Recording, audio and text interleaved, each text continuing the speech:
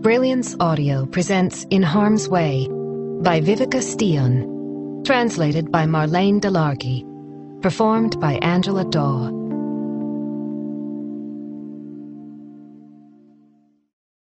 Chapter 1. Wednesday, December 24th, 2008. If she could just make it to Sandhamn, everything would be fine. She felt safer out in the archipelago than anywhere else. Jeanette Thiels repeated the words like a mantra as she drove through the slush on the freeway. She had to keep blinking back the tears so that she could see properly. She almost went into a skid on the bridge over Skurusundet. She drove past the golf course by Foyelbro and the Stroma Canal. The boat was due to leave in a few minutes at 2:45. It was the last crossing of the day. She had to catch it. After what seemed like an eternity, the harbor at Stavsnäs opened out in front of her, and she turned into the half-full parking lot. She fumbled with her keys, but eventually managed to lock the Ford. The icy wind bit into her cheeks. The temperature had dropped considerably, down to 14 degrees. A short distance away, the pull lines clanged on an empty flagpole, and beyond the inlet, the waves were tipped with white. A slight feeling of nausea rose in her throat, but she didn't have time to worry about that now. Head down, she hurried toward the quayside where the ferry was waiting in the gray gloom. She was the last to board. The gangway was drawn up, and within seconds the boat began to pull away. She couldn't help looking back to see if anyone was there. Jeanette curled up in a corner toward the stern and pulled her hood far down so that her face was barely visible. She knew she ought to eat something, but she was too tired to go to the cafeteria on the upper deck. Instead, she sank into a kind of half-doze as the engines throbbed in the background.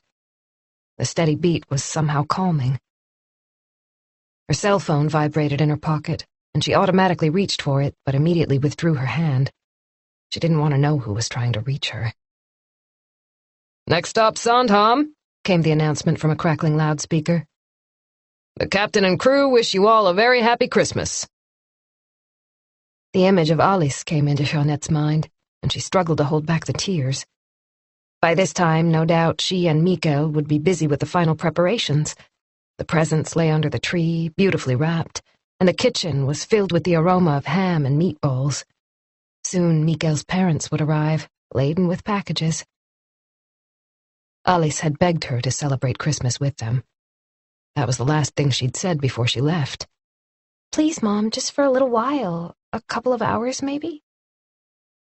Jeanette had shaken her head and tried to kiss Alice's cheek, but Alice had turned away, and Jeanette's lips had barely brushed against her hair.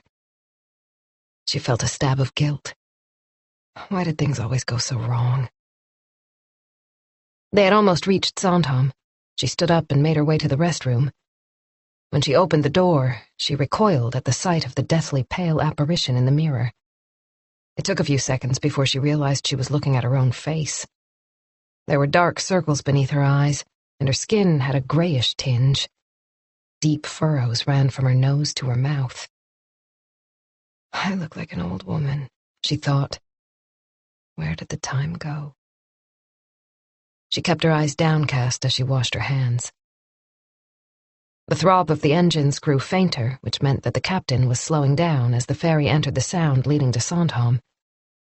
She picked up her purse from the dirty, wet floor and slipped the strap over her shoulder. There weren't many people on board, but she lingered and made sure she was the last to disembark. "Merry Christmas," said the crew member as Jeanette handed over her ticket. She did her best to respond with a smile. The other passengers had already disappeared from the jetty. It was too cold to hang around unnecessarily. However, Jeanette put down her case and looked around the familiar surroundings. Piles of snow lay along the plowed promenade that ran from the steamboat jetty to the sailors' hotel. On the broad strip of sand, dozens of boats had been taken out of the water for the winter and now were hidden beneath snow-covered tarpaulins. Over at the western end of the harbor, Jeanette could see the yellow facade of the sailors' hotel, adorned with twinkling fairy lights that almost moved her to tears once more. She picked up her case and set off. The scent of hyacinths inside the hotel was overwhelming. Behind the reception desk stood a blonde girl wearing a Santa hat. Jeanette introduced herself. "I called and booked a room this morning." The girl gave her a warm smile, and Jeanette couldn't help noticing how badly her pink lipstick clashed with the bright red hat. Welcome. You're in one of the apartments behind the pool. Hope you're not scared of the dark. She smiled again as if she'd said something funny. Unfortunately, the main hotel is full over the holiday. We only have the apartments left. Before Jeanette could speak, she went on. Dinner is served starting at 7 this evening. You'll need to make a reservation. How would 8 o'clock suit you? Fine. We offer an excellent Christmas buffet, the receptionist said. Everything you could possibly wish for, including 15 varieties of marinated herring. And of course, Santa Claus will be along to see all the children who've been good. She winked at Jeanette, seemingly unaware that a middle-aged woman on her own might not be very interested in Santa's visit. Do you need any help with your luggage? She asked. It's not very far, no more than 150 yards. You go down the main steps, then head to the right, follow the path past the mini-golf course, and then you take a right again where the pool area starts. Your building is the second one down. I'm sure I can manage, Jeanette mumbled. There was a rushing sound in her ears as she bent down to pick up her case. I hope you enjoy Christmas Eve with us. There's an early service in the chapel in Sandhamn at 7 o'clock tomorrow morning. I don't know if that's something that might appeal to you. It's usually very atmospheric. At last, she handed over the key card. Jeanette was about to set off, but hesitated. Am I the only one staying in the apartments? She asked. Let me just check. The receptionist turned to her screen, Santa hat swinging. She frowned before looking up to meet Jeanette's gaze. Yes, you're all by yourself over there. Chapter 2. Detective Inspector Tomas Andreasson smiled as he watched his daughter prodding at the packages beneath the 3-foot-high Christmas tree. Elin was only 9 months old, but almost all the presents were for her. He and Pernilla had agreed to cut back on Christmas gifts this year, given how much the renovations to the house on Hara had cost them back in the fall. Judging by the size of the pile, though, neither of them had managed to stick to the plan.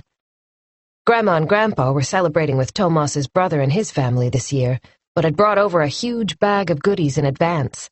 Pernilla's mother was visiting her sister in the U.S., which meant the little family would be alone for the holidays.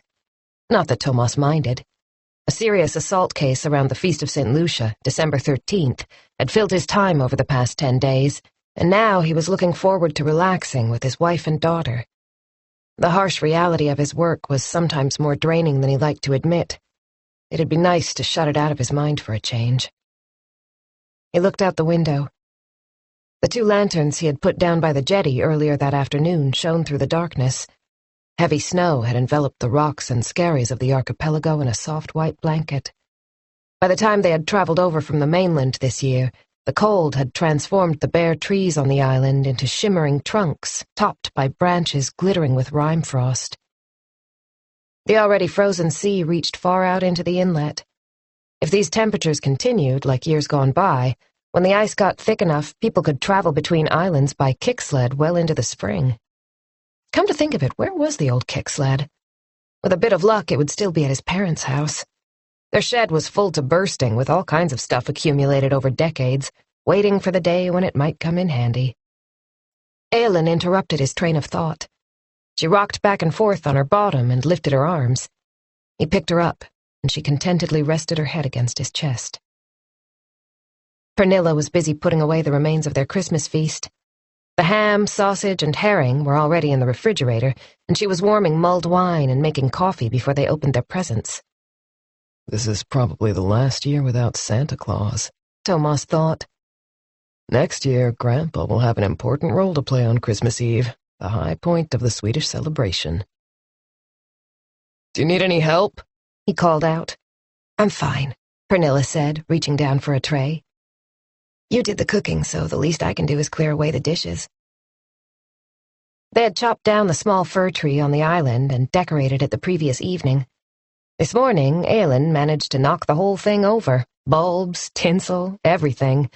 She had cried nonstop until they'd put it all back together. In the end, she had been given her own strand of tinsel that she had played with until it fell apart. Tomas placed his daughter on the floor and knelt down beside her. He gently kissed her velvet-soft cheek.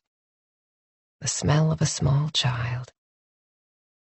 In honor of this special day, her blonde hair had been brushed into the sweetest little kiss curl.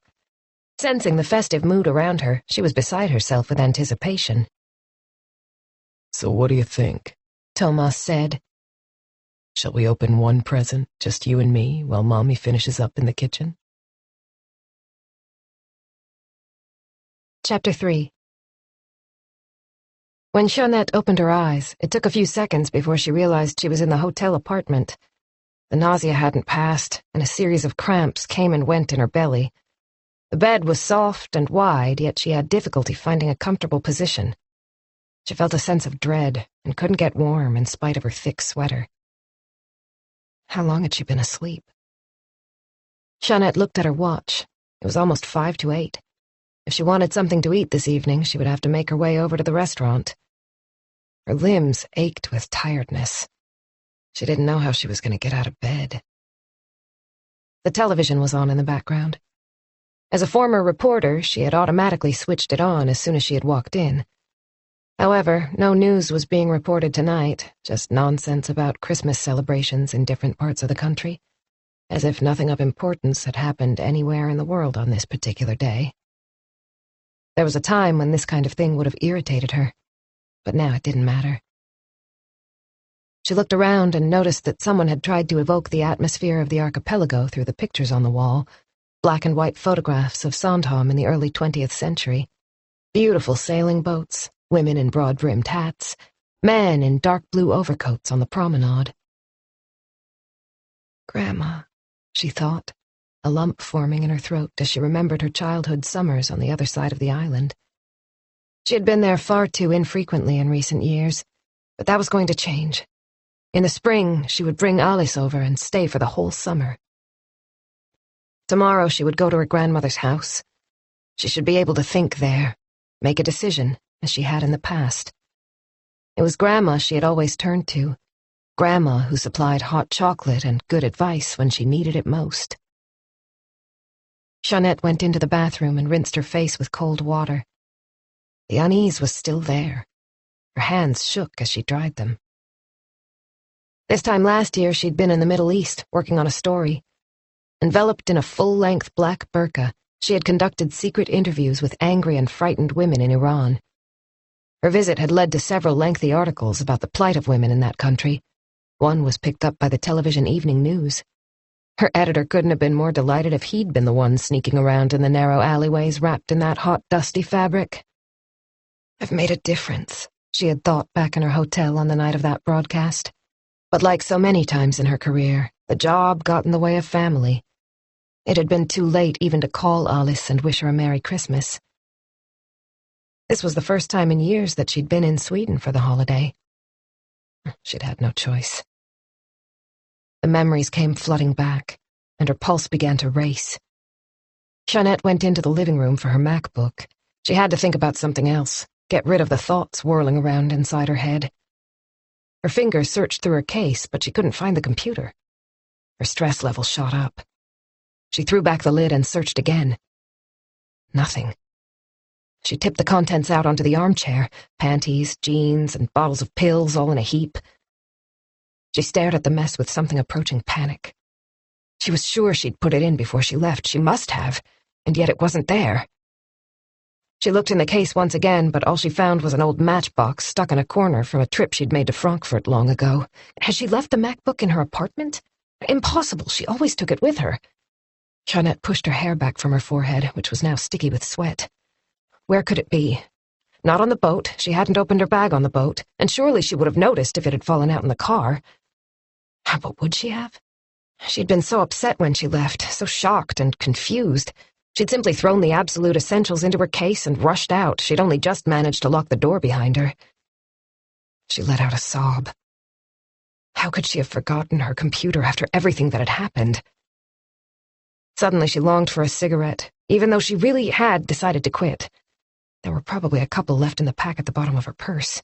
She would keep her promise another day. A notice informed her that this was a smoke-free environment, which meant she would have to go outside after all. Could she summon up the energy? A sound from the other side of the wall made her jump. Could it be a door closing? Or was it just snow sliding off the roof? The receptionist had said no one else was staying in the apartments. Jeanette listened carefully. Silence. It must have been her imagination, nothing more. The nausea overwhelmed her again, and her mouth was filled with an unpleasant metallic taste. The curtains were closed. She pushed one aside and saw that it was pitch black out there. Even the thick white blanket of snow on the ground failed to lighten the darkness. Slowly she lifted the window catch, almost as if someone had told her to open it. She could see the roof of the floor below about 3 feet down. It, too, was covered in thick snow. She pushed the window open a little farther and shivered as an icy blast of wind came rushing in. She ignored it and tried to make out the sound of the sea. It was only about 30 yards away, just like at Grandma's house. She remembered the ripple of the waves as they rushed toward the shore. She had always loved the feeling of being far out in the archipelago, loved watching the sea, which was never still. Sometimes she would dream of the ocean, of slowly sinking to the bottom, falling asleep among swaying seaweed, surrounded by fish darting to and fro. But she was never afraid, not at Grandma's house. Another gust of wind made her shiver again. She turned her head and looked out of the other window, which faced the entrance. The neighboring apartments were in darkness, and the round light above the main door made little impact on its surroundings. Beyond its globe lay only gloom and shadow. Chapter 4. Nora Linde sat down on the glassed-in veranda at the Brond Villa with a cup of coffee in her hand. She'd eaten too much, as usual. Once she had loaded up her plate, it was too late. Everything was so delicious. Silent Night was playing on the radio, but she could still hear the clink of dishes from the kitchen. The boys were bickering about who should do what. Nora decided to ignore them. They could sort it out for themselves. She gazed out the huge window and listened to the wind howling around the house. They had lit a fire in all the tiled stoves, which worked beautifully even though they dated from the 19th century. In a few hours, the warmth spread through every room, steady and reliable, as long as you remembered to feed the stoves with wood on a regular basis. Nora sipped her coffee. So far, everything had gone very well, exceeding her expectations. She had managed to push aside all thoughts of work and the anxiety that was hanging over her, and the tension had gradually eased during the course of the day. She put down her cup with a sigh. She didn't want to think about the bank right now. Tomorrow they would set off for the Christmas service early in the morning, trudging through the snow. She was looking forward to it, even though Adam and Simon would no doubt complain, especially Adam, who preferred to stay in bed like most teenagers. Once they were there, the boys would love it.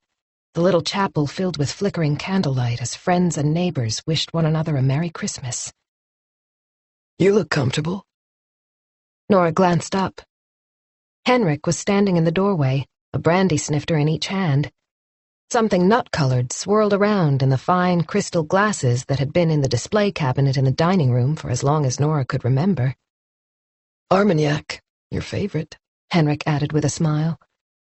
He handed her a glass and sat down opposite her in the wicker armchair. He crossed his legs and leaned back. The alcohol gave off a strong, sweet smell. Nora took a sip and felt the sting on her palate. Then came the warm aftertaste. Delicious, she said. Thank you. She gazed out into the darkness, toward the sea. Mom! Simon bounded into the room and pointed eagerly at the Christmas tree in the corner of the dining room.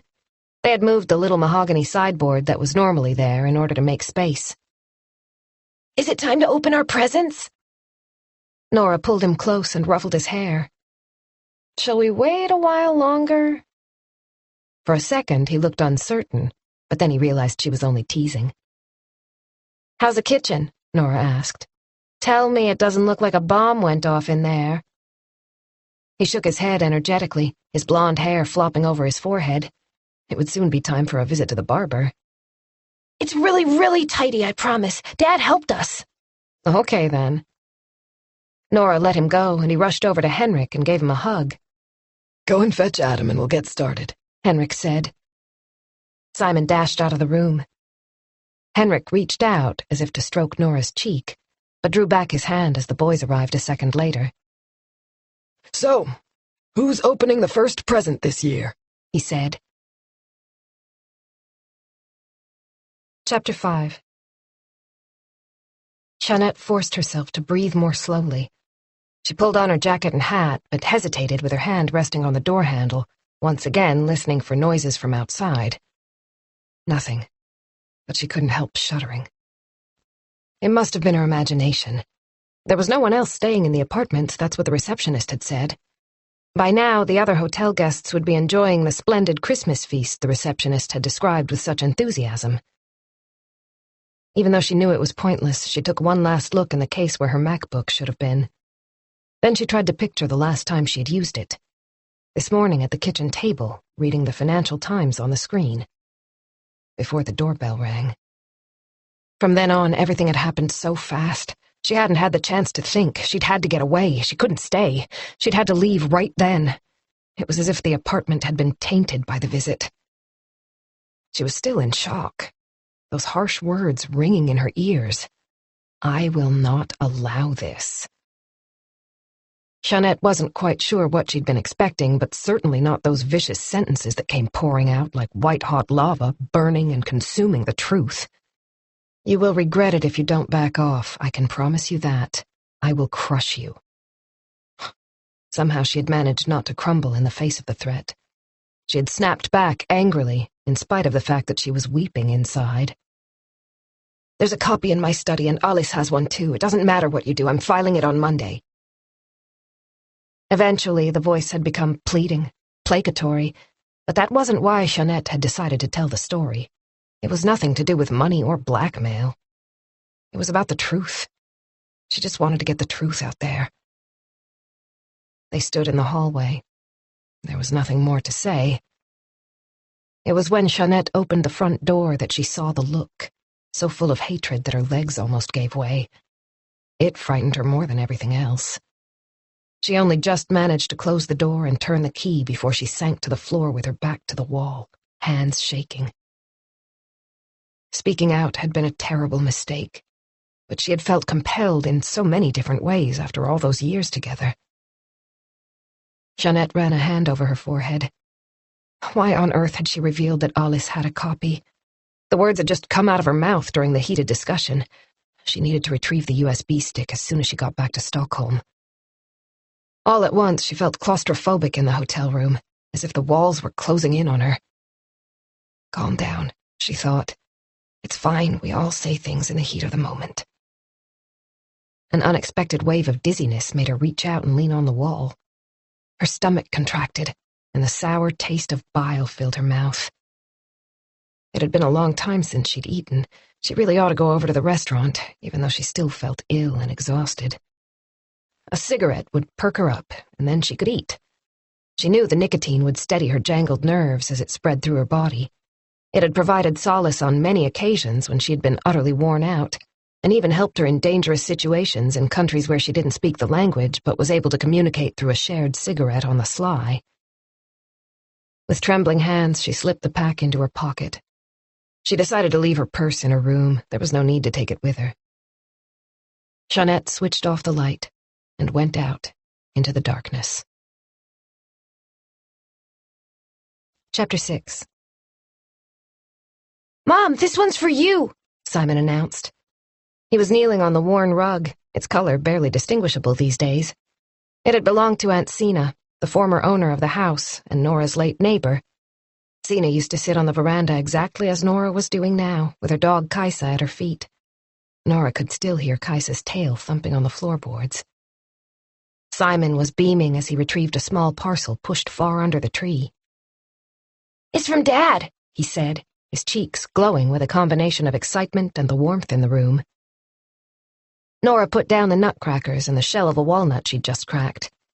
Simon had been so looking forward to this Christmas Eve and had hardly talked about anything else over the past few days. It was a long time since he'd been in such a good mood, and he had chattered away that morning when they sat down at the kitchen table to enjoy rice pudding with cinnamon and sugar. He came over and handed Nora the present, pointing to the ornate writing on the label. To Nora, Merry Christmas from Henrik, he read in his best voice, before curling up beside her on the wicker sofa, so close that his legs were touching hers. Nora contemplated the present. It was a flat, square package, beautifully wrapped in silver paper. She recognized the logo on the little sticker. It came from a well-known jeweler in an elegant shopping area of Stockholm. She had sometimes passed the store, but had never been inside. "Aren't you going to open it?" Simon said excitedly. "It looks special." The fire crackled, its flames glowing behind the brass doors of the tiled stove. Adam, who was sitting in the other chair, leaned forward with interest. Seen in profile, he looked like a younger version of Henrik. He had also started to sound just like his father in his intonation, with a hint of a drawl in his voice. Nora raised an eyebrow at her ex-husband. She'd only bought him a book, a novel about a vulnerable woman in Afghanistan. The choice had amused her, given the inequality of the workload within their marriage. The resentment hadn't quite gone away. Open it, Simon insisted. Henrik was watching her. As he put down his glass, she noticed that his hair had started to turn gray at the temples. She weighed the package in her hand, lost in thought. They had agreed to celebrate Christmas together for the sake of the children, nothing more. However, there was no denying the fact that Henrik had made a huge effort. Since their arrival on Sandhamn, Nora had hardly needed to lift a finger. Henrik had even done most of the food shopping. He was a completely different person, at least in comparison with the man he had been during the last year of their marriage. Maybe it was because he'd recently split up with Marie, the woman he'd met while he and Nora were still married. They had moved in together right after the divorce. That little stab of resentment made its presence felt once more. The first notes of "I'll Be Home for Christmas" came from the music system, and the paraffin lamp on the ceiling flickered. Carefully, Nora undid the pretty silk ribbon, silver with gold threads running through it. She put it to one side and opened up the elegant wrapping paper to reveal a dark red leather box. Simon couldn't contain himself. "What is it? Open it, Mom!" Nora lifted the lid. Nestled on a green velvet cushion was a pendant made of white gold, with a small diamond in the center. Beside it glinted a slender chain. "Wow," she whispered, not quite daring to meet Henrik's eyes. This was way too much, way too expensive.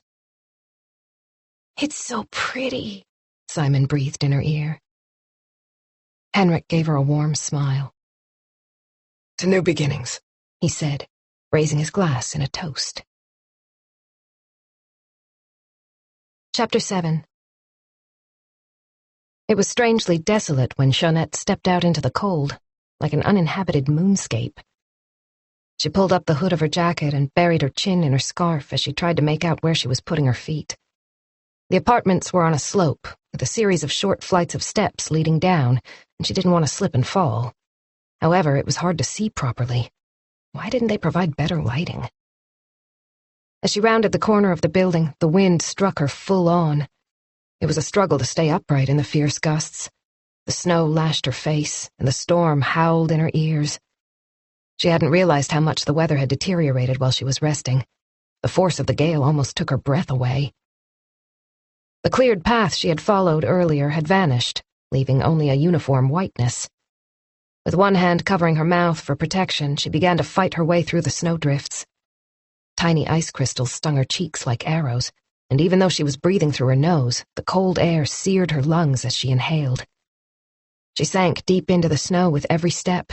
It found its way into her boots, and in seconds her feet were sodden. Everything looked so different now. Shadows and distances were distorted. Nothing made sense. She was so tired, and her body felt heavy and clumsy. She couldn't catch her breath. Through the blizzard, she could see the pontoons by the gas station tugging at their moorings. She could almost hear the chains groaning under the strain. Huge, foaming waves came crashing in over the jetties. Farther away, maybe 50 yards, she spotted a lone street lamp illuminating a snow-covered clump of trees. "I'll try and make it that far," she thought. "Then I can have a little rest." She reached the lamppost with some difficulty, even though it was a comparatively short distance. She rested her head against the cold metal, utterly exhausted. "Oh, just give me a few minutes." Jeanette reached into her pocket for her cigarettes, but it was impossible to get a hold of the pack with her gloves on. Turning her back to the wind, she managed to remove one glove and take out the pack and her lighter. She cupped her shaking hand around the flame, but it kept going out, time after time. After a couple of minutes, she was frozen stiff. The whole thing was pointless. She put her glove back on and looked around. The trees were so dense that they blocked her view of the sailors' restaurant. She had to move closer to the water in order to see the warm glow of its windows. She was feeling even worse now, with a burning pain in her belly. She pressed her hands to her stomach, trying to fight the waves of nausea washing over her. She swallowed hard, over and over again. I should have stayed indoors. Why on earth did I venture out in this weather? Tears welled up, but immediately froze on her cold skin. The eyelashes on one eye stuck together. She tried to rub it, but her icy glove just made the situation worse. Then the dizziness overcame her, along with the nausea. She groped for the lamppost for support, trying to grab it with hands that refused to obey her. What's the matter with me? Why do I feel so weak? It was as if her body had lost its ability to move under her direction. She felt a prickling sensation in her arms and legs, and her skin began to itch. She was enveloped in a thick mist, and she couldn't orient herself. The hotel reception wasn't far away. She couldn't possibly have lost her bearings. And yet the distance seemed endless, almost insurmountable. She had covered this same route only a few hours earlier. Why couldn't she find her way now? The blizzard was whirling inside her head as well as all around her. Jeanette tried to focus, to fix her gaze on the building she knew lay in front of her, but however hard she blinked, her field of vision remained blurred. Everything was a grainy mess. There was virtually no feeling in her feet by now, and her fingers were no more than stiff lumps inside her gloves. But she had to get into the warmth. Nothing else mattered. But which was closer, the apartment or the hotel? A fresh wave of nausea rose up from her stomach. She just had time to think, what's happening to me, before she began to retch violently. Sour bile came up, black against the white, steaming as it spattered the snow. She felt sudden warmth in her panties and realized she'd wet herself. Help me, she tried to call out, but her voice was just a hoarse croaking sound deep in her throat. Was that a shadow in the darkness? Someone was laughing at her. Jeanette dropped to her knees. She couldn't stay on her feet any longer. Please, she whispered to the blurred figure. The wind carried another scornful laugh. She couldn't possibly get up, so she began to crawl forward through the snow. Then, everything went black. Chapter 8. Nora turned the key and locked the front door for the night. The storm was still howling all around the house, and from time to time the old wooden rafters creaked in protest. She was glad to be indoors. This wasn't the weather for man nor beast to be outside. If it kept snowing like this, getting to the chapel in the morning would be a challenge. One final glance into the kitchen revealed a forgotten carton of milk on the drain board. No doubt Adam had helped himself to a drink before heading off to bed. Putting it back in the refrigerator, she hoped he hadn't swigged it straight out of the container. Just as Nora reached the top step, the bathroom door opened, and a cloud of steam billowed out. Henrik emerged. When he saw Nora, he stopped. He must have taken a shower. He had a white towel around his hips, and his shoulders were still damp. His hair was beginning to curl. "Oh," Nora said. The sight of Henrik took her by surprise, even though she'd seen him without clothes so many times before. They were no more than 3 feet apart. He's been working out. The thought came from nowhere, immediately followed by, he looks really good. Henrik's face lit up. I thought you'd gone to bed. His smile was open, his tone sincere, or at least that was how it seemed to Nora. He moved toward her. Listen, thanks for tonight, he said. I'd say this is the best Christmas Eve we've spent together in years. You mean compared with all those Christmases we spent on Ingeroa with your parents? She didn't mean to sound waspish, but Henrik knew she'd never enjoyed the stiff, formal dinners her ex-mother-in-law loved to arrange. She and Monica Linde had often argued about how and where they would celebrate the holiday, but that was all in the past now. You could say that. He shook his head and smiled. I know my darling mom isn't that easy to deal with. You don't have to remind me. Thank goodness Dad's around. He knows how to handle her. Nora remembered all the occasions when Henrik had defended his mother, no matter what she'd said or done. This attitude was something new. A drop of water trickled down from his bare shoulder and dripped onto the striped rug. Nora followed it with her eyes. They were standing very close to each other now. "Thanks for the lovely present," she said after a pause that went on for slightly too long. "You shouldn't have bought something so expensive. It was way too much." Did you like it?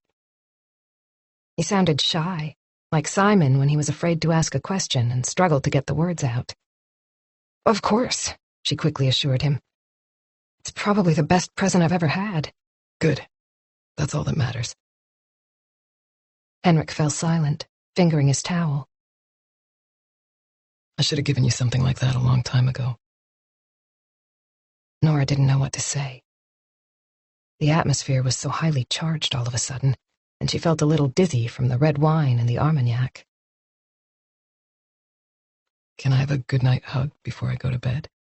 Henrik said quietly. Nora hesitated, glancing toward Adam and Simon's bedroom doors. They were both closed. The boys were bound to be asleep by now. Giving your ex-husband a hug isn't such a big deal, is it? I promise I won't bite. Nora managed a foolish smile. "No, of course not." She felt like she was slurring her words. Great. Nora felt herself stiffen as Henrik drew her close. It was so weirdly familiar, and yet it wasn't. She knew exactly what he would smell like, which shower gel he liked, which aftershave he usually bought. His shoulder was cool against her cheek.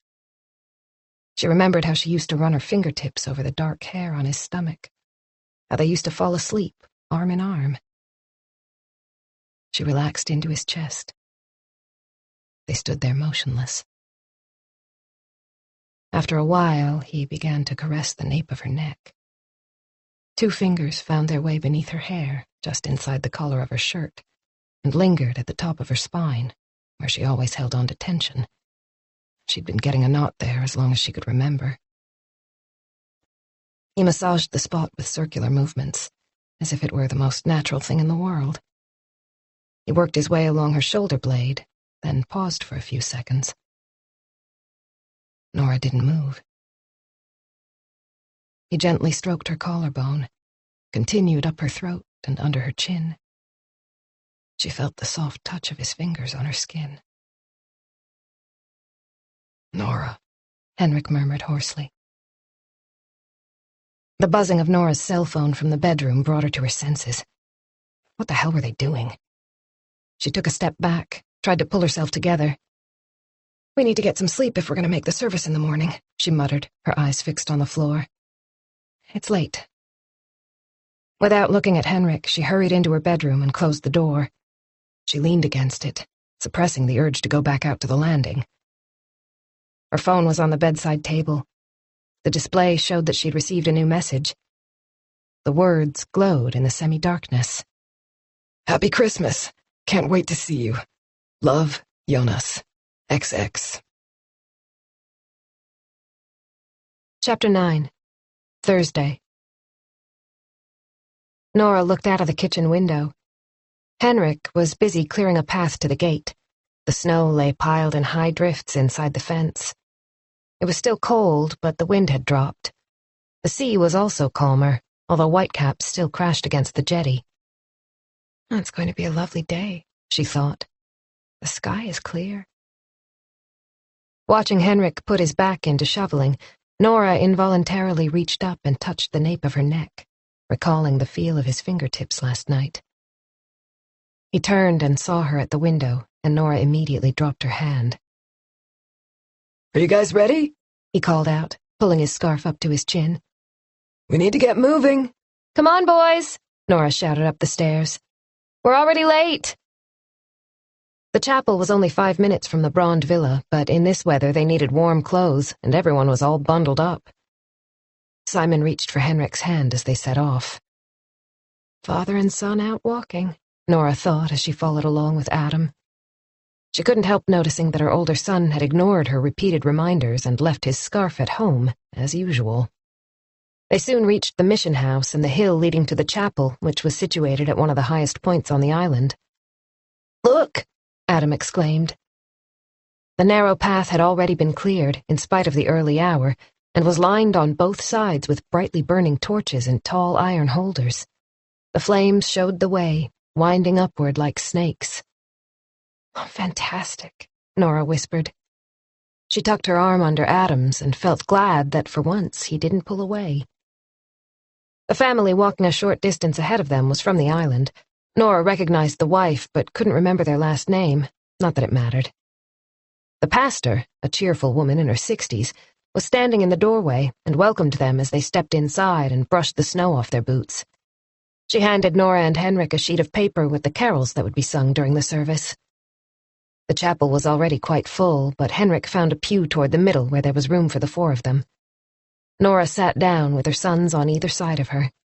Henrik was next to the aisle, and Adam rested his head on his father's shoulder. It was almost 7 o'clock. The candles burned with a steady flame in the ornate brass holders suspended from the ceiling, spreading a warm glow. A beautifully decorated Christmas tree stood at the front by the altar. Nora leaned back and suppressed a yawn. Strange dreams had interrupted her sleep during the night. She woke up feeling down, but couldn't figure out why. Henrik put his arm around Adam's shoulders. His hand brushed against Nora's jacket, and once again she remembered that moment outside the bathroom, when she had relaxed against his chest, the sense of security that had come over her. How could she feel that way after everything that had happened between them?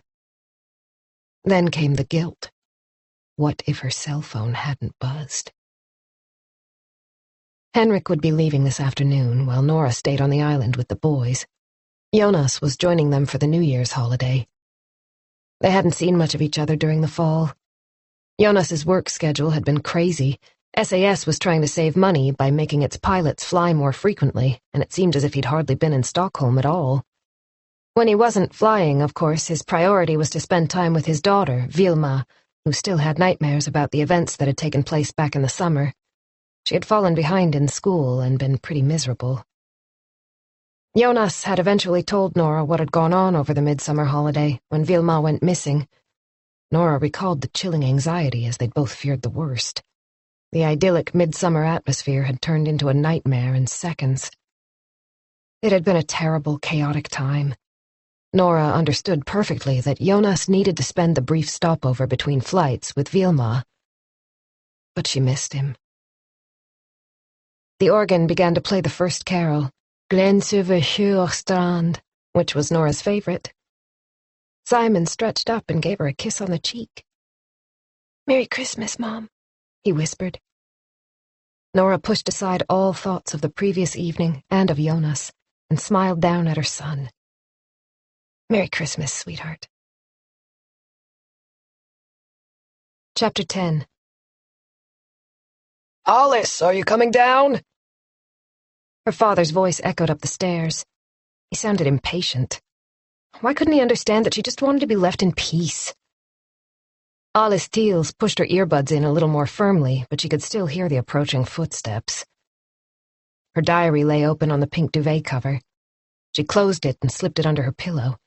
Then she turned up the music on her iPod, shut her eyes, and pretended she'd fallen asleep and hadn't heard a thing. If he thought she was sleeping, maybe he'd go on his own. The bedroom door opened. "Why don't you answer when I call you?" Alice knew exactly what he looked like when he was annoyed and adopted that tone of voice. As he frowned, his eyes narrowed under heavy eyelids and his shaved head twitched.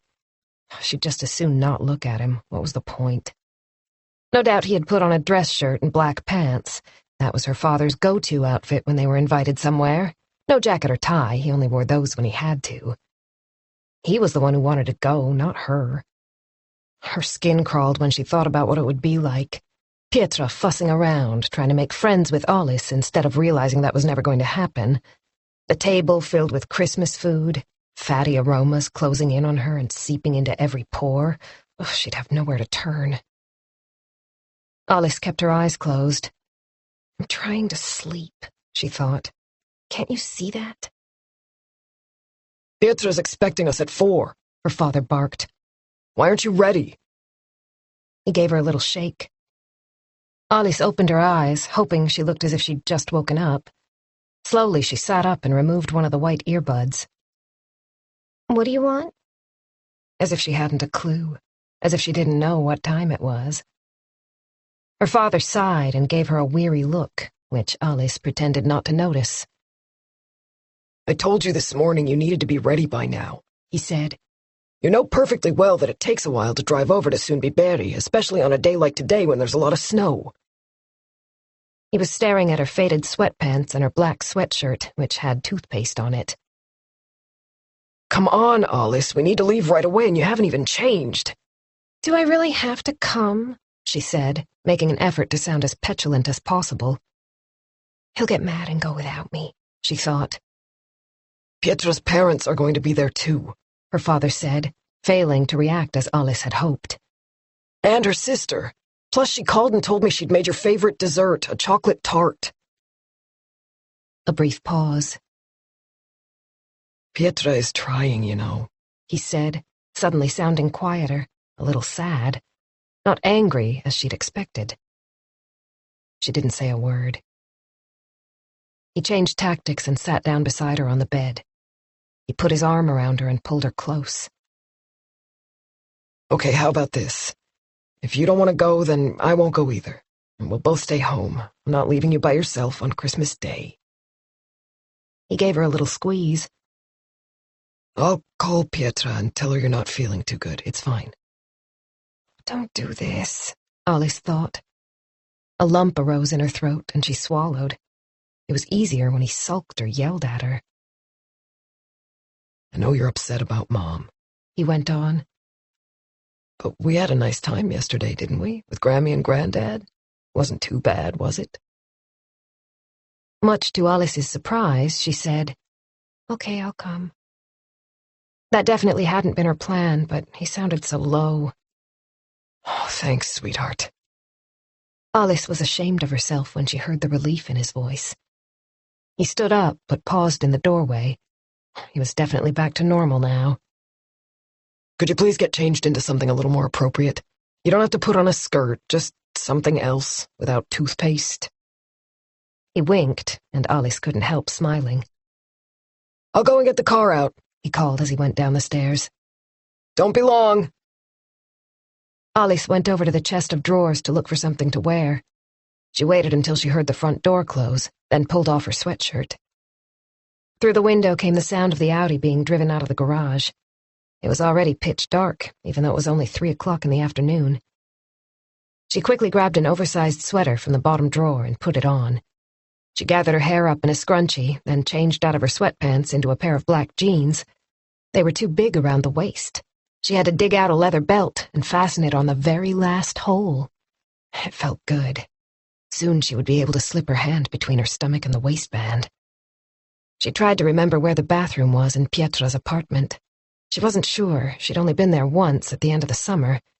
Was it straight ahead when you walked in, or was it along the passageway next to the living room? She screwed up her eyes, trying to picture the layout, but without success. She remembered a big hallway, but what was the rest of the place like? It would be best if the bathroom were kind of out of the way, so that no one would hear when she threw up. Otherwise, she would just have to leave the faucet running, or flush the toilet over and over again. That usually worked, too. Chapter 11. The new ringtone on Nora's cell phone woke her. Adam had downloaded ABBA's Mamma Mia instead of the standard ringtone, and it took her a few seconds to realize what was going on. She looked around, still half asleep. She was lying on the sofa in the TV room. She grabbed her phone from the coffee table. Hello? She mumbled. Hi, it's me. Jonas sounded happy and full of energy. Did I wake you? Kind of. She sat up. I must have nodded off in front of the TV. We were up so early this morning. She glanced at her watch. 6:05. Time to start dinner. How did yesterday go? Jonas asked. Did you get my text? I didn't want to call and disturb you in the middle of the celebrations. Nora inhaled quickly. It was good. The boys were so pleased to have Henrik here, particularly Simon. You know what he's like. She stumbled a little over Henrik's name, but Jonas didn't seem to notice. How are things with you? She said. Jonas had also spent Christmas Eve with his ex, Margot, who had remarried quite some time ago and had a son with her second husband, unlike Henrik. Fine. Vilma was actually in a good mood. I think she's starting to recover. Can't tell you how happy that makes me. His voice grew deeper, warmer. I miss you. I couldn't stop thinking about you yesterday, especially at bedtime. I miss you too, she said immediately. There was a brief pause. Then, before he could say anything else, she went on. So, where are you? Are you still in Stockholm? Sometimes she found it hard to keep tabs on his movements. He had had a day off on Christmas Eve, but she knew he was working today. I'm in Copenhagen, en route to New York. I'll be back on Tuesday, so I'll come over on Wednesday morning, as agreed. I'll bring your Christmas present. You know what they say. Good things come to those who wait. Nora felt even more guilty. Pernilla and Tomas will be here on New Year's Eve, too, she said. We can watch the fireworks at the Sailors Restaurant. They're usually fantastic. Sounds great. Do you want me to bring you anything from the Big Apple? Nora pictured the skyscrapers and the Statue of Liberty. She could have gone with him, had a lovely few days in New York.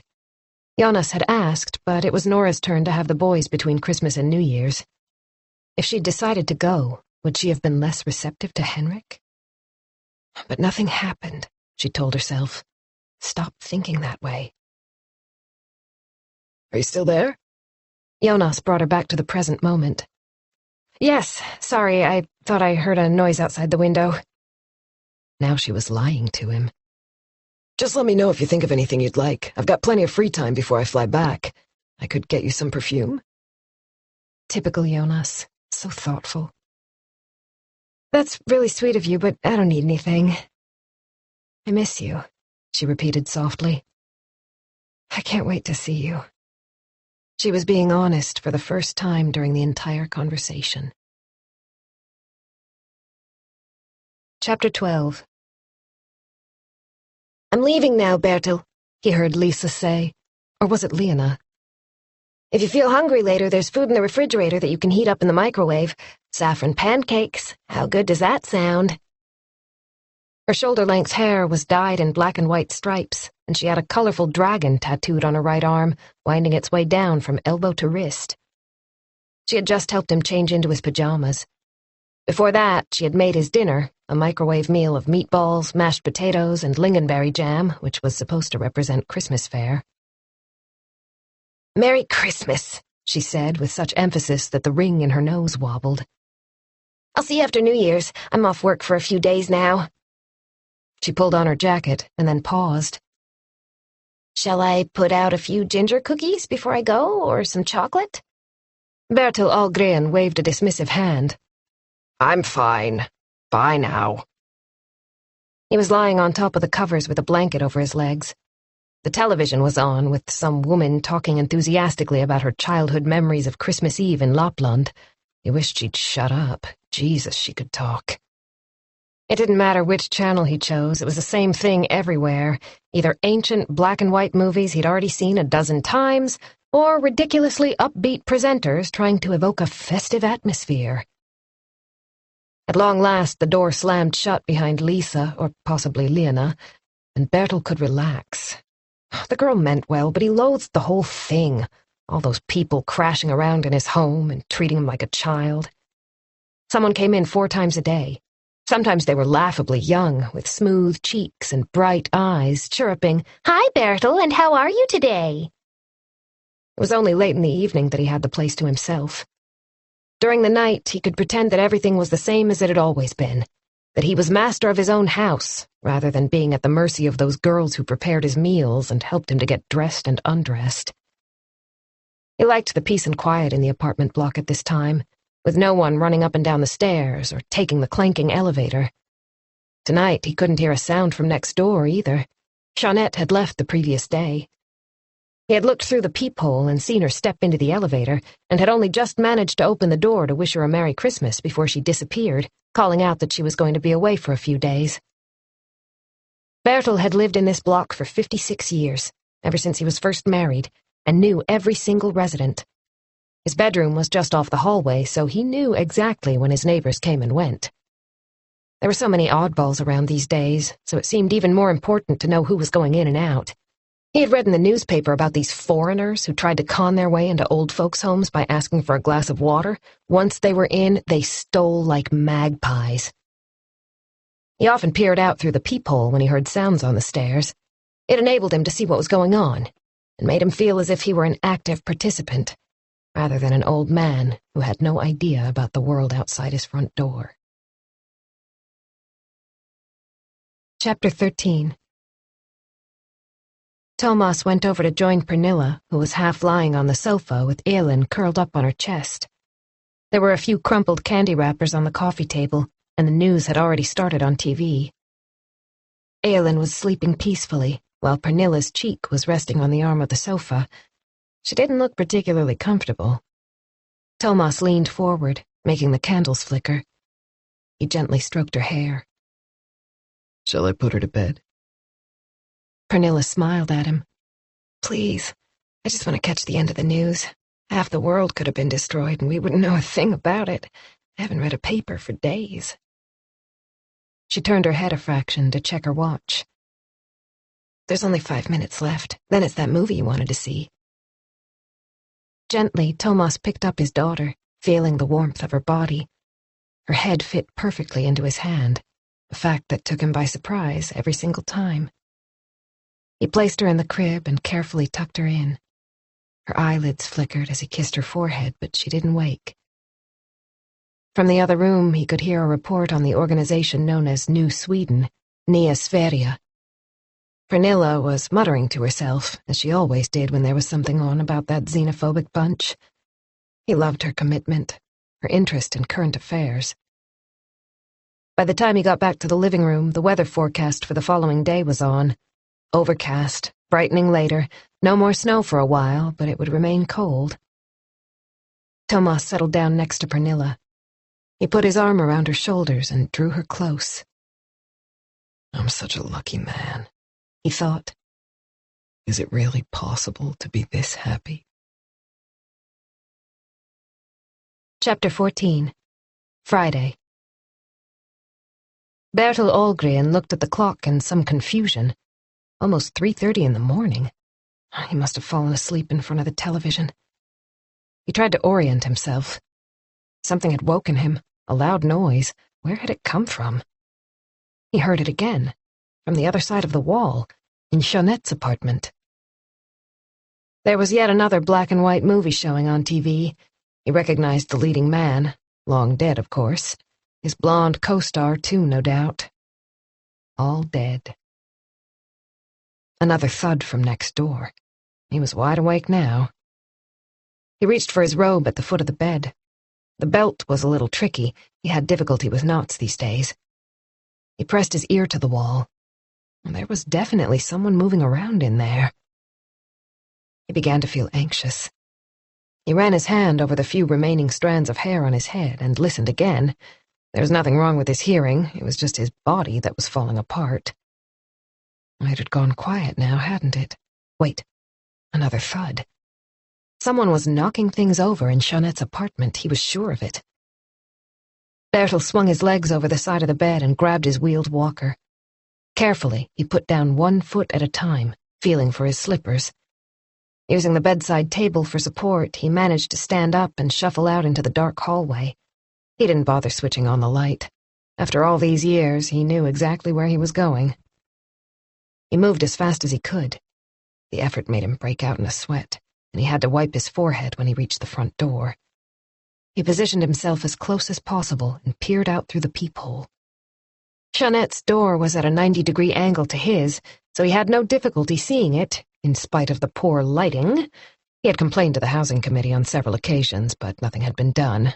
No one listened to an old man. The dark brown oak door seemed to be slightly ajar. Bertel screwed up his eyes in an effort to see more clearly. It definitely wasn't closed properly. His heart was pounding. Had someone broken in? Or had Jeanette been taken ill and returned home? There wasn't a sound in the stairwell, but suddenly the silence was broken by a scraping noise. Bertel picked up an umbrella, hesitated for a second, then unlocked his door and pushed it open a few inches. He left the walker where it was and took a couple of steps, clutching the umbrella in his left hand and using the wall for support. The two doors were only a few feet apart. "Hello?" he called out tentatively. "Is anyone there?" All he could hear was his own labored breathing.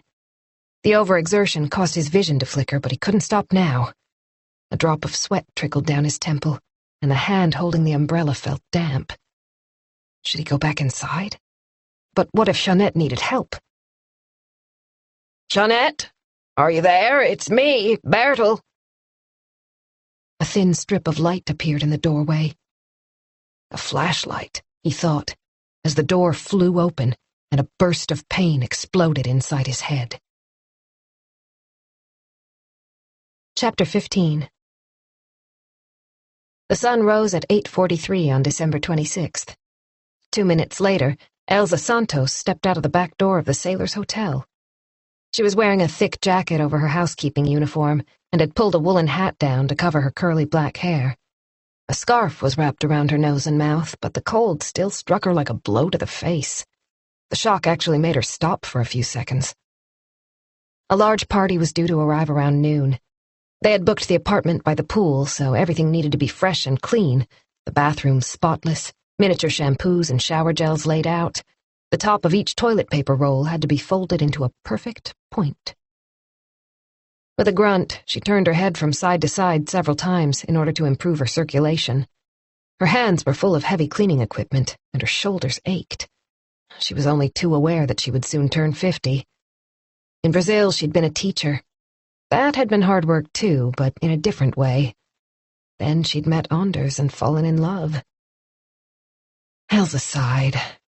It was so early that the path running past the mini-golf course hadn't been cleared, so instead she had to go via the jetties.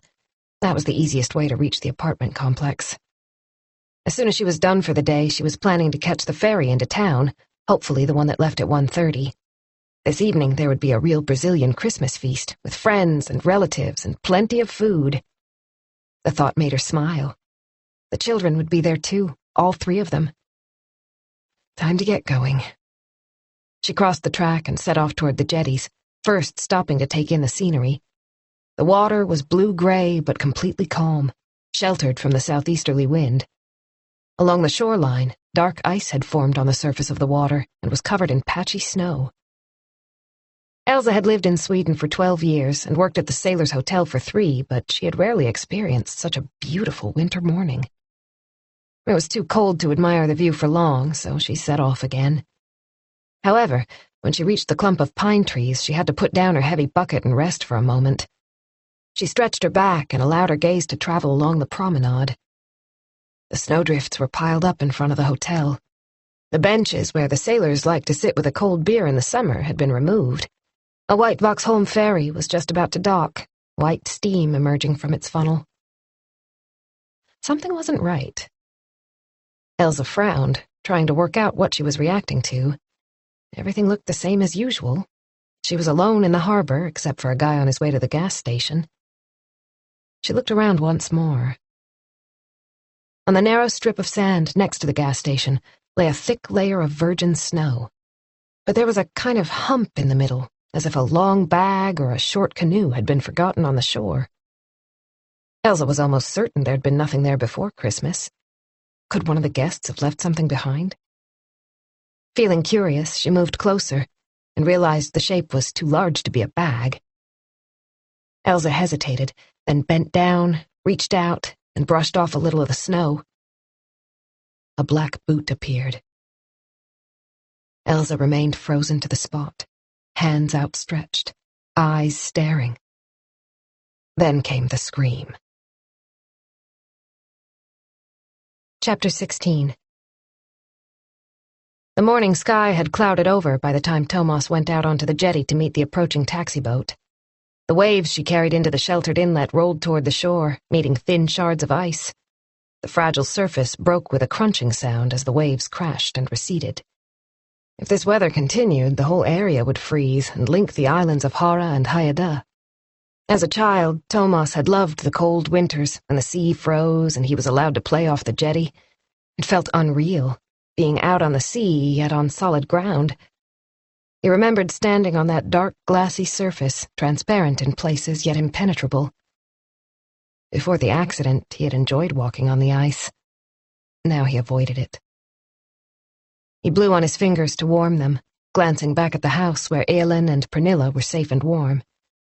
When he left, Elin had been gurgling happily in the wide double bed next to a sleepy Pernilla, completely absorbed in one of her new toys, a teddy bear that growled when she squeezed it.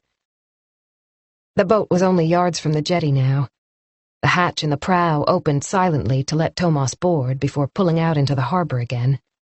He felt a cold blast of wind as the hatch closed behind him. Hasse, the driver, glanced at him with interest as he made his way down the narrow ladder. They knew each other in passing. Hasse also lived on Hara.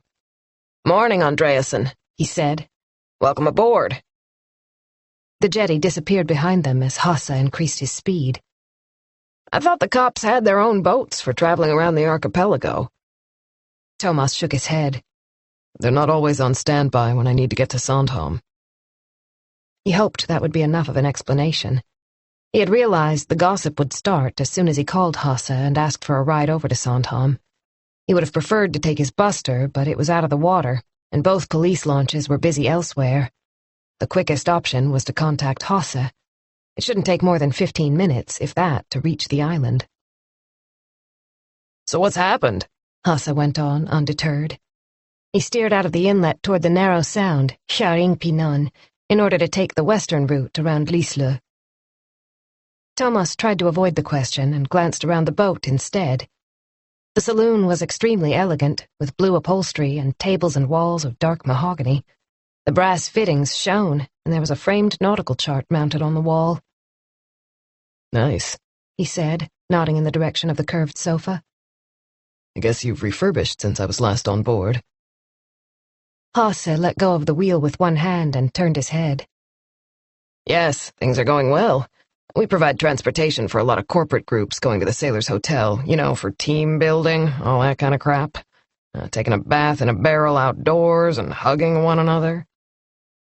A plug of snuff could be seen under his top lip when he grinned. "Come on, tell me what's happened. And don't tell me you needed to get over to Sandhamn with 10 minutes' notice just to admire the view, especially not on December 26th. Tomas shrugged. The information he'd been given over the phone was sparse, to say the least. The officer who called knew Tomas had a house on Hara, which meant he was closer to Sandhamn than anyone else. "I'm on official business," Tomas said eventually. "I can't tell you any more than that at the moment." He grabbed the passenger seat as the boat jolted. "But I really do appreciate you taking the time to run me across." Hasse dropped Tomas off at the main jetty in front of the sailors' restaurant. The propellers churned up the water as he reversed away and headed back toward the sound. A woman with medium-length dark hair and a thick padded jacket was waiting for Tomas. She seemed agitated. Her eyes were darting all over the place, and the lines of tension around her mouth were unmistakable. "Maria Suren," she said, holding out her hand. "I'm the assistant hotel manager. I have to tell you that people have already started talking. The hotel is almost full. This is most unfortunate. It's been so wonderfully festive here over the past few days. I can't believe what's happened." She hesitated, then went on. "We'd really appreciate if you could be a little—" She paused as if she were embarrassed, but felt she had to say what was on her mind. "a little discreet." She glanced over her shoulder at the Sailors' Hotel, where the Advent candle bridges glowed warmly in the windows. The Swedish flag was flying as if nothing was amiss. Swags of fir branches were wound around the handrails of the wide steps leading up to reception, and a beautifully lit Christmas tree stood on the wooden decking outside the Almagrundet pub. "I'm just thinking of the other guests, that's all," she said. Tomas followed her gaze. He saw a group of warmly dressed people who kept looking in his direction. Something about their body language told him they knew what was going on. "It's over there," Maria said, pointing to the east. "By the gas station, behind the bushes. It was Elsa, one of our cleaners, who found—" She wrapped both arms around her body. "She was on her way to clean the apartments by the pool, and then William came along. He works at the gas station, and he was just going in to check on something. They're actually closed at this time of year. Anyway, he heard Elsa screaming and rushed over to her." What time was this? It must have been around 9. We called emergency services right away. And where are Elsa and William now? Maria gestured to the restaurant on the first floor. A shaft of sunlight had broken through the clouds and turned the large windows to gold. "They're waiting in the dining room. I expect you'll want to speak to them." Can you show me where the body is first? Maria nodded and led the way along a narrow track that had been cleared on the wide wooden deck to which all the jetties and pontoons were secured. It creaked faintly beneath Tomas's feet, and he could feel the cold through the soles of his boots. In the summer, this area was packed with boats, all moored side by side. Today, there wasn't a single one in sight. Maria stopped at a small red-painted cafe by the walkway to the gas station. "It's behind this building," she said quietly. "On the shore." They walked around the corner and found a well-built security guard with his back to them. He was talking on a cell phone. A couple of orange cones had been set out to form an improvised barrier. The snow around them had been churned up by goodness knows how many feet. Maria stepped aside to let Tomas through. She pointed to the narrow strip of sand, no more than 12 feet wide, which separated them from the water. "There." Something resembling the back of a person lying down could be seen on the ground in front of them. It looked as if the face was buried in the snow. The gloved right hand was extended above the head, pointing in the direction of Lochholmen. Tomas tried to work out what he was looking at. Had the deceased fallen over? Or was the outstretched hand a sign that the woman had somehow tried to defend herself? Someone had started to brush the snow off the body, but had stopped. The upper part of the torso was almost uncovered, while the legs were still buried under a thick white blanket. He could just make out the shape of a low heel. Presumably, it was either the cleaner or the guy from the gas station who tried to remove the snow, but then realized it was too late, and that nothing should be touched until the police arrived. How long had the body been lying there? It had stopped snowing during the early hours of Christmas Day.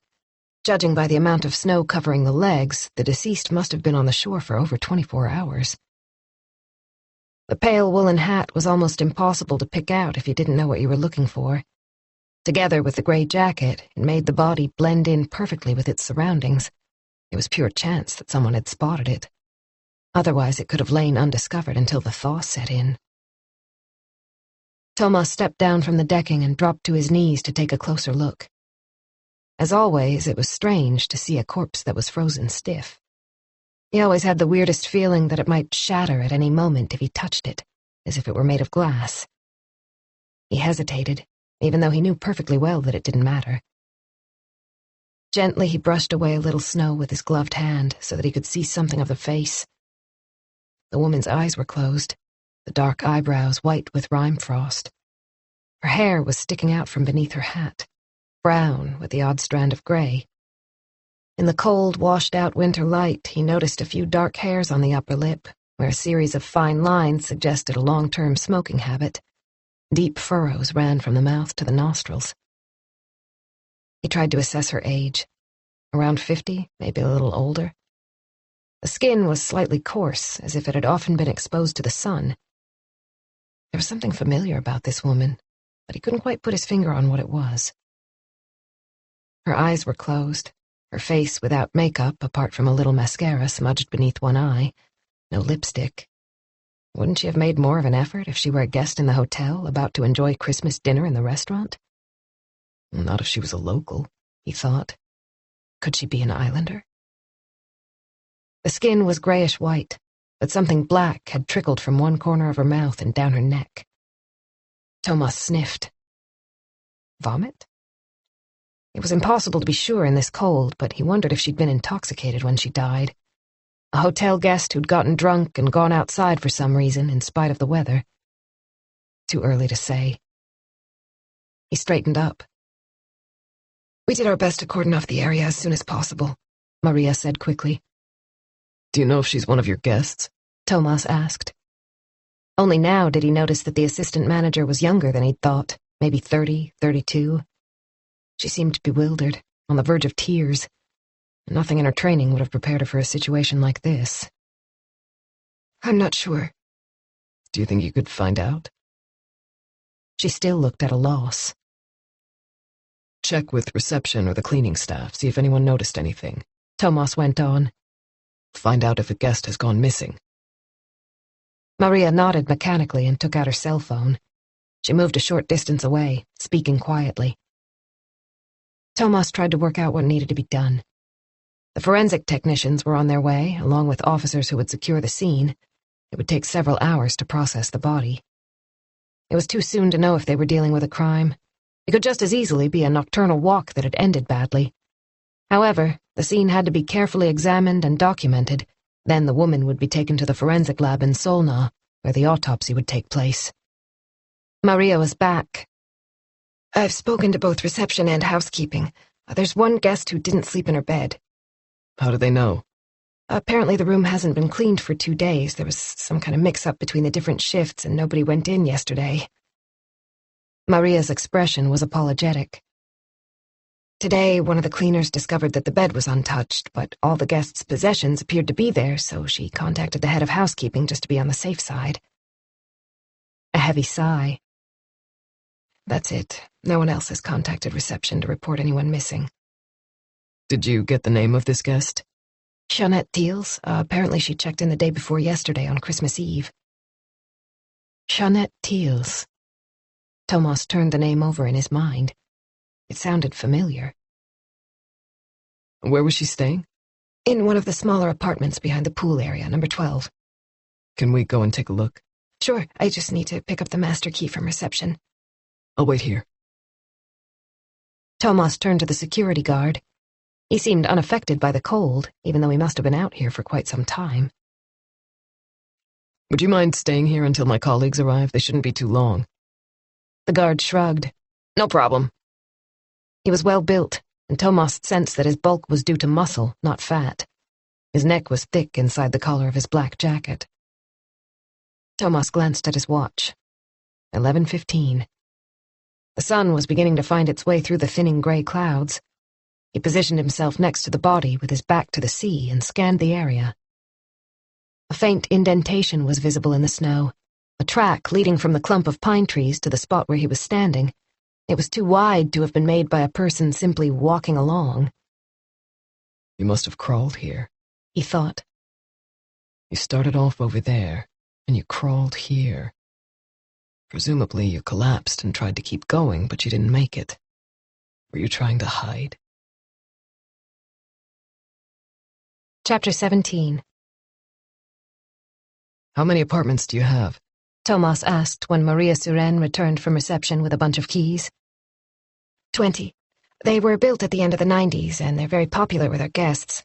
There are different sizes, from those with 2 beds to Chevillan, which accommodates 10. She sounded better now.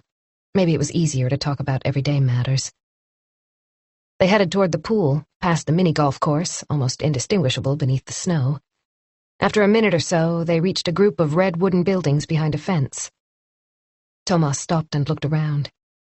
The distance from the location where the body had been found was no more than 70 or 80 yards. A single lamppost over by the pine trees caught his attention. Is that the only lighting in the area? He asked. Maria nodded. I'm afraid so. It's very dark in the winter. We've talked about installing more lights, but we haven't gotten around to it. She turned and set off along a narrow path inside the fence, past a row of chalet-style apartments on the left-hand side. There was a number above each door, and she stopped when they reached 12. This is it. I'll just knock to be on the safe side. She banged on the door and called out, "Hello, anyone there?" After a few seconds, she inserted the key and turned it. "Do you want to go first?" she said, stepping aside before Tomas had the chance to answer. He looked into the compact, white-painted hallway. The bathroom lay straight ahead, and on the right, a small bedroom was almost completely filled by a double bed. The living room was on the left. The place was both pleasant and functional. He took a couple of steps into the bedroom. There was an indentation in the middle of the bed, suggesting that someone had been lying on top of the covers. On the floor over by the wall, he saw a black purse with a shoulder strap. It appeared to be well used. The leather was worn around the edges, and the clasp had lost any semblance of sheen. He bent down and picked up the purse, keeping his gloves on, then opened it very carefully. He found a wallet with the edge of a driver's license just visible. Tomas took it out and read the name, Jeanette Thiels.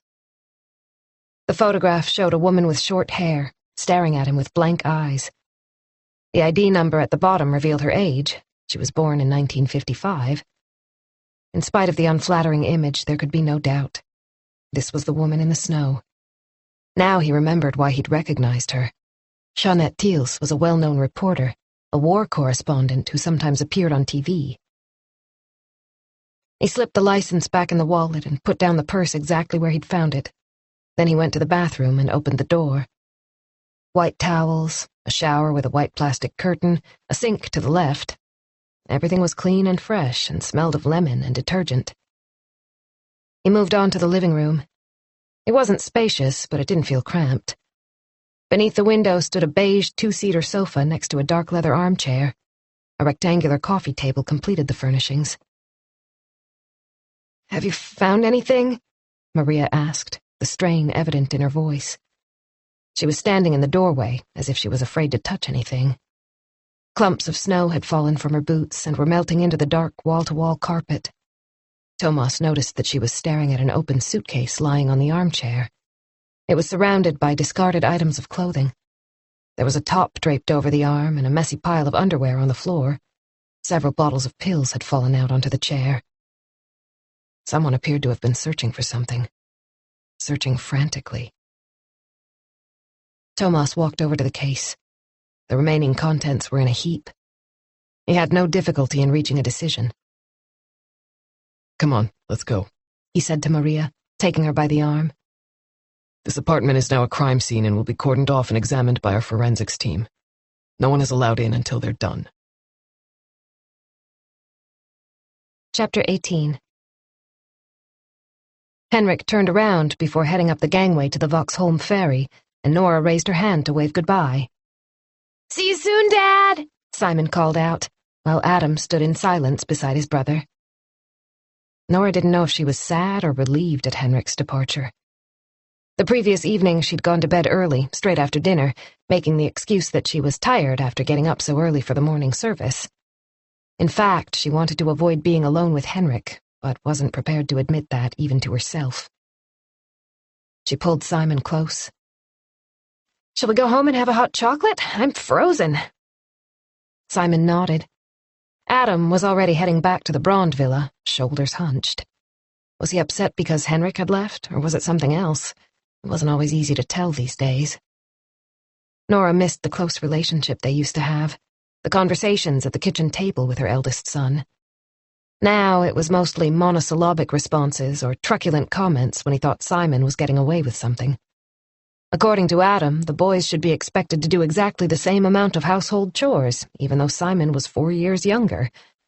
However hard Nora tried, one of them almost always ended up feeling as if they'd been treated unfairly. She sighed. Thank goodness for Simon, who was still her little boy. But he was growing up fast. Next year he would be going to junior high. Sometimes she wished she and Henrik had had another child. Maybe a little girl who would still want to sit on her knee and cuddle. Her hand found its way to her stomach, instinctively stroking it outside her jacket. She was 41 and divorced. There would be no more babies. Can we watch a movie? Simon asked cheerfully, oblivious to her gloomy thoughts.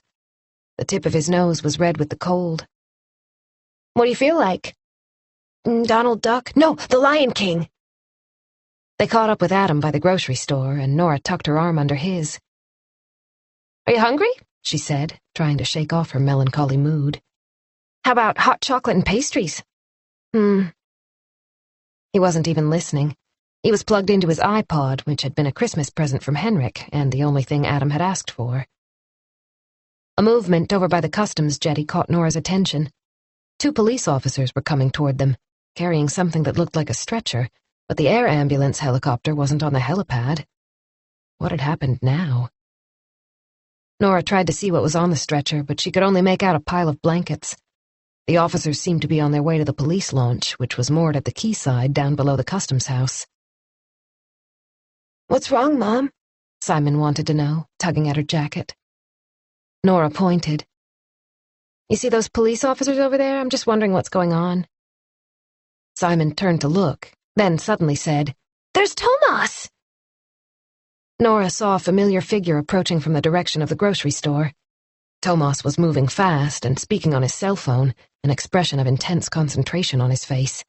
His frozen breath was visible with every word. "Tomas!" Simon called out, racing toward his godfather. Nora could see how taken aback Tomas was, but he stopped and squeezed the boy's shoulder as he continued to talk. Nora waited for him to finish his conversation. "Hi there," she said when Tomas came over. Adam had already disappeared around the corner.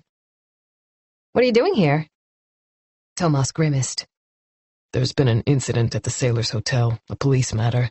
"But it's still the Christmas holiday," Nora said. Tomas managed a faint smile.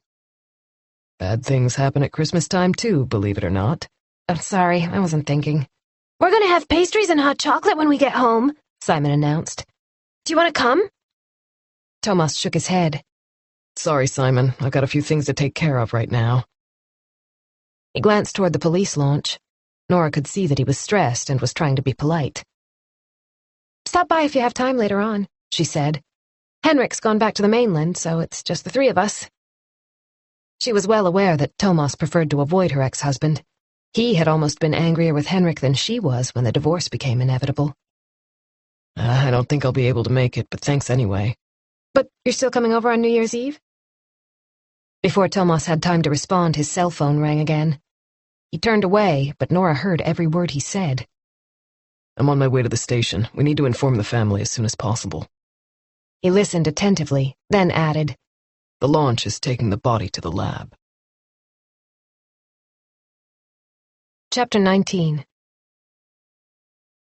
Tomas was sitting in the passenger seat, trying to see out as the police launch swung into the narrow inlet leading to its home harbor on the island of Jura. The only sound inside the cockpit was the regular swish of the windshield wipers. The sea was still choppy. They had had to slow down as they crossed Conholm Bay and met the long, sucking waves remaining from the previous day's storm. He spotted his colleague, Margit Gronkvist, standing beneath one of the street lamps on the quayside, next to the black body transport vehicle that would take Jeanette Thiels to the forensic lab in Solna. He didn't see the driver, who no doubt was sitting in the cab for as long as possible to stay warm. Even the windows of the large building normally used for police and Coast Guard operations were completely dark in the deserted harbor. The launch rounded the end of the jetty and hove to with a dull rumble. As soon as it stopped, Tomas nodded to his uniformed colleagues and stepped ashore. He hurried over to Margit, who had both arms wrapped around her body. Her padded jacket was zipped right up to her chin, with a thick scarf tucked inside. "Finally," she said. "I thought you'd never get here. The old man wants a meeting in half an hour, so we need to get going. Until we know different, we're treating this as a homicide. Thiels is so well known that we don't have a choice. He's already spoken to the prosecutor." Without waiting for an answer, Margit set off toward her car. "As soon as we go public with the fact that we suspect it's murder, the media will go crazy," she said over her shoulder as she unlocked the Volvo and opened the driver's door. "Jeanette Thiels was one of this country's leading foreign correspondents. She's reported from more war zones than any other female journalist in Sweden."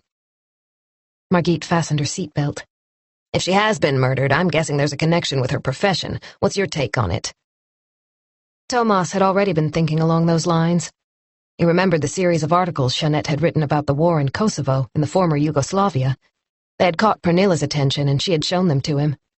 They had been unusually well written, and Jeanette had given a voice to many women in the depths of despair. Pernilla had bought the evening paper every day for as long as the series lasted. That must have been in 1999, he thought. 9 years ago. He had just turned 32 back then. Jeanette had been 44, just a few years older than he was now. In his peripheral vision, he could see the stretcher being carried ashore. Margit sighed and put the car in first gear. Another Christmas holiday messed up, she muttered, pulling in by the fence to key in the security code for the gate, which slowly swung open to let them through. There was a thick layer of slush on the road. A narrow strip of the highway had been plowed, but there wasn't enough room for 2 cars to pass. How did it go over on Sandhamn? Margit asked. Did you find out anything interesting?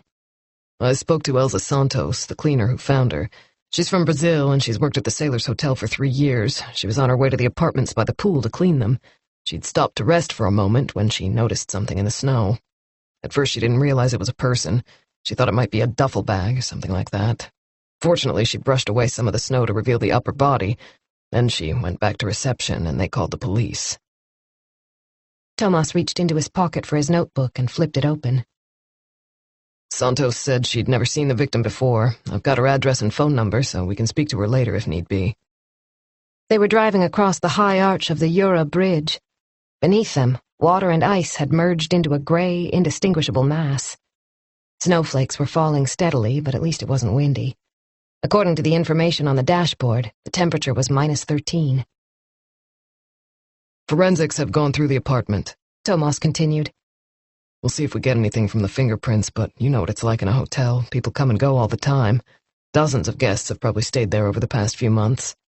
Who came over? Margit asked, keeping her eyes on the road. Was it Staffan Nilsson? They were on the winding road past Foylebrö. There were no streetlights here. They didn't start until the other side of Värmdö Golf Club. No, it was a girl called Sandra Ahlin. I haven't met her before. I'm guessing she was on call because she's new. He gave a wry smile and checked his watch. 2:45. He hadn't eaten since he left Hara. Murdering a journalist, Margit said quietly. Pretty unusual in Sweden. Chapter 20. Tomas stuffed the last bite of 2 hastily purchased hot dogs into his mouth as he walked into the conference room at Nacka police station. White Advent stars hung in the windows, but the corridors had a desolate feel about them, as if the walls somehow knew that everyone should be at home on a day like today. The old man was already sitting at the head of the table, flanked by his younger colleague, Detective Inspector Kalle Lidval, and Karin Eek, administrative assistant. There was nothing in Karin's demeanor to suggest that she resented having to bring her Christmas break to an abrupt end and leave her husband and 3 teenage boys to their own devices. In fact, a large plate of Lucia buns, giving off a wonderful aroma of saffron and raisins, suggested that she'd decided to bring the festive atmosphere with her. Next to Karin was Aram Gorgis, and Tomas nodded to his colleague, who had joined the team at the end of the summer. He was around 35 years old, with dark hair and a hint of stubble. He was casually dressed in a rust-colored sweater. How's things? Tomas said, taking the seat opposite Aram. Fine, Aram replied, adjusting his rimless glasses. He had a slight accent, Norrköping mixed with Assyrian. Thanks for last week, by the way. You're welcome, thanks for coming. A few days before Christmas, Aram and his wife Sonia had been to dinner with Tomas and Pernilla. Like Tomas, Aram played a lot of handball in his spare time, and they'd been to a couple of matches together during the fall. Coffee? Karin said, pushing a cup in Tomas's direction. He didn't like the coffee from the machine, but Karin was pouring from a thermos, and it smelled freshly brewed. Had she brought that from home, too? Eric Bloom arrived, his eyes no more than narrow slits. His face looked puffy, as if he'd only just woken up, even though it was almost 4 o'clock. Margit looked him up and down. How are you? Eric shrugged and sat down. The old man reached for a bun, but withdrew his hand. The effort this cost him was unmistakable. Tomas knew that his latest health check had resulted in a serious warning. If the superintendent didn't get a grip on his weight and blood pressure, he was unlikely to last much beyond his impending 60th birthday. His flushed face told its own story, as did the belly spilling over the waistband of his pants. He contemplated the Lucia buns with a gloomy expression, then looked around at everyone. Thanks for coming in at such short notice. Obviously, we're treating this case as a priority. He made a noise deep in his throat, something between a sigh and a weary cough. The press office is already getting calls. A well-known journalist dies under mysterious circumstances on Sandhamn, of all places. Plus, of course, there's not much news around Christmas time. I'm sure I don't need to elaborate. Tomas silently agreed. As Margit had said, the media were going to go crazy. Margit, could you start us off with the background? The old man said. Then Tomas can take over, as he was at the scene. Margit put down her coffee cup, which was already empty. Kala and I have been carrying out searches on Jeanette Thiels, she began, as many as we could in the time available. She was 53 years old and lived in Stockholm, in an apartment on Fredmansgatan in the Söder district, near Mariatorget. She'd been working as a freelance journalist for many years, mostly for Expressen, but also for the morning papers. Didn't she write books, too? Karin asked. I think I saw her talking about it on daytime TV. She seemed very forthright, kind of bossy, in fact. And? Margit folded her arms and leaned back. She hadn't bothered tidying her short, red-streaked hair after pulling off her hat. Karin didn't know what to say. Sorry, she mumbled, busying herself with the thermos. That's correct, she also wrote books, Margit went on. She actually published several titles and was even awarded a prize for an exposé on the situation of prisoners of war in the Balkans. Family? The old man said. Was she married? Divorced quite some time ago, but she had a daughter, Alice, who was born in 1995. The same year as Nora's son Adam, Tomas realized. A teenager, but only just. Do we know where her daughter is? Karin said. Presumably with her father. He lives in Vaxholm and has sole custody. Karin frowned. They don't have joint custody? Margit picked up a sheet of paper from the pile of printouts in front of her, some marked with pink or yellow post-it notes. The ex-husband is Mikael Thiels, and as I said, he has sole custody. He's 52 and works in product development for Ericsson in Kista. We need to inform them of Jeanette's death as soon as possible, the old man said. Tomas nodded and exchanged a glance with Margit. We'll go over there as soon as we're done here. Giving someone that kind of news 2 days after Christmas Eve went against the grain. For Alice Thiels, Christmas would forevermore be associated with the death of her mother. For a moment he pictured Elin, her delight as she gazed at her presents, more excited about the shiny wrapping paper than the contents. Margit went on. I've spoken to forensics about the autopsy, and it sounds as if Saxon will be able to do it pretty soon. He hasn't gone away for Christmas. So when will we know what we're dealing with? The old man pressed her. I think it'll be a few days before we hear anything. Tomas looked over at the photographs that had already been put up on the wall. There was a portrait of Jeanette, significantly better than the stiff image on her driver's license. This one was more like a publicity shot. She was facing the camera with her arms folded and a serious expression, the epitome of the intense, committed reporter. Her thick hair, peppered with gray, was cut in a neat bob, and she wore a slender chain around her neck. It must have been breezy when the picture was taken, because her bangs had blown up slightly. There were also photographs from the crime scene, taken from various angles. The technician responsible had done a good job, bringing out both contrasts and shadows in spite of the fact that the light had been facing him when the sun emerged from behind the cloud cover. Pale skin against white snow. This time Jeanette's eyes were closed, her ashen face so stiff that it resembled a mask made of wax. The old man got up and went over to the whiteboard. He picked up a pen and wrote, "Homicide?" If I've understood correctly, it wasn't possible to establish at the scene whether she'd actually been murdered, he said, turning to Tomas. No, but the apartment definitely looked like a crime scene. Someone had searched through all her possessions. The place was a complete mess. Tomas pointed to a close-up of Jeanette's face. A dark shadow could be seen beneath her chin, and something black was stuck to her lower lip. According to Sandra Åhlén, she threw up before she died. A bout of severe vomiting, she called it. Was that linked to her death? The old man wondered. What did Åhlén think? She didn't know. We'll have to wait for the autopsy. At the moment, we're not sure whether the victim froze to death or whether she died of other causes and was left in the snow. And we don't even know whether she died where she was found or elsewhere. There were no obvious signs of injury on the body. What time of day did she die? Aram asked. Hard to say because of the cold, but she was more or less covered in snow, and it stopped snowing during the early hours of Christmas Day. So she could have been lying there for 24 hours, Aram said, helping himself to another of Karin's lucia buns. The old man couldn't suppress an envious sigh. Yes, Tomas said. She checked in at the Sailors' Hotel around 4 o'clock on December 24th. She'd booked a table for dinner, but no one seems to have seen her after 4, which gives us a time frame of just over 40 hours. It's not much to go on. The old man took a green apple out of his pocket and stared at it with distaste before taking a bite. One more thing, Tomas went on. We didn't find a laptop in her room, which seems strange to me.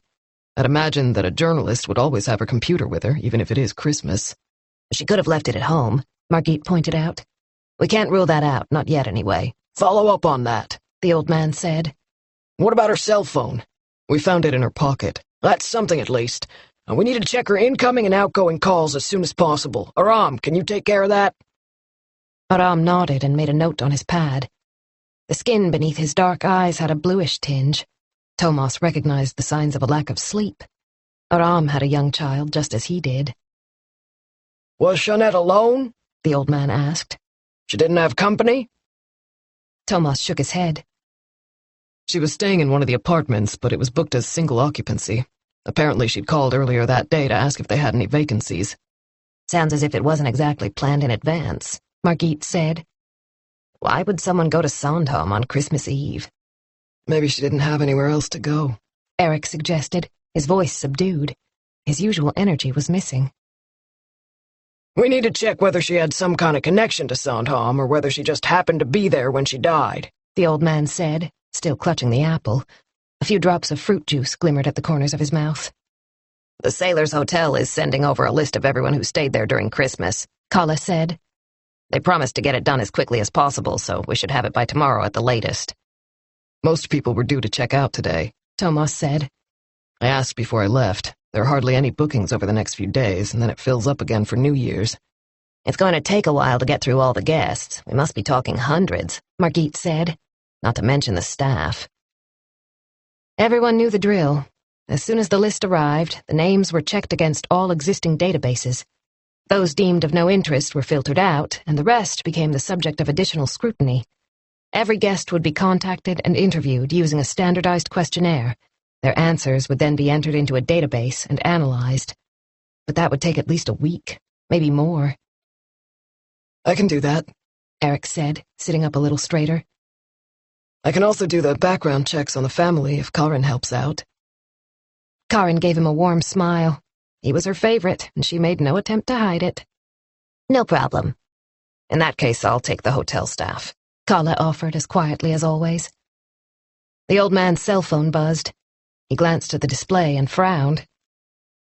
See if you can hurry Saxon along, he said to Tomas and Margit.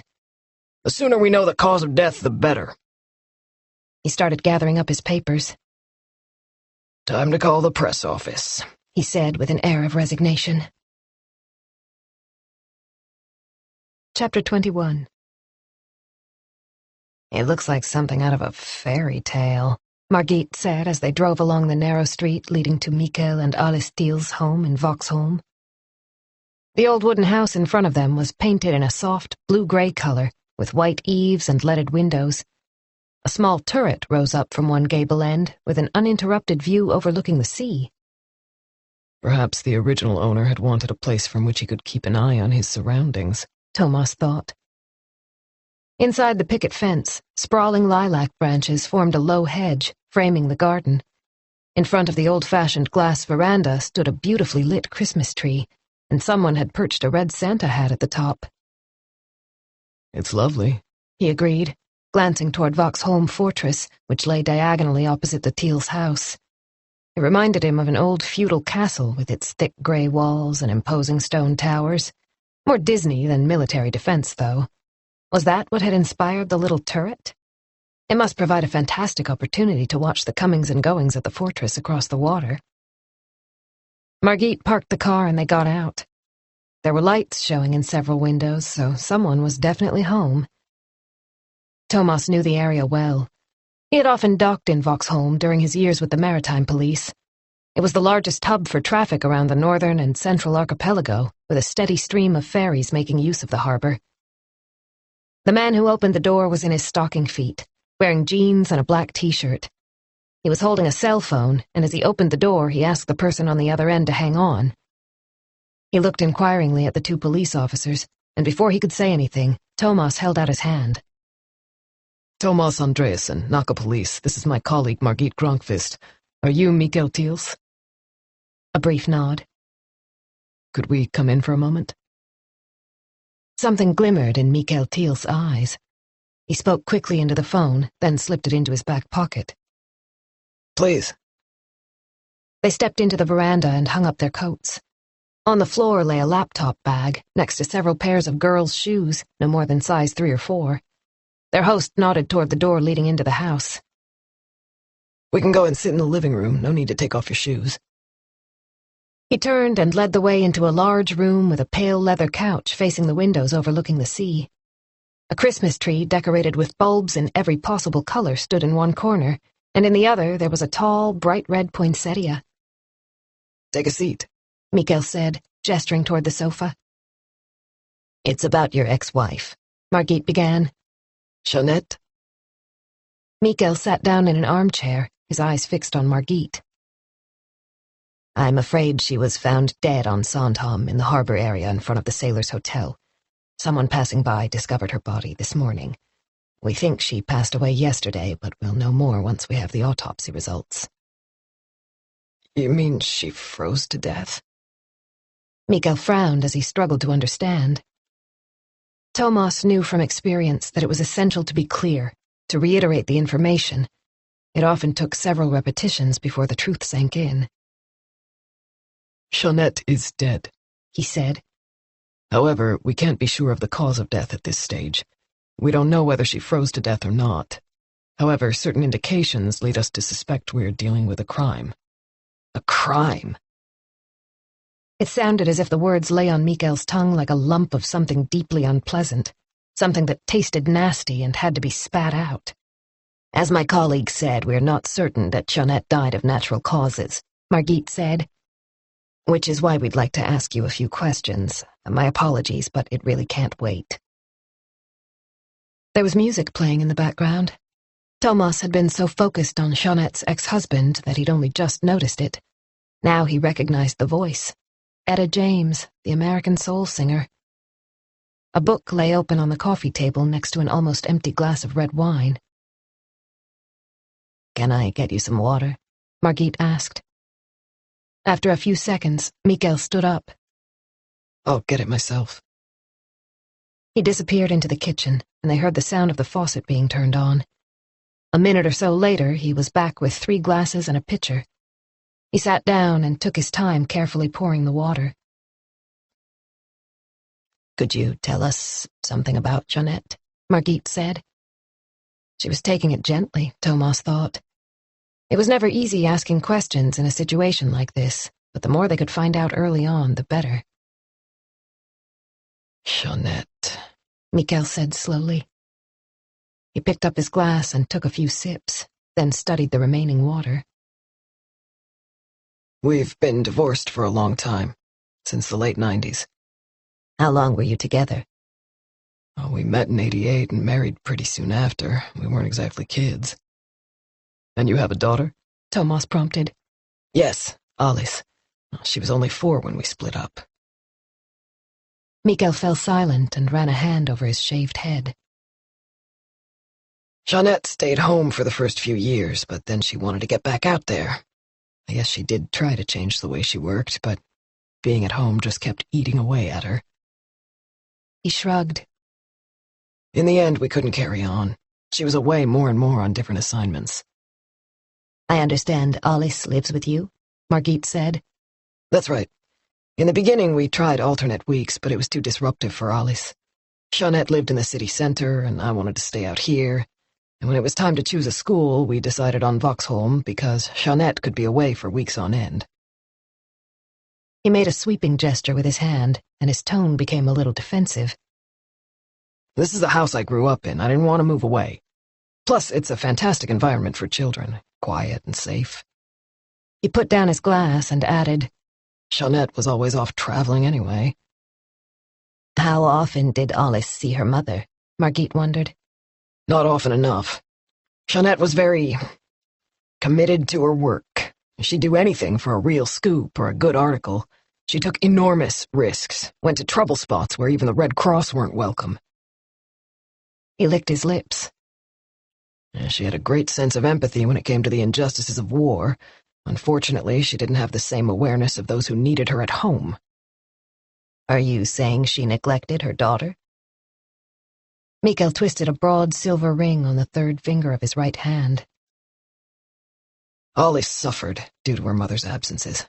Jeanette has hardly been home over the past few years, if you ask me. It's not always easy for a young teenager to see her mom on TV when she really misses her. Where has Jeanette been? Tomas asked. Where hasn't she been? The Balkans, of course, when the former Yugoslavia collapsed. She spent a lot of time in the Middle East, but she was also in Africa, Ethiopia, the Sudan, the Congo. She nearly died out there, in fact. What happened? She was involved in a car accident.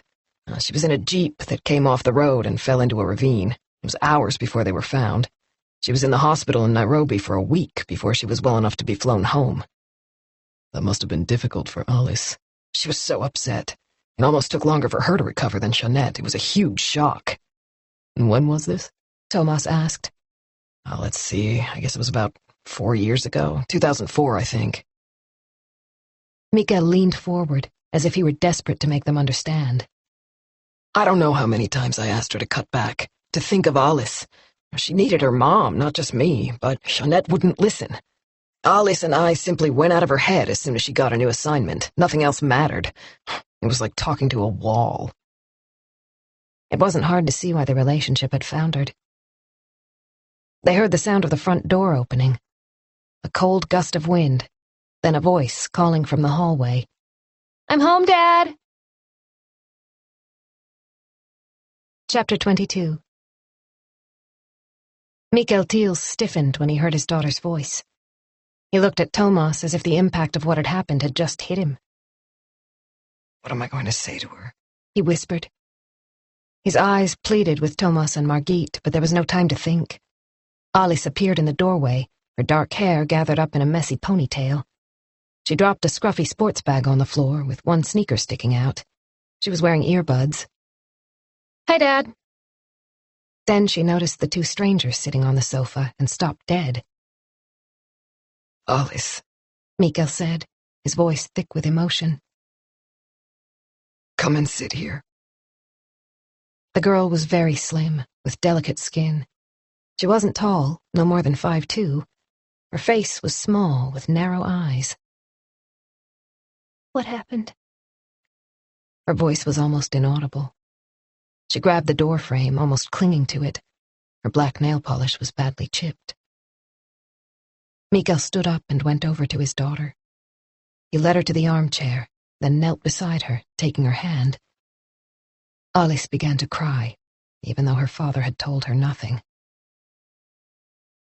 Sweetheart, He began, struggling to speak. these police officers are here because they have some bad news. There's been a terrible accident over on Sandhamn.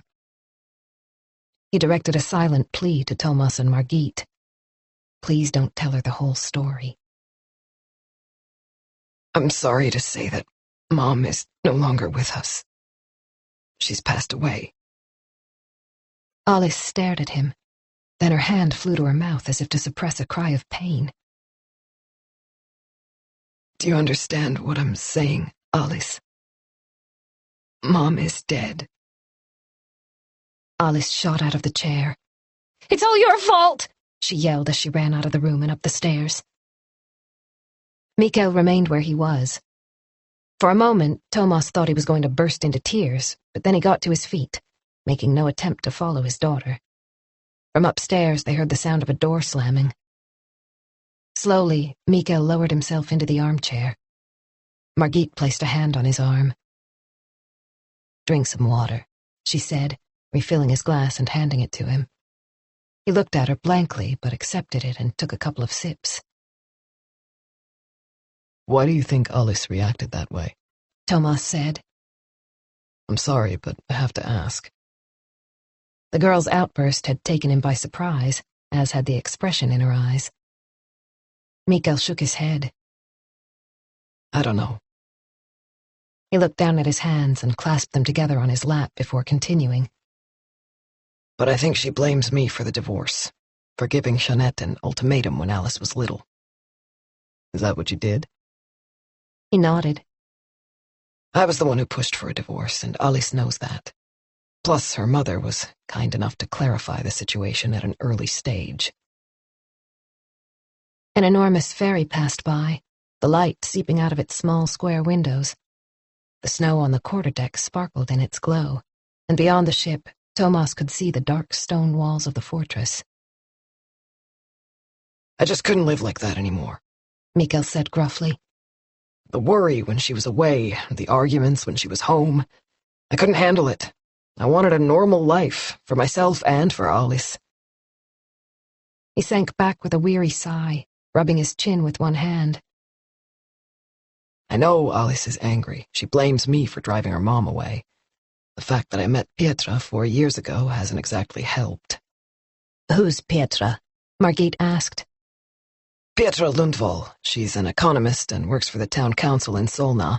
We met by chance at a dinner with mutual friends. And Alice doesn't like her? A vague gesture. It's not easy, Mikael said quietly. Pietra wants us to move in together, maybe start a family of our own. She doesn't have kids and she's almost 40. But I know Alice would go crazy if that happened. The man in front of them seemed honest, but Tomas was still wondering about the accusation Alice had hurled at him. Was it simply the expression of an anger that had been simmering away for a long time? A shocked teenager's reaction to terrible news? Or was there something else behind those harsh words? They needed to speak to Alice again, without her father. Margit's focus remained on Mikael Thiels. Could you tell us where you were over Christmas? The question had to be asked. Tomas knew Margit was making every effort to keep her tone neutral, but inevitably Mikael reacted. Here, of course, with Alice, he said, lifting his chin.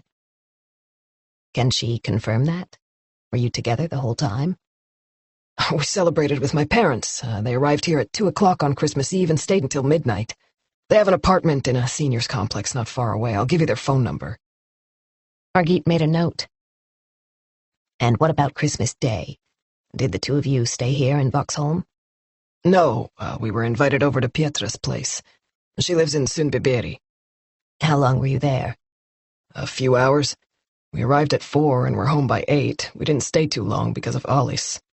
Your relationship with Jeanette wasn't amicable enough for you to spend Christmas together? Tomas said, thinking of Nora and Henrik, who had made the effort this year. Not really, but Alice wanted Jeanette to come here so she wouldn't be alone on Christmas Eve. Mikael was interrupted by the ringtone of his cell phone. He tried to ignore it, but eventually took it out of his pocket, glanced at the display, and rejected the call. Tomas thought he could see Pietra. Alice met up with Jeanette on the 23rd, and she said she didn't have any plans. Alice invited her to be with us, but she said no. Was that the last time they saw each other? As far as I know. Margit leaned forward.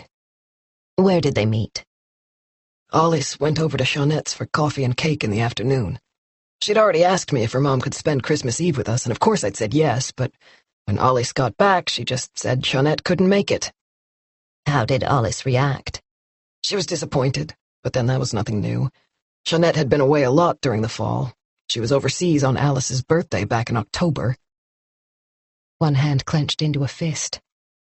And not for the first time, he added. Do you know if they had any contact after the 23rd? Tomas asked.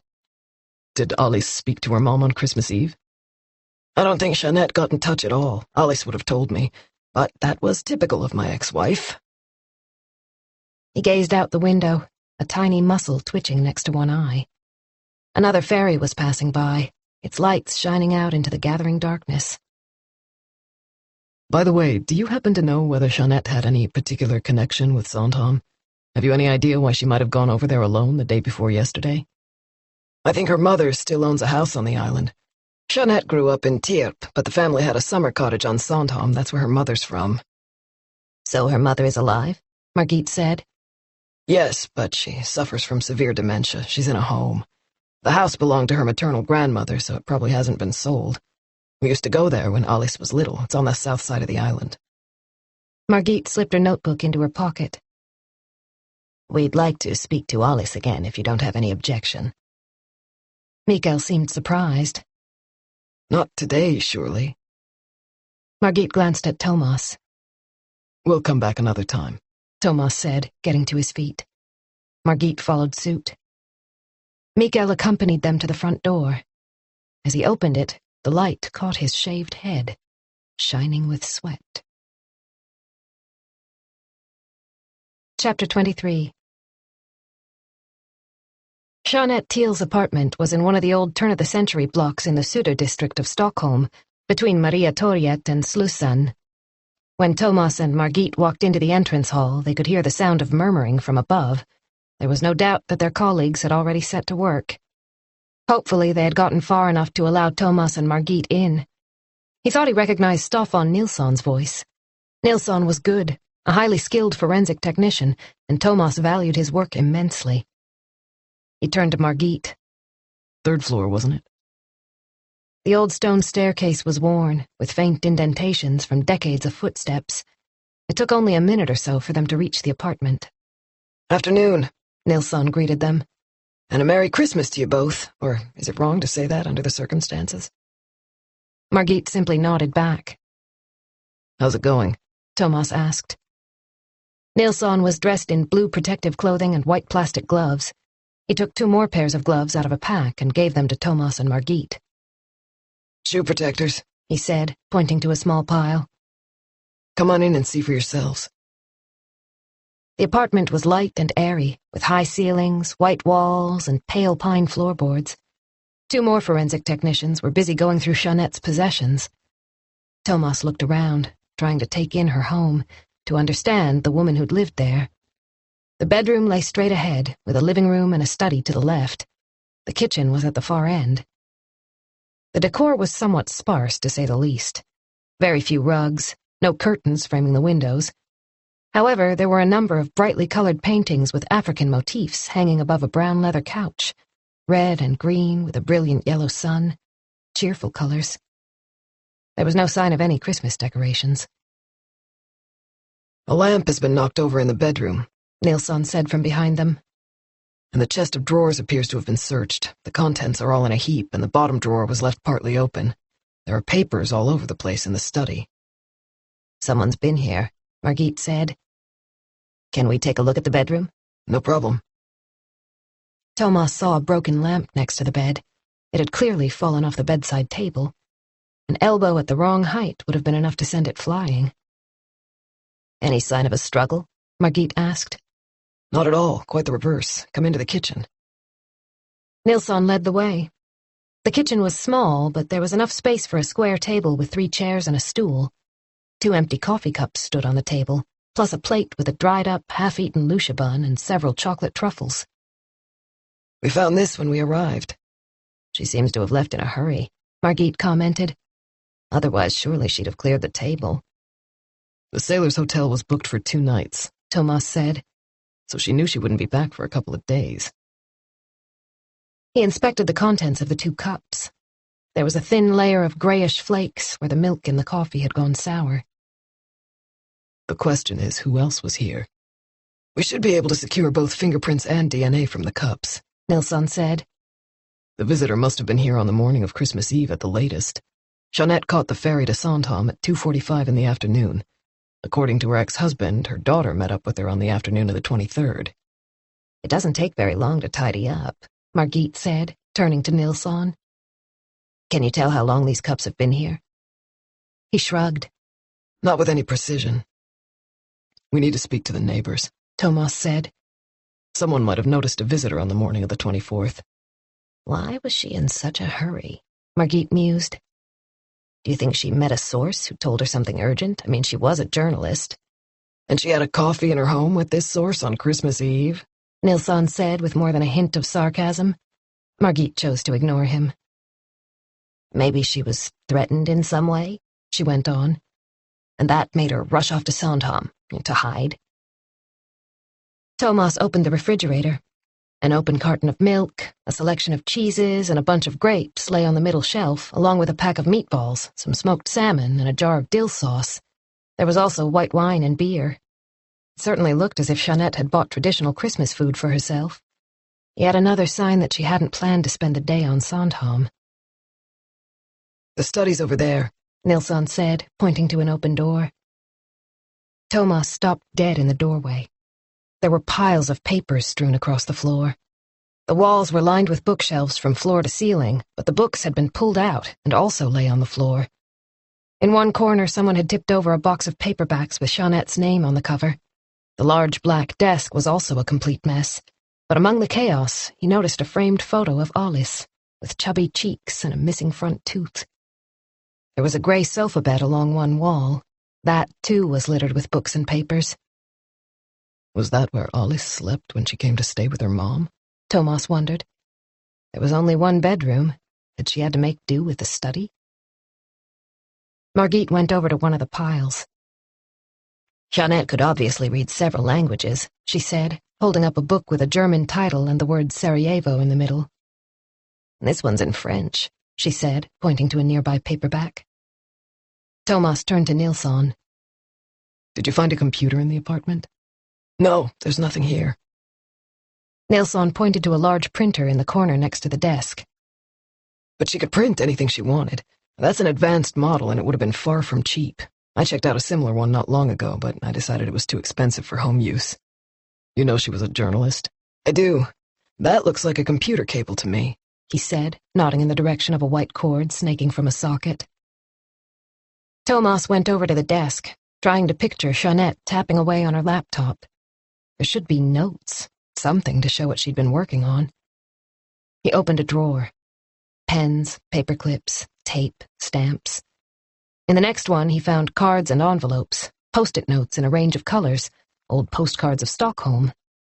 No notepad. Let's take a look at the bathroom, he said. The recently refurbished room had a black and white color scheme, black tiles on the floor, shiny white ones on the walls. There was a generous bath with bottles of expensive shampoo and bubble bath arranged on a glass shelf above it. Jeanette obviously hadn't cut corners in here. Everything was new and exclusive. It was something of a mismatch with the impersonal starkness of the rest of the apartment, the clothes dropped on the bedroom floor. Maybe this had been her way of switching off, relaxing in a hot bath, clearing her mind after a long day. Thomas opened the cabinet above the sink and found an array of cosmetics, but significantly fewer products than Pernilla had. A night cream, a small bottle of French perfume, mascara, unopened, in the back. The top two shelves were filled with bottles of medication, some bearing red warning triangles. There were also nose drops and several boxes of Alvedon and Magnesul. Look at this, he said to Margit, stepping aside so that she could see. She started picking up the bottles. Zofran, she read aloud. What's that? And folic acid? No idea. Thomas turned to Nilsson, who was waiting outside the bathroom. How about you? Haven't a clue, but we'll take the whole lot with us. I'll make a list and email it to Saxon. He should be able to help. Send us a copy, too, Margit said. They were interrupted by a tentative knock on the front door. A woman in her 50s was standing there. She was wearing a black padded jacket and sturdy winter boots with salt marks on the leather. Her long black hair was gathered up in a bun. Excuse me, she began. Who are you, and why are you in Jeanette's apartment?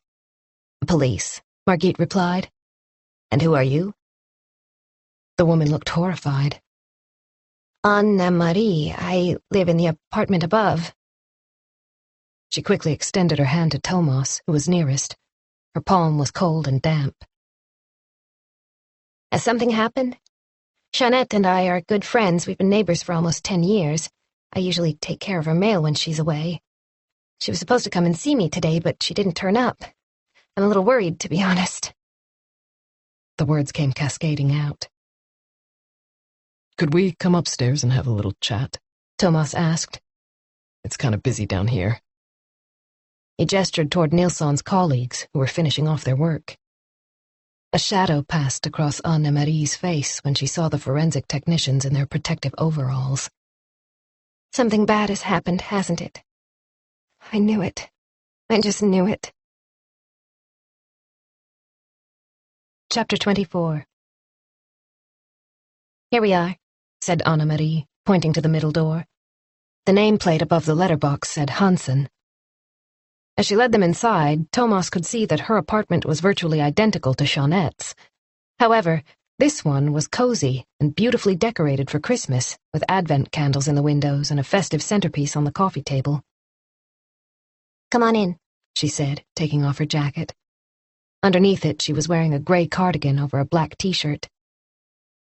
Can I get you a coffee? Thomas was about to refuse, but Margit got in first. Please, if it's no trouble. No trouble at all. Anne-Marie sounded stressed, in spite of what she'd said.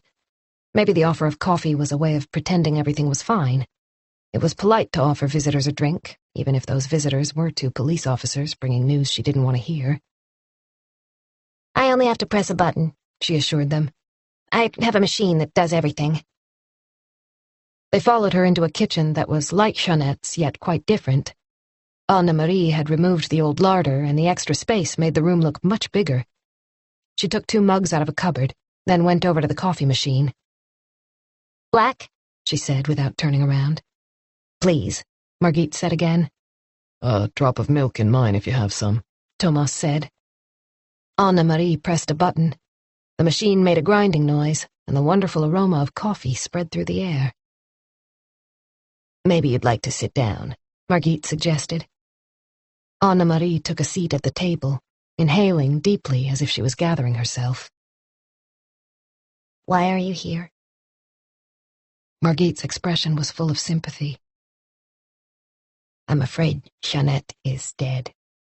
Her body was discovered this morning. Anne-Marie buried her face in her hands. When did it happen? We're not sure, Thomas said. She was found outdoors, which means we're not able to pinpoint the exact time, not yet anyway. Unfortunately, we suspect that her death was not due to natural causes. He gave Anne-Marie a minute or two, then he put down his cup and fixed his gaze on her ashen face. Why did you say I knew it before we left her apartment? Anne-Marie rubbed her forehead with the back of her hand. She always put herself in such danger. I was just waiting for something terrible to happen to her, but I always thought it would be when she was working overseas. Not here in Sweden. The tears spilled over. Sorry, she mumbled, grabbing a piece of paper towel and dabbing at her eyes. We realize this is a shock, Margit said gently. When did you last see her? Thomas asked. 3 days ago, the evening of the 23rd. We had a glass of wine together. We're both on our own. She took a sip of her coffee. Christmas isn't much of a celebration when you don't have a husband or children. And where did you spend Christmas? At my brother's in Uppsala. I went on the morning of Christmas Eve and got back a few hours ago. You said that you and Jeanette were planning to meet up today? Margit said. Anne-Marie nodded. We'd arranged to have dinner together at 6:30. When she didn't turn up, I got worried. Jeanette was always so punctual. I rang the bell several times, but no one answered. I tried her cell phone, but it was switched off. Now I understand why she didn't pick up. Do you know what she was working on? Thomas asked. We heard she'd been away a lot lately. She was overseas for most of the fall. Any idea where? I think she was traveling. I had a postcard from Morocco, but I know she spent some time in Eastern Europe. She was in Bosnia at the beginning of December. Bosnia? Margit repeated. What was she doing there? I've no idea. She said it was a secret project and nobody could know anything about it until she completed it. But I think it was nearly done. She was planning on finishing it off between Christmas and New Year's. Was it a series of articles for a newspaper? She didn't say. Anne-Marie paused and ran a hand over her hair. But she did say she'd been editing for hours on end. It would be useful to know what it was about. I'm afraid I can't help you.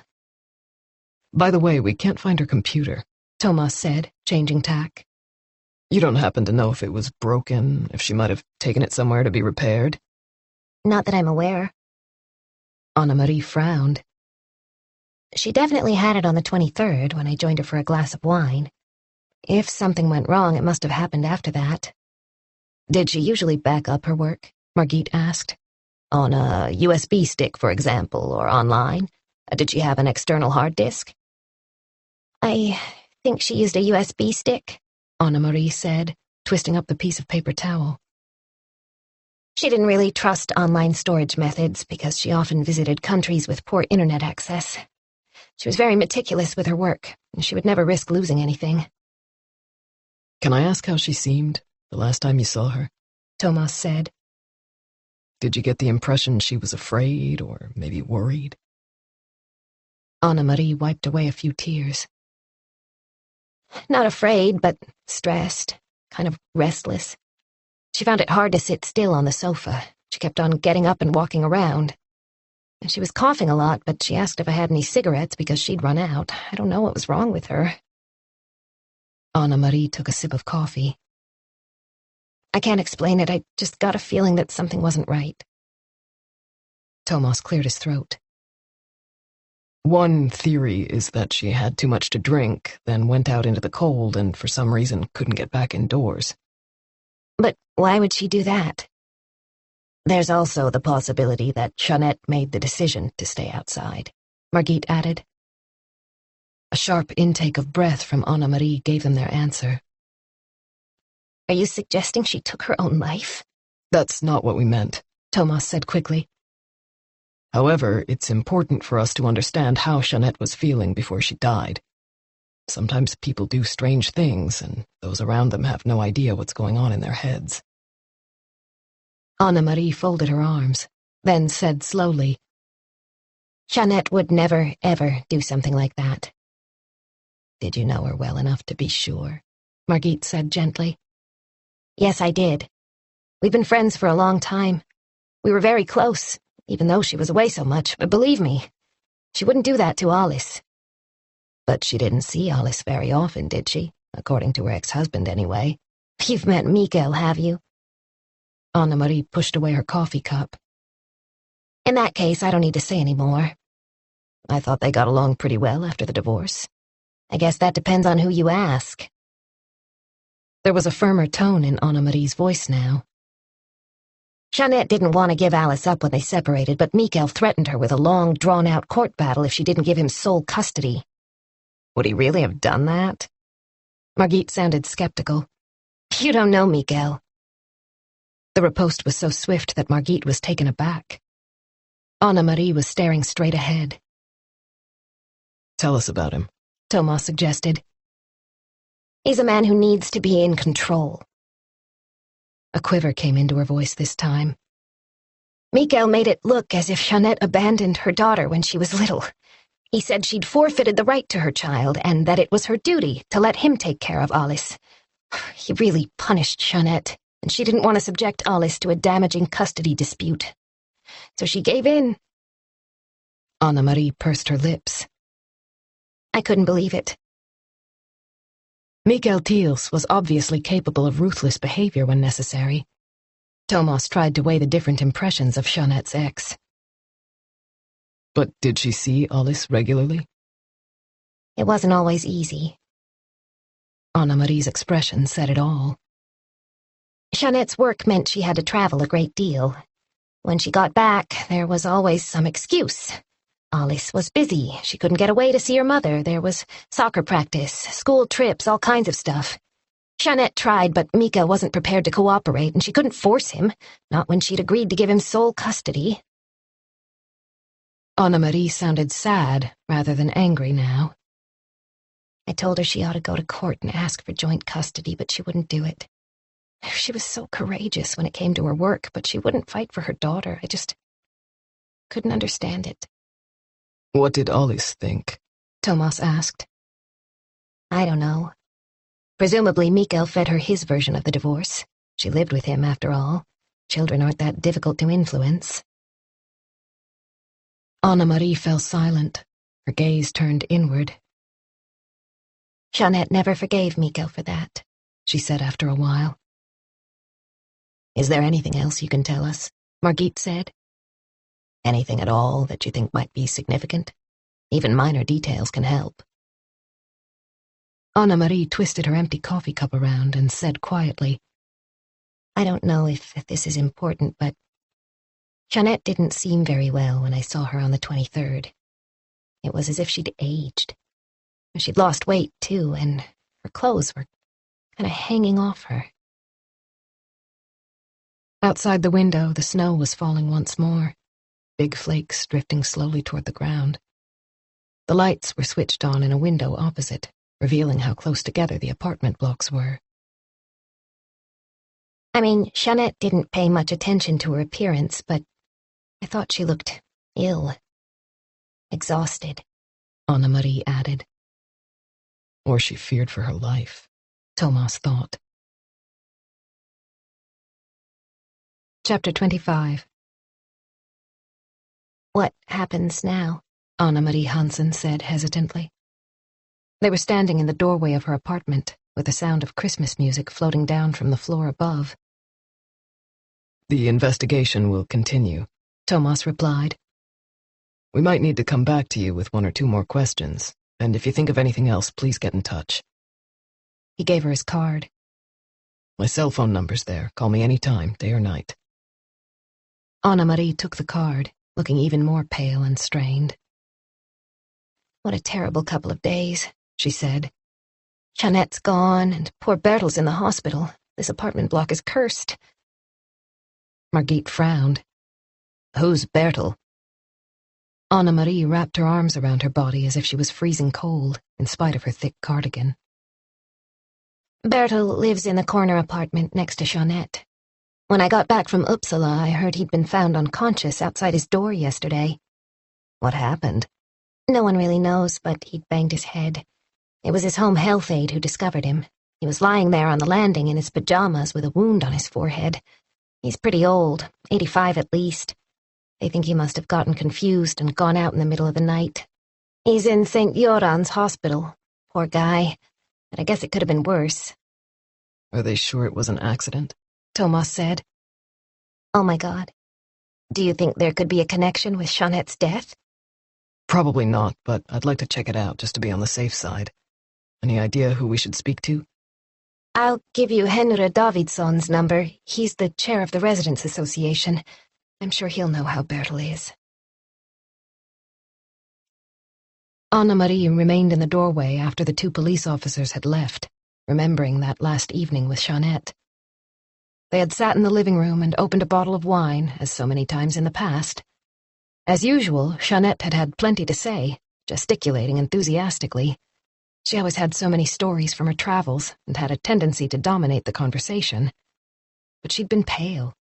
She had complained that she couldn't get warm and thought she was getting a cold. Anna-Marie shuddered. Another memory came into her mind, an evening in Jeanette's apartment. It was October, and her friend was due to go away the following day, so Anna-Marie had popped down to say goodbye. This time it was Morocco, Marrakesh in fact. Anna-Marie had been secretly envious. The idea of escaping from the cold and darkness of Sweden was very appealing. They had sat down on the sofa with a glass of wine, and Jeanette had pointed to a white orchid on the windowsill. You might as well take that upstairs. It won't survive till I get back. Suddenly, Jeanette's cell phone rang. She looked at the display and grimaced. It's Mikael, she mouthed, accepting the call. He must have started shouting as soon as she answered. Anna-Marie couldn't help hearing his angry voice. What the hell are you doing? Jeanette quickly got to her feet and disappeared into the kitchen. Even though she closed the door, Anna-Marie still picked up fragments of the unpleasant conversation. Jeanette's growing agitation, followed by silence when Mikael was talking. Anna-Marie couldn't hear what he said, but Jeanette seemed to be reasoning with him, trying to get him to calm down. Anna-Marie felt uncomfortable, as if she were eavesdropping. Should she go back upstairs and wait until they were done? Suddenly, Jeanette yelled, "Just try and stop me!" Then silence, followed by the sound of running water. After a few minutes, Jeanette came back, her cheeks flushed. "He's sick in the head," she muttered.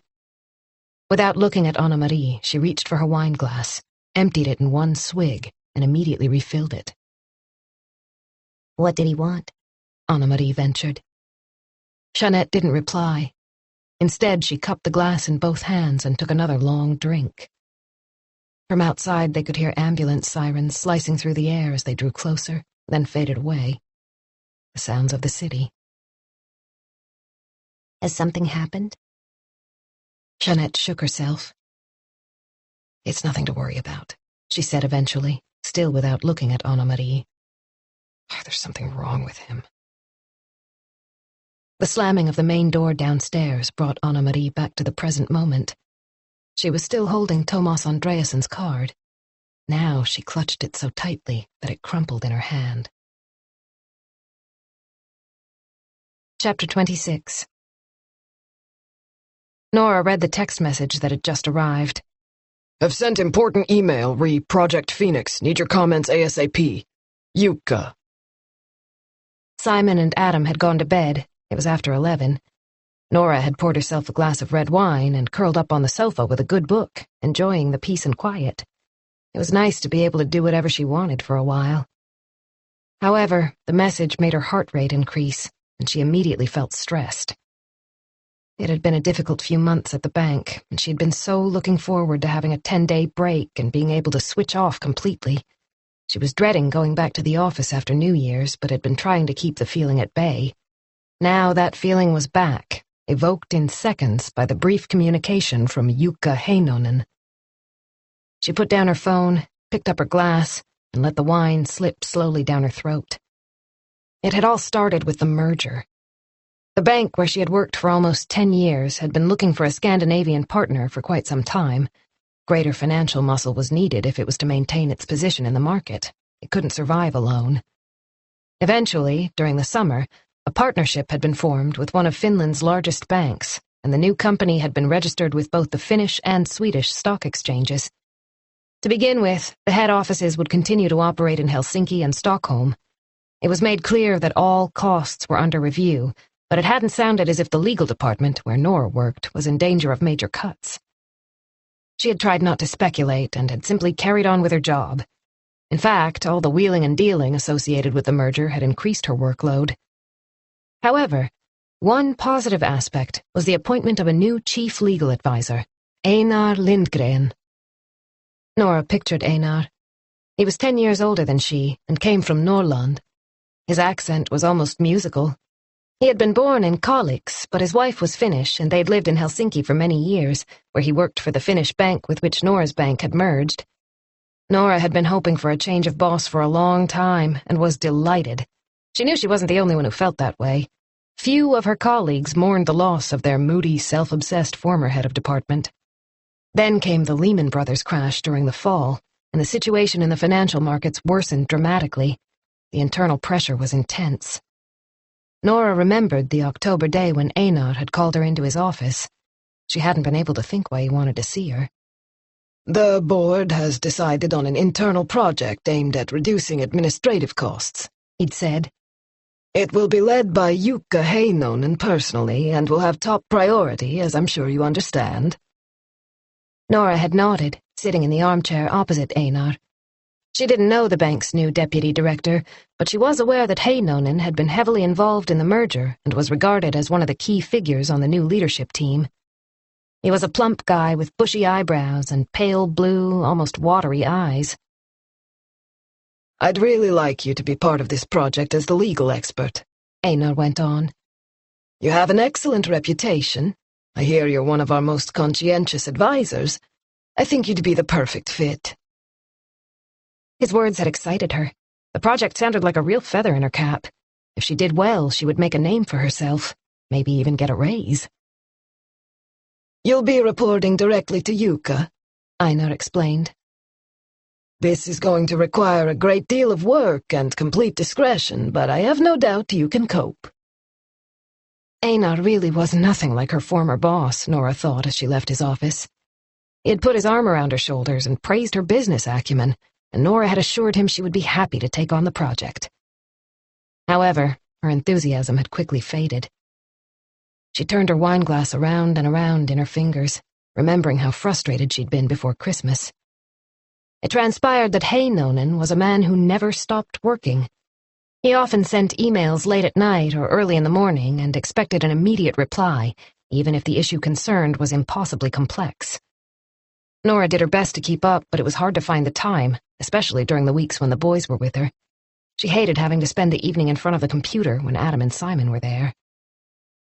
As time went on, she found it more and more difficult to work with Heinonen. He micromanaged every detail, even when he didn't know what he was talking about, and seemed to have no interest in anyone else's opinion. He frequently interrupted Nora before she'd finished speaking, or pretended he hadn't heard what she'd said. She tried to make excuses for him. Maybe he just wasn't used to working with women? She knew there'd been no female senior managers in the Finnish bank. Plus, he was 60 years old, a different generation. Their age gap was noticeable in other ways. He would wear the same jacket for a week, and when they once shared a cab, she thought he smelled like an old man. However, the worst thing was that she'd begun to believe that decisions were being made elsewhere, above her head, in spite of the fact that the legal responsibility rested with her. Heinonen passed on information only sporadically. She heard about closed-door meetings to which she was not invited. Afterward, she would be required to follow terse instructions and brief emails. In November, he had sent out a message announcing that a large department within the bank was to be closed down, effective immediately. He wanted an analysis from Nora at once, covering all aspects of employment rights. When she pointed out in a meeting that it wouldn't be possible to carry out the closure as planned, at least not if they wanted to observe Swedish law, he had stared uncomprehendingly at her. "There's no problem in Finland," he had barked. "according to our Finnish legal advisors." Then he had moved on to someone else around the table, leaving Nora completely bewildered. Why had he spoken to her Finnish colleagues about a matter of Swedish law without involving her? She had sat there with burning cheeks, feeling like a rookie. Heinonen had ignored her for the rest of the meeting, as if she were invisible. No one else had supported her, in spite of the fact that her reasoning was solid. A strange atmosphere had begun to pervade the workplace.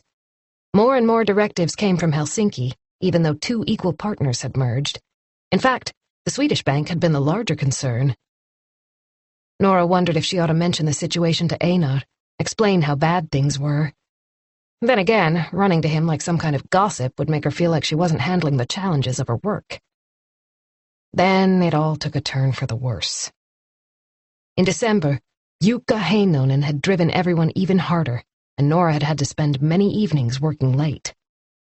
One of the key aims was to sell off the new banking group's network of branches across the Baltic states, Project Phoenix. During the period of expansion, around the year 2000, a large number of branches had been set up in Latvia, Estonia, and Lithuania. Now they were losing money fast, and it was essential to find a buyer in order to avoid investing even more funds, or even worse, having to shut them down at a loss. Various parties had been contacted, and eventually a possible buyer had been found. Heinonen had embarked on confidential negotiations.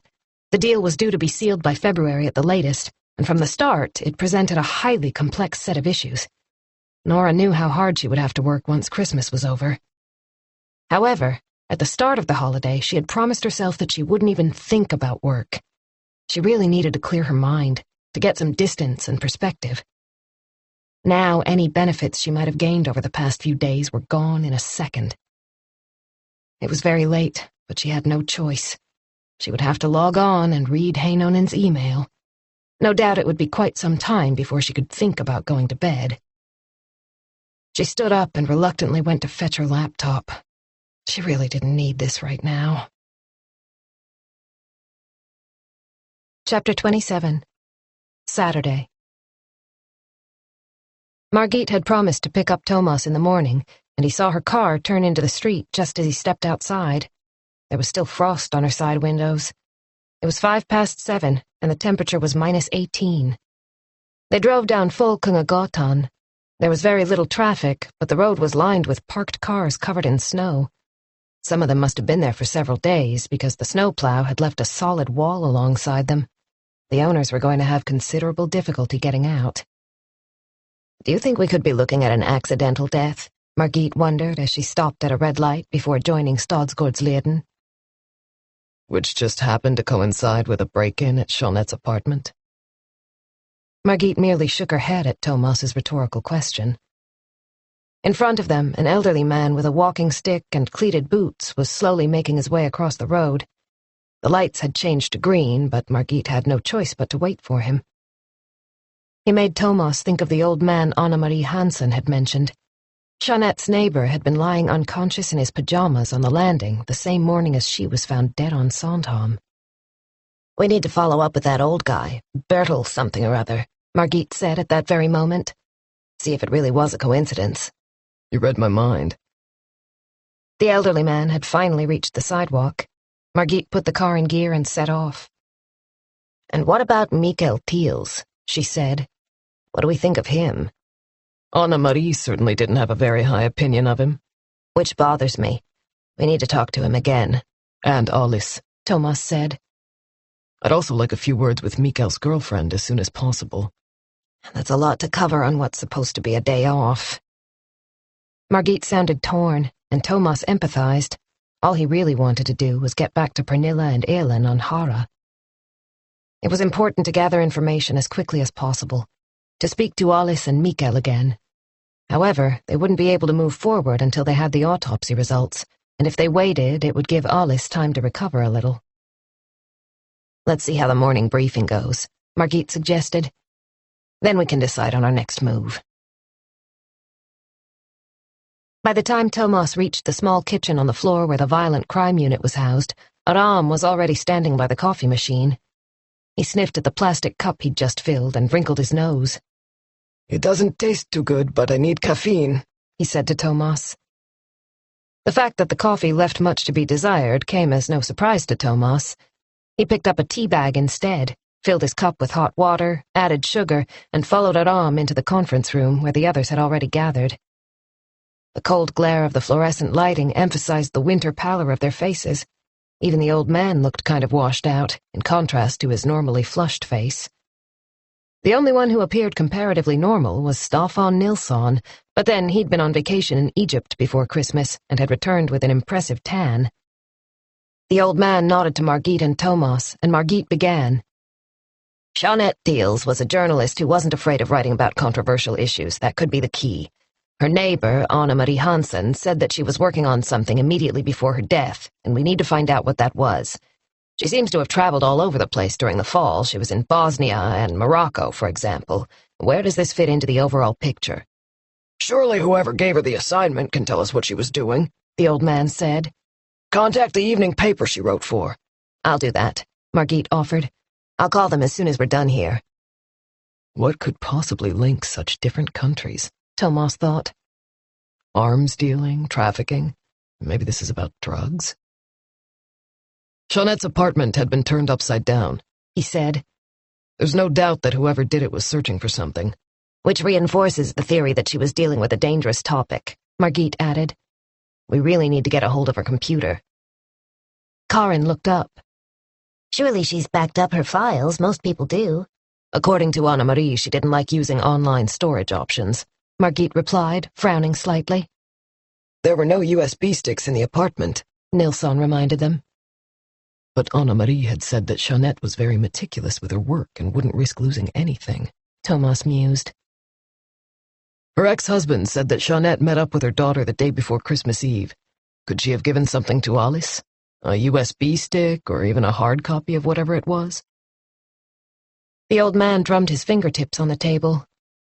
Check it out, he said before turning to Margit. When you talk to the newspaper, request access to her work emails. There were piles of documents and notes in her study, Nilsson said. Shouldn't we go through those? The old man looked at Aram. Can you take that? We're talking about a ton of stuff, Nilsson warned. No problem, Aram said. I thought I'd contact Mikael Thiel's girlfriend, Petra Lundvall, Tomas said. See what she has to say about the relationship between Mikael and Jeanette. The old man closed his notebook. Things would be a lot more straightforward if we knew the cause of death. Tomas, can you go find Saxon, please? The two of you usually get along pretty well. It was only 8:20 when the meeting finished. Tomas went back to his office. It was too early to contact someone at home on a Saturday, but he called Saxon anyway. "Do you know what time it is?" Saxon sounded more than a little irritable, but Tomas didn't get the impression that he'd woken him. "Sorry, I was hoping you'd be up. How's it going? Have you managed to take a look at Jeanette Thiel's yet?" "It's Saturday. Yesterday was December 26th. Are you familiar with the concept of the Christmas holidays?" Saxon coughed, then continued crossly. "Surely even the police must know where to draw the line." Now Tomas was getting annoyed too. The forensic pathologist was well known for his sour disposition, and Tomas didn't usually let it bother him, but today he just couldn't listen to the moaning and complaining. Saxon wasn't the only one who'd had his Christmas break interrupted. "We have a 13-year-old girl who still doesn't know whether her mother was murdered or not," he snapped. "She's not having much of a Christmas holiday." His words hit home.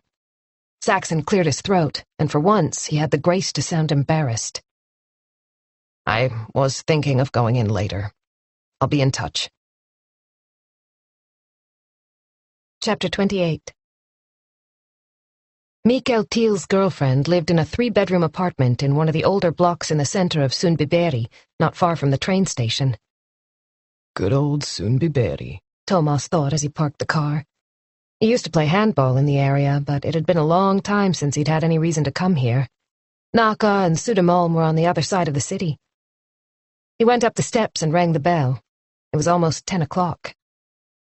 "Who is it?" said a voice behind the door. "Detective Inspector Tomas Andreasson. I'm with the Nacka police. I'd like to speak to Petra Lundvall." The door flew open to reveal a woman in jeans and a V-neck sweater. "That's me." She had fair shoulder-length hair, and her sweater fit snugly. She wasn't exactly overweight, but she wasn't thin either.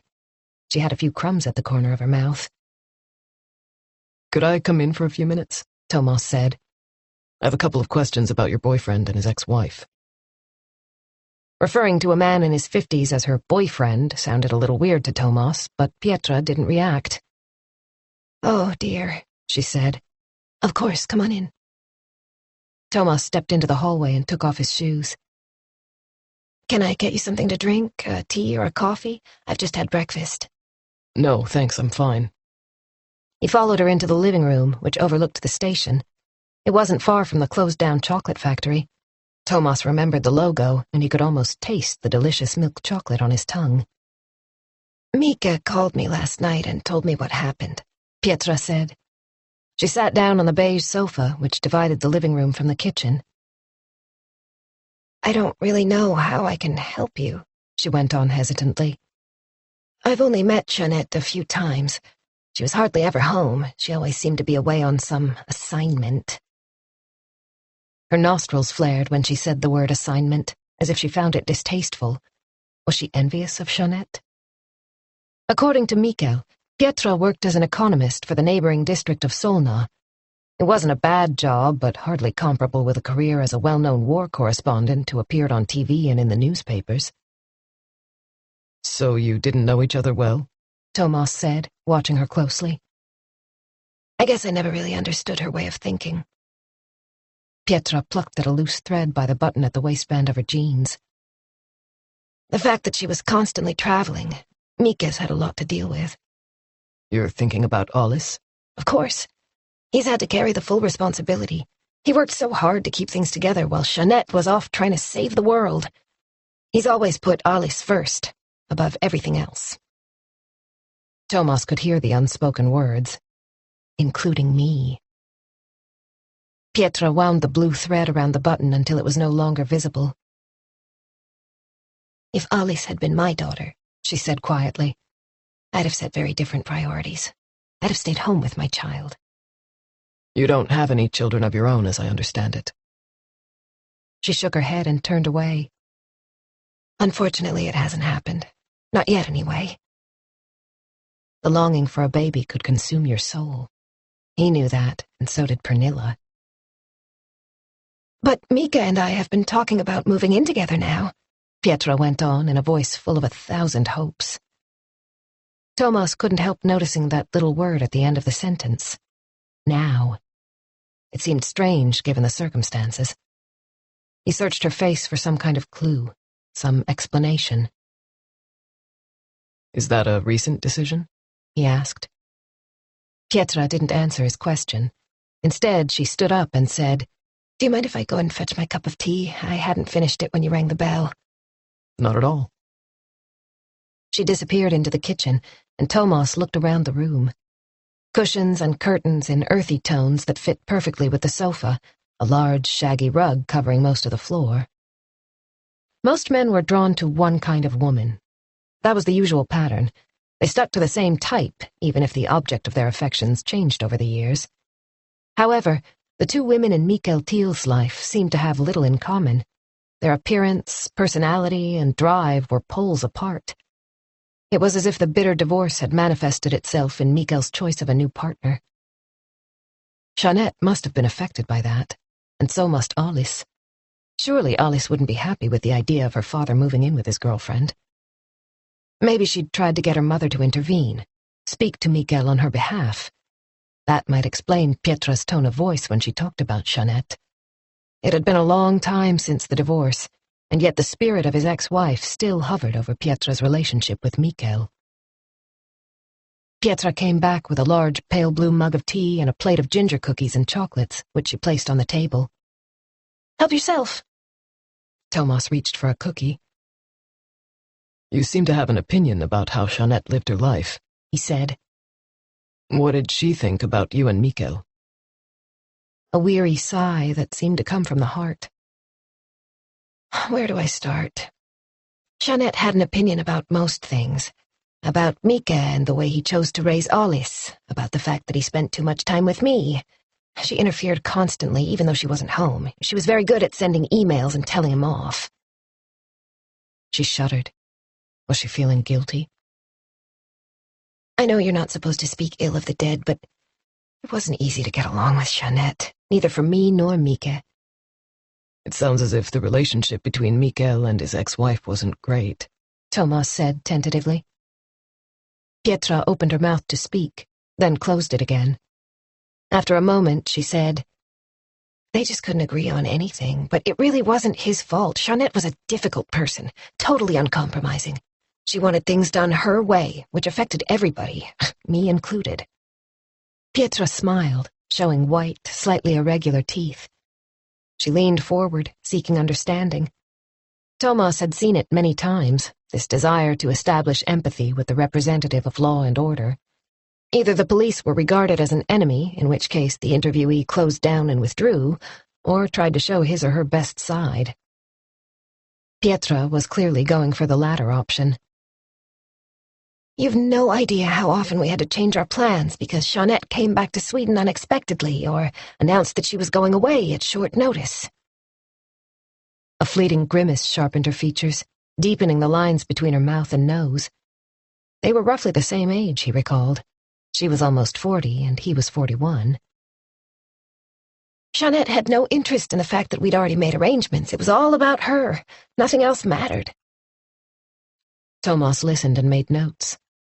According to Mikael Thiels, Pietra was his alibi for Christmas Day. He decided to dig a little deeper. Mikael said he was here on Christmas Day, he said, changing the subject. Can you confirm that? Absolutely. Could you give me the exact times when he arrived and left? Pietra shifted in her seat opposite him. Why are the exact times important? Surely you don't suspect Mika of anything. Why do you ask? Mika would never do anything like that. He's not the type. I know that for sure. What do you mean by anything like that? Pietra didn't know what to say. She opened her mouth but couldn't find the words. Tomas waited, determined not to fill the silence. He'd never hurt someone, Pietra managed eventually. He told me Jeanette didn't die of natural causes. She looked terrified, almost pleading. Why was she so worried? Are you afraid he might have harmed her, since he brought it up? No, you misunderstood. That's not what I mean. She hesitated, then exclaimed, You can't possibly believe that Mika's done something to Jeanette. Chapter 29. It was almost midday by the time Tomas walked into the meeting room. Aram was at the table, surrounded by the documents from Jeanette Thiel's study. His pad was filled with scribbled notes, and the sleeves of his checked shirt were rolled up. When he saw Tomas, he put down his pen. "Welcome back," he said. "How did it go with Thiel's girlfriend?" Tomas took the chair beside him. "Well, she wasn't too fond of Jeanette. She claimed that she was impossible to deal with and drove them both crazy." "How impossible? Impossible enough to murder?" Aram's grin took the sting out of his words. "Seriously, was it useful?" "Too early to say. Pietra Lundvall is adamant that Mikael had nothing to do with Jeanette's death, but she seemed very anxious for some reason." Tomas took the top document from the nearest pile. It was about a secret women's organization in Iran. "So how are you getting on?" Aram flexed his fingers. "I'm just plugging away. It's taking a while to get everything in some kind of order. Jeanette doesn't seem to have had anything resembling a system." "I'll give you a hand," Tomas offered. 2 hours later, they still hadn't gotten very far. Each piece of paper had to be examined and sorted.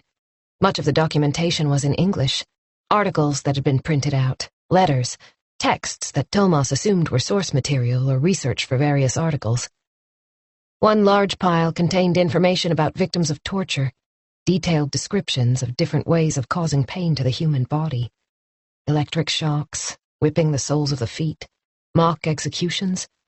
Nothing that Tomas hadn't heard of before, but it still made for depressing reading.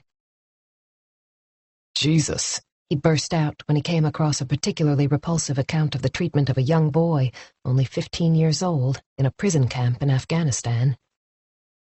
Aram looked up, and Tomas pointed to the article, which was in English. Down at the bottom, someone had written, "Amnesty," in blue ink, presumably Jeanette.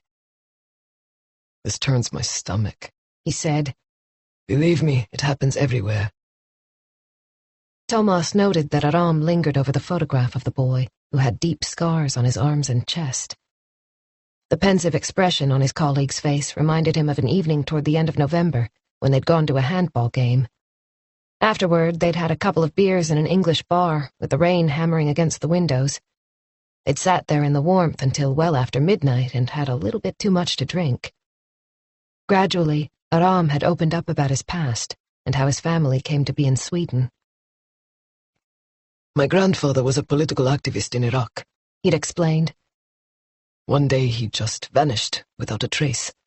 A month or so later he was found dead. His body was covered in blood. He'd been so badly beaten that they didn't even want to let my grandmother see him. That was in 1985. I'd just turned 10.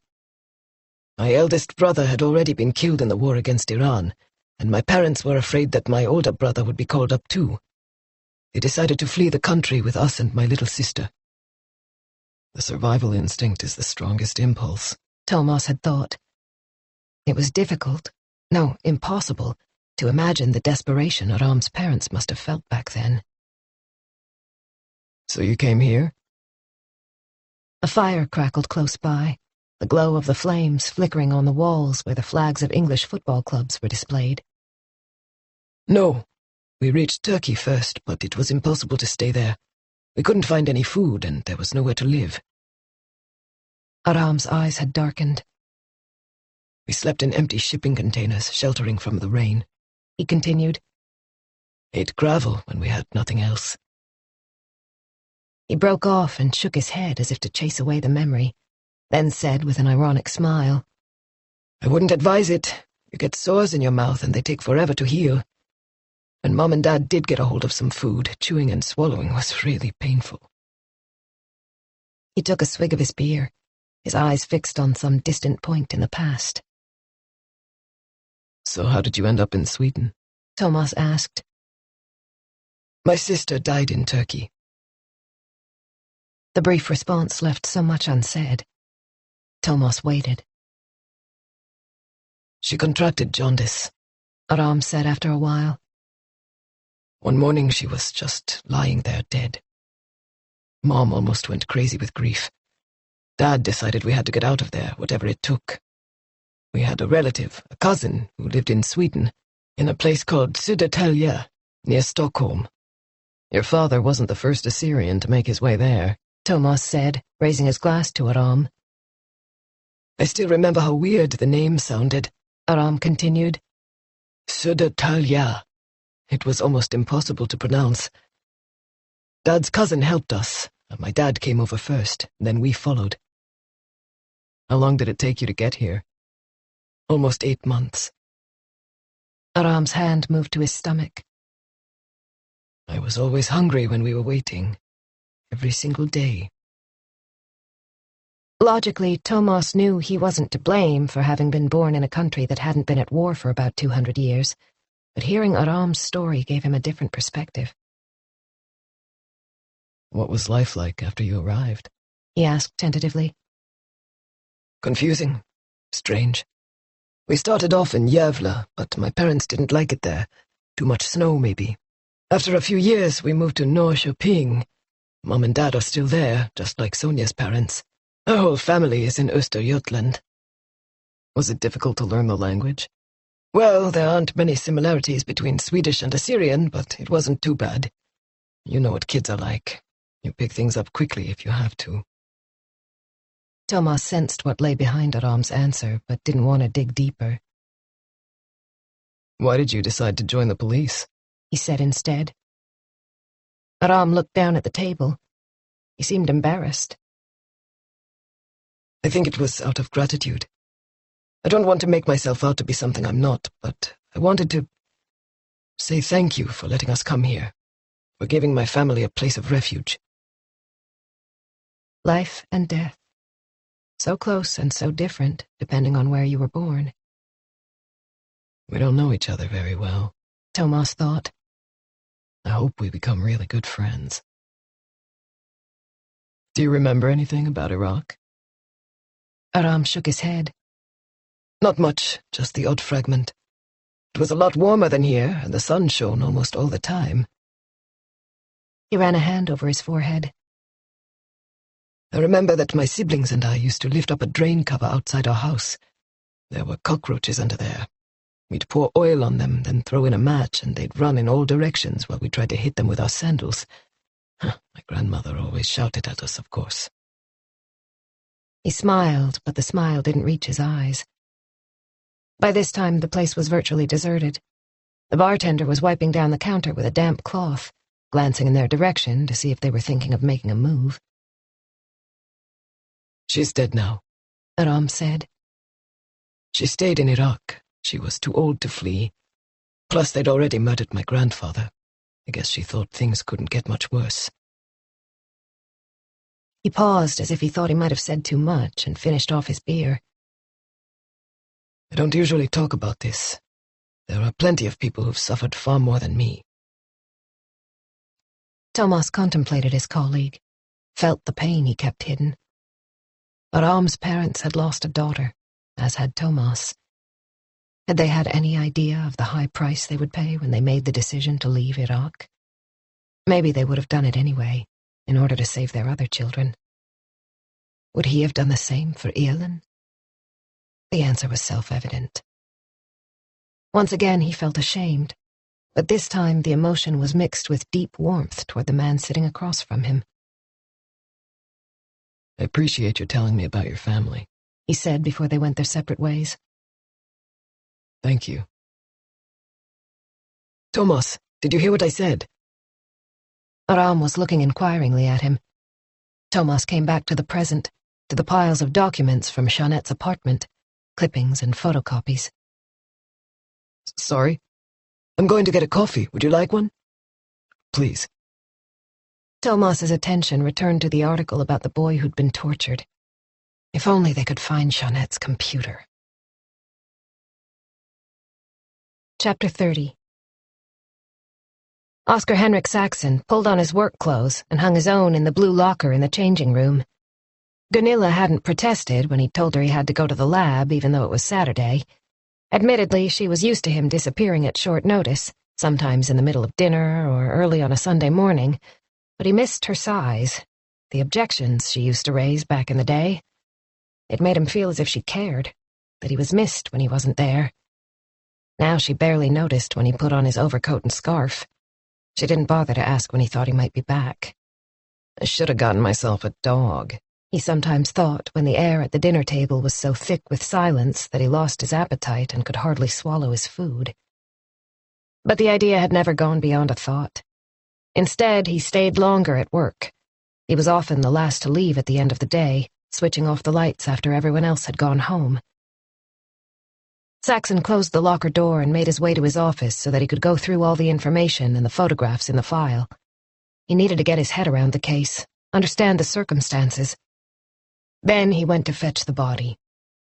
Tomas Andreasson had pushed him harder than usual, he thought as he walked along the deserted corridor. He had tried to hurry the autopsy along by bringing up the dead woman's young daughter. Was he taking this investigation personally because of her? It was no secret that Andreasson had lost his own daughter due to sudden infant death syndrome. Saxon knew he'd found it difficult to come back from that devastating blow, but now he had another little girl. Saxon had quietly rejoiced. He'd wanted to warn him not to throw away his time as a parent by working late nights and putting in too much overtime. However, he held his tongue on the subject and simply offered the standard congratulations. He found the right drawer number in the cold room and opened it up. He slid Jeanette Thiels onto the metal gurney and wheeled her along to the lab. Only then did he remove the sheet covering her naked body. She was lying on her back, one hand above her head, just as she'd been when they'd found her. Her eyes were closed, her graying hair brushed back. In the harsh fluorescent light, her skin had a bluish tinge. It reminded him of milk that was just about to turn. Saxon gazed at her in silence, lingering over each body part, each indentation. There was a scar on the stomach, a pinkish-red line just below the navel. The marks of the sutures were still clearly visible. Relatively recent, Saxon observed. Who had cut her open there? Soon he too would be slicing into her flesh, making a Y incision from the shoulders to the center of the sternum, then all the way down to the pubic bone. Later he would investigate the contents of the skull, chest cavity, and stomach. But not yet. She hasn't been attacked, he said to himself. There are no defensive wounds on the forearms, nothing under the nails, no blood or traces of skin. Slowly he continued his visual assessment, taking his time to study the deceased. In the background was the constant hum of the air conditioning unit, a soporific sound that he hardly noticed anymore. There wasn't much of her, he murmured. Jeanette Thiels had already been measured and weighed. She was 5'6", but only 108 pounds. That was at the lower end of the acceptable range, and Saxon could see her ribs protruding below her flat breasts. He could just make out a series of lilac-colored nodes next to the lymph glands. He heard the sound of a door opening, followed by a breathless voice behind him. "Sorry I'm late. There was some kind of problem on the subway." Saxon turned to greet his assistant. Axel O'Lean's cheeks were still bright red from the cold. "I've made a start," Saxon said, focusing on the body once more. Andreasson had explained that the woman had been found dead in the harbor area near the Sailors' Hotel. "We need to know whether she froze to death or whether she was already dead when she ended up in the snow," he'd said in his initial phone call. "It's urgent. We have to find out if she was murdered." Saxon examined the skin on the legs. There were uneven bluish patches spread across the thighs, the pattern reminiscent of Roman marble, a classic sign of frost damage, and proof that she was alive when she collapsed in the snow. "She must have been lying there for quite some time," he said, not expecting an answer from O'Lean. Andreasson had said that she'd been found only 100 yards or so from the hotel. "Why didn't she go inside, into the warmth?" he asked himself as he picked up a scalpel. It sliced through flesh and muscle. There was no blood, only a little fluid. He folded back the skin for a better view. "Because she couldn't," he said quietly. Chapter 31. It was almost 3 o'clock, and Tomas's back was beginning to seize up after several hours in the same position. If he was going to catch the last boat to Hara, he'd need to leave soon. Across the table, Aram was methodically working his way through a pile of documents, while Tomas tried to interpret the notes they'd found on Jeanette's desk, sheets of paper covered in cryptic writing. It looked like shorthand, but it was a unique system involving sprawling letters and abbreviations. A code, perhaps? No doubt it made sense to Jeanette, but it was impenetrable to the uninitiated. Tomas had never been good at reading other people's handwriting, and he was on the point of giving up. Maybe Karin could give it a go? She was pretty smart when it came to translating incomprehensible hieroglyphs in internal memos. He'd ask her to take a look. Something was sticking out toward the bottom of the pile, a folded newspaper clipping. Removing and unfolding it, he saw that it was an article from Sweden's biggest daily. A photograph covered most of the page. It was of an elegant blonde woman wearing a double rope of pearls around her neck and smiling straight into the camera. Tomas recognized her at once. Pauline Palmér, the General Secretary of New Sweden, the political group that always made Pernilla start muttering in front of the TV. They were against immigration. They thought taxes were too high, and they insisted that far too many people were claiming benefits from the state. Their ultra-conservative stance was directly opposed to the social democratic values that had characterized Sweden for decades, and yet they had recently gained considerable penetration in the media, mainly thanks to their new General Secretary. Tomas began to read. Concern about growing number of retirees.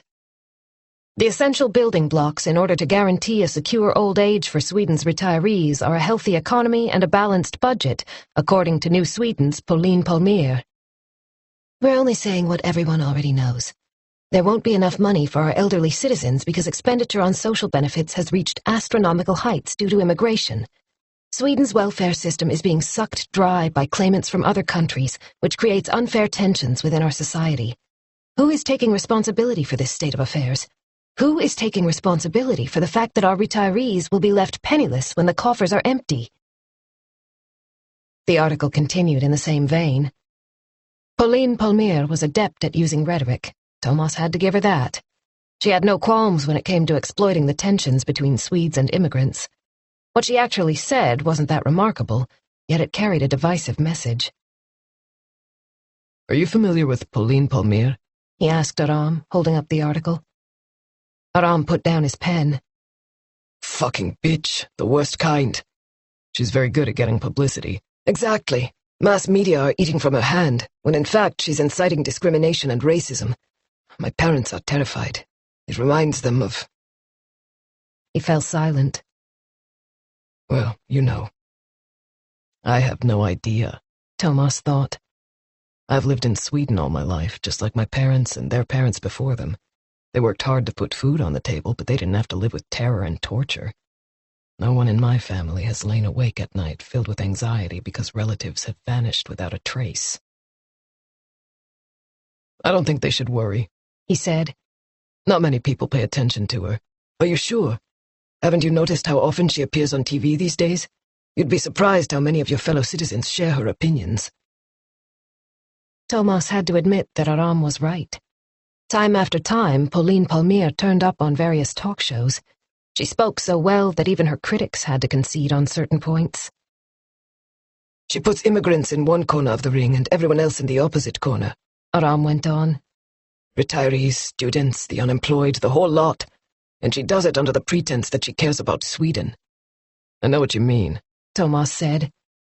There was no doubt that New Sweden had gained a legitimacy, which it had lacked in the past. Pauline knew exactly how to get her so-called Christian message across. She made frequent appearances in every possible context, preferably with her husband, the perfect representative of the fair-haired nuclear family. Why doesn't anybody come out and say that her views are unacceptable? Aram said, folding his arms. If you substitute Jews or Catholics for Muslims in her pronouncements, half the country would be up in arms. He sounded unexpectedly hostile, almost as if he were challenging Tomas to contradict him. Tomas reread the first few lines of the article again. She's full of crap, he said. I hope you're wrong, and that very few people agree with her. He glanced at his watch. I need to make a move if I'm going to catch the last boat to Hara. Pernilla and Aelin are still on the island. How long are you staying here? Aram shrugged. I don't have anything else going on, so I'll stick with it for a while. Sonia and the kids stayed on Norrköping. We spent Christmas with her family. Tomas silenced his guilty conscience and got to his feet. Aram reached across the table and picked up the newspaper article. Pauline Palmier was still smiling away. Off you go, he said. I'm fine. Chapter 32. Alice slipped her iPod into her pocket and unlocked the front door. It was almost 3:30. It was already pitch dark outside, apart from the lights on the Christmas tree in the yard, illuminating the path between the mailbox and the house. Next door was dark, too. Had everyone gone away for the holiday? Alice stamped her feet to shake off the snow and went inside. Silence. No doubt Dad had gone to the grocery store. She looked out to see that the car wasn't in the driveway and remembered they'd used up the last of the milk at breakfast. She couldn't cope with talking to him anyway. She'd done her best to avoid him since the visit from the police. In fact, she could hardly bear to look at him. Last night she'd felt as if she were drowning. He'd come into her room. She could see his lips moving, but the sound didn't get through to her. It was as if her head were underwater. Slowly she took off her jacket and scarf, then sat down and pulled off her leather boots before heading for the kitchen. In the doorway she stepped in something wet. Where had that come from? She'd wiped her feet before coming into the house. That was one of the things Dad always nagged her about. She looked back at her boots, where a small pool of melted snow had already formed. Surely it couldn't have gotten this far. Oh, never mind. Her socks would soon dry. There was a half-empty bottle of red wine on the counter. No doubt Dad had sat up drinking last night. She had no idea what time he'd gone to bed. She opened the refrigerator to look for something with no calories in it. Hope Dad remembers cat food, she thought. They'd run out of that, too. Sushi appeared as soon as she heard the refrigerator door. The little white vermin had a healthy appetite in spite of her size. "You'll have to wait a little while, sweetheart," Alice said, scratching Sushi behind her velvety ears. There was a banana in the vegetable drawer. That would do. Alice went into the living room and curled up on the sofa. Slowly, she peeled back the skin and ate the banana in tiny bites. The Christmas tree lights were glowing. She didn't bother switching on any of the lamps. Somehow she found the shimmering red bulbs and sparkling decorations calming. They made everything seem normal. The tree looked exactly the same as it had since she was a little girl, when she and Mom used to trim it. Sushi padded into the room, rubbed her face against the sofa, then jumped up and settled down beside Alice. She began to purr, her warm body vibrating. Alice stared out into the semi-darkness. She didn't want to cry. She knew that if she started, she wouldn't be able to stop.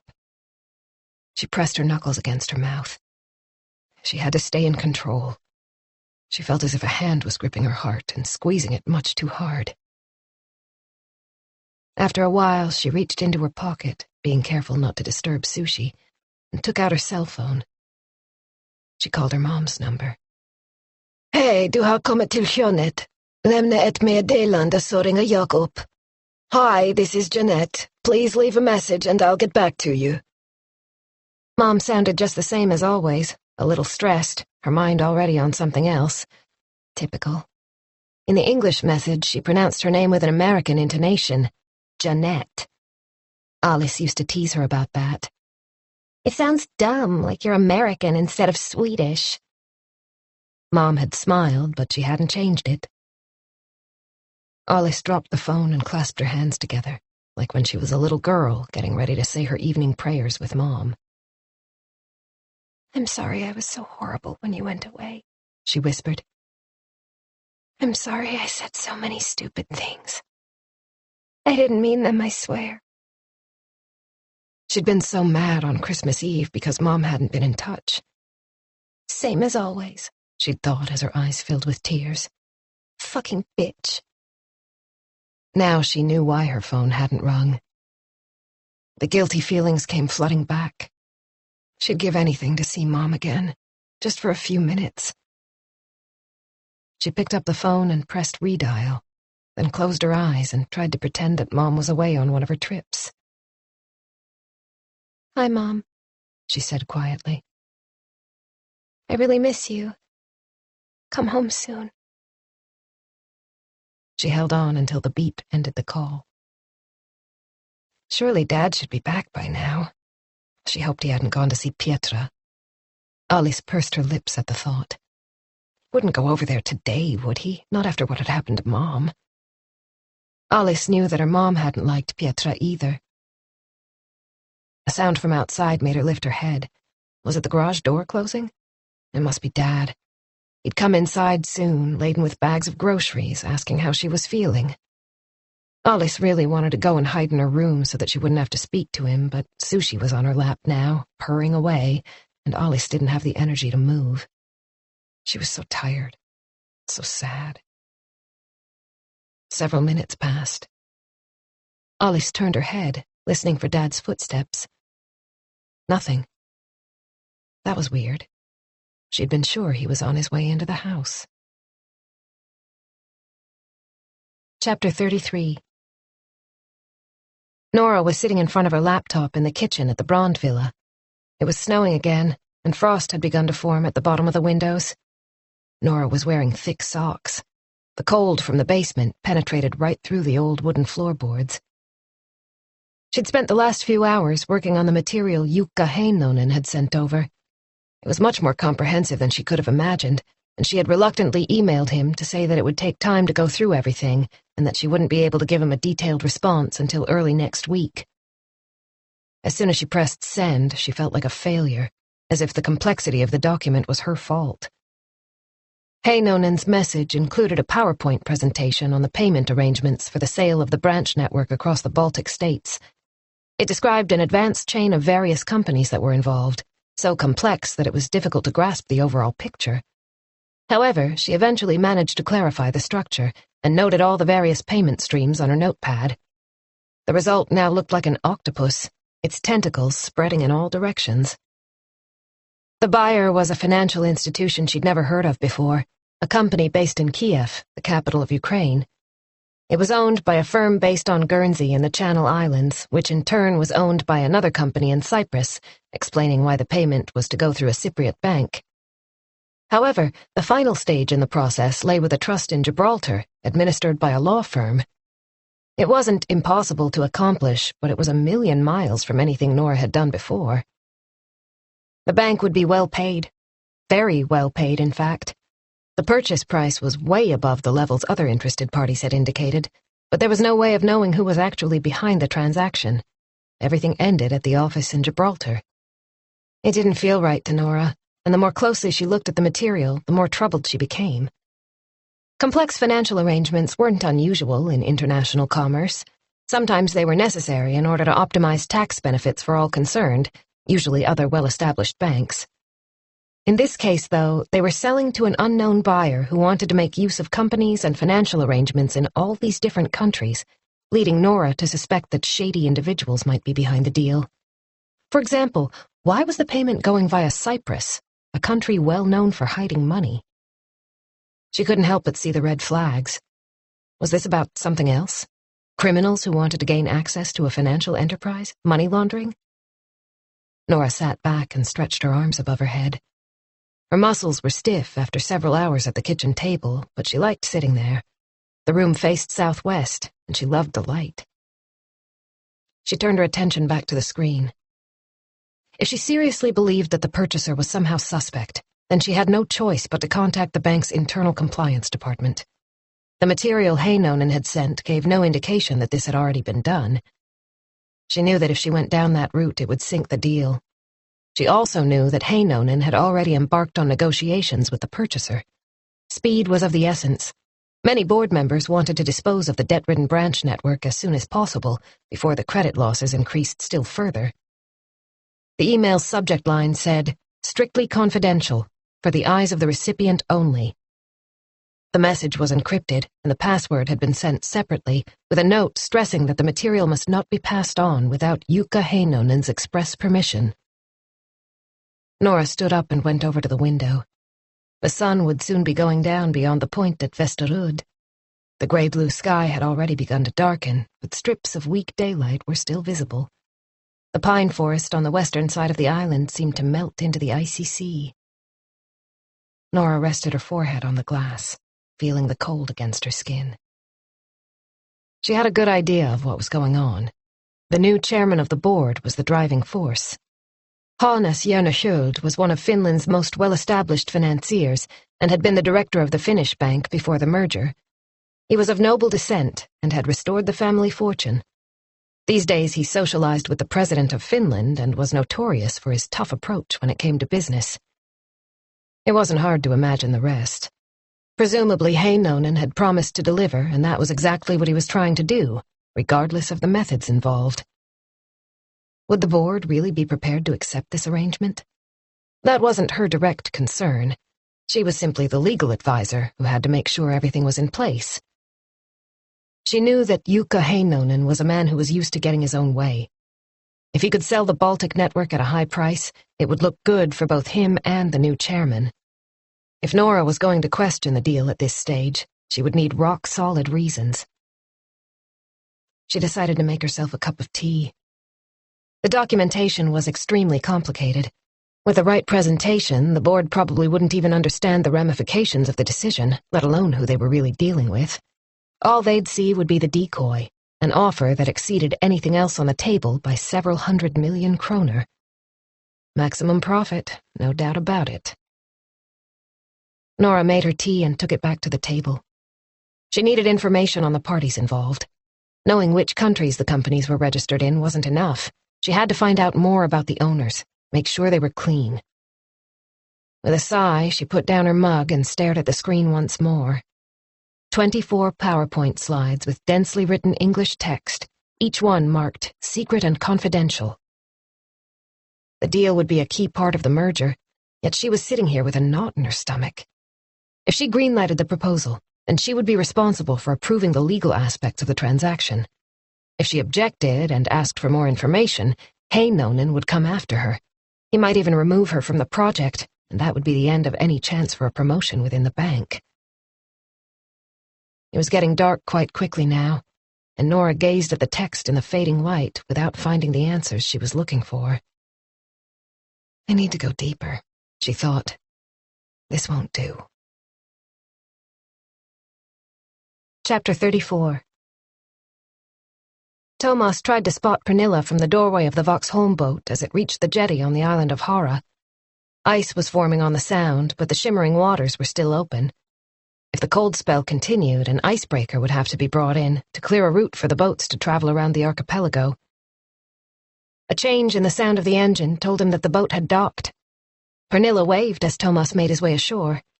She was holding a flashlight, fortunately. There was no street lighting on the island. It would take around 15 minutes to walk through the forest to their house on the other side of the village.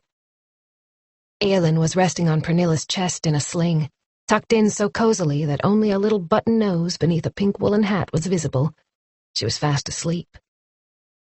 Tomas's heart leaped, as it always did when he saw his family after being away. There was a fleeting moment of surprise, followed by joy and gratitude. He'd been given a second chance. Hi there. Pernilla kissed him gently on the lips. Her striped scarf was pulled up to her chin.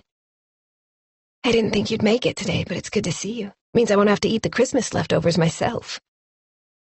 Tomas put his arm around her shoulders and drew her close. Her padded jacket was soft and comforting. He rested his forehead on hers, lingering for a few seconds before letting go. I should have stayed and kept on working, but I really missed you. He patted Elin's head, being careful not to disturb his baby daughter. Both of you, he clarified. But I do need to catch the first boat back in the morning, I'm afraid. You know how it is in the early stages of an investigation. In that case, we'll come with you, Pernilla said. It's not much fun being here on our own.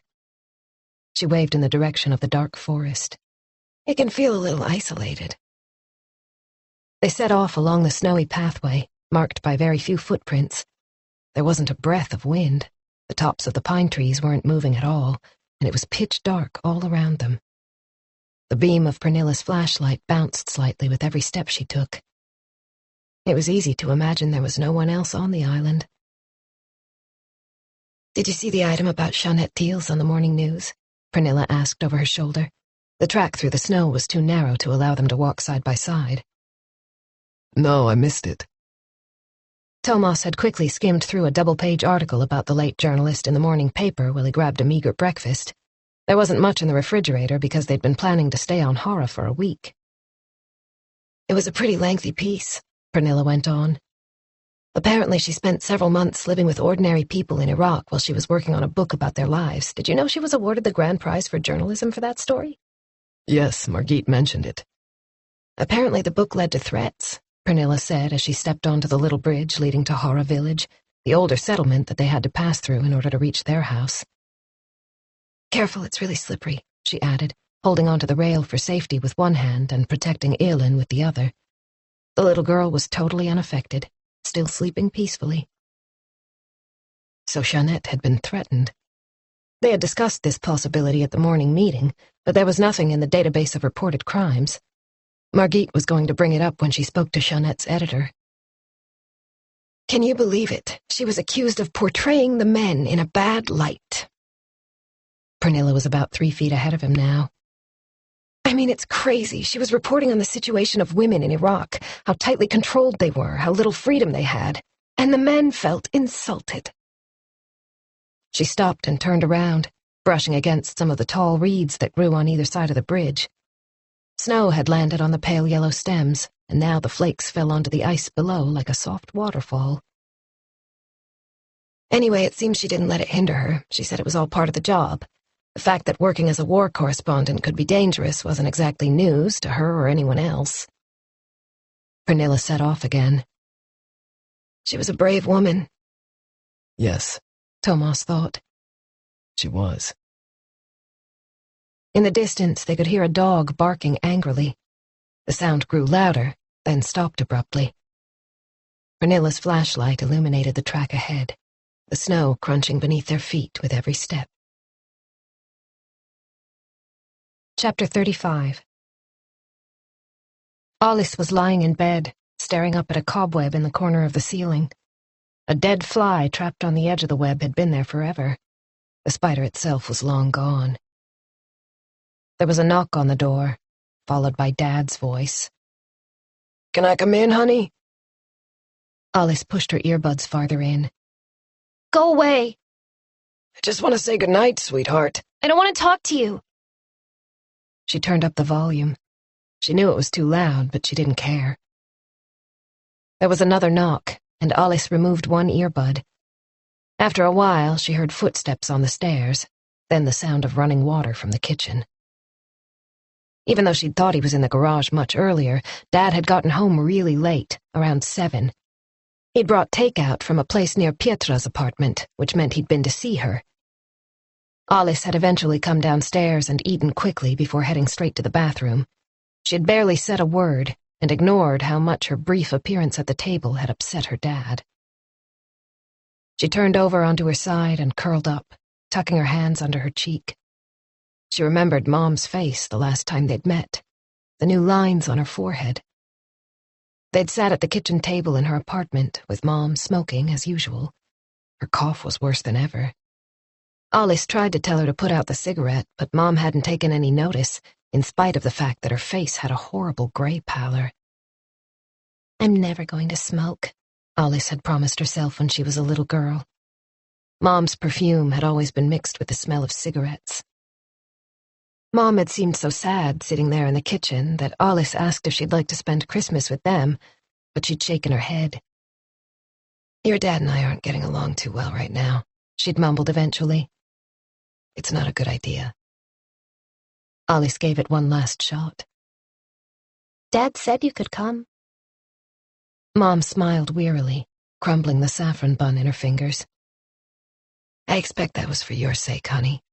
But you can't spend Christmas Eve all by yourself. Nobody should have to do that. I'm fine, sweetheart. I bought plenty of Christmas food. See for yourself.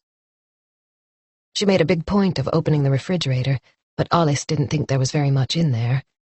At home, the refrigerator was always full, but this one was half empty. However, she did notice some meatballs and several packages of cold cuts. Don't you worry about me, Mom said, closing the door. And I'm having a visitor, so I won't be alone all day. That made Alice feel better. She hated the thought of Mom not having anyone to spend Christmas Eve with. Who's coming? she asked. Mom waved a dismissive hand. Doesn't matter. Alice had left soon after that. She thought back to her best Christmas ever, when she was 5 or 6 years old. Mom and Dad had probably already split up by then, she couldn't quite remember, but they had definitely been together on Christmas Eve. The last present under the tree, beautifully wrapped, had been for Alice. When she opened it, she found a photo album.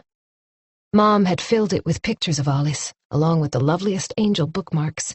Big angels and small angels, angels smiling and laughing, with sparkling gold and silver wings. Mom had said it was Alice's angel book. Beside each picture was a little verse that Mom had made up, stories about the angels watching over Alice when Mom wasn't there. In the years that followed, Alice would often leaf through her angel book until she fell asleep. She got up, went over to the desk by the window and opened the bottom drawer. There it was. It was a while since she'd taken it out. Somehow she'd forgotten about it when she moved on to high school. The linden blossom-colored cover was stained. The corners were bent, but when she looked at the first page, the memories came flooding back. There she was, sitting on Mom's lap. Mom was leaning back on a lounge chair, her hair long and slightly windblown. She looked so young, Alice thought, and happy. She was tan, her sunglasses pushed up onto her forehead. The photograph had been taken in the summer in the archipelago, at Grandma's house on Sandhamn.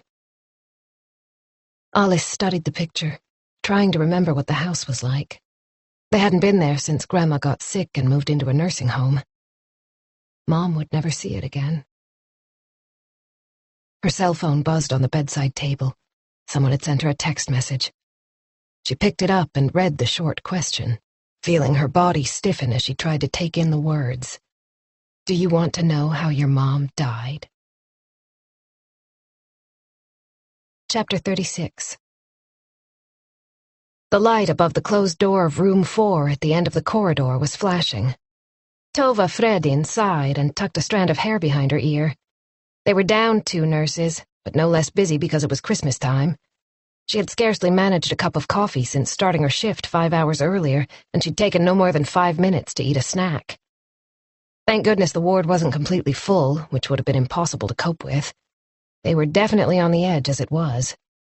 There was a constant low-level sense of anxiety in the back of her mind. She mustn't give anyone the wrong medication or the wrong dose. Tova hated feeling like this all the time, but she didn't know how to switch off the nerves when the demands of her job were increasing as staffing levels fell. She really ought to check the blood pressure of the patient in room 3, a woman with pneumonia, but it could wait a few minutes. Who was in 4? She stood there trying to think. Oh, yes, it was the old guy who'd been brought in yesterday, Bertil Olgren. He'd fallen outside his front door and lain there for several hours. Needless to say, he'd broken his hip. She'd seen it so many times before. He'd also suffered a concussion, along with cuts and bruises to his forehead. Bertil had been unconscious since he arrived. Maybe he'd woken up and was scared, wondering where he was. Were there any relatives to be contacted when he came around? No children, if she remembered correctly. A brother, maybe? Well, she would check when she got a moment, but her priority right now was to see what he wanted, find out whether he needed anything. The room was in semi-darkness. The bedside light hadn't been switched on, but the blinds were partially open. Outside, it was just possible to glimpse an endless expanse of snow-covered roofs and the waters of Lake Mälaren. Stockholm in its winter attire beneath a gray sky. Bertil was lying on his back with his eyes closed. He had the room to himself, and Tova sat down on the empty bed beside him. There was nothing on his bedside table, no personal possessions or flowers from a concerned family member. Had no one been to see him? She adjusted the pale yellow hospital blanket at the foot of the bed. Bertil, she said softly. Did you press your call button just now? No reaction. His eyelids flickered. Maybe he'd woken briefly and pressed the button before losing consciousness again. His white hair was ruffled, which made him look unkempt. Tove smoothed it down over his forehead, then took his hand to check his pulse. It was steady, and there was a little more color in his cheeks now, which was a good sign. She hoped he would recover enough to go home soon. That was always their most heartfelt desire, the elderly, to go home as soon as possible. Bertel whimpered and moved his shoulder. Then he opened his eyes and stared in horror at Tove. Where am I? His voice was hoarse. He'd been unconscious for a long time. You're in the hospital, Bertel. You had a fall and ended up lying outside the door of your apartment, but you're gonna be fine. There's nothing to worry about.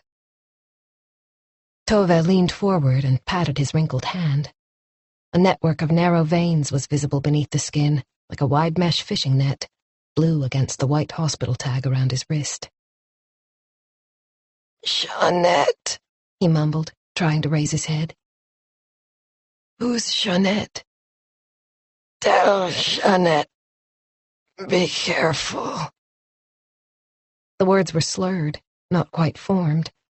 The old man's lips twitched, and a little saliva trickled down from one corner of his mouth. Tove fetched a tissue and gently wiped it away.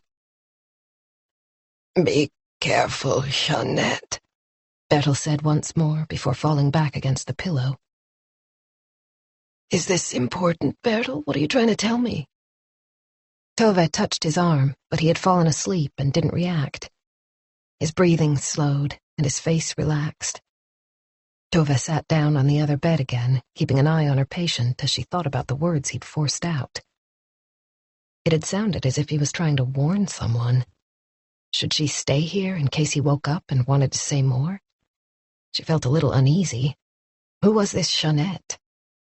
She needed to check his medical file, see if he had a relative by that name. She glanced at her watch, unsure of what to do. She had so much to get through before the end of her shift. She had no idea how she was going to fit it all in. She just didn't have time to sit with a patient who was mumbling in his sleep. He'd probably been dreaming, that was all. Nothing to worry about. Tove got to her feet. She would try to look in on him later, before she went home. Chapter 37. Alice couldn't take her eyes off her phone. The text message had been sent from an unknown number. She wondered how long she'd been sitting here staring at it. What should she do? Do you want to know how your mom died? The sound of Sushi scratching at the door brought her back to the present moment. She got up and let the cat in, then lay down on the bed. With trembling fingers, she keyed in a reply. Who are you? How do you know what happened? Her mind was racing. Should she send it? The letters seemed to be staring at her with an almost hypnotic effect. After a moment, she pressed send. A minute or so later, another message arrived. Meet me outside the hotel at midnight. Bring the copy your mom gave you. Alice swallowed. They'd been standing by the door, she and Mom. Mom had stroked Alice's hair, given her a little hug. Just as Alice was about to walk away, Mom had stopped her. Wait. She'd gone into her study and reappeared with something in a white envelope. Here, she'd said. You can have a copy too, just to be on the safe side, but you mustn't open the envelope until I tell you, not under any circumstances. Alice went over to the closet. The jeans she'd been wearing that day were on the floor under a pile of dirty laundry. She reached into one of the back pockets and took out the envelope. It was crumpled, but inside she could feel the shape of a USB stick. The copy. How did this person know her mom had given it to her? Why did he or she want it? It was 11 o'clock now, an hour to go until midnight. Meet me outside the hotel. The Vauxhall Hotel was down by the quayside, no more than 5 minutes from the house. During the daytime, the area was always busy, but at this time of night there probably wouldn't be anyone around. Alice sank to the floor and wrapped her arms around her body. She rocked back and forth. What should I do? It was 1:45 when Alice opened her bedroom door and listened. The television was on in the living room, but with a bit of luck, Dad would have fallen asleep on the sofa. That sometimes happened when he was tired or had drunk too much wine. She tiptoed down the stairs. The bottom steps creaked if you stood on the middle part. Alice kept to one side, moving as quietly as she could. When she'd almost made it, she stopped. The living room was right next to the stairs. She would have to pass it in order to reach the front door. Dad mustn't see her. Was he awake? Alice leaned forward and peeped in. He was stretched out with his head on the armrest, mouth half open, eyes closed. The wine glass on the coffee table was empty. At that moment, he let out a snore. Alice stood there in the semi-darkness with her back pressed against the wall. After a little while, Dad's breathing slowed. His eyes were still closed, hands by his sides. One careful step, then another, and she was in the hallway where Dad wouldn't be able to see her even if he woke up. She stayed put for a moment, just to make sure. The kitchen was in darkness, as was the cloakroom. She crouched down on the floor without switching on the light. Her cell phone felt as if it were burning a hole in her pocket. She took it out and brought up the message once more, the letters glowing in the gloom. "Do you want to know how your mom died?" Mom, Alice murmured. There was a buzzing sound in her ears. It had been a long time since she'd brought up the small amount she'd eaten for dinner. She waited for another minute or so, then fumbled for her jacket and pushed her feet into her boots. She wrapped a scarf around her neck and head so that her face was barely visible. 10 to 12. I need to leave. Something soft rubbed against her leg.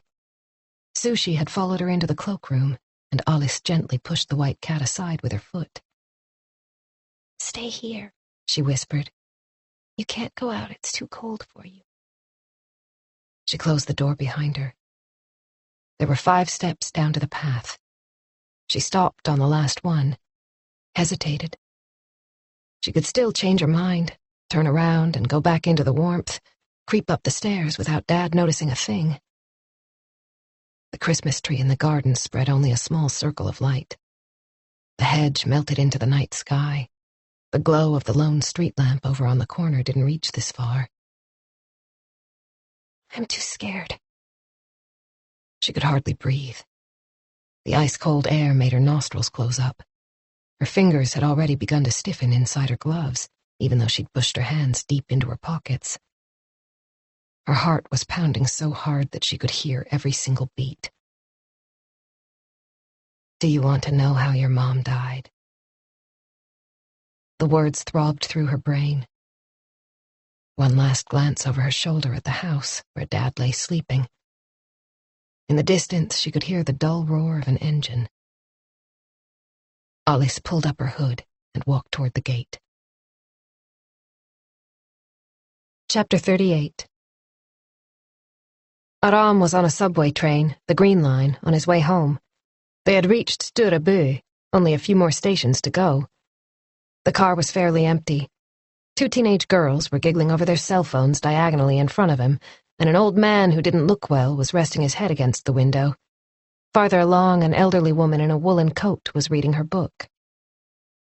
It was 10 to midnight, much later than he'd intended. He'd spent the whole evening going through Jeanette's papers, but it had been worth it.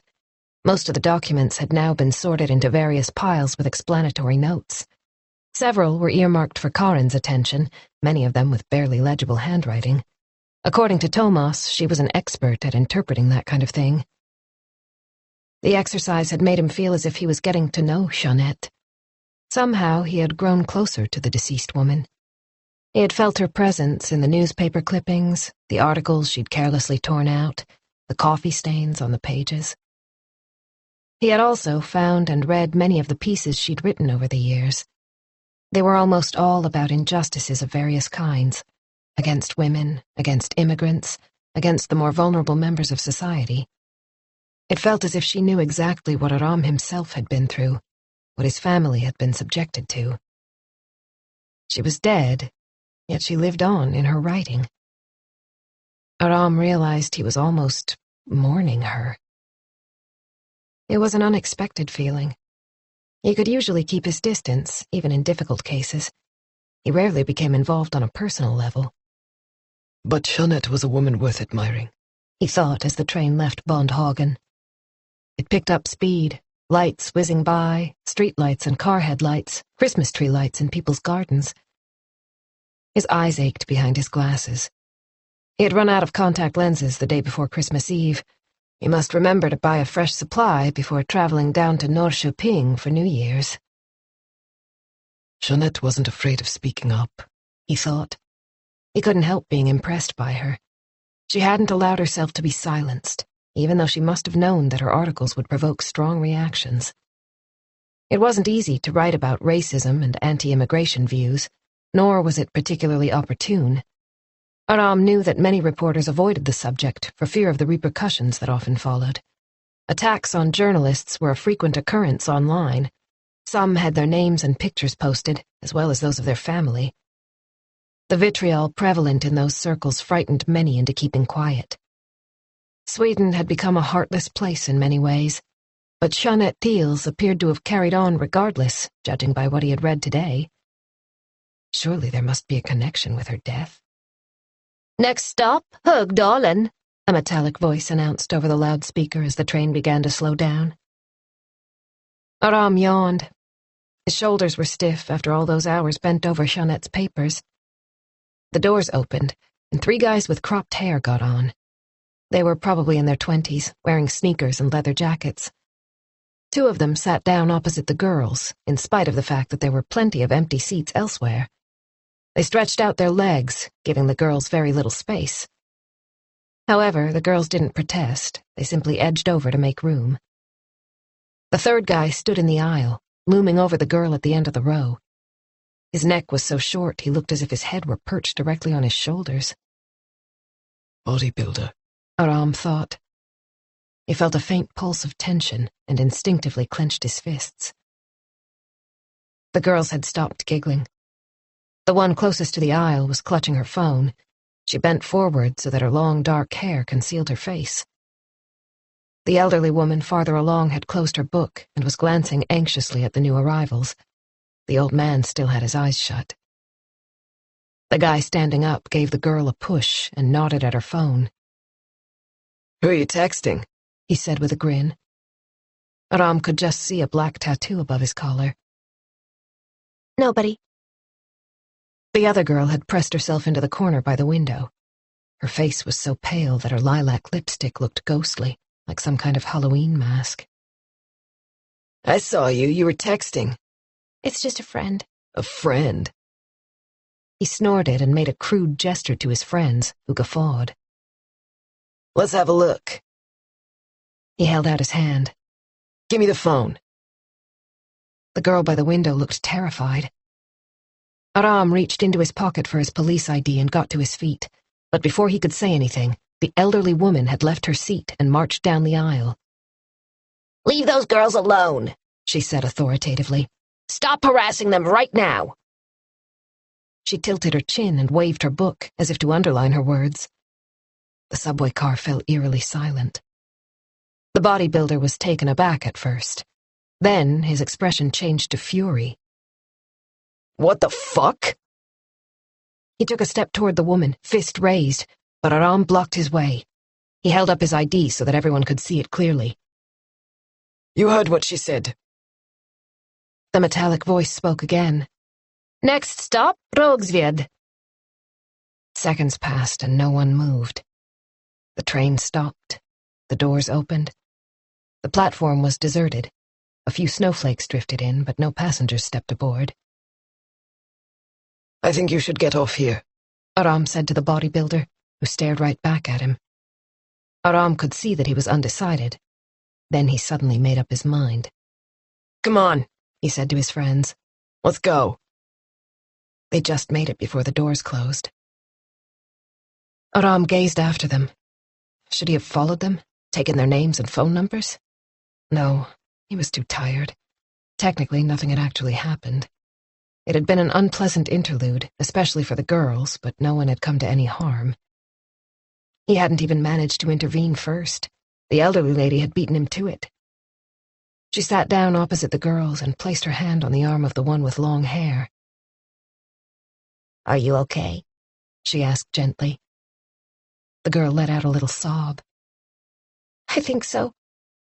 Thanks for stepping in. The woman's courage made Aram feel better.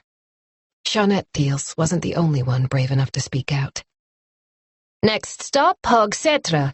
This service ends here. All passengers must disembark. He nodded to the woman. Well done, he said. Chapter 39. Alice tried to hurry, but the slope was slippery. She didn't dare go any faster. She was afraid of falling. There wasn't time for that. She followed Strand Gatan down to the water, the same route she had taken so often in the past, but then she hadn't been frightened and stressed out. The fortress on the other side was lit up as usual, but the sight didn't calm her. It simply made her feel even more alone, as if her entire body was frozen. Her thighs were ice cold against the fabric of her jeans. She glanced at the houses lining the road to the harbor. They were all in darkness. On one driveway, she saw a car covered in snow. It looked like Dad's Audi. He didn't know she'd gone out in the middle of the night. No one knew. She was regretting her decision now, but she had to keep going. She couldn't return home without learning the truth. Deep down, she knew this was dangerous. Why had the sender of the text messages chosen to remain anonymous? Whatever the risks, she had to find out what had happened to Mom. The darkness and the shadows were terrifying. She stopped dead in the middle of the street, clutching the envelope in her pocket. She wasn't sure what she feared the most, not getting there in time, or hearing the truth about her mom. Do you want to know how your mom died? Mom, she whispered, like a little prayer. Alice tightened her grip on the envelope, forced herself to keep walking. A movement caught her eye. Up ahead, by Tulhusgerend, a man came around the corner, heading straight for her. His cap was pulled down over his forehead, and the turned-up collar of his dark padded jacket covered his chin. She couldn't even make out his features when he passed beneath the street lamp. He didn't seem to be in a hurry. He was walking slowly, as if he wasn't sure of the way. Was he looking for Alice? Dad doesn't know where I am. In spite of the cold, the man wasn't wearing gloves. Alice stopped, hardly daring to breathe as she waited for him to reach her. His footsteps echoed in her ears, even though the thick snow muffled every sound. The impulse to run away grew stronger with every second. Her heart was pounding so hard it hurt, but she stayed where she was, as if her feet were frozen to the ground. No one will hear me if I scream. The man appeared to have noticed that she was staring at him. He was frowning, and his gaze was icy. He was only 15 yards away now. Alice squeezed the envelope. She couldn't take her eyes off the man. He was about the same age as her dad, but with a lined face and dark stubble peppered with gray. His jacket was torn. There was a gaping hole in the right sleeve. Don't hurt me, she wanted to whisper, but she didn't dare open her mouth. He was passing her now, and she could smell the booze. What are you fucking staring at? He kept on walking, and Alice turned in confusion, watching him disappear in the same direction from which she had come. He stomped off up the hill, showing no interest in her whatsoever. Alice remained where she was, trying to regain her equilibrium. Her pulse was still racing, and she could hardly breathe. She did her best to inhale deeply, but the oxygen wouldn't enter her lungs. Gradually, the paralysis eased. She'd been wrong. It wasn't him. She must get to the hotel as quickly as possible before it was too late. Wait for me. As she rounded the corner, the lights almost blinded her. The street and the quayside were brightly lit, as was the front of the hotel. She stopped, attempted to focus, looking for someone, even though she had no idea who that person might be. Who are you? Are you still here? Someone called her name. Alice. Chapter 40. Sunday. They had just disembarked from the Vauxholm ferry in Stavsnäs when Thomas's cell phone rang. It was almost 9 o'clock in the morning. He was carrying Elin in her sling and wearing a large backpack. Pernilla was behind them with a bag in one hand and a garbage bag in the other. "Hang on," he said, trying to extract his phone from his inside pocket. The number was familiar, and he felt a surge of adrenaline. "Good morning," said Oscar Henrik Saxon. "You're welcome to come by and take a look if you like." "Are you finished already?" "As much as I can be at this stage." Saxon must have made a real effort, Tomas thought. He must remember to thank him for that. "Anything you can tell me over the phone?" "I'd rather not. It's complicated. It would be best if you and Margit came here." Aelin had woken up and begun to cry. Quietly at first, but the volume was increasing. No problem. Around 11? See you then." Pernilla had produced a pacifier and was comforting their daughter. "It's okay, sweetheart." She popped the pacifier into Aelin's mouth, and soon the little girl's eyes closed once more. Pernilla stepped back, watching to make sure all was well. "Work," she said to Tomas. "I'm afraid so. I have to go in. But I'll take you two home first." Tomas had just turned onto Klara Strand when it occurred to him that Nora would know where Jeanette's grandmother's house was. Could Jeanette have gone there before her death? He held the wheel with one hand and called Nora with the other. "Hi, Tomas." "Hi. Are you still on Sandhamn?" "I am. Why do you ask?" "Could you help me out? Jeanette Thiel's grandmother had a house on the island. Any idea where it is?" "What was her last name?" Tomas frowned. What had the documentation said? Söderberga, I think. Judging by the background noise, Adam and Simon were squabbling over something. "Wait a minute," Nora said, putting down the phone. Tomas heard her shouting at the boys to keep it down. Then she picked up again. "There's a family by that name who owns a house on the other side of the island," she said. "Could it be them? I'm pretty sure an elderly lady used to live there." That might well have been Jeanette's grandmother. "Why do you want to know?" "I was wondering if you could go over there and take a look around. Check if anyone seems to have been there recently." A roar disturbed their conversation. "Stop that right now!" Nora yelled. "Otherwise you don't go anywhere near a computer for the rest of the day." Total silence. "Am I allowed to use my computer?" He inquired tentatively. "Sorry," Nora said, sounding more like her old self. "Sometimes it's like having a troop of monkeys in the house." She gave an embarrassed laugh.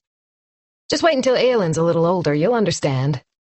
"So do you have time to go over to the Söderberga house?" "Of course, I'll take a walk after lunch, unless my sons have driven me completely crazy before then." Chapter 41. Margit's car was in the parking lot outside the low brick building when Tomas arrived. She was heading for the entrance before he'd even climbed out of the car. He caught up with her by the glass door, where Axel Olin was waiting to let them in, looking more like a schoolboy than ever behind his square glasses. And yet he had chosen a career path that demanded strong nerves and a mature approach. Interesting contrasts, Tomas thought as they followed Olin to the autopsy lab. Saxon was standing by one of the doors. "Do you want to have a look at her, or shall we just have a chat in the staff room?" Tomas exchanged a glance with Margit, who tilted her head toward the lab. "We'll take a look," he said, shrugging off his jacket. It was like walking into a sauna after the cold outdoors. Tomas was already perspiring in the thick sweater he'd needed to put on this morning when they went down to catch the boat in the freezing weather. Saxon led the way into the room, where Jeanette Thiels was lying beneath a white sheet, which covered her body up to the chin. In the harsh light, the marks of the scalpel on the scalp were clearly visible. Admittedly, everything had been neatly put back and stitched up, but the sight still reminded Tomas of a rag doll that had been cast aside. Oscar Henrik sniffed, then took out a pale blue handkerchief and wiped his nose. "I think she died on Christmas morning," he began. "I can't give you an exact time, as you know, but I'd say late Christmas Eve or early in the hours of the morning." Jeanette had arrived on Sandhamn in the afternoon, which meant she had lived for less than 24 hours from that point. "What else do you want to know?" Saxon asked. What the hell is wrong with him? Tomas thought. Obviously, they wanted to know how she died, if there was a murder weapon involved, and if so, what it might look like, anything that could help them solve the crime. If it was a crime. Saxon had a strange sense of humor, as Tomas was only too well aware. Oh, for goodness sake, Margit said, making no attempt to hide her impatience as she took off her jacket. What have you found? There's a lot to tell, Saxon said, pulling back the sheet. In spite of the fact that Tomas had seen plenty of dead bodies, this sudden exposure always felt intrusive. Jeanette Deals was a very sick woman when she died. Saxon pointed to a scar on her stomach. Firstly, she had cancer, and it was advanced. Her womb and ovaries had been removed, and not very long ago, maybe a year, no more.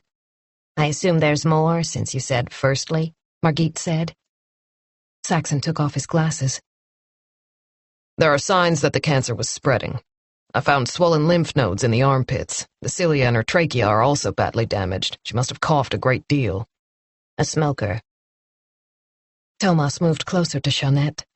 Once again, he noticed the fine lines above the upper lip, the mouth that had closed around a cigarette so many times. Yes, Saxon said. There's also a slight swelling in the throat. Tomas sensed that Saxon was expecting something from him, as if he should have drawn an important conclusion by this stage. But what was it? What are you saying? The forensic pathologist regarded the two colleagues with a sorrowful expression, a teacher contemplating his uncomprehending students. I don't believe she had more than a year or two left to live. That's why she had so much medication at home, Tomas said. Exactly.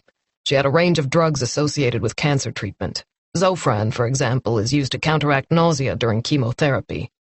So she was dying, Margit said. As I said, the cancer was advanced. Saxon drew the sheet over Jeanette's body, and Oline silently helped to cover her face.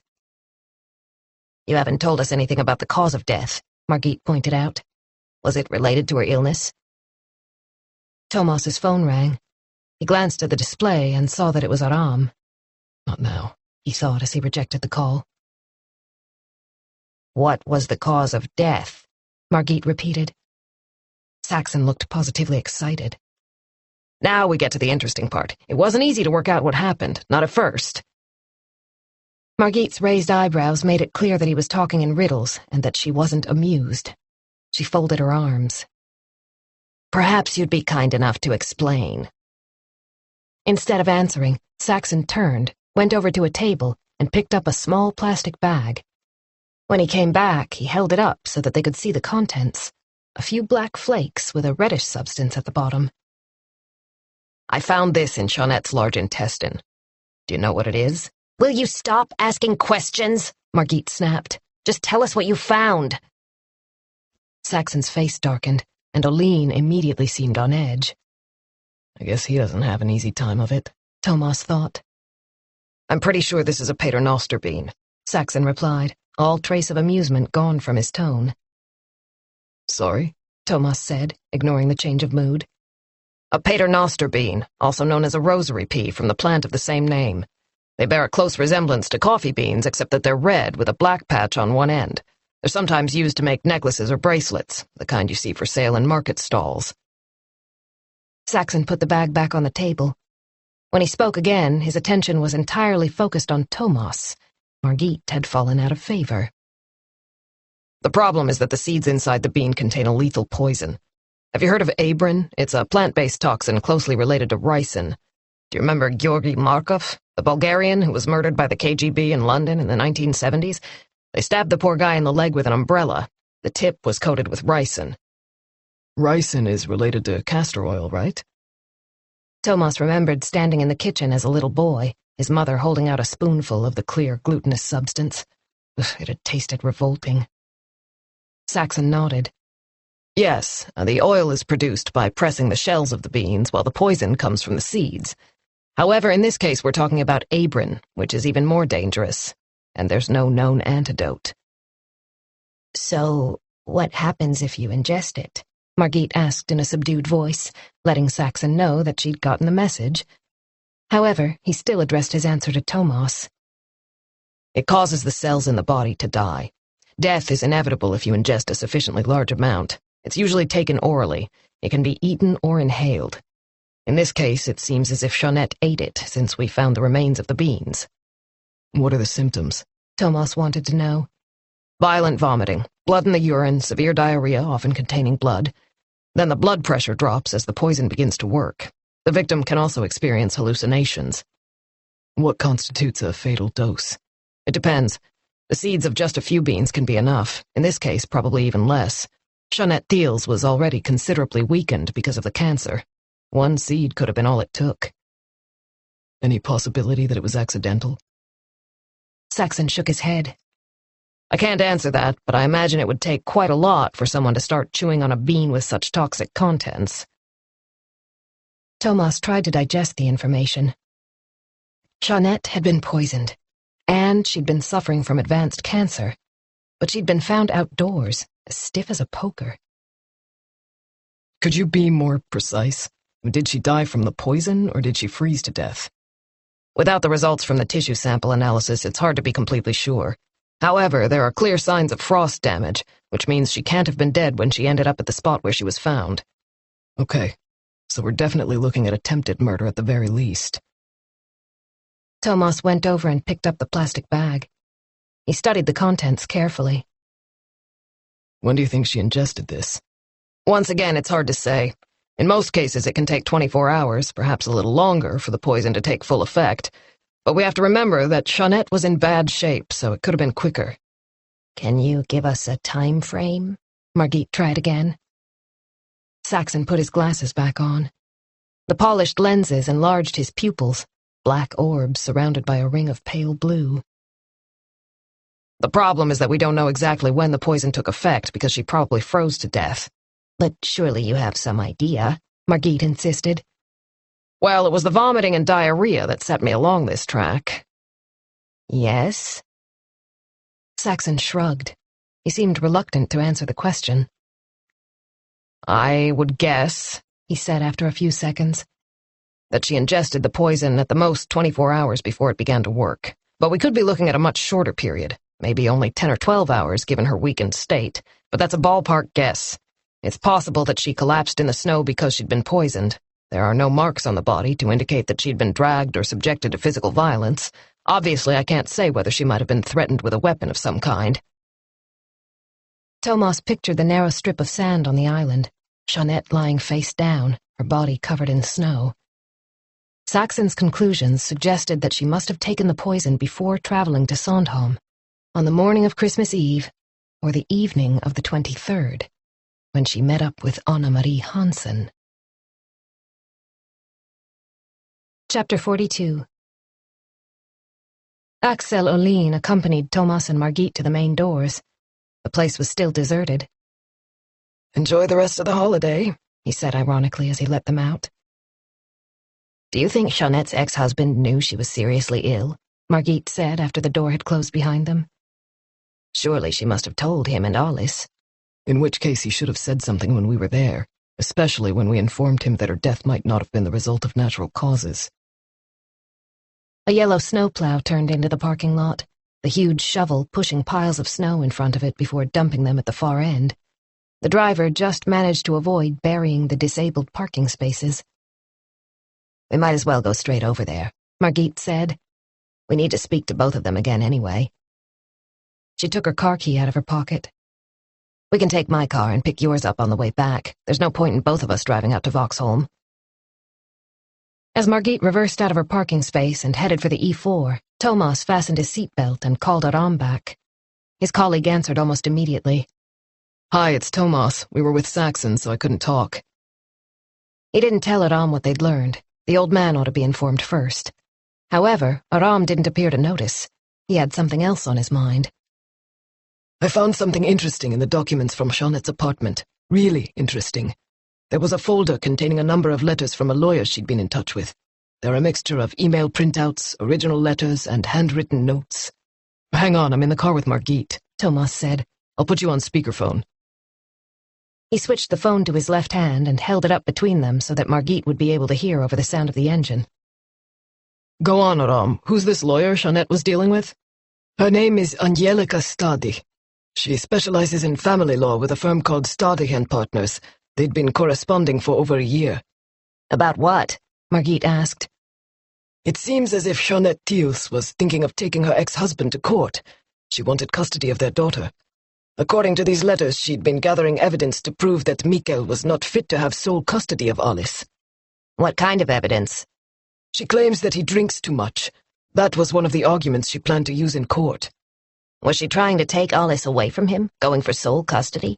Margit said. That's not clear from the documentation. What dates are we looking at? The first letter was just over a year ago, and the last email was sent in November. She must already have known she had cancer, Margit said. Is there any correspondence with Mikkel Thiels? Thomas asked. Did he know Jeanette was trying to get custody of Alice? Something rustled in the background. I've got a letter here from Angelica Stadig to Jeanette, Aram said. She says she's been in touch with Mikkel's legal representative and that he's opposed to any change in the current arrangements. That was sent in May. Anything else? Yes. According to Mikkel, Jeanette made up the whole thing. None of it's true. He has no problems with alcohol. In fact, he claims that she's the one who's totally unsuitable when it comes to caring for their daughter. It sounds as if they were at loggerheads, Margit commented as she turned off for the E18 and Norrtäljevägen. One more thing, Aram said.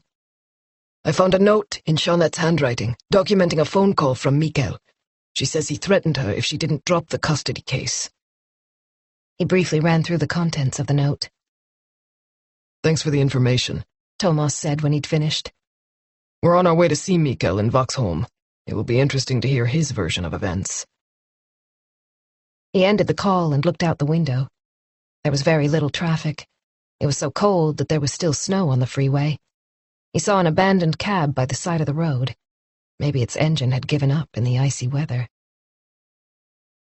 Why would someone start a custody battle with their ex, knowing they only have a few years to live? He said. It doesn't make sense. Presumably, she wanted to spend the time she had left with her daughter, Margit said. I guess that's how I'd feel in her situation. Wouldn't it have been easier to tell the truth? Say she needed to see more of Alice? Not if she was afraid that Mikkel would use her illness as an argument against her. Margit sounded unusually serious, and Thomas sensed she was thinking about her own daughters, Anna and Linda. They were older than Alice, 19 and 21, but he knew Margit had often worried about the girls when they were in their early teens. He slipped the phone back in his pocket. The interesting question right now is whether Mikkel Thiels knew that Jeanette was terminally ill. Chapter 43. Nora buried her chin in her scarf, trying to get warm. It was just after 1 o'clock, but only an hour or so of daylight remained. In the winter, the sun went down on the other side of the island. The Brond Villa was on the north side, and at this time of year she saw no trace of the summer's enchanting sunsets beyond Hara. Thomas's call had given her a good reason to get out of the house. It was nice to be on the move. The cold meant she spent many hours indoors. Neither of the boys had wanted to come with her. Adam had barely glanced up from his computer when she asked. At least they'd stopped arguing. "In that case, I'll go on my own," she'd said, wrapping up warmly. Secretly, she didn't mind at all. She enjoyed walking at her own pace. The snow crunched beneath her feet as she passed Fleskberget, the small beach named after the ship that sprang a leak there during the 19th century. Its entire cargo, barrels of pork, or flesk, had to be unloaded, and it was said that the local population had been quick to help themselves. Nora had double-checked that the house belonging to Jeanette Thiel's grandmother, Elle Söderberg, was on the southwest side of the island. However, since she wanted a good walk, she had decided to take the long way around, past the point at Vesterud. She followed the narrow path until it led away from Fleskberget and up a small hill to the north of the churchyard.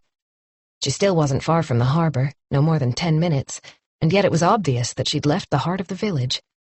Out here, there were fewer properties on more extensive plots, nowhere near as close together as in the old part of the settlement. A white fence gave way to a red one, and she spotted a little gray squirrel with a bushy tail racing down a tree trunk on the other side. Poor little soul, she thought. It can't be easy to find food in the winter. If it carries on like this, the ice won't melt until April. She walked briskly and soon reached the point. On the right, a vacation home lay right by the water. She had never met the owners, but had heard that they didn't like people crossing their land. If you live on Sandhamn, you just have to put up with it, she thought with a shrug as she cut across the property to head back south. The forest came to an end, and she emerged on the western shore between two dwarf pine trees. The sun was so low by now that the pale yellow orb looked as if it was hovering on the horizon in a milky haze, its light caressing the surface of the sea. The skerries were clad in snow, and the top of a small, solitary birch shimmered with frost. The outer archipelago. Open sea, wide skies. There were very few islands beyond Sandhamn. Then came the waters of the Baltic, a seemingly endless lead-colored expanse that separated Sweden from the Baltic states. If you got lost at sea to the east of Sandhamn, you wouldn't see a harbor until you reached the coastline of Estonia. Nora tripped over a snow-covered branch sticking up out of the ground. Fortunately, she had a soft landing. She rolled onto her back, unable to resist the temptation to make a snow angel. She got to her feet and brushed herself off, then stood there for a moment. It was so beautiful out here in the afternoon sun, with not a breath of wind, the snow crystals sparkling in the light. She pushed her hands into her pockets and set off toward Ella Sudeberia's house. In spite of it having snowed heavily, it wasn't particularly difficult to make her way. If she stayed by the water's edge, she could walk without sinking down too much. Project Phoenix crept back to the forefront of her mind. The more she went through the material, the more uneasy she felt. How could she give her blessing as legal advisor to the proposal Jukka Heinonen had sent over? There were too many unknowns, too many question marks. She had spent some time searching for information on the various companies, sending emails to contacts in overseas legal firms, trying to call the offices at the addresses given in the paperwork. So far, she had found nothing to indicate that the companies concerned were anything besides legitimate institutions that were serious about the project. The legal firm in Gibraltar had sent over documentation confirming that the foundation was registered for charitable purposes, but that was the end of it. She couldn't shake off the feeling that something wasn't right. The payment via Cyprus was still bugging her, and why were several of the parties involved registered in a tax haven? However, even if she had little in the way of a concrete basis for her suspicions, she would have to come up with something if she wanted to question the deal. Feelings and intuition weren't viable currency in this situation. Jukka Heinonen was expecting a response as soon as possible. He had sent her another email. The matter would be discussed at a special board meeting on January 20th. It was urgent, and if Nora held things up, there would be consequences. I'll call Einar and request a meeting tomorrow, she thought. I can go over for the day, leave the boys here. A 9-year-old and a 13-year-old will be fine on their own for a few hours. If I can sit down with him face to face, he'll listen. I'll be able to explain everything calmly and clearly. She still felt anxious about passing along her suspicions. It wouldn't be easy to criticize the bank's deputy director in front of Einar. The compliance department ought to take a look at the very least. Einar will appreciate the fact that I've decided to consult him. It's my job to point out any risks. He's the bank's chief legal advisor. He has to be kept informed. Nora pushed aside all thoughts of work when she reached the cottage that had belonged to Jeanette Thiel's maternal grandmother. It wasn't far from Oxuden, the World War II military defense post where Swedish soldiers had been on watch day after day, waiting for the German invasion that never came. The cottage was a modest little place, built on the hillside not far from the water. It was more like a 1950s chalet than the kind of luxury summer homes many people associated with Sandhamn. The last rays of the sun shone on the yellow facade. The paint had begun to flake, and a few roof tiles had fallen off. It was clear that the windows needed cleaning, and when Nora peered in, she could see thick cobwebs in the corners. It didn't look as if anyone had set foot inside for several years. Just to make sure, she took a walk around the outside. She sank deep into the snow, and her socks were soon wet as the snow spilled into her boots. The back of the cottage lay in shadow, and 2 low-growing pine trees obscured the view of the sea. It was much darker here than at the front, and she couldn't see anything through the dusty pane of the glass in the door. The idea that Jeanette Thiels might have come to Sandhamn because of this run-down shack made her feel uncomfortable. She turned her head toward the forest. The only sound was the distant rushing of the Baltic. Hundreds of tall tree trunks met her gaze, but there was no movement among the pines. This place is so isolated, she thought. Not a single neighbor in sight. It must take at least 15 minutes to walk here from the ferry. She assumed there must be a narrow track leading through the forest and down to the harbor, though now the snow obscured it, of course. It was a long way if you were carrying luggage and groceries, even farther if you were old and not as strong as you used to be. How long had Ellu lived here? Nora had only a vague recollection of her.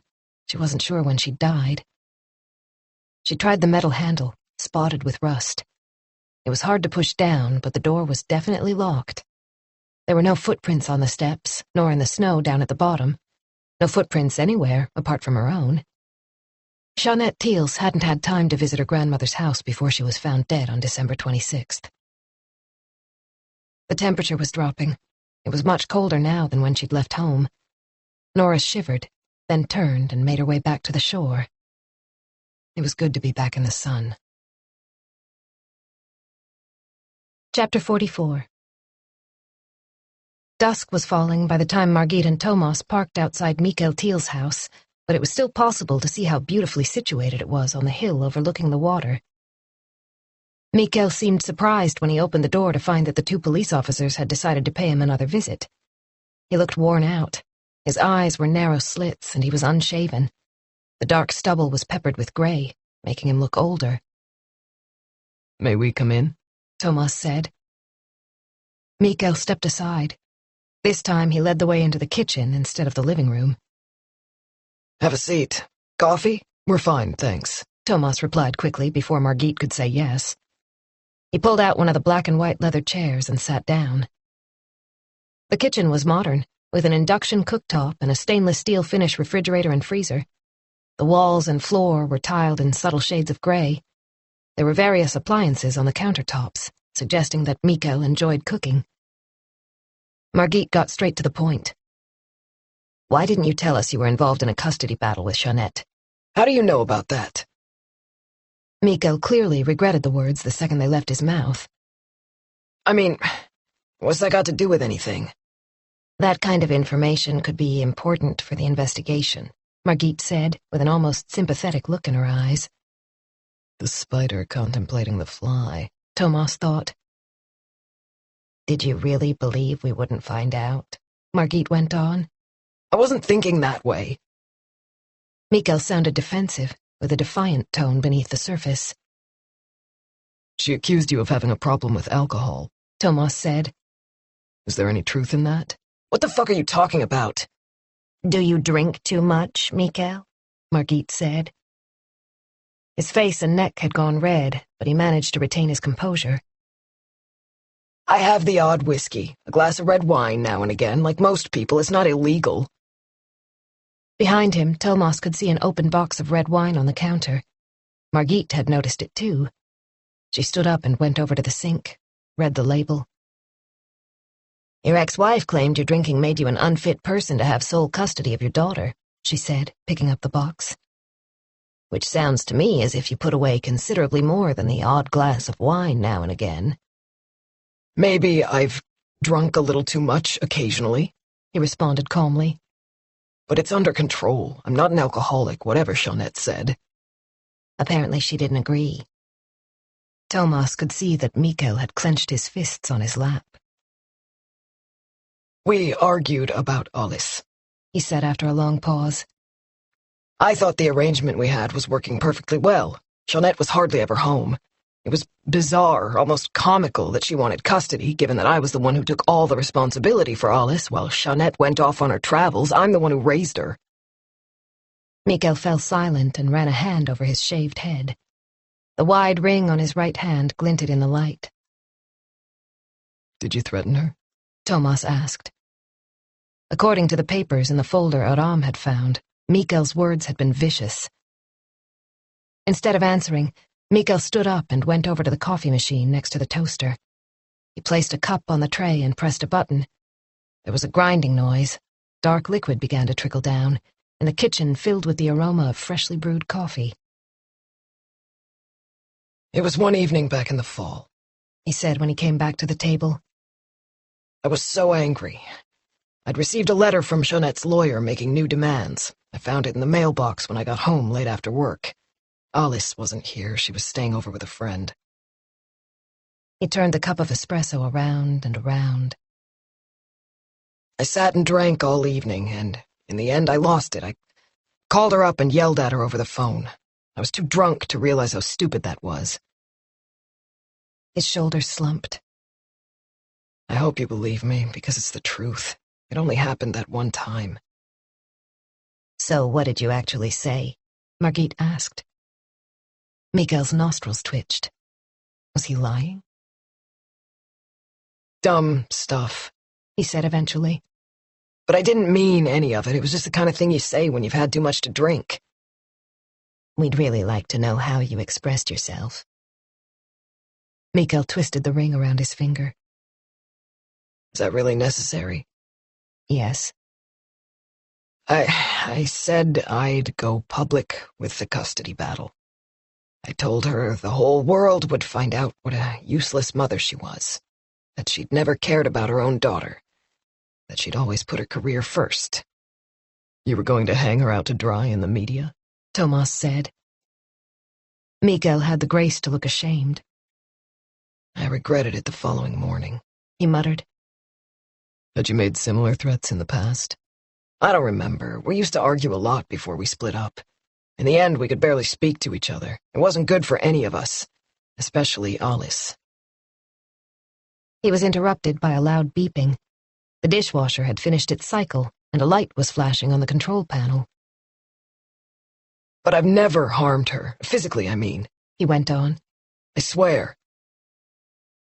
Tomas remembered what Aram had told him over the phone.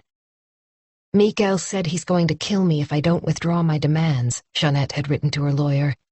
He said I'd better watch my back. Mikael placed his elbows on the table and covered his face with his hands for a moment. I don't understand why she started all this. Things had been working perfectly well. Would it have been so bad to go along with what she wanted? Margit said. Mikael looked away. You could have accepted joint custody of Alice, and surely she's old enough for you to take her views into account. Jeanette didn't deserve to have custody, Mikael said harshly. What do you mean? Exactly what I said. Would you like to expand on that? No. Mikael got up and walked toward the door, placing his hand demonstratively on the handle. If there's nothing else, I assume we're done here. What was going on? Tomas stared at him standing in the doorway. A moment ago he'd been embarrassed, even ashamed at his behavior toward Jeanette. Now he was trying to throw them out. The anger had flared up as soon as they started discussing the custody battle. Tomas stood up and went over to Mikael. At 6'4", he was significantly taller. Mikael didn't move. I don't think you understand the seriousness of the situation, Tomas said. Your ex-wife was murdered. This is a homicide inquiry. That's not what you said last time. We couldn't be sure then, but we are now, Margit informed him. We have a number of questions, and we'd like you to answer them, but if you'd prefer, we can hold a formal interview at the station in Nacka instead. That's fine by us. Tomas pointed to the chair. Maybe you'd like to sit down again? After a brief hesitation, Mikael sighed and perched on the edge of the seat. The autopsy on Jeanette's body took place this morning, and the results show that she was poisoned, Margit explained. Mikael's face lost some of its color. Was that a fleeting expression of relief? Or regret? Tomas had the distinct feeling that he was still furious with the dead woman. But we also found out something else, Margit continued, as if she didn't want to give Mikael an opportunity to reflect on what she just told him. Jeanette was very sick. Cancer. She probably had no more than a year or two to live. Why didn't you tell me that right away? Mikael exclaimed. Would it have made a difference? Of course. In what way? Margit said. The kitchen fell silent. From outside came the sound of a car driving along the street, skidding on the slippery surface, the engine revving until the wheels regained their grip. I have nothing more to say, Mikael mumbled. Oh, yes, you have, Tomas thought. What happened when you and Jeanette decided to use your only child as a stick to beat each other with? You were in love once upon a time. Now you're virtually spitting out her name. He couldn't imagine such vitriol between himself and Pernilla, particularly not because of Eowyn. But what did he know? Custody battles could provoke bald-faced lies and desperate measures from the most balanced members of society. How far is a person prepared to go in order to keep a child? Where were you between 6 p.m. on December 23rd and midnight on Christmas Eve? Tomas asked. Are you asking if I have an alibi? Mikael's jaws were working. Are you crazy? Please answer the question, Margit said. I'm sorry if you're offended, but we need to know. I was at home with Alice.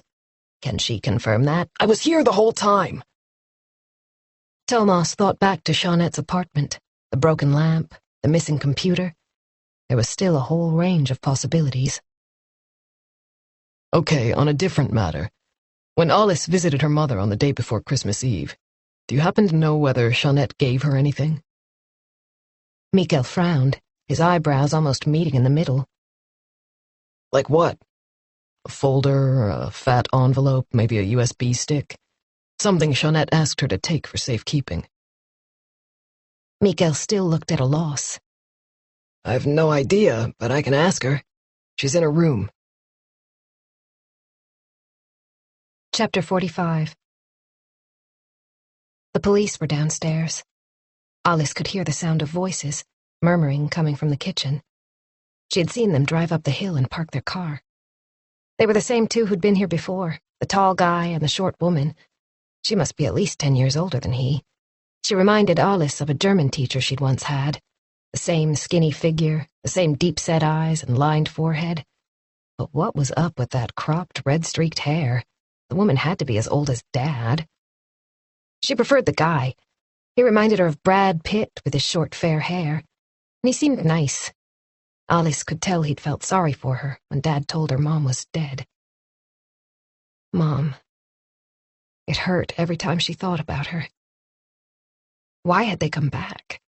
It must have something to do with Mom, something serious they hadn't mentioned before. She knew it. She began to feel a heavy weight on her chest. She buried her face in Sushi's velvety fur, but the cat jumped down and hid under the bed. Alice bit her lip, forcing herself to stare at a fixed point on the wall until she could breathe again. Then she sat up and grabbed her phone. That first text stared back at her. She'd read it over and over again.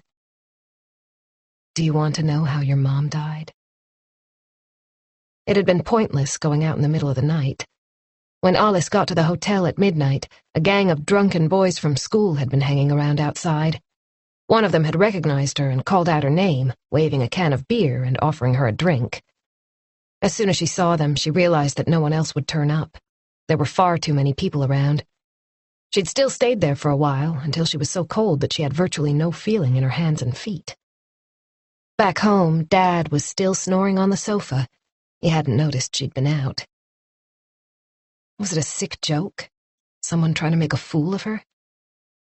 But no one knew her mom was dead. Alice hadn't told anyone, not even her best friend, Matilda. And no one knew what Mom had given her before Christmas. She chewed her thumbnail while she was thinking. The black nail polish was more or less gone by now. There was a knock on the door. She turned to face the wall and hid her face in the pillow. Alice? Dad's voice. Go away. He opened the door. How are you feeling, sweetheart? He came into the room and gently touched her shoulder. Alice lay there motionless, as if she wasn't aware of his presence. Alice, can you sit up, please? The police are downstairs and they'd like to speak to you. Alice didn't move. Dad tried again. They want to ask you a couple of questions. About Mom. We have to help them. What did he mean by that? Why? She said quietly, lifting her head a fraction. Dad didn't seem to know what to say at first. They're wondering whether Mom gave you anything when you saw her on the day before Christmas Eve. A document, maybe, or a folder. Alice tried not to give a start. Her head was spinning. How could the police possibly know about that? If she told them about the envelope containing the USB stick, they'd take it from her, and she would never find out how Mom died. "Leave me alone," she mumbled. "I don't want to talk to them." Did Mom give you anything? She shook her head without looking at him. "Just leave me alone." Chapter 46. Mikael Thiels went back downstairs to the kitchen, where Thomas and Margit were waiting. I'm sorry, but Alice refuses to come down. Does she realize how important it is for us to speak to her? Margit made a small movement, as if she was about to go up and confront Alice herself. She doesn't want to know, Mikael said. She won't talk to me either. He sat down next to Thomas. She's still too upset about Jeanette. You won't get anything out of her at the moment. We can't force a 13-year-old to answer our questions, Thomas thought. But she doesn't understand the seriousness of the situation. Did you ask if her mom gave her anything the last time they saw each other? I did, but she just shook her head.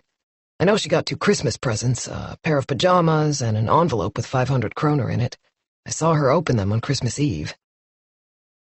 Thomas exchanged a glance with Margit. Just one more thing before we leave, he said. We can't find Jeanette's computer, and it looks as if someone searched her apartment. Do you have any idea what she was working on? Mikael looked blank. She would never have told me that. We think she was involved in an investigation of some kind, presumably with the aim of writing a piece that wouldn't have gone over well with some people, Thomas explained. There could be a connection with her death. For the first time since they arrived, he saw a flash of anxiety in Mikael's eyes. Was he worried about what had happened to Jeanette, or about himself? The sun was beginning to go down. The sky had already turned red. Thomas gazed at Mikael Thiels in the fading light. He had a strong feeling they'd missed something. What had Saxon said about the paternoster beans? They bore a close resemblance to coffee beans. The coffee machine on the countertop. It would be the easiest thing in the world to pour something else into the opening. Chapter 47. Thomas fastened his seatbelt. The digital clock on the dashboard informed him that it was 2:20. At that moment, his cell phone rang. Karin Eek. Hi, Thomas. A nurse from St. Göran's Hospital called and left a message. She has a patient who's desperate to talk to the police about Jeanette Thiels. His name is Bertil Ahlgren. Thomas searched his memory, but the name didn't ring any bells. Bertil Ahlgren, who is he? The neighbor, Margit reminded him from the passenger seat. The guy who collapsed outside his front door. Oh, yes, of course. What did he want? I've no idea, Karin said. All I know is that he wants to talk to the police. Thomas made a decision. We can go over there right away. We've just finished interviewing Mikael Thiels. It took them just over 40 minutes to drive to Stadshagen, where St. Göran's was located at the top of a hill. When they walked into the building, they were met by a sign bearing the name of the venture capital company that ran the hospital these days. Thomas lingered by the entrance toward 62, while Margit found out the number of Bertil Ahlgren's room. He looked around the yellow-painted corridors with worn linoleum on the floor. There was no sign of any nursing staff, but an elderly lady was sitting in the day room watching TV, her walker by her side. That familiar smell pervaded the air, an indefinable mixture of detergent and sick people. Thomas shuddered. He hated that smell. It always took him back to his own stay in the hospital a few years earlier. He had fallen through the ice just outside Sandhamn one dark night and had suffered a heart attack. 2 toes had been affected by frostbite and had had to be amputated. It had taken weeks before he could even bring himself to look at the foot, and during the depression that followed, he had doubted whether he would ever be capable of working as a police officer again. Thomas would have liked nothing better than to walk away right now, but he turned and saw Margit heading toward him with a nurse. Pain stabbed through the toes that were no longer there, and he forced himself to focus on his colleague. He's in room 4, she said, not noticing his discomfort. But he's probably sleeping. He regained consciousness earlier today, the nurse added. She was in her 50s, her short brown hair streaked with gray. According to her badge, she was a registered nurse by the name of Tina. Bertil suffered a concussion, she explained. He's also broken his hip. We can go and see if he's awake, but if not, you'll have to come back tomorrow. I'm sure he'll be more alert by then. The first couple of days are always the worst. She led the way to the room at the end of the corridor. Tomas followed her slowly, breathing through his mouth to try and avoid the smell. Tina went over to the bed and gently touched Bertil's shoulder. Bertil, are you awake? You've got visitors. No response. Bertil was lying on his back with his mouth half open. He was hooked up to an IV, and his fingers were slightly swollen beneath white gauze. The thin plastic tube attached to his hand moved in time with his breathing. Bertil, Tina tried again. There are 2 police officers here to see you. Do you know why he was so eager to speak to us? Margit asked. Tina shook her head. Sorry, I've been off the last few days. I came on duty at 2 o'clock this afternoon. So, who contacted the police? I've no idea, but I can check. It must have been someone who was on this morning. There's bound to be a note. The light in the room shifted as the sun slipped behind a cloud. The old man's face had a sickly pallor against the pillow. How old is he? Tomas asked. He thought about his own parents. He'd hardly seen them during the fall. There was never enough time. His father would turn 74 soon, his mother 73. If they didn't have the summer cottage on Hara, he would never see them, even though they lived in the same city. 86. The nurse leaned forward and patted Bertil's hand, the one without the cannula in it. He's a widower, and he still lives in his own home, with help, of course. Otherwise it wouldn't be possible. A little sigh. It's not easy getting old. Margit gave Tomas a little nudge. We'll have to come back. Could someone tell him we've been here? And maybe you could contact us tomorrow when he's awake? Chapter 48. On the desk in front of Aram lay a number of thick folders, neatly labeled. The material from Jeanette's apartment, anything that seemed worth taking a closer look at. One file was marked with a post-it note. New Sweden. There'd been quite a lot about that particular organization in Jeanette's study. When he read through her notes and articles, he was struck by how much worse New Sweden was than the other loudmouths who peddled their message of hate. The tensions in Swedish society are increasing all the time, he thought. In spite of the fact that more than 10% of the population had been born abroad or had parents who were born elsewhere, like him and Sonia. Learning to live in Sweden hadn't been easy. Aram remembered how incomprehensible the language had seemed at first.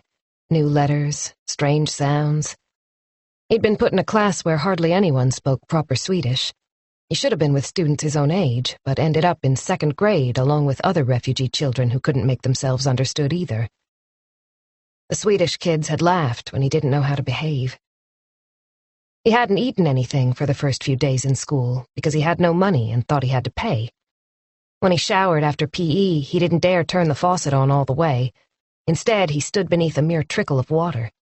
He had lived with a water shortage for as long as he could remember. What if it ran out here as well? The Swedish kids had laughed at that, too. As time went by, he learned to ignore the sniggering and the comments. Things improved when they moved to Norrköping, where many other Assyrians had already settled. He didn't stand out in the same way. At high school, he made Swedish friends, but every time he went home with someone, he was reminded that he was different. There was always a reaction, a blink, a smile that stiffened just a fraction. A marker. You're not like us. Aram shook his head and spread out the contents of the file so that he could go through it more carefully. He had already read the first article several times, but he couldn't help glancing at it just once more. The concept of tolerance has gotten out of hand. New Sweden's General Secretary Pauline Palmér tells Dagens Nyheter, commenting on yesterday's demonstration, "If we don't preserve our cultural identity, we'll all end up as Muslims. Sweden must slash immigration. From a purely ideological point of view, we cannot risk foreign religions taking over our Swedish traditions, particularly when they are built on a creed that lacks democratic values. It's time to face up to the truth. Our national heritage is in the process of being obliterated because of a flawed and misguided immigration policy. The fear of criticizing Islam in Sweden must not prevent us from speaking openly about what is going on. A fleeting smile crossed Aram's face. The largest immigrant groups in Sweden were Finnish Protestants and Christian Assyrians, and yet Muslims constituted the greatest danger, apparently. He put down the article and took a sip of coffee from the cup he'd fetched earlier. It had gone cold. He wrinkled his nose and put it aside. The door opened and Karin came in, carrying another folder. "Look what I've found," she said, looking pleased with herself. "It was in the pile you gave me, copies of the threatening letters Jeanette received. There are quite a lot, and many of them are anonymous, as you might expect." Well done. I thought they must be somewhere. Karin glanced down at the newspaper article on the desk. "She's the one from that racist organization." I don't think Pauline Palmer would agree with that description, Aram said. "She looks good, I have to give her that," Karin remarked, running a hand over her hair. Pauline Palmer's smiling face looked up at them from the press photo, her blonde hair in a flattering updo, pearl studs in her ears to match the double rope of pearls around her neck. Aram opened the folder Karin had given him and took out the first letter. "You fucking whore." It seems as if there were plenty of people who didn't like Jeanette's articles, he said, even before she turned her attention to New Sweden. Chapter 49. Nora had just opened the refrigerator to get a start on dinner when Simon came running in from the TV room with the phone in his hand. "Dad wants to talk to you." He gave her the phone and rushed back to the TV. Nora put down the Falu sausage. She was planning to make sausage stroganoff with spaghetti, one of the boys' favorites. "Hi, Henrik." Hi. How's it going out there in the archipelago? Henrik's familiar voice gave her a fluttering sensation in her chest. Suddenly she felt guilty. According to the weather forecast, you're in for a record cold spell, He went on. Let's hope those old tiled stoves don't give up the ghost, or you'll all freeze to death. "We're fine," she reassured him. "But it really is very cold." Nora turned to the window. A short distance away, she could see lights in one of the neighboring properties, the former slaughterhouse that had been converted into a spacious summer home. It was too dark to see the shore. I just wanted to say thank you, Henrik said. It was so good to spend Christmas with you and the boys.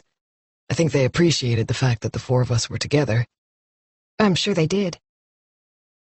Nora wondered where he was, whether he was standing in the kitchen of their old house in Soltjebaden. She had always liked that kitchen, and she still missed it, even though there was nothing wrong with the one in her new apartment in town. Marie had moved in as soon as Nora moved out, but these days Henrik was living there on his own. Are you staying on Sandhamn for the whole week? He asked. Yes. Well, I've got to go into work tomorrow. I have a meeting, but otherwise we'll be here for New Year's. Should she have mentioned that Jonas was coming over on Wednesday? No, Henrik didn't need to know that. Are you leaving the boys on their own when you go into work? Nora stiffened. Was he going to criticize her, as he used to do in the past? She had no desire to defend herself at this point. They'll be fine on their own for a few hours. They're getting pretty grown up now, you know. I didn't mean it like that. I was just thinking, if you like, I can come over first thing in the morning. Then they won't have to fend for themselves all day. I mean, it's going to take you a while to get over to the mainland and back, especially at this time of year when the boats don't run as often as they do in the summer. Nora felt stupid. Why was she still so suspicious? Aren't you working tomorrow? She said, making an effort to sound pleasant. I was supposed to be on call, but the rotation's been changed. It's absolutely no trouble for me to come over and spend a few hours with the boys. Of course, it would be better if Adam and Simon didn't have to be alone. Nora was planning to take the 8 o'clock ferry so she'd have plenty of time to prepare. Her meeting with Einar was at 3, so she'd be able to catch the last boat to Sandhamn at 6:20, which meant she wouldn't be home until around 7:30. If Henrik came, she wouldn't have to worry about leaving lunch or dinner for the boys. I'm coming back on the evening boat, she said. You could catch the return trip. If that's what you want. A quiet sigh. Come on, Nora. I'm only trying to help. How many times do I have to prove that? I know I behaved like an idiot when we were married, but I've had plenty of time to think things over, get a fresh perspective. There's so much I'd change if I could go back, believe me. This business with Marie... Henrik broke off. Once upon a time, I knew exactly how your mind worked, Nora thought. But right now, the words wouldn't come. I know I hurt you deeply when I got together with Marie, Henrik went on. And I really do regret that. The memories that came flooding into her mind were so powerful that Nora's heart started racing. She had to end this conversation. Okay, I'll see you tomorrow at the jetty, she said quickly. Mikael Thiels couldn't relax. He was sitting in his favorite armchair in the living room. He finished off the last of his wine, which tasted of earth and mulberries. The box was empty now, standing on the counter. He wanted nothing more than to get drunk. He would have been happy to fall asleep on the sofa, even if it meant waking up in the middle of the night with crumpled clothes and a mouth full of cotton wool. At least he would have had a few hours' sleep and escaped from reality for a little while. But the booze refused to work this evening. He couldn't settle down. His mind kept racing no matter what he did. Should he open another box? He stared at his empty glass, knowing that he'd already consumed more than enough. It was almost midnight, but his brain wouldn't switch off. The television was on, but he had no idea what the program might be. He pressed a button on the remote, and the picture disappeared. It was a relief to put an end to the background murmur, the voices and faces conveying nothing to him. He got up, went over to the big window, and gazed out toward the water. He could hear the wind whistling around the house, the tops of the trees rustling and creaking. Wearily, he rested his forehead on the cool glass. His breath formed a patch of condensation, a faint, misty circle that soon vanished. In the distance, he could just make out the lights of a car ferry setting off from Vaxholm. He followed it with his eyes. There was just one car parked on the foredeck, its paint job glinting. No doubt Alice was asleep by now, which had to be a good thing. It was obvious that she had no intention of allowing him to console her. Right now, he didn't know how to reach her, how to bridge the gulf that had opened up between them. Every attempt at communication foundered. Whatever he said sounded unnatural. But he realized she was grieving, of course. Jeanette, he said quietly, picturing her there in front of him. Always restless, her hands constantly busy with something. Once he had loved her beyond all reason. Loved her strength and commitment, the fact that she never gave up, refused to compromise. But she had let him down. Mikael's mouth narrowed to a thin line at the thought. Just as she had let down their daughter. When he held Alice in his arms for the first time, he had made a promise. No one will ever hurt you, he had whispered in her ear. He went back to the sofa and picked up his laptop in order to check the news. Then he remembered the USB stick Pietra had given him before Christmas. It had been in one of the side ports, but wasn't there now. He looked around, ran his hand over the rug. It contained lots of uploaded photographs from a weekend they'd spent in London when Alice had stayed with Jeanette for once. Maybe it had fallen out when he put the computer away last night. It had been late. He'd sat here in the gloom, gazing out of the window. He'd drunk too much wine, just like tonight. He searched through the pile of newspapers without success. Alice must have borrowed it without telling him. It didn't really matter.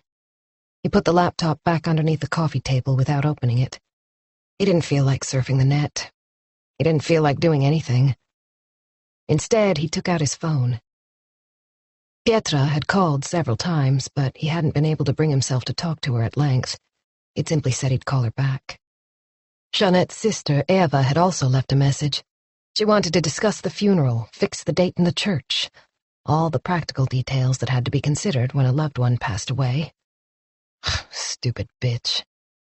The very thought of his ex-sister-in-law made Mikael feel weary. He had always found her deeply uninteresting with her anxious personality. She was nothing like her vibrant, energetic sister. Jeanette, he murmured again. The last embers of the fire in the old tiled stove crackled. There was no point in putting more wood on at this hour. Mikko closed his eyes, felt the angst demanding his attention, the invisible spirit by his side. After a while, he opened his eyes and stared out across the water once more. The snowflakes were whirling outside. The wind must have changed direction. It felt as if it was blowing straight into the living room. Abruptly, he leaped to his feet and went into the kitchen. He took out a bottle of vodka, poured himself a glass, and knocked it straight back. It was only a matter of time before the police found out what he'd done on Christmas Eve. He wouldn't be able to keep Alice away from them forever. Chapter 50. Bertil Olgren was lying on his back with only the nightlight lit. It spread a faint glow. The rest of the room was in darkness. He could tell that his breathing was uneven, with short, panting breaths. It was as if it was getting caught somewhere around his ribs. The equipment behind him made a low humming sound. The white sheet was drawn up to his waist, one arm resting on his stomach. What time was it? It must be almost midnight. It had been quite a while since someone had been in to check on him. He couldn't be sure, though. He was as confused as a child, with no concept of time or space. During the day, he had been awake occasionally, but he had no idea for how long. Tiredness kept overwhelming him. I haven't got the strength to do anything, he had thought. Then, when he opened his eyes again, he realized he must have dropped off for a while. Later on, he'd managed to sit up for a few minutes and drink a glass of water. I just hope I can go back home, he said to himself for the 100th time. His breathing became even more erratic as the memories came flooding in of the person who had broken into Jeanette's apartment and attacked him. It had all happened so fast. 1 minute he'd been standing outside her door, trying to see in through the narrow gap. Then came the blow that knocked him down, the pain as his hip broke when it hit the stone floor. The nurse had told him the police had come to see him earlier on, but he'd been asleep and she'd thought it best not to wake him. They'll be back tomorrow, she had reassured him when he asked her to call them right away. The eyes. He remembered the hard eyes that met his as the door flew open. Does Jeanette know about the break-in? He'd asked. Jeanette Thiel's my neighbor. Or is she still away? The nurse had looked at him with a sympathetic expression. She's dead, Bertil. What? It was on the news. She was found a few days ago on an island in the archipelago. They think she was murdered. Bertil had been lost for words. The nurse had adjusted his covers and encouraged him to drink a little more. I think you should rest now. I can see it's upset you. Bertil hadn't managed to ask any questions before she disappeared. He closed his eyes. He was exhausted. It was hard to believe that Jeanette was dead. Murdered. It was all too much. Could the break-in be connected to her death in some way? The thought made him open his eyes. He had to speak to the police tomorrow, give them a description of his attacker so they could investigate. How would Anna-Marie take it? She might not even know that Jeanette was dead. They were very close, even though they argued occasionally, as neighbors do. He remembered how they had clashed at the last meeting of the Residents' Association. Anna-Marie was determined to build a balcony above Jeanette's living room. Oh well, he thought. She'll have to deal with the new owners when the apartment is sold. Bertil turned his head. A strip of light from the corridor suddenly appeared, then vanished. Had someone opened the door?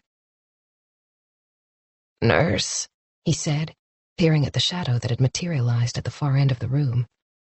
He fumbled for his glasses on the bedside table, but his hands found nothing but air. Nurse? His voice sounded rough and hoarse, unused. He didn't recognize it. He tried to sit up, but he was still too weak. Could I have some water? He said to the nurse. I'm thirsty. Why didn't she answer? He narrowed his eyes so that he could see better, but everything was blurred. The silent figure was coming closer. Why didn't she say something? She seemed to be dressed in darker clothes than the usual white uniform the other nurses wore. Was she off duty? She, or was it a he, also had a cap pulled down over her or his forehead above a pair of dark glasses. Sunglasses at night. What was going on? The nurse leaned forward and pulled out one of the pillows from beneath Bertel's head. She was looming over him now. What are you doing? Bertel croaked, groping for the call button. The unknown person disappeared from his field of vision. All he could see was the white pillow, far too close. Firm pressure on his nose and mouth. He couldn't breathe. His lungs screamed with pain as he tried to struggle. He scratched feebly at two strong arms, to no avail.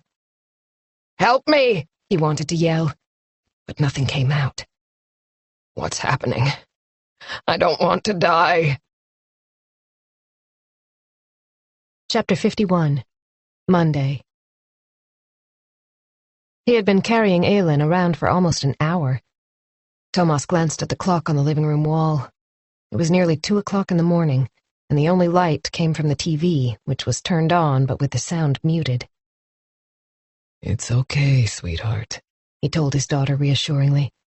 She was panting with fury, but at least she'd stopped yelling and was whimpering instead, which usually meant she would fall asleep before too long. He hoped so. She was teething, hence the broken nights. Do you want some more? He put the teat of the bottle in her mouth, and she gave a little suck before snatching her head away. I guess not, Tomas murmured, transferring her to the other arm. He felt her diaper. It was dry, so that wasn't the problem. Shall we go and sit down for a while? He whispered, heading for the armchair. Were her eyes growing heavy, or just his own?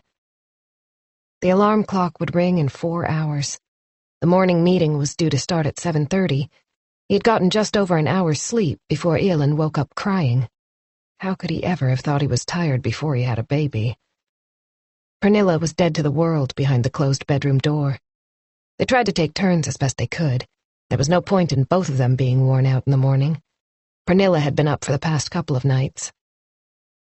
As he rocked his daughter gently, his thoughts turned to the visit to Mikael Thiels.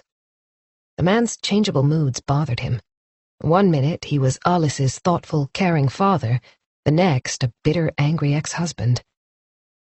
There had been no mistaking the fury on Mikael's face when the question of the custody battle came up, and it was obvious that he'd had to use every ounce of self-control to keep it in check. And yet he had refused to say anything more about the dispute, however hard Tomas and Margit pushed him. Had he been angry enough to want to harm his ex-wife? Aylin whimpered quietly in his arms. She had dropped off at last. However, Tomas stayed where he was.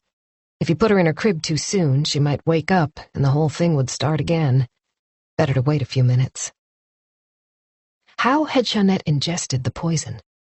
Both Mikael and Anna-Marie Hansen, Jeanette's neighbor, had a coffee machine in their kitchen. Was it possible that one of them had mixed the crushed paternoster beans with her coffee? It seemed unlikely, but he couldn't quite let go of the idea. Jeanette must have been duped into consuming the beans somehow, possibly because they'd been ground up, but not very thoroughly, given that Saxon had found traces in her gut. There had been 2 empty coffee cups on the table in Jeanette's kitchen.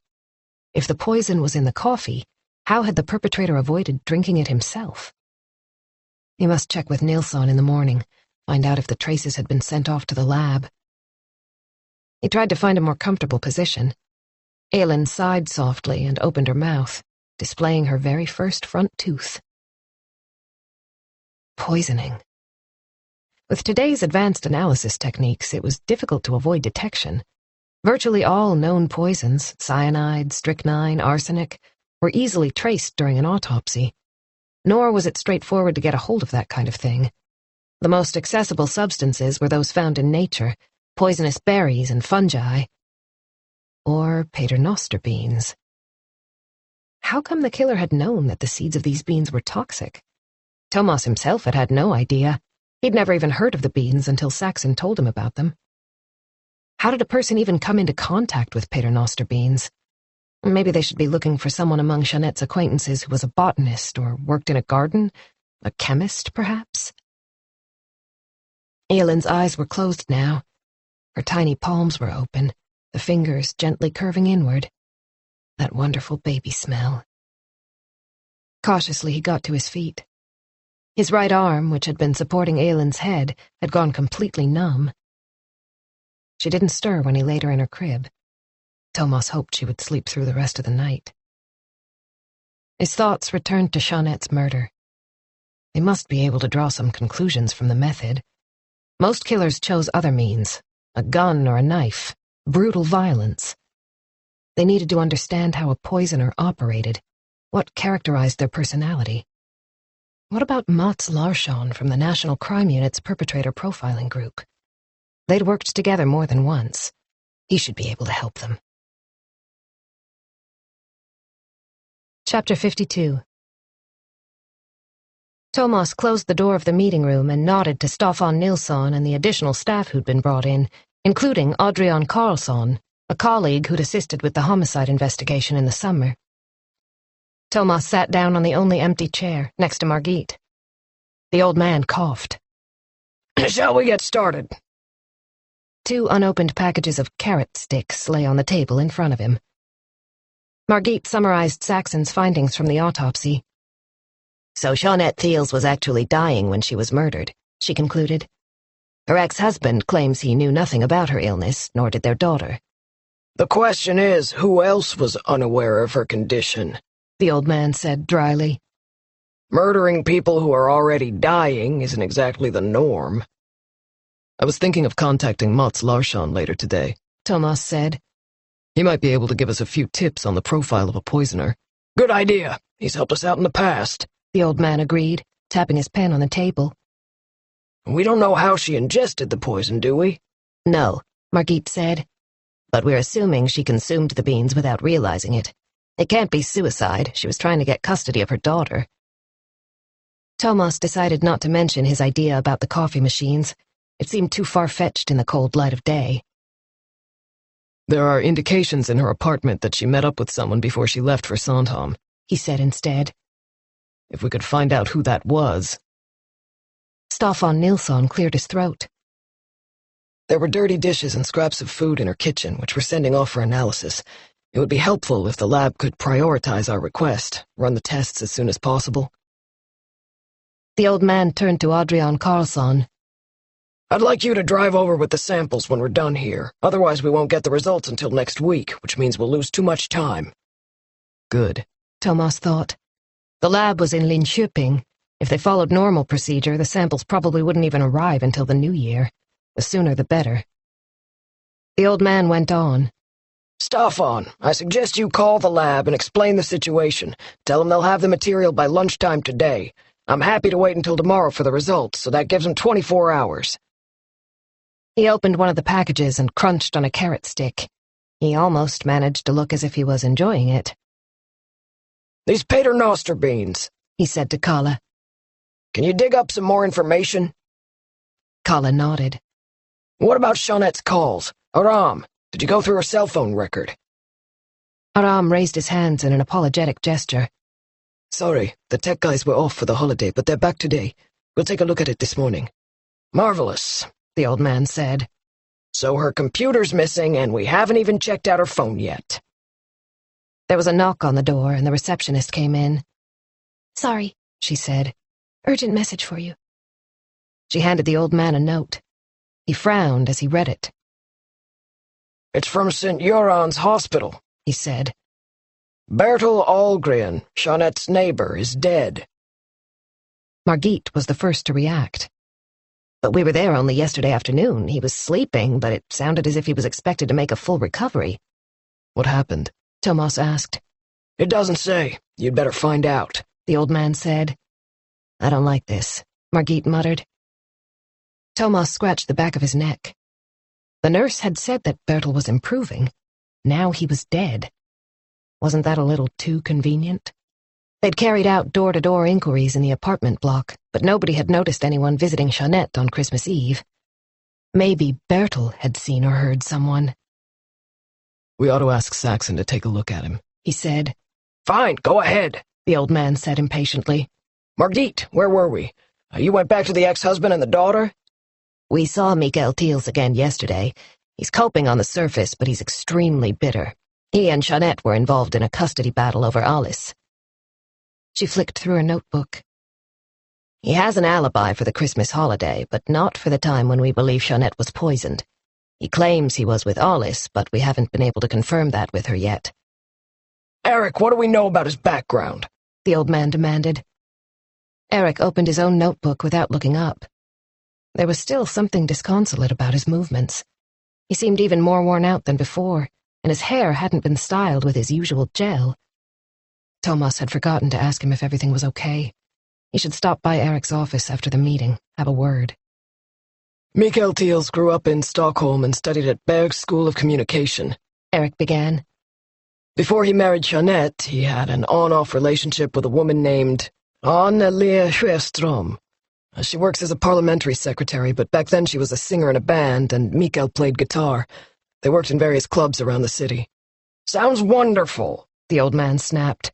But didn't you come up with any dirt? There's usually something. I ran a records check, and it turns out he was arrested for assault. And he's telling us this now? Tomas thought. He and Margit should have been armed with this information when they went over to Vaxholm to interview Mikael Teals. Yet another sign that Eric wasn't himself. What did he do? Tomas asked. It's an old conviction. He got into a fight in a bar when the band was playing. The other guy wound up with a black eye and a broken rib. Teals was fined and given a supervision order because it was his first offense. How old was he? Let's see. Eric searched through his notes. 31. So on one occasion, Mikael had been angry enough to attack another person, and the injuries he inflicted had landed him in court. But that was over 20 years ago. A lifetime. Anything else? Margit said. Not really. A couple of speeding tickets. He lost his license for a few months 8 years ago. He was doing 80 in a 50 zone. That's all. The old man looked straight at Tomas and Margit. You've met the guy twice. Should we be looking at him as a suspect? It's too early to say, but it's also too early to rule him out, Margit said. Tomas took a deep breath. We've got 2 lines of inquiry, he said. Apart from the custody battle, we know that Jeanette's apartment was searched. Her computer is missing. If she was working on an investigative piece, maybe she got too close. Too close to what? The old man said. If I knew the answer to that, I would have said so, Tomas thought irritably. He realized the lack of sleep was making its presence felt. He restricted himself to a simple, I don't know. The old man turned back to Margit. Did you get a hold of the newspaper editor Jeanette worked for? Tomas knew what she was going to say. She'd given him a quick summary of the conversation in the car on the way in. Yes, I spoke to Shirley Carlbom. He called me back last night, but apparently Jeanette wasn't doing anything for the paper this fall. Was he sure? Absolutely. She hasn't written anything for them since the summer. Her last article came out in June, before midsummer. According to both her ex-husband and her neighbor, she was traveling all through the fall, working on an investigation, Tomas said. She even missed her daughter's birthday. It didn't make sense. Morocco, Bosnia. The passport they'd found in her apartment also showed that she'd been in Afghanistan. Not exactly vacation destinations, and probably not ideal for someone with serious health problems. So what the hell was she doing? The old man said. Surely it wasn't some kind of extended break. Margit ignored his comment and went on. I asked Carlbom if Jeanette could have been working on a major project for another paper, but he didn't think so, because she's been contracted to his paper for the last few years. However, she told him in August that she was intending to take the autumn off. She wouldn't be accepting any new assignments until after Christmas at the earliest. She didn't tell him what she was going to do instead? Karin asked. No. Carlbom said she was very evasive. She wouldn't give him a straight answer, but he did get the impression that she had a definite plan, a project of her own. She wasn't just taking a break. So what the hell was she doing? The old man was running out of patience. I also asked about threats against Jeanette, Margit continued. It seems they increased significantly last year after she wrote a series of major articles about refugees in Sweden. The paper received a large number of unpleasant letters and emails. Most were addressed to the editor, and the paper's head of security contacted the city police, so the report was registered under his name rather than Jeanette's. She had a confidential telephone number and address, but apparently she did receive some letters at home. Unfortunately, it's not that difficult to find out where someone lives. I've got them here, Aram said, pointing to a pile of papers. Karin found them. They don't make for pleasant reading. They cover just about every permutation of physical violence, including rape. Did anyone follow up on the report? Kala asked. There wasn't much they could do, Margit said. It was impossible to trace the senders. No fingerprints. Some were made up of cut-out letters, the usual. What about the emails? You know what it's like. It's not enough to track down the IP addresses. You have to be able to prove who was actually sitting at the computer. They've promised to forward the messages that were sent to the paper, but I don't know how long that will take. According to the editor, it didn't seem to bother Jeanette. She had a thick skin and didn't scare easily. Okay, the old man said with a sigh. How about her personal emails? Margit didn't look happy. Unfortunately, she was freelance. She used her own computer and had a private Hotmail address based in the US. Trying to get anything from them is just hopeless. It would be a different matter if she'd used Talia, then we'd be able to go right in and read everything. The old man shook his head. Not good enough. Aram, since you've already got the letters, take over, see if you can get anywhere. Threaten them with the Ministry of Foreign Affairs if necessary. He turned back to Eric. Did you manage to contact the hotel guests? We've spoken to some of them, and we'll keep at it today. It's going to take a while to track everyone down. I thought I'd go over to Sandhamn when we're done here, Kala said. Talk to the staff at the Sailors' Hotel. Good idea. Anything else before we finish? Aram held up a folder and passed an identical one to Tomas. This is material about New Sweden that was found in Jeanette's study. You've been busy, Margit commented. Did you stay here all night? Aram shrugged. I'm home alone right now. Anyway, it looks as if Jeanette did a great deal of research linked to New Sweden. In fact, I got the impression she'd been following the organization for quite some time. He pointed to various newspaper articles and clippings, some of them yellowed with age. The oldest articles are from several years ago. She was definitely interested in their activities. She hadn't collected this much documentation on any other topic. Believe me, I've plowed through everything. But you didn't find an explanation? The old man said. No. She was a war correspondent, Kala said. So why would she suddenly want to write about a lobbying group? I've no idea, but something seems to have captured her attention. Shouldn't we be focusing on other leads first? Kala insisted. Aram fingered the folder. What do you think, Tomas? My feeling is that we should take a closer look at Jeanette's interest in New Sweden. Tomas remembered what Aram had said about his childhood, his parents' fear of the movement spreading anti-immigrant propaganda. It might be worth investigating, he said, opening his copy of the folder and noticing how many clippings there were. Could Aram have a point? Bearing in mind the threats Jeanette received, I imagine some supporters of New Sweden are more than capable of writing letters like that. Those kinds of people rarely put their threats into practice, Kala said. Aram was waiting for the boss's verdict. The old man scratched his chin. Okay, check it out, but take it easy. I don't want to hear any crap about police harassment of political organizations. They'd be very quick to make a formal complaint. He glanced in Aram's direction. I think it's best if Tomas and Margit contact them. Chapter 53.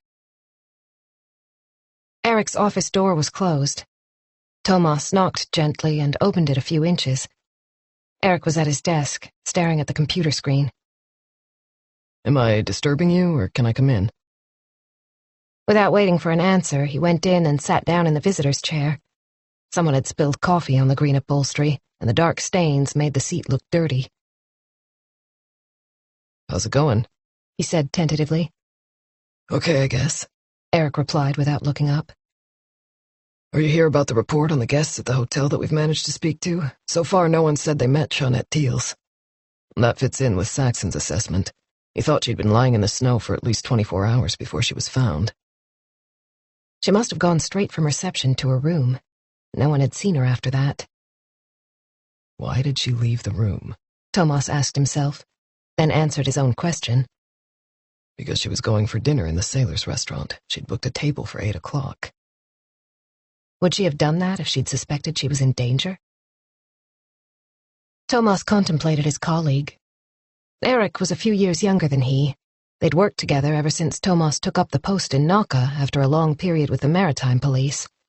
He had applied for a transfer only when Pernilla became pregnant with Emily after many attempts.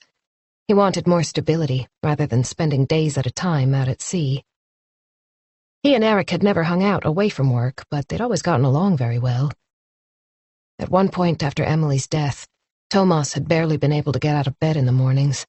The idea of seeing his colleagues in a social context was out of the question, but Eric had always reached out, asked if he wanted to join the rest of them for a beer.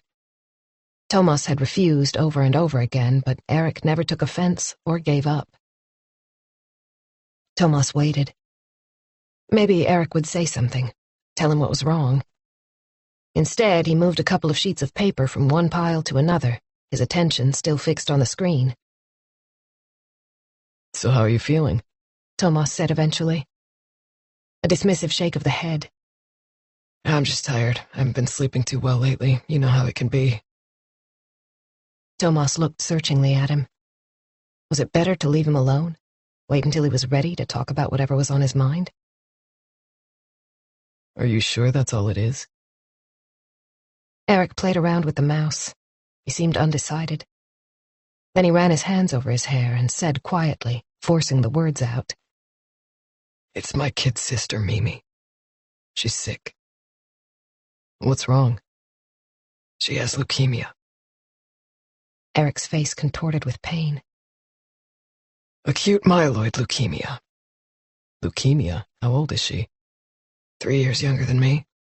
It just seems unreal. How long have you known about this? She was diagnosed in November, although she's not been feeling too well for quite a while. She was nauseous, she was running a temperature, and she kept on getting nosebleeds. But she was lucky.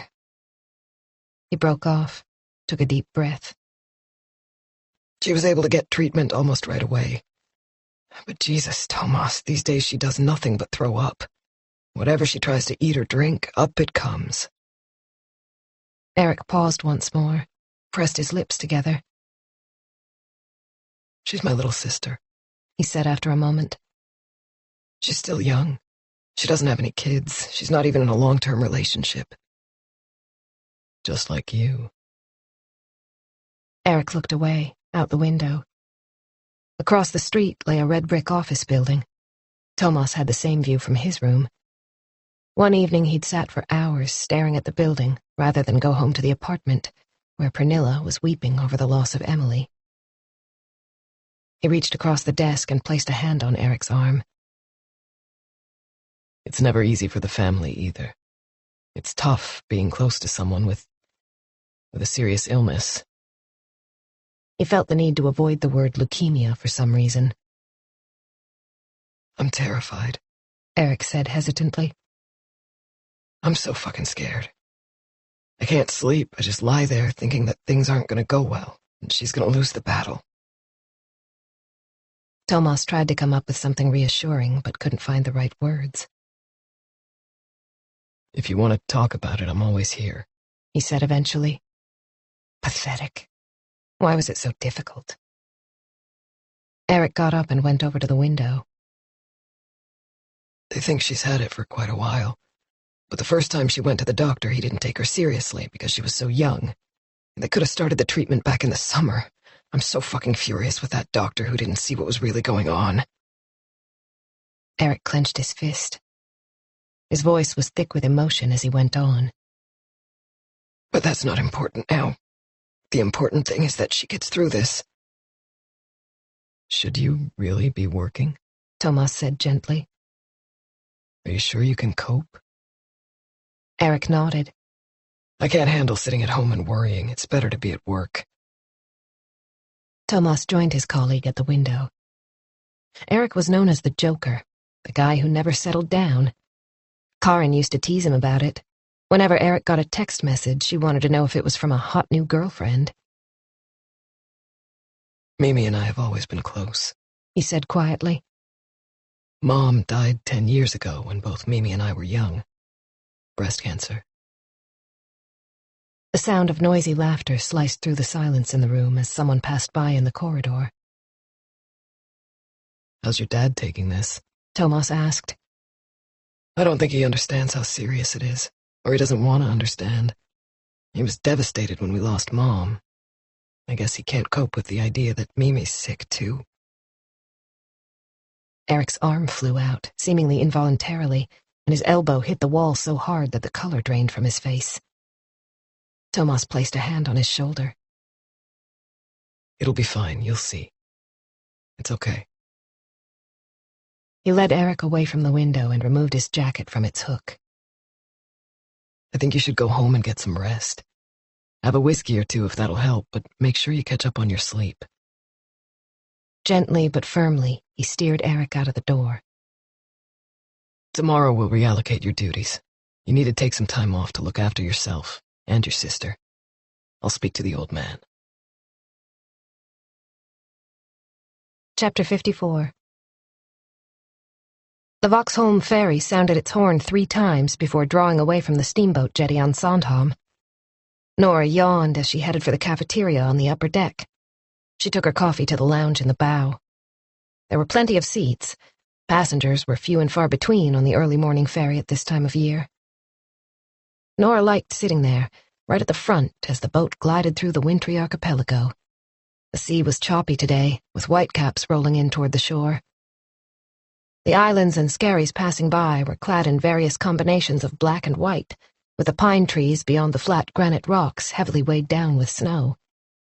As the boat split the surface of the water, the foam turned gray, the thick cloud cover above reflected in the waves. How was she going to explain the situation to Einar when she got to the office? Since his appointment as chief legal advisor to the bank, Einar Lindgren had spent 3 days a week in Stockholm and 2 in Helsinki, where his family still lived. Nora had never met his wife, but had seen her photograph on his desk. She looked around 35, 15 years younger than Einar, who for his part looked much younger than he was. In the picture, she was holding a 3-year-old boy by the hand. He had the same white blonde hair as his mother. Oh, she's beautiful, Nora had thought the first time she saw the framed photo. Arranging a meeting with Einar had been straightforward. He had texted to say that he would be in Sweden on Monday and Tuesday and would be happy to set aside an hour for her in the afternoon. Nora hadn't told him exactly why she wanted to see him, just that it was urgent and confidential, and that it concerned Project Phoenix. What would be the best way to start? Should she say something about how difficult it was to work with Jukka Heinonen? She saw the project leader in her mind, those sharp eyes above the cheeks marked with a network of blood vessels, the chin sagging with a combination of age and obesity.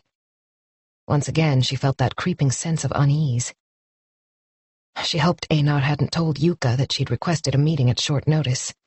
It wouldn't be much of a challenge for Jukka to figure out why. She thought about how the atmosphere at the bank's head office had changed since the merger.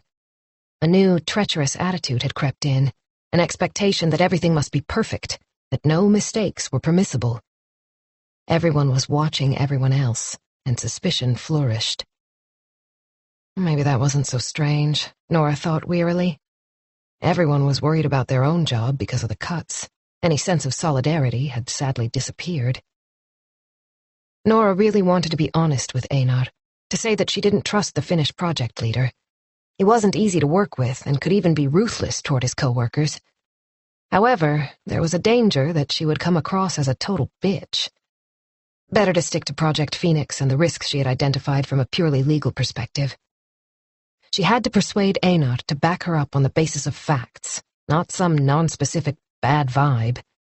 Feeling uneasy was a poor argument, and pointing to the difficulties of working with Heinonen was even less convincing. He mustn't get the wrong impression of her, otherwise her position would be untenable. She was beginning to warm up. She took off her jacket and laid it on the sofa beside her. If only Jonas had been in Sweden. She could have talked the whole thing through with him, gotten his perspective on the issues involved. His support would have given her confidence today. With Jonas, she had found a sense of calm that had been missing for the past few years, both before and after the divorce. When she found out that Henrik was having an affair with Marie, She had felt utterly worthless. But that was no longer the case. Her damaged self-esteem had begun to heal. Nora looked at her watch. It was the middle of the night in New York. She couldn't disturb Jonas at this hour. She had to get through this on her own. What do I do if Einar doesn't believe me, or decides to remove me from the project? She had never wanted to get mixed up in a power struggle with someone like Jukka Heinonen. She just wanted to do a good job. She wasn't the kind to trample over dead bodies in order to advance her career. The ferry was approaching Styrsvik, directly opposite Stafsnes. In 5 minutes, it would be time to disembark. The plan was to stop by the apartment in Saltsjöbaden to change into her office clothes.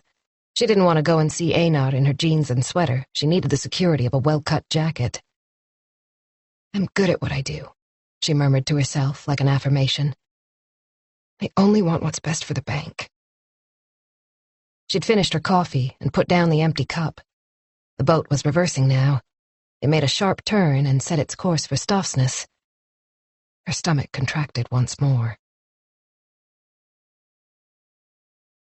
Chapter 55. Olof Palmes gata. Tomas got out of the car and looked around. Both sides of the street were lined with parked vehicles. Hötorget and its market were nearby, and the area was teeming with shoppers eager to hit the stores between Christmas and New Year's. Only a few hundred yards away, Sweden's former Prime Minister, Olof Palme, had been murdered in 1986 as he strolled home with his wife after a visit to the movie theater. Their office is at number 13, Margit said from behind Tomas. Over there. She pointed to a modern office block with a display of Swedish flags on the facade. Tomas wondered what Palme would have thought about the fact that New Sweden had its headquarters on the street that was named after him. Margit pressed the intercom buzzer. There was a click, and a female voice answered. Who do you wish to see? We're from the police. Come up. When they stepped out of the elevator, they were faced with a locked door. Tomas spotted a CCTV camera above it. I wonder if they have a permit for that, Margit said. We can always check with the security services. Before leaving the station, they'd talked to the old man about whether to inform Säpo, the Swedish security police, about their visit. It was always a sensitive matter when a political organization came up in an investigation. However, they were only in the initial phase. At this stage, they were merely gathering information. After a brief discussion, they decided to keep it to themselves for the time being. A girl of about 25 with short brown hair and a white polo-neck sweater was sitting behind an impeccably tidy reception desk. Good morning, she said with a slight upward inflection. Tomas held up his police ID. Tomas Andreasen from the Nacka Police. This is my colleague Margit Gronkvist. We'd like to speak to your boss, the General Secretary. The receptionist shuffled uncomfortably. Do you have an appointment? No, Margit said. The girl looked relieved, as if she'd been worried about being blamed for their wasted journey. I'm afraid Pauline isn't here. She won't be in this week. Do you know where she is? Tomas asked, slipping his ID into his pocket. I'm not at liberty to tell you that. As I said, we're from the police, Margit reiterated. We need to speak to Pauline Palmer. We'd appreciate it if you could help us out here. I'm not allowed to tell anyone where she is. Nervously, the girl tucked a strand of hair behind one ear, but then she brightened up. You can speak to her personal assistant if you like. That'll do for a start. Tomas looked around as the girl called Pauline's assistant. The decor looked more suited to a legal practice than a political pressure group, in his opinion. Pale gray fitted carpet, black leather sofa against one wall. On the coffee table in front of the sofa lay several brochures adorned with New Sweden's logo. He picked one up and flicked through it. The first article was about how best to combat the so-called honor killings of young girls. Would you like to come with me? The receptionist said. She led them into a conference room with a round table and 4 chairs. There was a bowl of candy in the center, and one wall was covered in large New Sweden posters. Wait here, please, she said, and left the room. Nice, Margit said, helping herself to a chocolate. I didn't know there was so much money in this kind of enterprise. There had been something about private donations in Jeanette's notes, Tomas recalled. individual sponsors who quietly supported the organization with large injections of cash. The door opened, and a man in his early 30s came in. He was wearing a t-shirt and a blue jacket. His black hair was cut very short, and he had sideburns. In spite of this, he had a boyish look about him, with rounded cheeks. He was broad-shouldered and taller than Tomas. Was this the PA? Tomas realized he'd been expecting a woman. My name's Peter, and I work with Pauline, the man said with an open smile. His American accent was immediately noticeable. I understand you're police officers. How can I help? We have a few questions in connection with an ongoing investigation, Tomas explained. We'd like to see Pauline Palmier. Perhaps I can answer your questions? We really need to speak to your boss, Margit replied. The man pulled out a chair. Please take a seat. I'm afraid Pauline is taking some time off over Christmas and New Year's, so that won't be possible. Tomas had to admit he was a good-looking guy. His movements were athletic. Could he be an ex-basketball player? Maybe he'd played for a Swedish team. Quite a few in the elite series had brought in American players. What was he doing in an organization like New Sweden? I didn't catch your last name, Tomas said. My apologies, it's Moore, Peter Moore. That doesn't sound very Swedish. Are you from the USA? Yes, Minnesota. Minnesota, Tomas thought. The state to which hundreds of thousands of Swedes had emigrated during the 19th century. So how did someone from Minnesota come to settle in Sweden? He asked. Peter Moore gave a disarming smile. This is a wonderful country. My maternal great-great-grandmother came from Småland. Tomas waited for further details, which were not forthcoming. A distant Swedish relative didn't sound like much of a reason for making a new home across the Atlantic. How long have you lived here? Margit said. I came over 8 years ago. Tomas got the distinct feeling that Peter Moore knew exactly how to deal with the police, and that he'd been in this situation before. Could you tell us something about your role in New Sweden? Oh, I help Pauline with just about anything. Could you be a little more specific? It's hard to say. It varies from day to day. I take care of her calendar. Sometimes I drive her to different events. She's a very busy woman. Tomas studied the man's broad shoulders. Do you also act as her bodyguard? I'm sorry? Do you provide personal protection? There was a flash of something in Moore's eyes. I help out in whatever way is necessary. Is your boss at home over the holiday? Margit asked. As far as I'm aware, she's spending time with her family. In that case, we'll go and see her there. Perhaps you could tell us where she lives? For the first time, Moore looked ill at ease. Pauline doesn't want us to give out her address. She's in a vulnerable position. There are elements out there who don't exactly appreciate her work. I'm sure you understand. Absolutely. Margit gave a wolfish smile. And I'm sure you understand that we will have no difficulty in finding her details. It was obvious that she didn't like Pauline Palmier's PA in spite of his efforts. After a brief pause, he said, She lives in Uppsala, on Slottsgatan. Chapter 56. Nora stepped into the elevator and pressed the button. The woman who met her gaze in the mirror was pale and stressed, lines of tension etched on her face. She had changed into a jacket, a thin polo neck sweater, and black pants, which felt more office-appropriate than the fleecy top and jeans she'd been wearing when she left Sandhamn. She had spent the whole journey from Stofsness going over what she would say to Einar.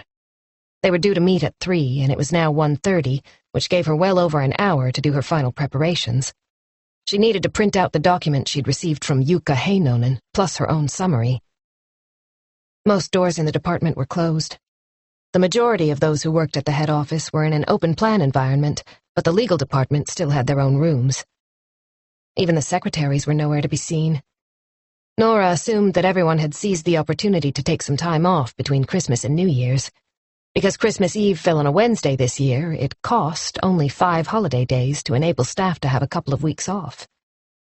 As she continued along the corridor, she saw that Allan Carlsson's door was open. He was one of the younger employees who had been with the bank for 18 months, so the place wasn't completely empty. Allan was around 35, a real Anglophile who specialized in dry witticisms. Nora got along very well with him. Occasionally, they took a long lunch together or chatted over a coffee. Alon's area of expertise was tax law, and as Nora frequently dealt with company transactions, there were often issues they needed to discuss. However, when she stuck her head around the door, no one was there, just his brown leather briefcase propped up against the wall. He must be in a meeting, she thought as she headed to her own office.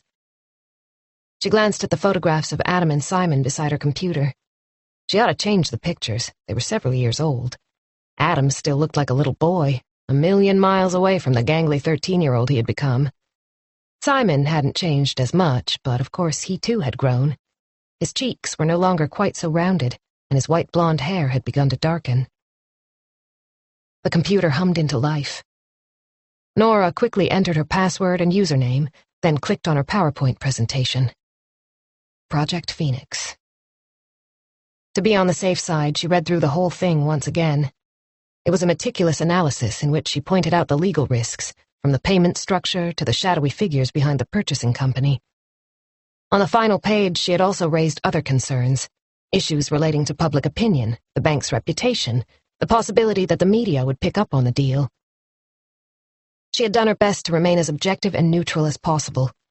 Her own fears and her antipathy toward the project leader must not be allowed to come through.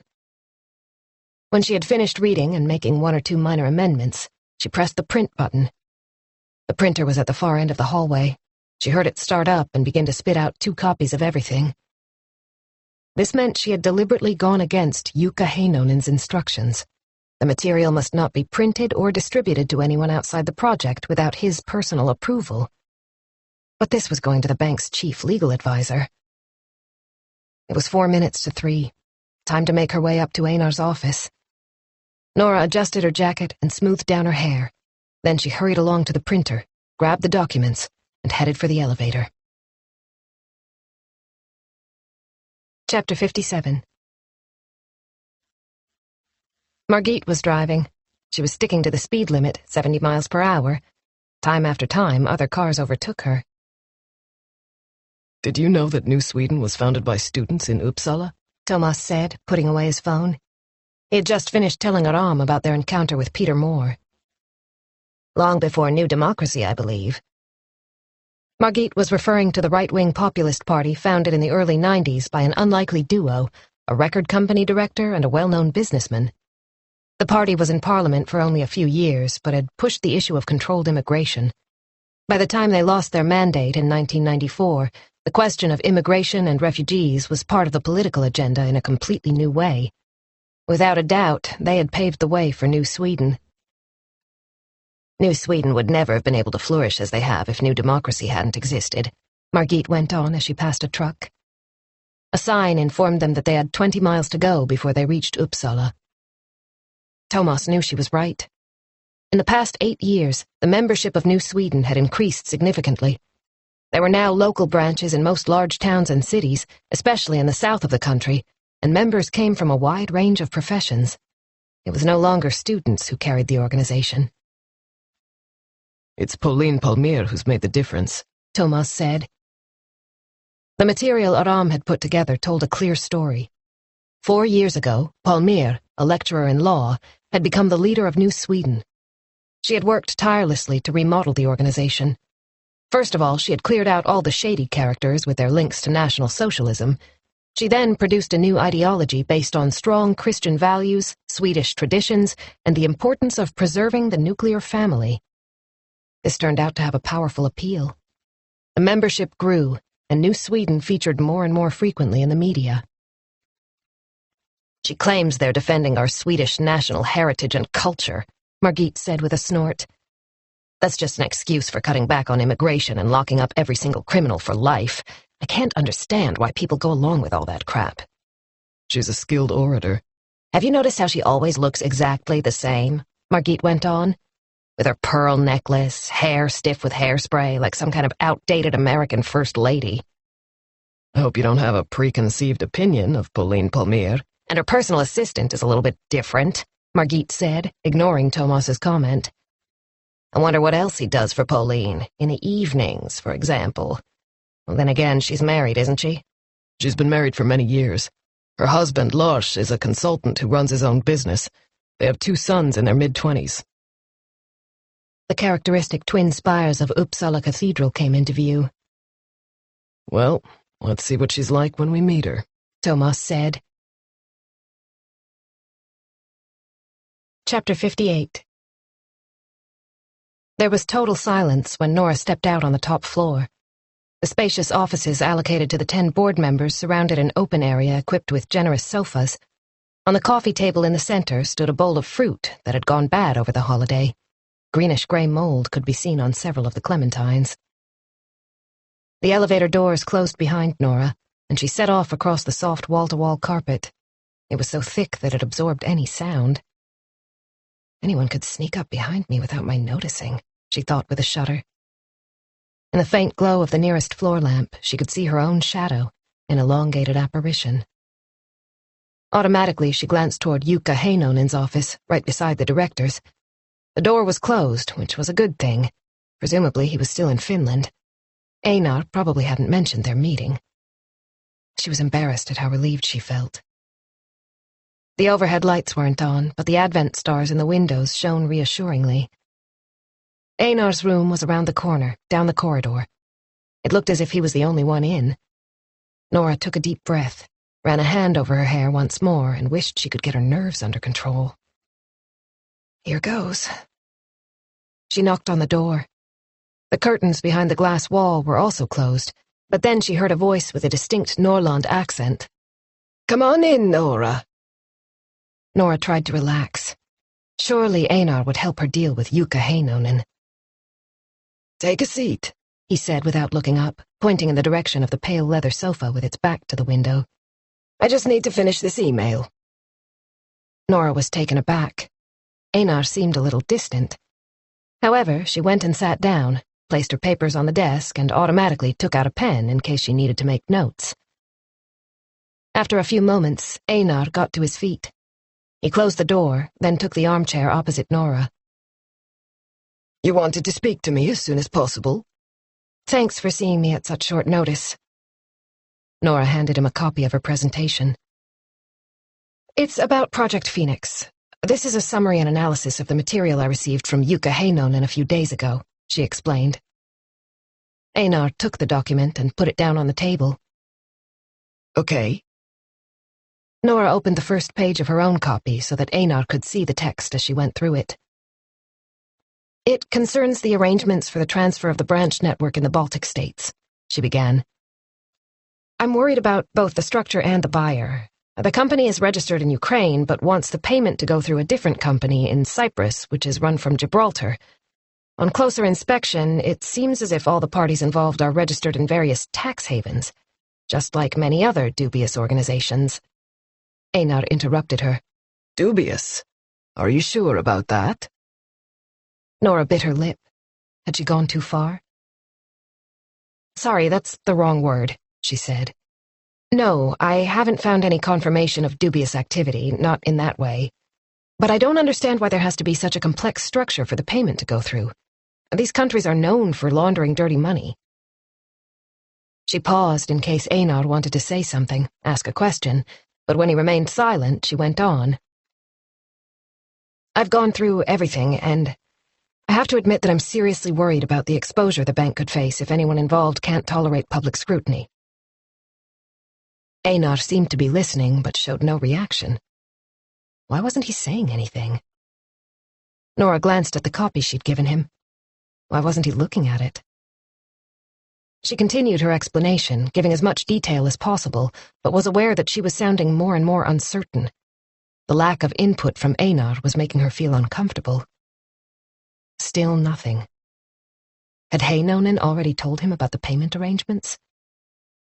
Hesitantly, she said, I think it would be a mistake, perhaps even ill-judged, to agree to the proposal that's on the table at the moment. I also think we ought to let compliance take a look at the whole thing. That would allow us to ensure that the individuals behind the purchasing company are legitimate, the kind of people we should be doing business with. That's why I wanted to speak to you. I thought you ought to be informed of the situation as the bank's chief legal advisor. She hoped Einar would say something now, almost anything. but when he still didn't speak, she felt compelled to add, "I have to report back to Yuka. He wants my comments as soon as possible, but I don't really know how to communicate my objections. It's not easy to bring this kind of thing up with him. He doesn't always appreciate other people's views." She couldn't suppress a nervous laugh. "Especially when they don't agree with him." Nora turned to the last page of her presentation, where all the risks were summarized in a bulleted list. She pointed to the payment arrangements so that Einar couldn't avoid seeing them clearly laid out. The words she had used seemed to leap off the page. Had she overstepped the mark? "This could affect the entire bank if it goes wrong. I just want to be sure that everyone understands the implications. If the press got a hold of this, it could blow up in our faces." Another nervous laugh. Einar adjusted his tie, gave her a searching look. "And who would tell them?" he said. "Would you?" Nora sat up a little straighter. Was that what he thought of her? "Me?" she said in confusion. "No. Why would I do such a thing?" Chapter 59. Pauline Palmer lived in an apartment block on Övre Slottsgatan, in the heart of the older part of Uppsala. The street was in fact an impressive tree-lined avenue, and even though it was winter, Tomas could imagine how beautiful it would look in the spring and summer. Identical Advent candle bridges glowed in each bay window on the ground floor. The main door was locked, and unlike the offices on Olaf Palmes Gata, there was no intercom buzzer here. Black digits on a silver-gray metal keypad stared back at them. "So what do we do now?" Margit said. Tomas took a step back and gazed up at the facade. Pauline lived on the top floor. Above the entrance, a small plaque with ornate writing informed him that the block had been built in 1888, based on designs by an architect called Horlemon. "Let's try the year," he said, pressing the relevant numbers. There was a satisfying click. "There you go. Shall we pay Fru Palmer a visit?" As soon as they rang the doorbell, a cacophony of barking broke out inside the apartment, echoing through the stairwell. Someone shouted, "Quiet, Hannibal, calm down, sit." The barking stopped, and a tall man with gray hair and a substantial belly beneath his shirt opened the door. Behind him, they could just see a German shepherd sitting motionless, ears pricked. "Yes?" The voice was deep. Margit held up her ID. "We're from the Nacka police district, and we'd like to speak to Pauline Palmer. Are you her husband, Lorsch?" "I am." The man held the two officers with his gaze for a few seconds, then stepped back and held the door open. "Come in." Tomas and Margit entered a generous hallway with a white marble floor and an old-fashioned wrought-iron sofa. Through an archway on the left, they could see the kitchen, while straight ahead lay a light, airy living room with deep window recesses. The ceilings were high. It was a typical fin de siècle apartment. Stiletto heels came tapping across the oak parquet flooring. "How can I help?" Pauline Palmer appeared, wearing a gray Angora sweater and dark blue jeans. Her blonde hair was gathered in a messy ponytail. She smiled pleasantly at Tomas and Margit. "Peter called and said you'd probably come over," she went on. "Coffee?" Without waiting for an answer, she led the way into the kitchen, which was a symphony in pale wood. In one corner, a fire burned in an old-style baker's oven. The air was filled with the smell of baking, and a basket of cinnamon buns had been set out on the table, along with coffee cups and a plate of Christmas specialties and cookies. "Do sit down," Pauline said, pointing to the oval table surrounded by 6 chairs. "Anyone take their coffee with cream?" Once again, she didn't wait for a response, but opened the refrigerator and took out a small china jug. Margit's face had taken on a skeptical expression, but she sat down as Pauline poured the coffee. "Please help yourself," Pauline said, pushing the breadbasket in Tomas's direction. He hesitated. This was weird. He had the distinct feeling he'd wandered into a 1950s commercial. The woman busying herself with coffee and cookies didn't exactly fit with his image of New Sweden's general secretary. "We wanted to speak to you in connection with an ongoing homicide inquiry," Margit announced with her usual lack of patience. Pauline looked at her, I'm sorry, I don't understand. Perhaps you've heard of a journalist by the name of Jeanette Thiels. She was found dead on December 26th. Oh? Pauline put down the coffee pot as she waited for Margit to continue. We're treating her death as suspicious. When we searched her apartment, we found a considerable amount of information about the organization you lead. We're wondering if Jeanette was working on an investigation into New Sweden. The collar of Margit's thick green sweater was sticking up. She smoothed it down and continued. She seems to have been documenting your activities for quite some time, and now she's dead. A brief pause as Margit allowed her words to sink in. So maybe you can see why we need to speak to you. That sounds dreadful, but I have no idea how I can help you. Pauline bit into a cinnamon bun. Her teeth were unnaturally white against her top lip. Are you sure you won't have one? She said, pointing to the basket. They're homemade, using real butter. She smiled warmly and took another bite. Were you aware that Jeanette Thiels was working on an investigative piece on New Sweden? Margit persisted. Goodness me, how could I possibly have known that? We thought she might have arranged to see you to ask some questions. I've never met her. The tone was more reserved now, and a furrow appeared between Pauline's eyebrows as she frowned. You have no idea how many journalists decide to write about me in this country. Unfortunately, most of them only want to have their prejudices confirmed. Their attitude is negative from the get-go, and they prefer to write lies rather than look at the truth. If I said yes to every single request for an interview, I'd never get anything else done. The concerned expression vanished. One just has to learn to separate the wheat from the chaff. By this stage, I know who's worth talking to. Margit couldn't help herself. It's hardly surprising that some journalists have a negative attitude given the views you promote. If only you knew how grateful ordinary people are that there's someone who's prepared to express what everyone is thinking, you wouldn't say that. As if she realized she'd been a little too sharp, Pauline lowered her voice. Every week, I receive hundreds of emails from Swedes who are unhappy about the treatment we're subjected to in the media. We have fantastic support across the country, from immigrants, too.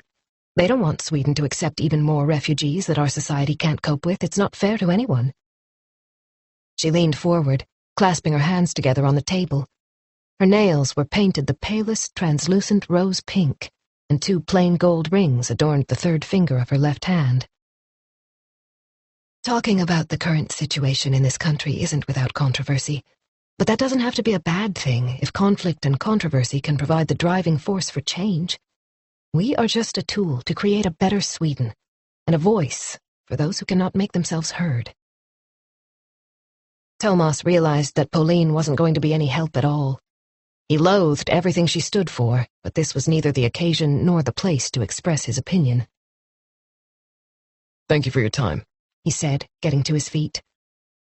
Pauline's handshake was firm, and her eyes reflected the conviction in her voice.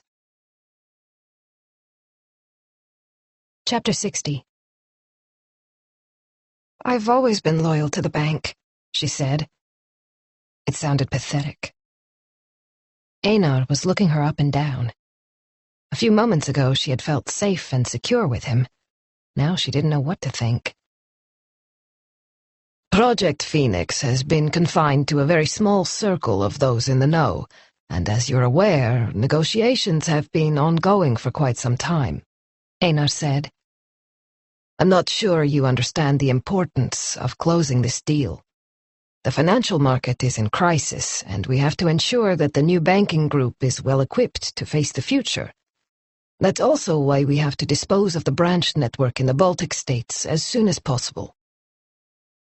He folded his arms, and the cufflinks bearing his initials were hidden beneath his sleeves. I realize that we need to confirm the identity of both the buyer and any possible major investors, but I'm assuming you've done that? Yes, Nora said, much too eagerly. I've contacted a number of overseas legal practices and carried out all the usual background checks. According to the Financial Supervisory Authority's rules? Yes. There you go, then. Einar leaned back in his armchair. Is there anything about the payment structure itself that bothers you? He said after a little while. Have you found anything that's against the law or could be regarded as outside legal boundaries? No, Nora admitted. There was nothing in the proposal that was actually illegal, nor had she found anyone with a criminal record among those involved.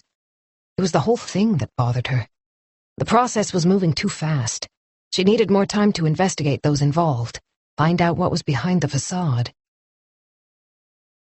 I can't find my way through the setup, she said eventually. I just end up with new parent companies and a trust in Gibraltar. At that point, it's like hitting a brick wall, even though it's inside the EU.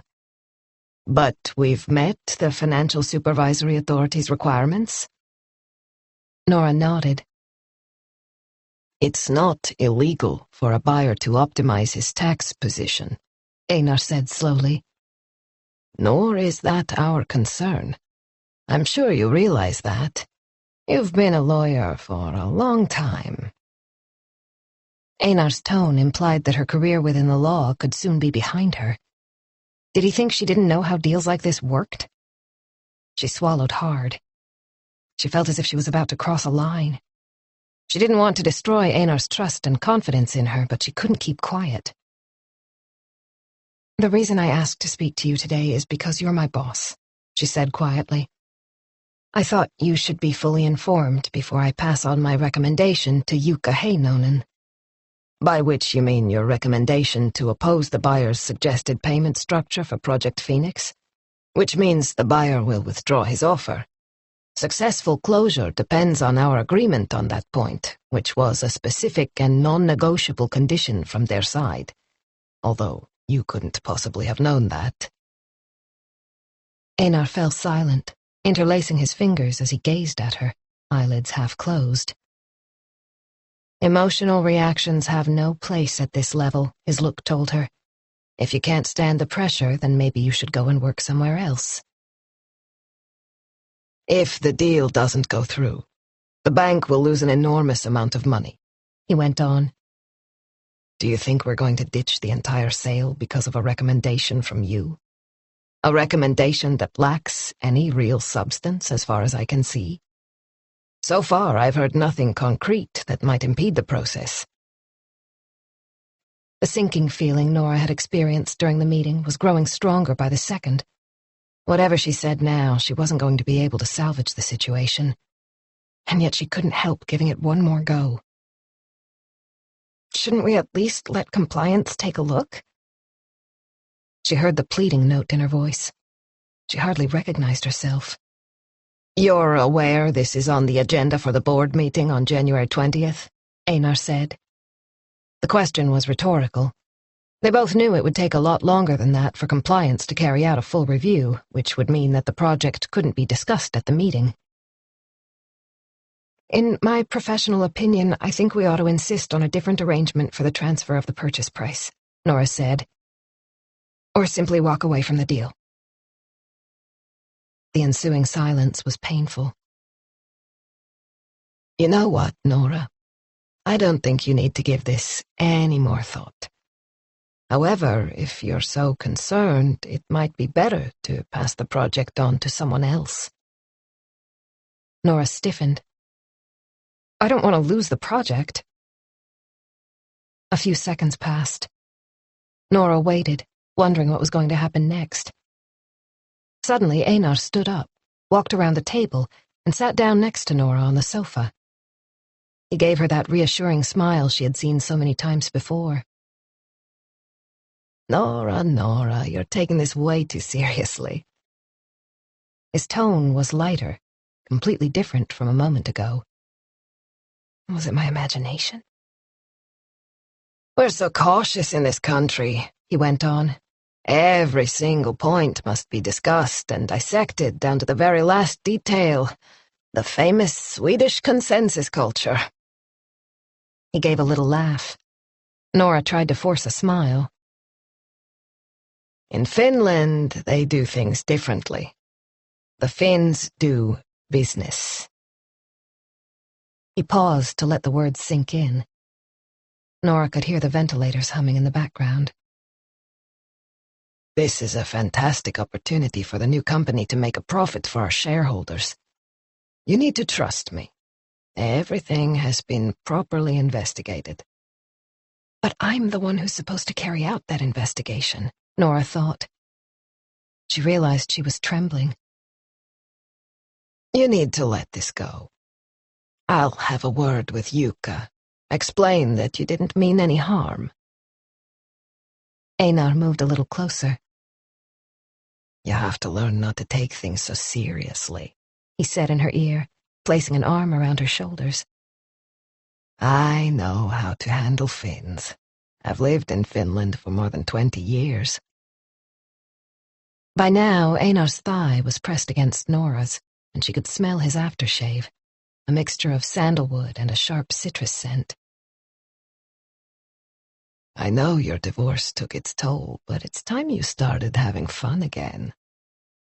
Why had he mentioned the divorce? Nora had never discussed her split from Henrik with Einar. She had always tried to keep her private and professional lives separate. She hadn't wanted to talk about her personal problems at work, neither with her boss nor her colleagues. His arm was still resting on her shoulders. She shifted sideways in an attempt to increase the distance between them. I'm not completely comfortable with this, she said. Was she overreacting? Einar removed his arm, but stroked her back with the palm of his hand in the process. Nora shifted again. She was now so close to the armrest that it was digging into her side. A few seconds passed. Then Einar leaned across and tucked a strand of hair behind Nora's ear. His fingers lingered, brushed her cheek. You're very beautiful, Nora. Do you know that? Nora was frozen in place. This isn't happening, she thought. This can't be happening. You're beautiful and talented, and you have a sharp mind.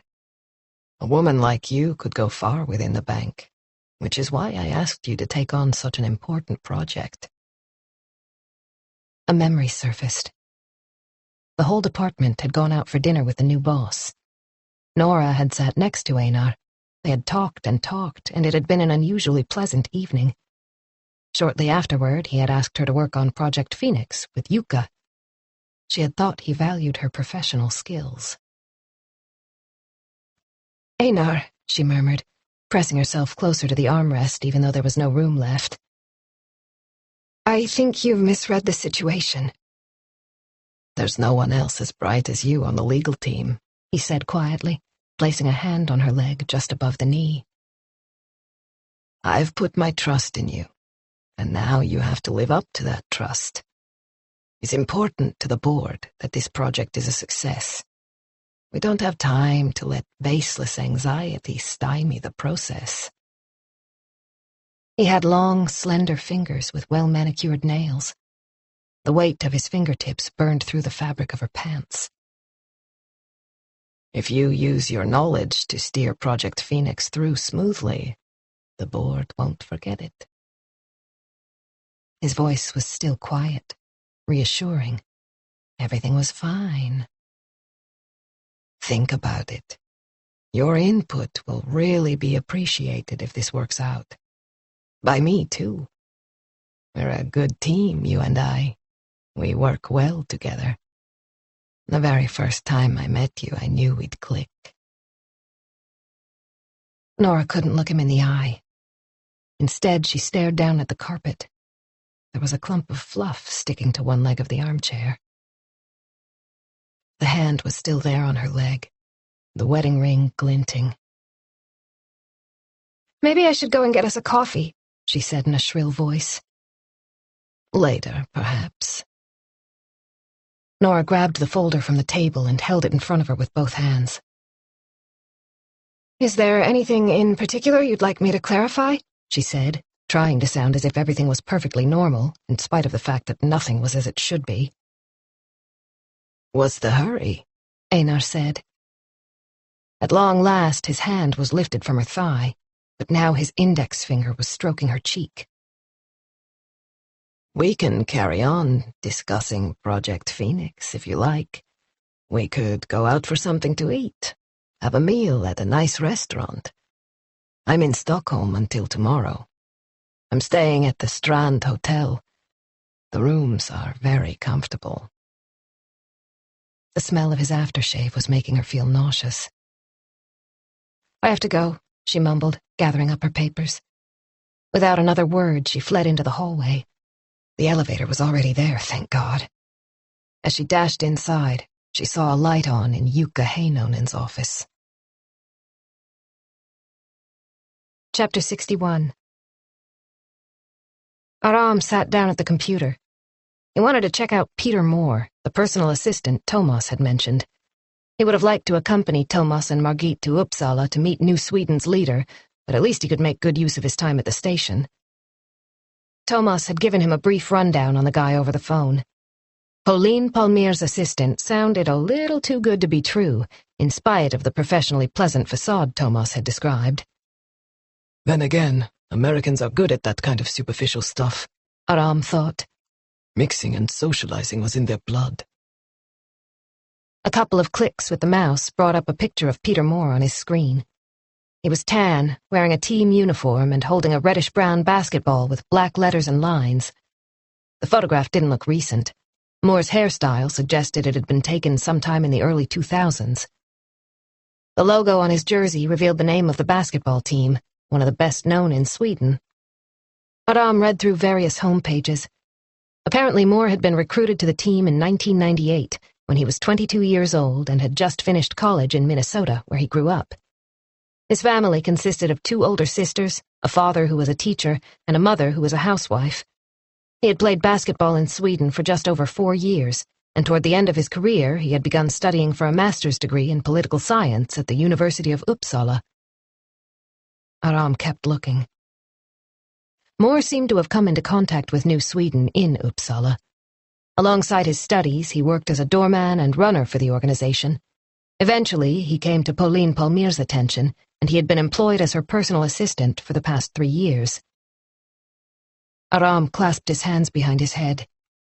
It was amazing how much could be found out this way. The combination of the police databases and information available on the internet was unbeatable. It was possible to map out an entire life in half an hour if you knew how and where to look.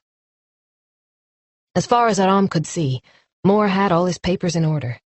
He had a permanent residence permit, and his registered address was on Karlbergsvägen in the Vasastan district of Stockholm. It didn't look as if he had a partner. No one else was registered at the same address. There was nothing untoward in Moore's background. Aram twisted his head from side to side a few times in order to improve the circulation in his neck and shoulders before turning to the database of those suspected of crimes. He entered his name and ID number and waited for a few seconds. Nothing there either. Peter Moore was clean. There were no skeletons in the closet. What about the 2 databases known as RAR and DUR? They contained all kinds of information, complaints that had been set aside for various reasons, notes about individuals who had come up in different investigations. This time, Aram found something interesting. He leaned forward and began to read. A few years earlier, New Sweden had organized a major rally in Uppsala. An opposition group had attempted to hold a demonstration nearby, and trouble had broken out. Moore had been identified as one of the leading instigators of the violence, but no charges had been filed. Why was that? Aram soon found the explanation. The case had been dropped due to lack of evidence. Strange. If the guy had been caught red-handed, that should have been enough. An officer by the name of Holger Malmbore had made the note. Aram decided to follow it up right away. He found the number, but his call went straight to voicemail. He took off his glasses and cleaned them on his sweater while he tried to think of what else he could search for. He decided to try the tax office. He quickly keyed in Moore's ID number, and soon the screen was filled with financial information. Over the past few years, Moore's annual income was given as less than 250,000 kroner, which meant a monthly salary of around 21,000, roughly the same as a postman would earn. There was no fortune stashed away, no interest from a capital investment, nothing apart from the salary he was paid by New Sweden. And yet Moore lived in a 4-room apartment in the city center. A quick look at the vehicle registry revealed that he owned an SUV, a Land Rover Discovery. Aram stroked his chin. There was no way someone who earned the same as a postman could afford to live at a premium address in Stockholm, and a car like that would cost around $500,000. Admittedly, Moore had been a pro basketball player for a few years, but the amount Swedish sportsmen and women could earn was light years away from their American counterparts. Peter Moore must have a supplementary income stream that he didn't declare to the tax authority. Might be worth following up. Chapter 62. Lars Palmer lowered the daily paper onto his lap. It was difficult to focus on the contents. His thoughts kept returning to the 2 police officers who had turned up on the doorstep. Pauline had taken them into the kitchen, but he'd picked up parts of the conversation. The odd question, half an answer here and there. As soon as they left, Pauline had disappeared into her study. The door was still closed. She'd been in there for almost an hour. The fact that she wanted to discuss the visit with someone other than him made him very unhappy. He rested his head on the back of the armchair, tried to concentrate. They had worked with a definite goal in mind for such a long time. The next parliamentary election was in 18 months. The agenda was set. He thought about all the hours they'd put in, all the effort. There was no room for doubt, no room for any kind of fresh obstacle. However, Pauline usually knew what to do. She always had a clear idea. That was one of the things he admired about her. The 2 police officers hadn't been hard to read. The tall guy observing everything around him, the short, irascible woman who insisted on childishly displaying her antipathy toward Pauline. Amateurs. There was no other word to describe them. Then again, what could you expect from the forces of law and order these days? The whole organization needed tightening up, with stricter regulations governing the kind of people they recruited, and a marked improvement in conviction rates. In fact, the public sector in general would benefit from a shift in priorities and a reduction in bureaucracy. These issues were on New Sweden's agenda.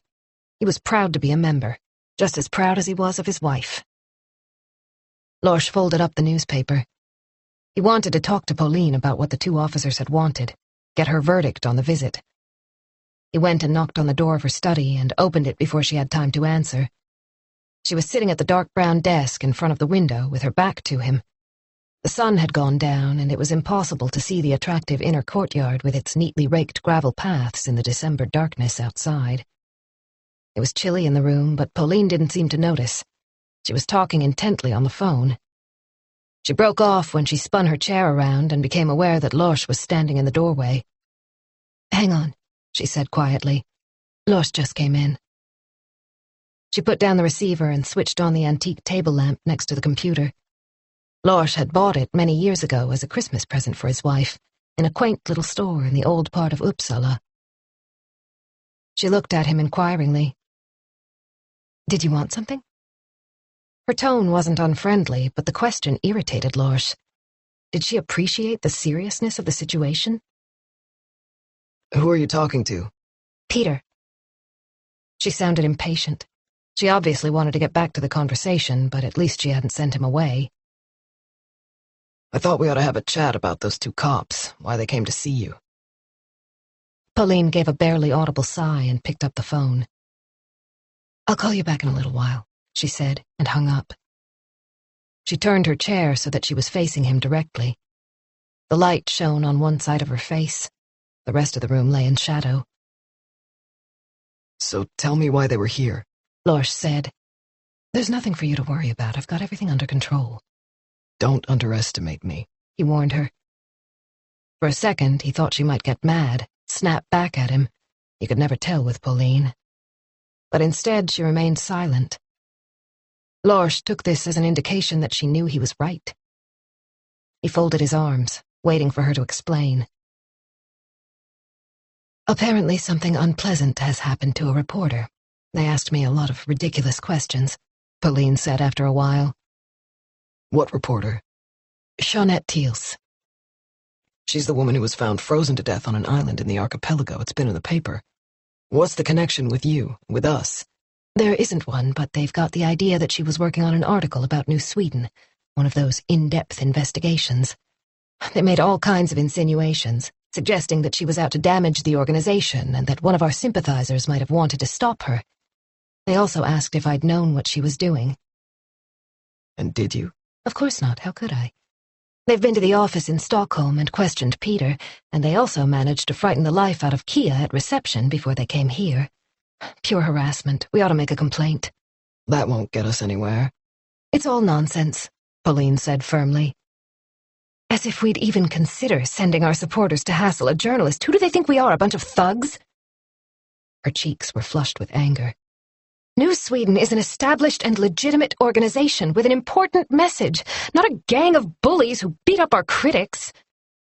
Her voice had become a little shrill, and Lorsch knew she was getting agitated.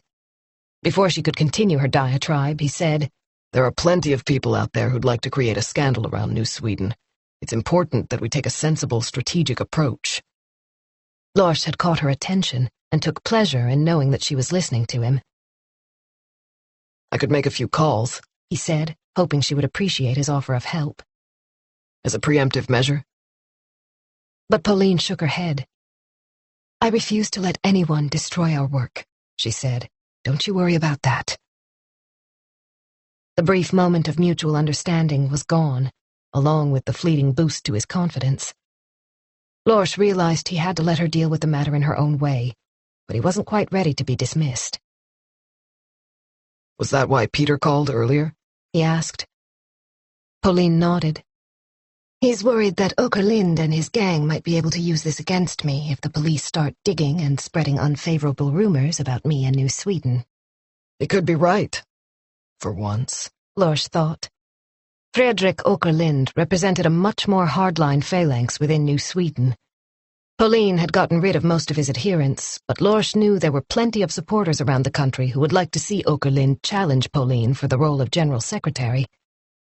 They were due to hold a national conference in April, and Pauline's plan was to put forward her boldest proposal so far. She wanted to change the organization into a political party and take on the established parties. She was convinced they could win seats in Parliament in the 2010 election. The time was ripe. Which was why any negative publicity that might weaken her position within the organization could be a disaster at this stage. She had to maintain her strength and credibility in order to drive through this new initiative. "It wouldn't look good in the press if this kind of rumor got out," Lorsch added. "I'll take care of it." "It's not difficult to put a damaging spin on it. I can already see the headline. Police interview Pauline Palmier at her home." "You don't need to spell it out. I get it." Her irritation was unmistakable, but Lorsch refused to give up. "Police investigations leak like a sieve. A lot of individuals out there would be only too pleased to use this to attack you. Linde wouldn't hesitate for a second, nor would the tabloid press." Pauline picked up her phone. "There are a number of things I really need to deal with right now. Stop worrying. Everything is under control." Chapter 63. Nora was clutching the steering wheel. Her hands were still shaking. She didn't dare let go. How long had she been sitting here?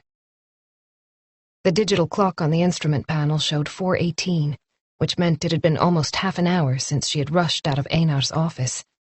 Somehow she had managed to grab her things and find her way to the underground parking garage. She had no memory of any of that. Nora closed her eyes, rested her forehead on the wheel, and tried to calm down, but it was hard to breathe properly. She felt as if her windpipe was blocked. The air couldn't get through. She had been so sure that Einar would be on her side, that she would be able to turn to him with her concerns. How could he have possibly thought it was about something else, that she was interested in him? Her cheeks were burning, even though she was alone in the car. She must have given the wrong signals. That was the only explanation. That dinner back in the fall. Was that when he'd misread the situation? She'd worn a new red dress, wanting to look more feminine than she usually did at work, to soften the practical, businesslike facade. She'd also thought it was important to make a good impression on the new boss. She'd been so optimistic about the future. Now she was flooded with a deep sense of shame. She'd been an idiot. Why hadn't she chosen different clothes, behaved differently? However, it was too late to change that now. A few days later, they'd had a meeting in Einar's office, and that was when she'd been given Project Phoenix. She had been delighted and had made no attempt to hide her excitement as they talked about the new proposal. "I promise I won't let you down," she'd said. "I'm so glad you're our new chief legal advisor." Einar must have thought she meant something else entirely when she thanked him so effusively. Stupid, stupid Nora. She thought back to today's meeting. Why had she chosen to sit on the sofa instead of in the armchair? If I'd gone for the chair, he wouldn't have been able to sit next to me. He wouldn't have gotten so close. It must have looked like an invitation, as if I was offering myself to him. Why didn't I think? She stared out the windshield. The other parking spaces were empty, and the main lighting was off. Only the overnight lights were on. Another thought came into her mind, making her feel even worse. I didn't even stand up to him. She had given no indication that she was feeling uncomfortable or that his behavior was inappropriate. She had simply pretended that nothing was happening. She had even offered to get them both a cup of coffee, like some kind of maidservant. She just wanted to hide away. Chapter 64. There was even less traffic on the way back to Stockholm. Tomas was driving this time. It was Margit's turn to lean back with her eyes closed. The silence didn't bother Tomas at all. He was happy to let his mind wander as they passed the exits for Arlanda, Märsta, and Upplands Väsby. The conversation with Pauline Palmier hadn't revealed any link between New Sweden and the murdered journalist. He didn't share the organization's xenophobic attitude, but promoting those views was not a crime. Jeanette had certainly gathered a great deal of material about New Sweden, but that wasn't the only thing they'd found in her study. There had been other folders, other ideas for future articles. Jeanette had been a driven and determined reporter. No doubt she'd worked on several projects at the same time. The old man's words had been ringing in his ears. Take it easy. Even Margit had been more reserved than usual. She'd backed off much sooner than she normally would have done. It had started snowing again, and he turned on the windshield wipers. If only they could find the missing computer. That would give them a much clearer picture of what Jeanette had been up to. Anna-Marie Hansen had said that Jeanette always had her laptop with her, but Tomas wasn't too sure of Anna-Marie either. He came up behind a salt truck, and its bright yellow flashing lights reminded Tomas of how treacherous the road surface could be. He slowed down, then pulled out to pass the vehicle. Jeanette Thiels had gone over to Sandhamn because she felt safe and secure there. All the indications were that she'd sought sanctuary on the island from the person who was threatening her. However, when she stepped ashore, she had no idea that it was too late. She'd already ingested the poison that would take her life. Mats Larsson, the profiler, was coming in first thing tomorrow morning. Tomas hoped he would give them something new. Aram had promised to send everything over so that he would have time to read up on the case. Margit grunted, but her eyes remained closed. She'd fallen asleep. Soon they would be in Häggvik, where the northern link began, leading to the E18 and Vaxholm. They needed to try to speak to Alice Thiels again. Tomas remembered how Mikael's expression had darkened when the custody battle came up, the venom in his voice when he'd uttered Jeanette's name. Tomas pictured the girl's gaunt, hollow-eyed face. She had only just lost her mother. She ought to be left in peace to grieve. Instead, he was going to have to go and see her, asking painful questions, opening up wounds. But it couldn't wait. He reached out and gave Margit a gentle nudge. Reluctantly, she opened her eyes and yawned. I think we should pay Alice Thiels a visit on the way back. Chapter 65. Nora took her hands off the steering wheel, tried to force herself to think logically, to understand what had happened in Einar's office. He had issued an invitation. The words sounded weird, alien. She worked in a large and respected bank. It wasn't the kind of place where a member of the leadership team would try to seduce one of the legal advisors. At least, not someone like Nora. She was way too ordinary. She didn't look like a model. She wasn't provocative. Suddenly she sat up straight, her head pounding. He was the one who overstepped the mark. She blinked at the thought. It wasn't my fault. She had to try to remain rational. Human resources. I can talk to my team leader. She immediately dismissed the idea. Her team leader reported to the human resources director, who was Einar's colleague. That wasn't an option. She could go to the union. But what would she say to them? That her boss had put his arm around her shoulders and allowed his hand to rest on her knee for a minute or so? He paid me compliments and said we worked well together. He asked if I'd like to go out for something to eat. Nothing untoward, and yet the memory made her shudder. Would she be able to explain how uncomfortable she'd felt? The underlying threat if she didn't change her mind about Project Phoenix? They'll say it's my fault, she thought, wrapping her arms around her body. The bitter cold was seeping into her bones. I was the one who requested a meeting with Einar at a time when no one else was around. No doubt the union would also ask if she'd made it clear that Einar's behavior was not okay, if she'd told him to stop. Which of course she hadn't. If there was an investigation, she knew exactly what would happen. The rumors would spread. People would start talking about her behind her back. Her co-workers in the legal department would inevitably change how they interacted with her. No one wanted to work with a colleague who was embroiled in a dispute with the boss.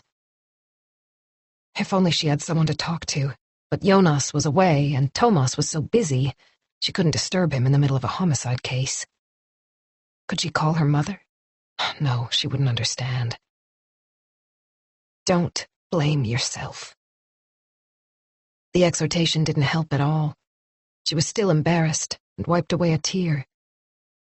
She wouldn't be able to explain any of this to an outsider, nor to anyone from Human Resources or the union. Besides, they were all employed by the bank, so were bound to have divided loyalties. There was no concrete evidence. It would be her word against his. As a lawyer, she knew precisely what that meant. Nothing could help her in this situation. Nora could already hear Einar's objections if she made a complaint. He would deny everything, naturally. Insist that it was all a misunderstanding. He was happily married to his second wife and had a 3-year-old child. There was absolutely no reason why he would come on to a member of his staff. He might even say that she was the one who'd made a move on him. Hint that she was trying to save her job now that there was talk of major cutbacks within the bank. She was the one who'd sent the text asking for a meeting.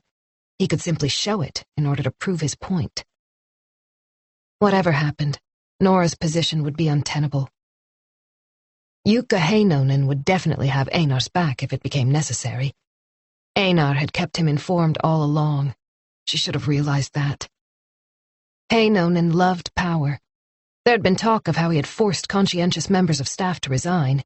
It was even said that his former secretary had suffered a breakdown. The distant roar of an engine echoed through the parking lot as a car came up the ramp from the floor below. Nora heard the gates leading onto the street open with a metallic clang. Tears sprang to her eyes once more. I'm so naive, she thought. Stupid and naive. I don't know how to handle people like this. Jonas, she whispered with a sob. Why aren't you home? If only he'd been in Sweden, she would have gone straight over to tell him what had gone on. She took out her cell phone and pressed speed dial, but it went straight to voicemail. You've reached Jonas Schultz's phone. Leave me a message and I'll call you back. It's me, she managed to say, her voice thick with emotion. Call me as soon as you can. Chapter 66. The pile of newspapers rustled. Lars Palmer had gone out to buy them as soon as Pauline left the apartment. He had picked up everything he could find, both evening tabloids, plus Göteborgs-Posten and Sydsvenskan. He had almost finished going through them. He had read every word that had been written about the murder of Jeanette Thiels. There was no suggestion that New Sweden had been involved in any way. Wearily, he leaned back on the kitchen chair and pushed the last paper away. His fingertips were black with newsprint. The tabloids speculated that Jeanette might have been at risk because of her fight against racism and the oppression of women. Lors hadn't managed to find out how she'd been killed. The police were obviously keeping that under wraps for the time being. He got up and fetched a glass of water as he tried to fit the pieces of the puzzle together. Pauline wouldn't be back until around 9, so he had plenty of time to think. He kept coming back to Fredrik Åkerlind. Before Pauline began to rise within the organization, Åkerlind had served as assistant general secretary twice. It was no secret that he'd expected to take over the post when Pauline's predecessor stepped down. He was 15 years younger than she and was a payroll administrator with the government's national insurance company. Unlike Pauline, he hadn't gone to college, and it showed. At least that's what Lorsch thought. Åke Linde expressed himself in a simplistic way. He lacked Pauline's elegant touch. In the leadership vote, Pauline had beaten him by a narrow margin, and he hadn't taken it well. Immediately after the election, he had congratulated her on her victory, but later, at the dinner, he had had too much to drink and had become very vocal about his views on the organization's new general secretary. Lorsch knew that Pauline was worried about Åke Linde. She thought he might be biding his time, just waiting to mount a fresh challenge. Maybe it was Åke Linde who tipped off the police, triggering today's visit. It wasn't out of the question. Åke Linde was a ruthless man. It would suit him very well if Pauline were tainted by a scandal in connection with the death of a well-known journalist. Chapter 67. The driveway was empty when Thomas parked outside Mikael Thiel's house. There was no sign of the black car that had been there before, aside from tire tracks revealed by the light shining above the garage door. Thomas hoped Alice would be home alone. They really shouldn't interview a minor without a parent or guardian present, but there was no reason why they couldn't stop in and ask to see her father, and if they happened to ask a couple of questions while they were there, who could complain about that? He wasn't convinced that it was Alice who'd refused to see them on their last visit. Her dad may have made that decision for her. They followed the narrow track that had been cleared of snow up to the front door. Thomas rang the bell and waited a few seconds. Rang again, keeping his finger on the button a bit longer. "Maybe she's out," Margit said. A sound from inside. The handle was pushed down and a thin face appeared in the doorway. The eyes were red-rimmed, the hair tousled. "Hi, Alice. Do you remember me? Thomas Andreasen from the Nacka Police District. This is Margit Gronkvist. We were here the other day. We'd like a word with you and your dad." He's not here. Could we come in anyway? Margit said. We just have a couple of questions. It won't take long. Alice hesitated, her hand resting on the handle. Then she let go and the door swung open. She stepped back to let them in, and a white cat slid past and down the steps. What a lovely cat, Margit said. What's its name? Sushi. "Shall we go and sit in the kitchen?" Thomas suggested. Alice nodded and led the way, moving silently in velour sweatpants and top, padding across the stone floor in her thick socks. "So, where's your dad?" "He's at Pietra's." Her voice was cold and sullen, as if she regretted letting the two officers in, but didn't have the nerve to ask them to go away and leave her in peace. "You didn't want to go with him?" Alice didn't respond to the question. She simply opened the door and went into the kitchen. When she turned on the bright overhead light, her gaunt facial features were even more marked. Thomas pulled out a chair and sat down. He looked at the coffee machine in the corner, once again considering the possibility that someone might have ground up the poisonous beans and added them to Jeanette's coffee. "Any idea when he'll be back?" Alice sat down and tucked one leg underneath her. In a while. Before dinner, I guess. It was just before 5, so they had plenty of time. This won't take long, Margit assured Alice. She was also well aware that they were talking to a 13-year-old without the presence of a responsible adult. So how are you? She added gently. Not great. I'm not sleeping too well. Alice's voice was thick with unshed tears. We understand. Margit patted her hand. I promise you we wouldn't have come over today if it wasn't so important to find out how your mom died. Alice gave a start. It's hard for her to hear those words, Thomas thought. Poor kid. She hasn't really taken it in yet. She shouldn't be left at home by herself. And then again, that's exactly what we were hoping for. Your dad said you went to see your mom at her apartment the day before Christmas Eve, he said. Is that correct? Yes. Could you tell us about that visit? Alice looked at him anxiously, as if she couldn't quite make out what he was asking her. What did you talk about? Margit prompted her. Nothing special. You must have said something to each other. Alice was very unsure of herself. Her eyes darted all over the place as Margit pressed her. Tomas wanted to interrupt. Leave her alone. He hated the fact that they were exploiting the situation. Mom asked about school, if I had a lot of assignments, that kind of thing. Alice, Tomas said, his gaze calm and steady. I know this is hard, but it's essential for the investigation that we find out as much as possible about your mom. For example, was everything the same as usual when you went to see her?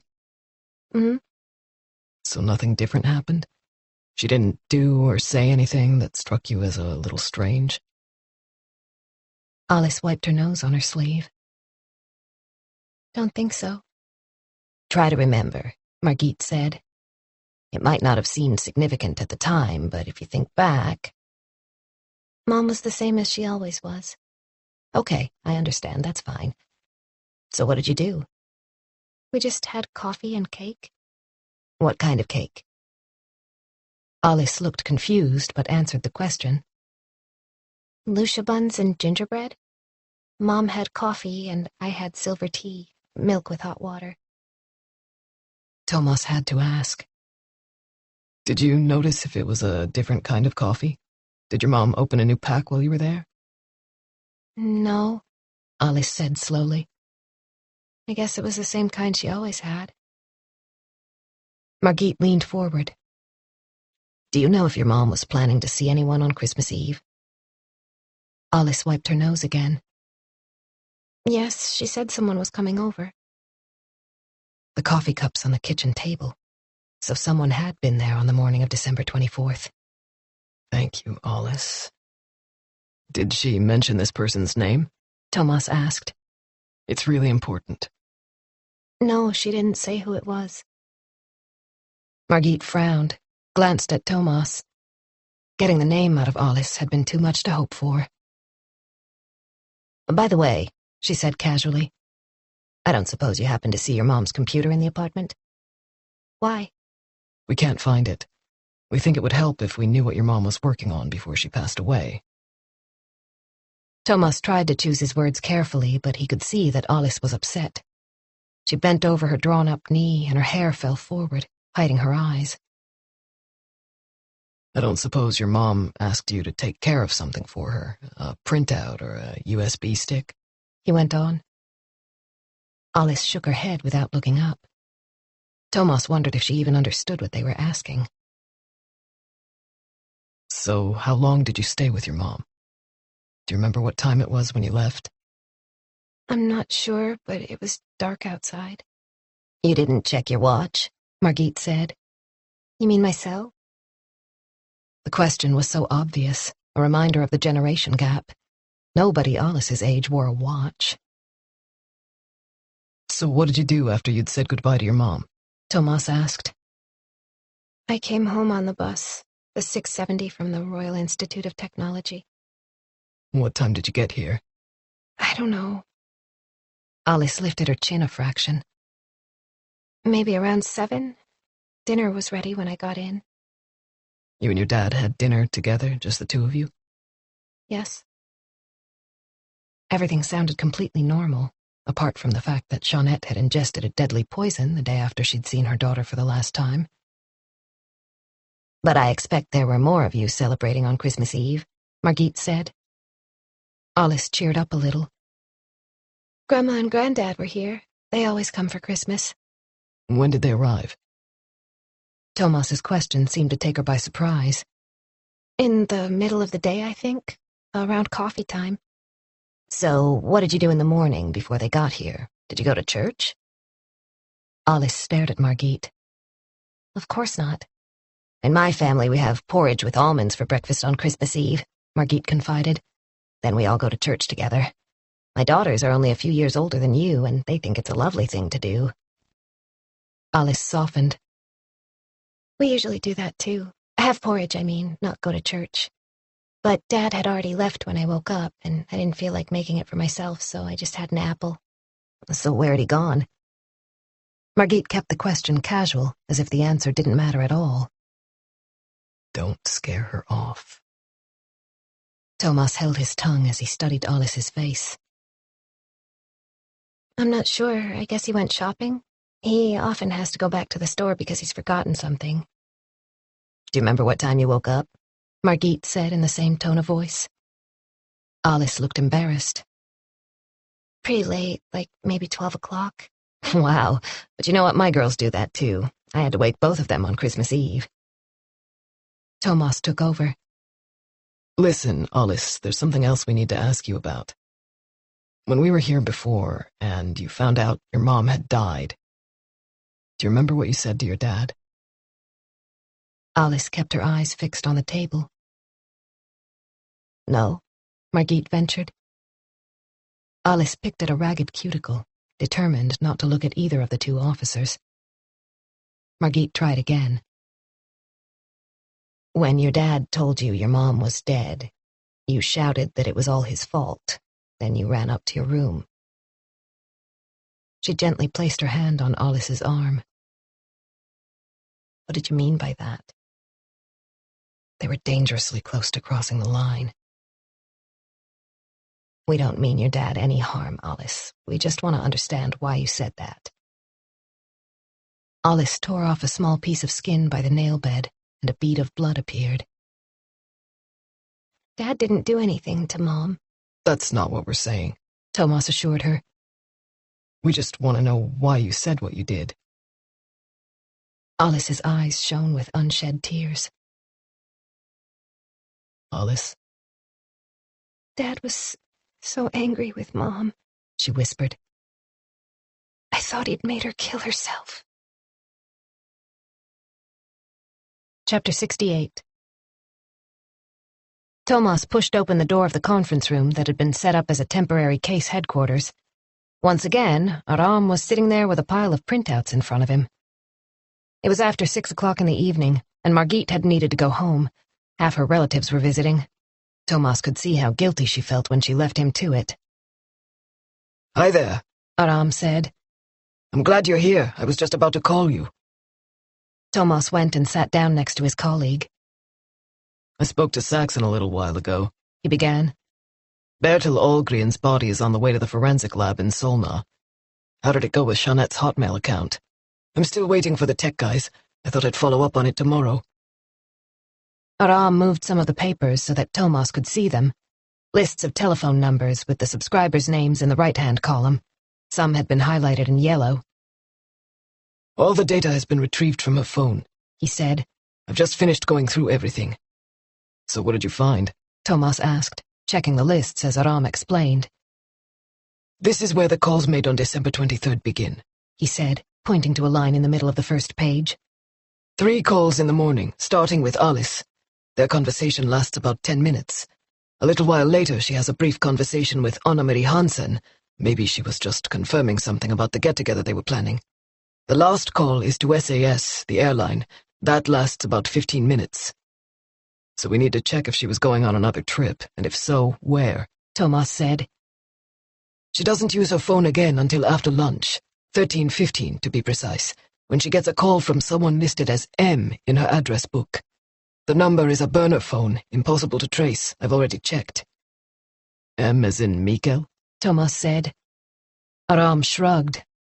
I don't think so. He's already in there as Mikael. Tomas stared at the list. It was a long call. 28 minutes. So Jeanette had spent almost half an hour speaking to this unknown person on the day before Christmas Eve. Could it have had something to do with her job? Then again, not many people used a burner phone at work, so it was more likely to be private. But who was it? Aram picked up another printout, comprising several pages of short text messages. These are the texts from Jeanette's phone. Take a look at December 23rd. He placed the tip of his pencil on the relevant lines. Half an hour after that long call, at 14:10, Jeanette receives a text message from M, from the same burner phone as before. Need to see you, same place as before. VBP tomorrow morning? There was some kind of relationship, Tomas said. Looks that way. Aram agreed. 10 minutes later, Jeanette sends this reply. You come here instead, 11 o'clock. So she'd arranged to meet someone, Tomas said, straightening his back. The content of the message indicated that this hadn't been planned in advance. It must have been urgent for Jeanette to agree to meet the sender at such short notice, and on Christmas Eve. There are 2 more messages that are of interest, Aram went on. They were sent late at night from the same number. They both looked at the printout. Will you be alone tomorrow? No need to worry. They didn't want to be seen together, Aram said. A source, maybe? Tomas was thinking aloud. If she was in the middle of an investigative piece. With a link to New Sweden? Aram said immediately. Tomas clasped his hands behind his head. We can't afford to get hung up on them. There are plenty of possibilities. Jeanette and M exchanged more messages, Aram said, turning to a fresh page. Here. It looks as if they'd already met up on the 22nd, the Monday before Christmas Eve. Although this time it's Jeanette who wants to see M, rather than vice versa. Jeanette had suggested a meeting at 4 o'clock on Monday afternoon, and M had confirmed the time. The following day, M contacted her again, first via a phone call, then with a texted request for an urgent meeting. Tomas tried to get an overall picture, even though they only had fragments to work from.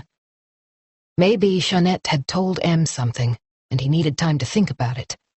That took him a day, and when he'd gotten his head around whatever it was, he asked to see her again. To persuade her, convince her of the right course of action. Jeanette, he thought. Who did you invite into your home that morning? You must have felt safe in that person's company, otherwise you would never have let him or her in voluntarily. But you needed to keep M's identity a secret, which is why you used only the initial in your address book. Was that for your benefit, or M's? You sat down at the kitchen table and had coffee together. This can't have been a passing acquaintance, a temporary contact.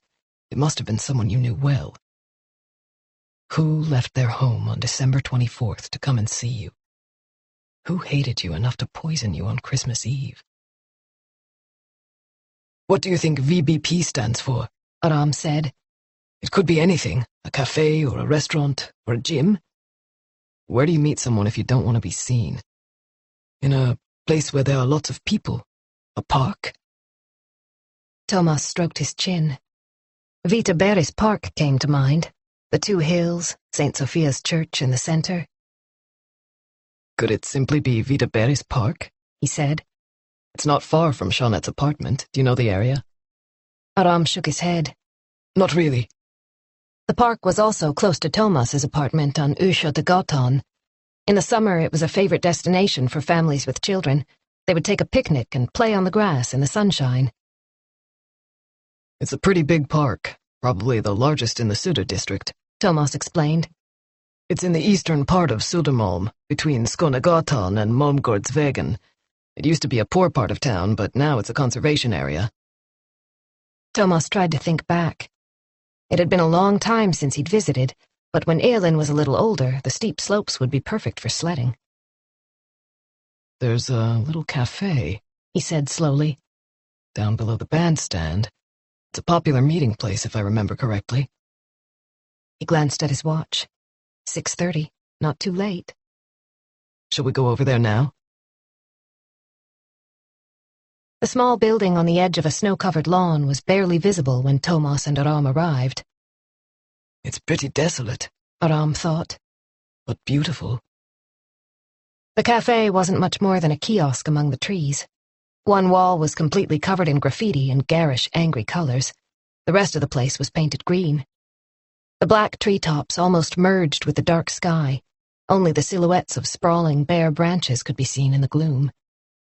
A sign informed them that the cafe was open from 10 in the morning until 7 in the evening, but the hatch was firmly closed and padlocked. Judging by the virgin snow all around, it was months since anyone had served coffee here. Maybe it's only open in the summertime, Aram thought as he moved closer. The street lamps were few and far between in this section of the park. He took a small flashlight out of his pocket and swept the narrow beam around, but it wasn't much help.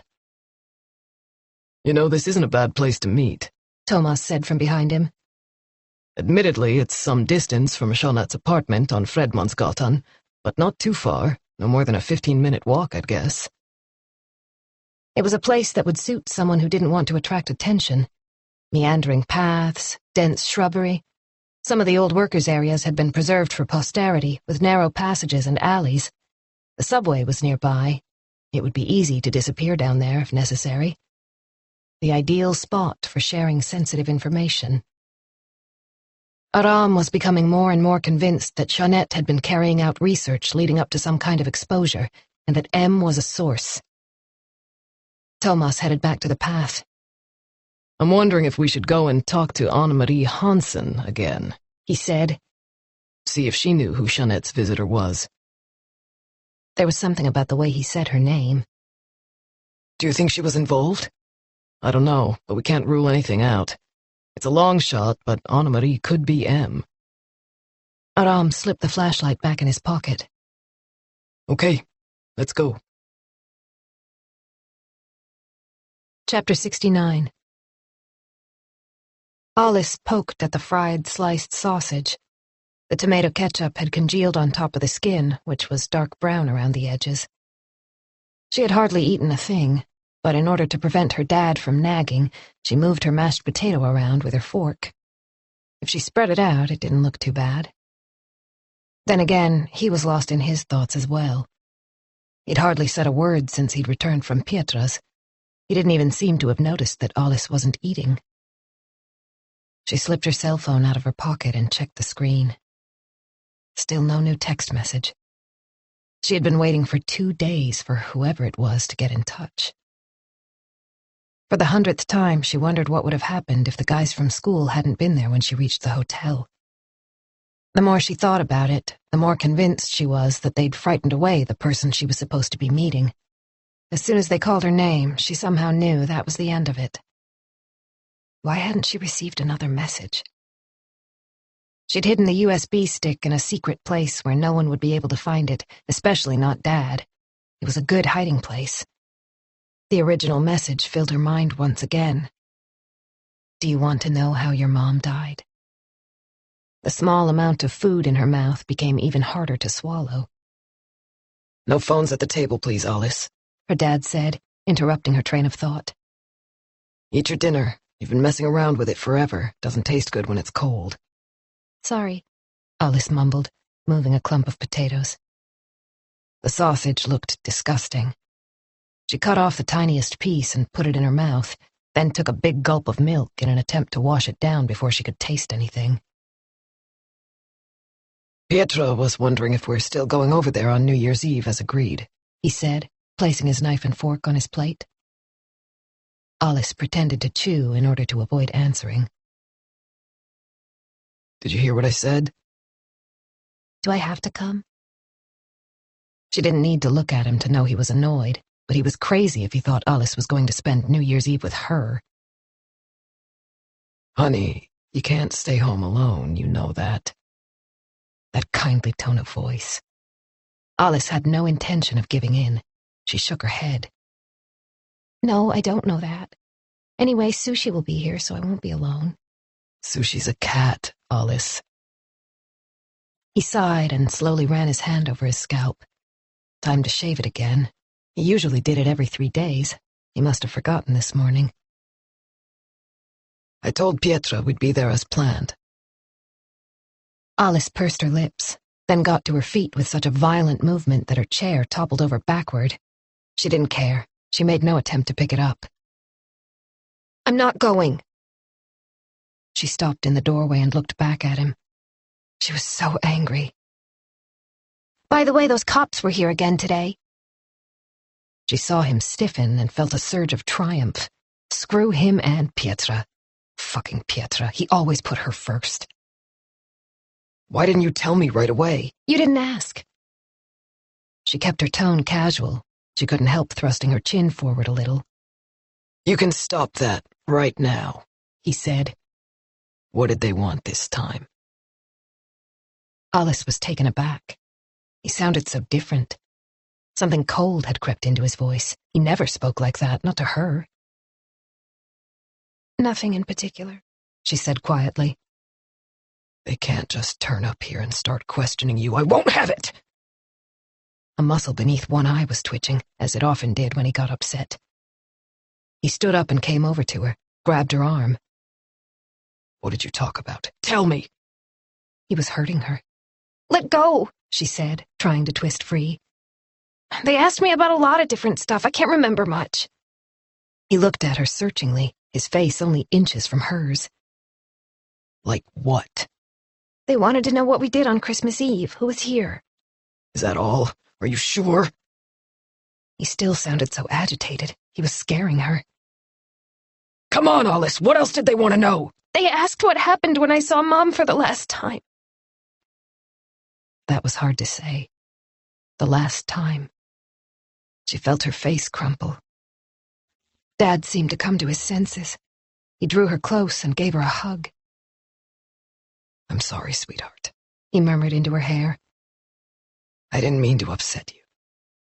I'm just angry that they questioned you when I wasn't here. They're not supposed to do that. He stroked her cheek. So did they ask you about anything else? Well, she said in a small voice. They wondered where you were on Christmas Eve, when I woke up and you weren't home. Chapter 70. Thomas rang the bell, and Anne-Marie Hansen opened the door almost right away. You again, she said, stepping back to let them in. Her nose was red, her hair lank and greasy. She had a shawl over her gray sweatshirt, which had a stain on the front. What was going on with her? Aram introduced himself. You were with a female colleague last time, Anne-Marie commented.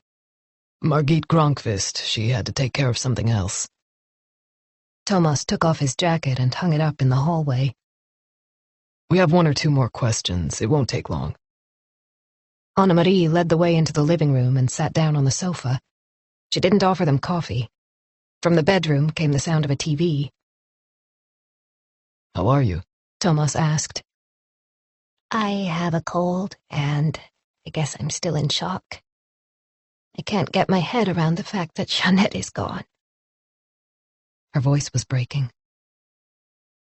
We've found out a little more about Jeanette's last couple of days, Thomas said. It seems as if she had a visitor on the morning of December 24th. We were wondering if you had any idea who that might have been. I wasn't here. Anne-Marie plucked at the fringe of her shawl. I told you that before.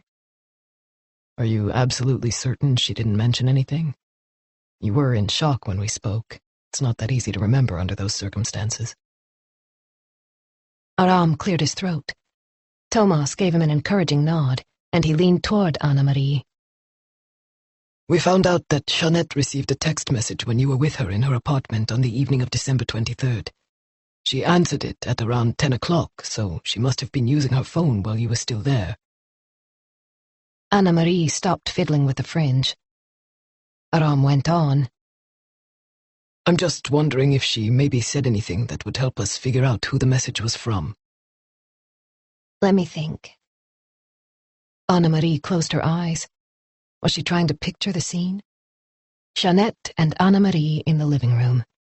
Christmas music playing in the background, a half-empty bottle of wine on the table, a shared sorrow over an unborn child and a daughter who didn't live with her mom.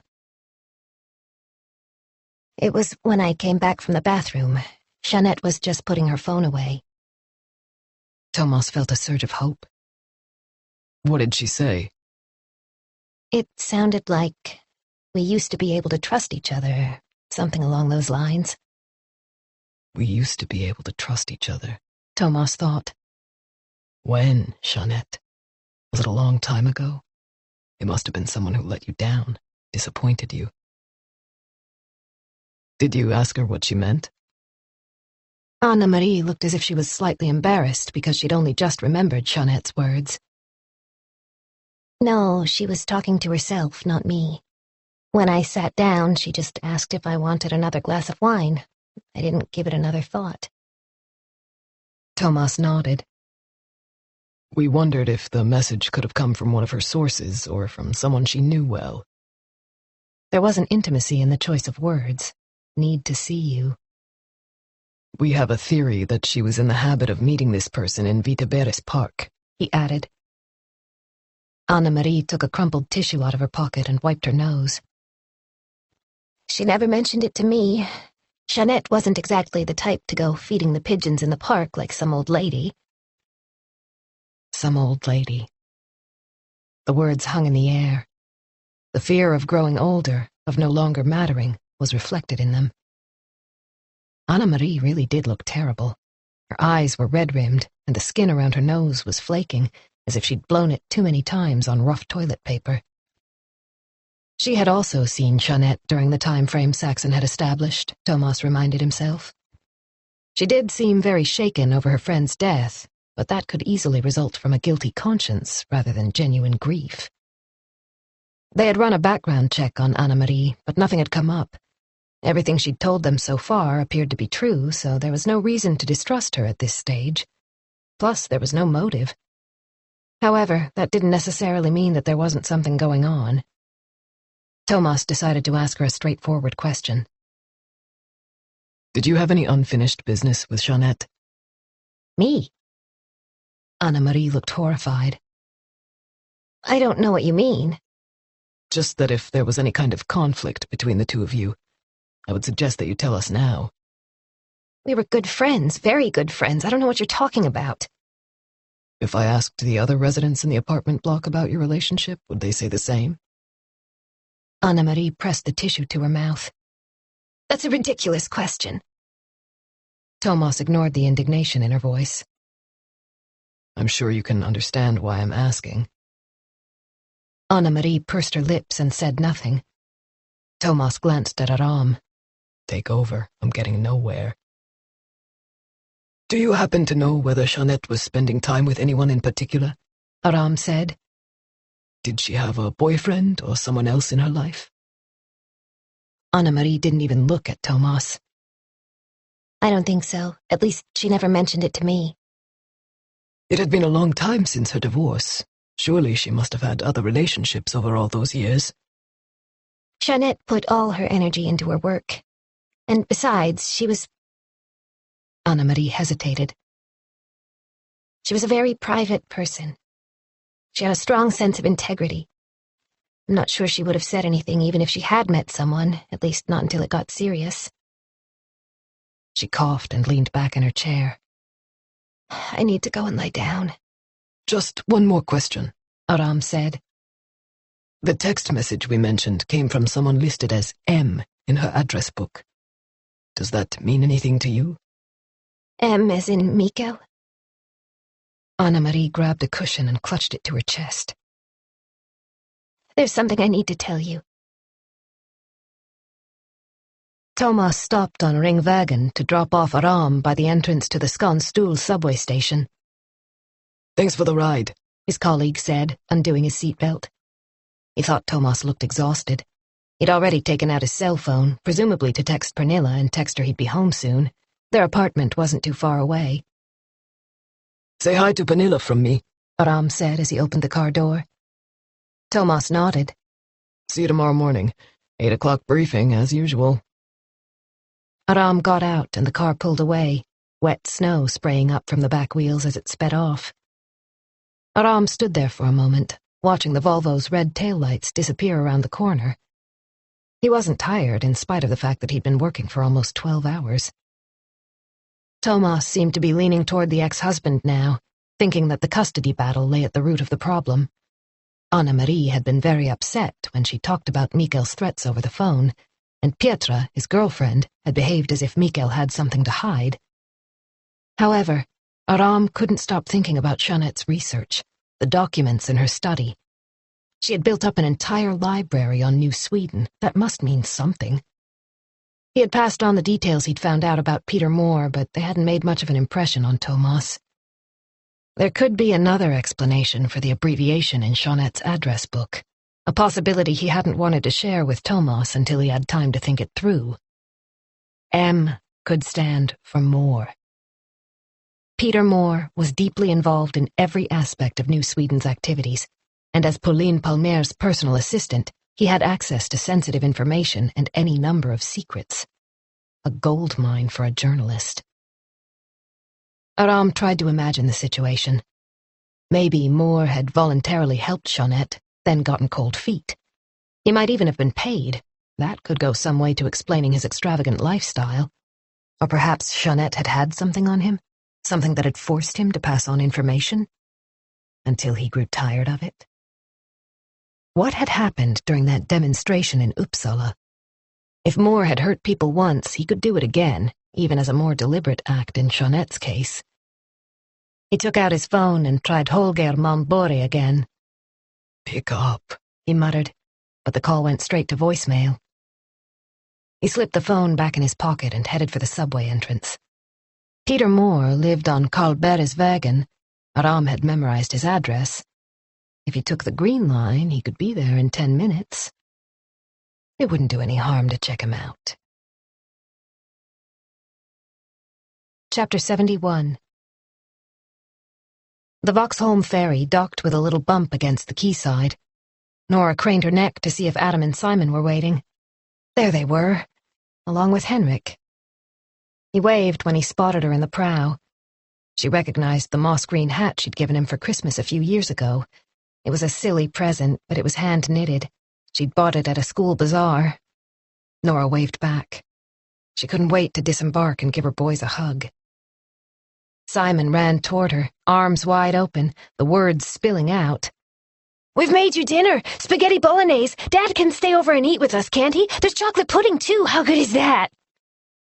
Henrik wasn't far behind. He put his arm around Simon's shoulders and smiled. If that's okay with you? Nora could hardly speak. It had taken all her energy to drive along the dark, winding road to Stavsnäs. She was still badly shaken, but she didn't want to disappoint her son. "Of course Dad can stay for dinner," she said, and Simon's face lit up. Adam gave her a hug, too, then gave her a searching look. Are you upset about something? It was so typical of him to notice how she was really feeling. She blinked away the tears. "I'm just tired, sweetheart. It's been such a long day." The cold tightened its grip on her body. She was aching with exhaustion and shock in equal measure. "Please, can we go home?" she said. "I'm freezing." I've got your bag, Henrik said, kindly picking it up. When Tomas walked in, he was met by Pernilla, who was just closing Aylin's bedroom door.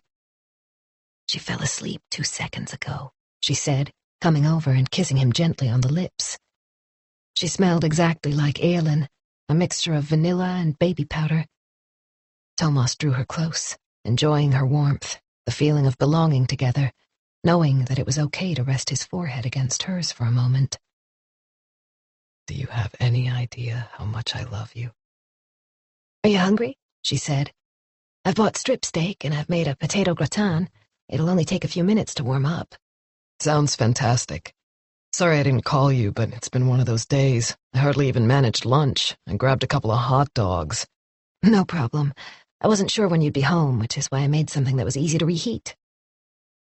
Pernilla waved a hand in the direction of the kitchen, but just for a second, her gaze lingered on Aylin's door, as if she wanted to make sure that everything was all right, that Aylin really was breathing. Tomas recognized her anxiety only too well, but she said, "Come on, let's fix dinner. I'm starving.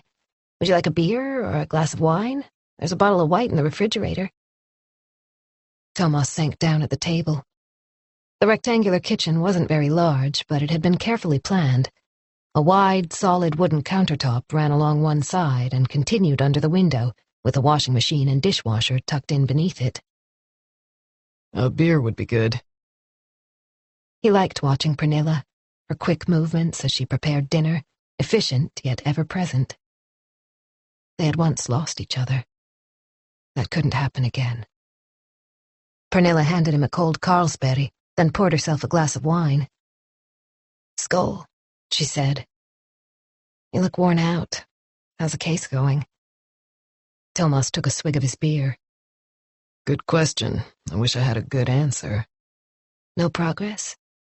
We don't seem to be moving forward, although it's probably too soon to expect much. It's only been 3 days since Jeanette was found. So why do you feel that way? We just can't find anything concrete to go on. It's all vague rumors, an angry ex-husband, no real leads. Pernilla checked on the gratin in the oven, then took out a frying pan and added a lump of butter. The steak was already waiting beside the stove. Thomas put down the beer and thought about Mikael Thiel's reaction when the dispute over Alice was brought up. How far do you think a man would go to win a custody battle? Are you talking about Jeanette Thiel's ex? Pernilla asked. Yes. As far as necessary. There are men who abduct their own kids, even murder them to make sure the ex-wife doesn't get to keep them. Thomas thought for a moment. He's a well-educated man with solid relationships who works for Erik's son. His neighbors all sing his praises, and he's a devoted father. Pernilla let out what was for her an unusually harsh laugh. And? Thomas couldn't help smiling. You sound like some hard-bitten old cop. I thought that was my role. The killer is often someone close to the victim. Isn't that what you always say to me? How far would you go? Let's hope we never need to find out. Thomas reached out and drew her close for a quick hug. The night before Christmas Eve, Jeanette exchanged text messages with someone listed in her address book as M. It could be her ex, but then he's already in there as Mikael. Thomas could feel the frustration bubbling up as he spoke. It doesn't make any sense, he went on. Why would she have 2 different numbers for him if he's our killer? Maybe he's threatened her before? What do you mean? A smart guy wouldn't use his own phone to hassle someone. He'd use a burner phone. Jeanette might have figured out that it was him and saved the number under M. Thomas doubted it. No, she invited this M to her apartment on Christmas Eve. She wouldn't have done that if she was scared of her ex. She might have wanted to talk things over. One last attempt to reach an agreement. Alice had said that her dad hadn't been home in the morning. It didn't take very long to drive from Vaxholm to the Söder district, no more than 45 minutes if there wasn't much traffic. Enough time to arrive at Jeanette's place at 7, somehow get her to ingest the poisoned beans, then return home to celebrate Christmas with the family. Could Mikael Thiels be so cold-blooded? Pernilla's voice brought him back to reality. Could you set the table? Dinner's almost ready. Thomas stood up and opened the cupboard where the plates were kept, his mind still turning the question over and over. How far would a man be prepared to go in order to retain custody of his daughter? Chapter 72. Aram looked around as he emerged from the subway onto Sankt Eriksgatan. The slushy snow still lay thick on the road surface, but exhaust fumes and tires had turned it dirty brown. By the curb lay a filthy teddy bear, dropped by a child who was no doubt heartbroken by now.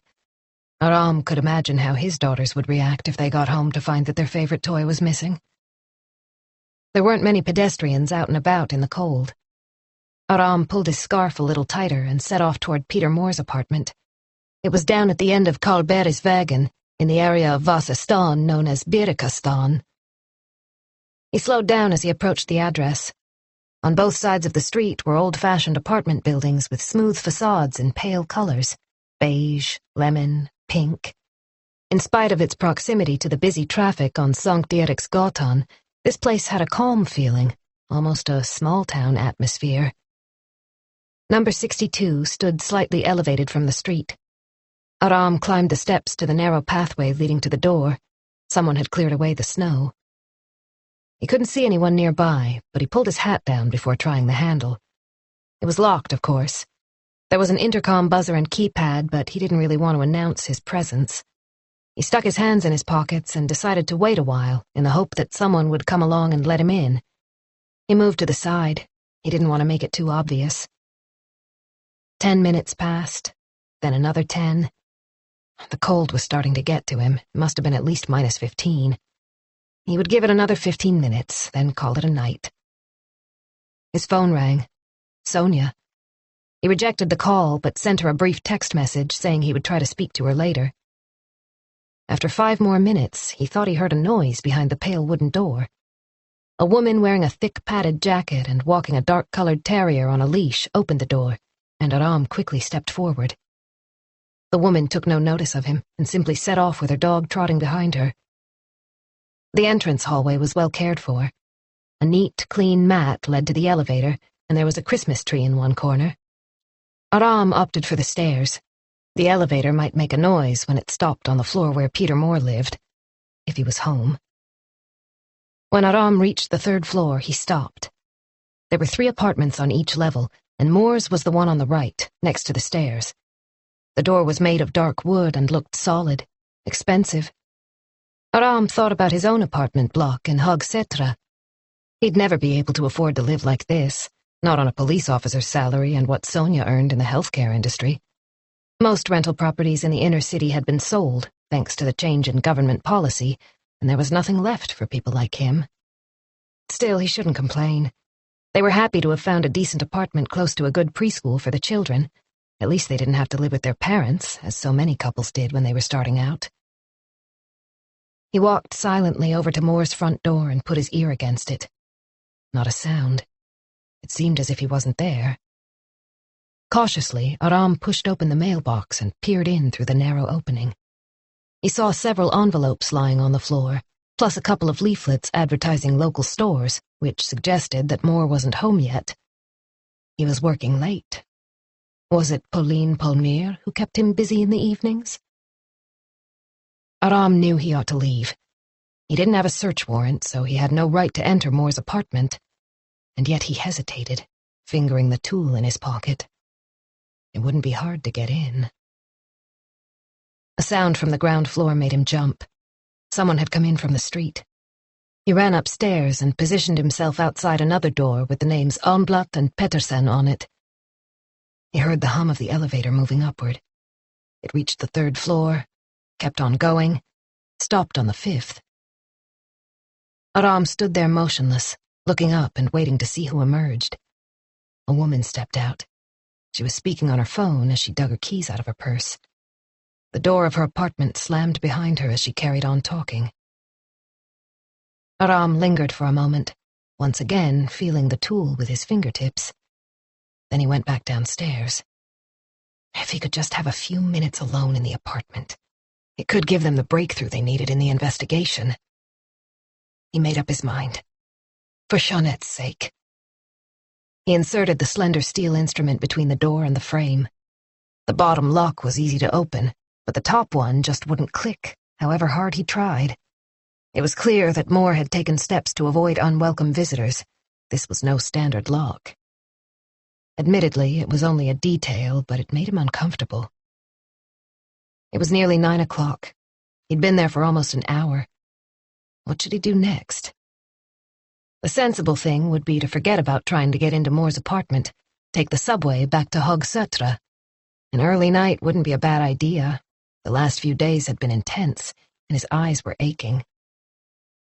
Or he could wait for Moore to come home. Oh, that could take hours, and he had no idea how he would pass the time. However, it went against the grain to walk away with nothing more than a locked door to show for his trouble. For the want of something better to do, he set off up the stairs again. He eventually reached the top floor, the 6th. There were only 2 apartments here, which meant they must measure close to a couple thousand square feet. Who the hell needed that much space? The staircase continued for a short distance, and Aram saw that it led to a door made of pale brown wood, covered in black scuff marks. The attic. Unlike many other buildings in the city center, this one didn't appear to have been converted into an exclusive loft apartment. The door was secured with nothing more than a simple padlock. It took him seconds to get in. Chapter 73. The light on the stairs went out as the door closed behind Aram. He fumbled for a switch on the wall, scratched his hand on the untreated wooden planks, but eventually found something hard and round. An old-fashioned bulb came on above his head. It dangled from the ceiling on a black electrical wire and looked temporary. Presumably, people rarely came up here. It took some time for his eyes to get used to the dim glow, but after a while he was able to make out a row of storage units behind old-fashioned, unpainted doors with chicken wire covering the open structure. There was a hallway between them that disappeared around the corner. Aram peered into the first compartment, which was full of cardboard boxes.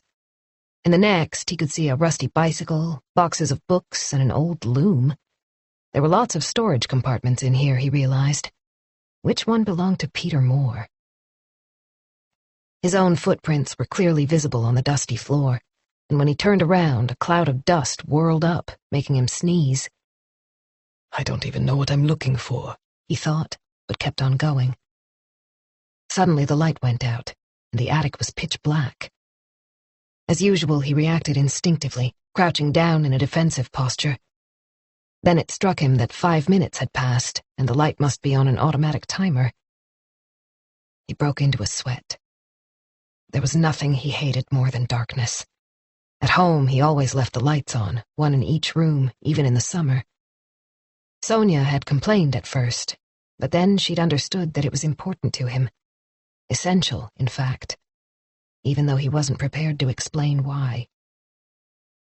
It had begun during the family's flight from Iraq, when the only place they had to sleep was a shipping container. The strange noises during the night, the bugs scuttling over his arms and legs. His mother had said they couldn't risk any kind of light in case someone discovered them. He had lain there with his eyes wide open all night, rigid and terrified. Having his siblings by his side was no help at all. He knew that something terrible would happen if he closed his eyes. That irrational fear was still a part of him. It was his most shameful secret. He was afraid of the dark. Taking a deep breath, he straightened up and took out his flashlight. It was hardly thicker than his thumb, but it fulfilled its purpose. He always kept it in his pocket, its presence a consolation as well as a practical measure. He switched it on, went back to the door, and felt the relief flood his body as he pressed the button for the ceiling light once more. He heard the faint hum of the elevator. Maybe the woman with the dog had returned. He spotted a number above each storage compartment, starting with 1, not surprisingly. He worked out that Moore's should be number 9, then pressed the button again in the hope that it would give him a couple of extra minutes. Number 9 was around the corner, at the far end of the attic. It was large and looked bigger than the others. A sturdy piece of wood had been fixed to the door behind the chicken wire so that no one could see inside. The frame had also been reinforced to prevent anyone from breaking in. Steel bars at the top and bottom were secured with heavy padlocks. The light was fainter here. There was another bulb dangling from the ceiling, but it wasn't much help. It simply made the shadows longer and distorted what he could make out. He moved the beam of his flashlight slowly back and forth, trying to find a gap he might be able to look through, something that would give him a lead. What the hell was in there? It was a waste of time. He couldn't see a thing. The light went out. Aram swore he would have to hurry back to the door to press the button. An unexpected draft of cold air against his face. He stopped dead, tried to listen, tensing every muscle. Was someone there? To be on the safe side, he tucked the compact flashlight into the palm of his hand so that its beam wouldn't reveal where he was. The elevator hummed into motion once more. Okay. Aram relaxed, headed for the door. He would have to persuade Tomas that they ought to come back here with a search warrant and an axe. There was something inside storage facility number 9 that needed investigating. He was sure of it. Why else would Peter Moore go to such trouble? The guy had secrets, and now Aram could prove it. He suddenly had the horrible feeling that he was being watched. The hairs on the back of his neck stood on end, even though he didn't know why. He stopped again, remained motionless, sniffed the air, trying to sense if someone else was there in the darkness. His hand moved toward his gun, but before he could touch it, he felt something cold against his neck. Don't move, a voice whispered from behind him, or I'll cut your throat. Chapter 74. Nora was sitting on the sofa in the TV room. She could hardly keep her eyes open. Her body felt heavy. Was she coming down with something? Her limbs felt sore, and her skin was crawling. Henrik and the boys had done such a wonderful job of organizing dinner. The table had been laid in the dining room, and Simon had placed a red paper napkin in each glass at a jaunty angle. Adam had helped out too, without being asked. Unfortunately, Nora had had no appetite and had simply pushed her food around. It was as if she was observing the whole thing from a distance, voices reaching her with a couple of seconds' delay. After the meal, Simon had put on a movie, an American comedy they'd rented before they left town. He was curled up beside her now, totally absorbed by the action on the screen. Henrik was in the armchair, with Adam sitting on the floor, his back against his father's legs. They'd been watching the movie for about half an hour, but Nora had no idea what was going on. Her head was too heavy for her neck to support. The picture jumped and blurred when she tried to focus. Mom? What? Simon had said something to her, but she hadn't heard him. Can we pause it for a while and make popcorn, please? Adam was also looking hopeful. Absolutely. The path of least resistance. She could have said that they'd been eating popcorn and chips for days, but she didn't have the energy. Henrik placed a hand on her arm. Are you okay? You don't look too good. I don't feel too good. She realized she was sweating and shivering at the same time. Henrik was gazing at her with concern. Maybe you should go and lie down. I'll make sure the boys get to bed after the movie. Don't you worry about a thing. She wanted to protest, assure him there was no need, but instead she heard herself saying, "You're right. I think I need to get some sleep." Nora got to her feet, holding onto the wall for support. Fortunately, no one noticed. A particularly funny scene had captured everyone's attention. Good night, boys. Would you like me to bring you a cup of tea? Henrik offered. Thanks, but I'll be fine. I just need to go to bed. It's been a tough day. Anything you want to talk about? Anything at work? His voice was so kind and sympathetic that Nora's heart did a somersault. She wanted to turn to him and say, "Tell me what to do. I don't know what to do." Once upon a time, it had been natural to fall into Henrik's arms, share her misery. Whatever happened as far as her job was concerned, she would have been safe and secure. She had her family. There was someone right by her side. The moment passed. It's okay. As I said, I'll be fine when I've had some sleep. She staggered slightly as she walked through the hallway, but managed to keep going. He cheated on you, she thought woozily. He lied to you, and once he even hit you. But he's changed. She clung to the banister and hauled herself up the stairs. Chapter 75. Aram didn't move a muscle. He was still surrounded by complete darkness, his pulse racing. "Both hands behind your back," the voice hissed. Was that an American accent? Hard to tell. It wasn't necessarily Peter Moore who'd crept up on him. "I'm such an idiot," he thought. The pressure on his throat increased, and Aram complied with the instruction. He felt something being placed around his wrists. He just had time to think, "Cable tie." Then a hard blow to the back of his leg sent him crashing onto the concrete floor.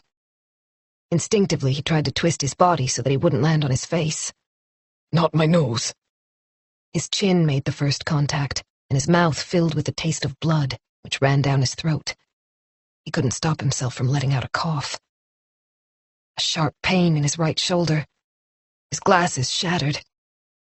Someone knelt down beside him, grabbed the sore shoulder, and turned him over onto his back. It hurt so much he almost fainted. His hat was ripped off, and the harsh beam of a flashlight shone straight in his eyes. "A fucking Arab," the voice said. "What's a greasy Arab like you doing poking around in our storage facility?" The man holding the flashlight was a blurred silhouette, impossible to identify.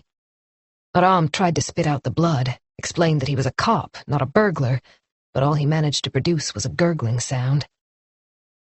His assailant kicked him in the stomach. The pain was so intense that Aram doubled over. Even more blood filled his mouth, bubbling down through his nose and mingling with snot and tears. He whimpered and curled up in the fetal position in an attempt to protect his body from any additional blows. Once again, he attempted to speak, to clarify who he was, but he could barely move his lips. A vicious kick to his spine. Someone groaned. Was that him? No one knows I'm here. How could I be so careless?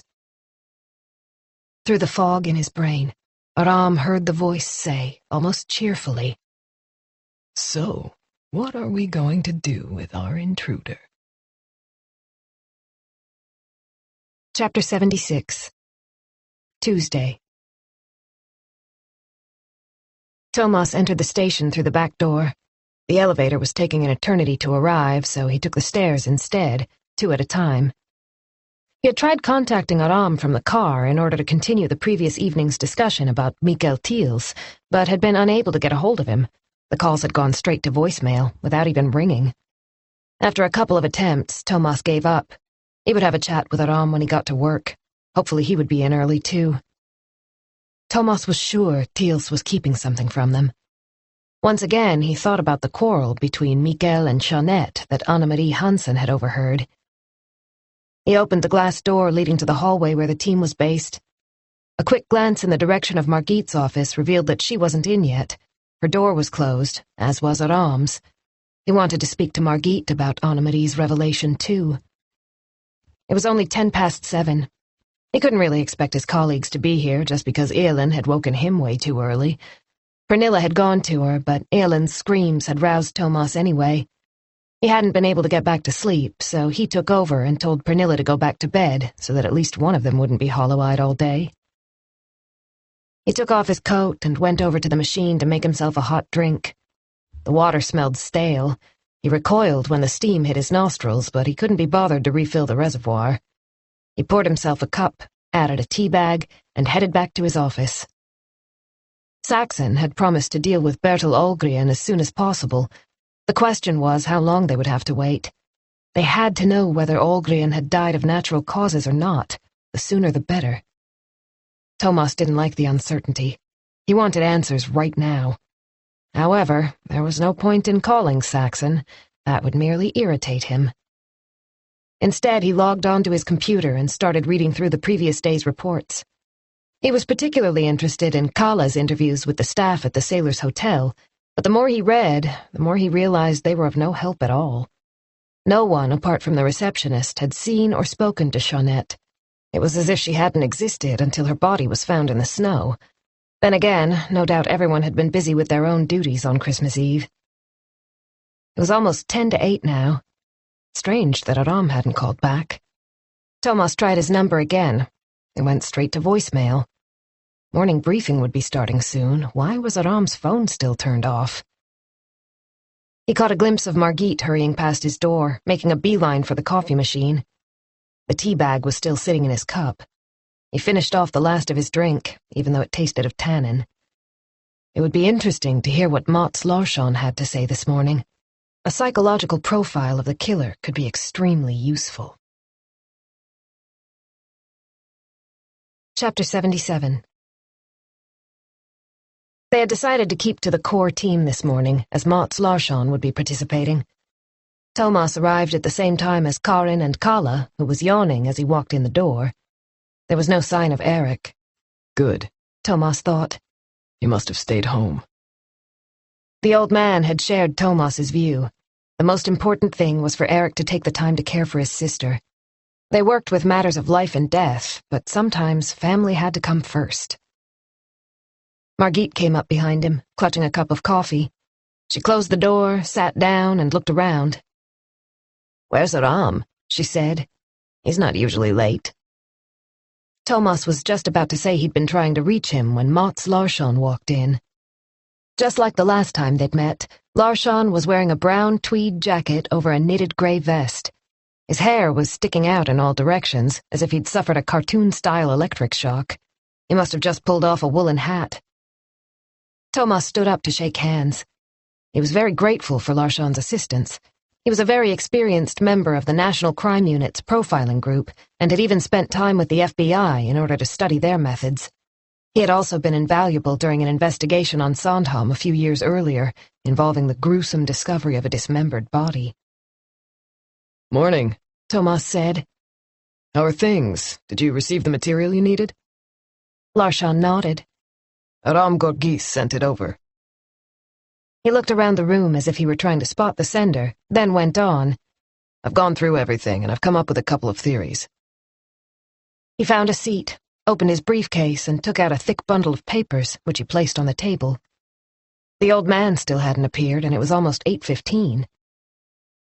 "Have you seen the old man?" Tomas asked Karin, who shook her head.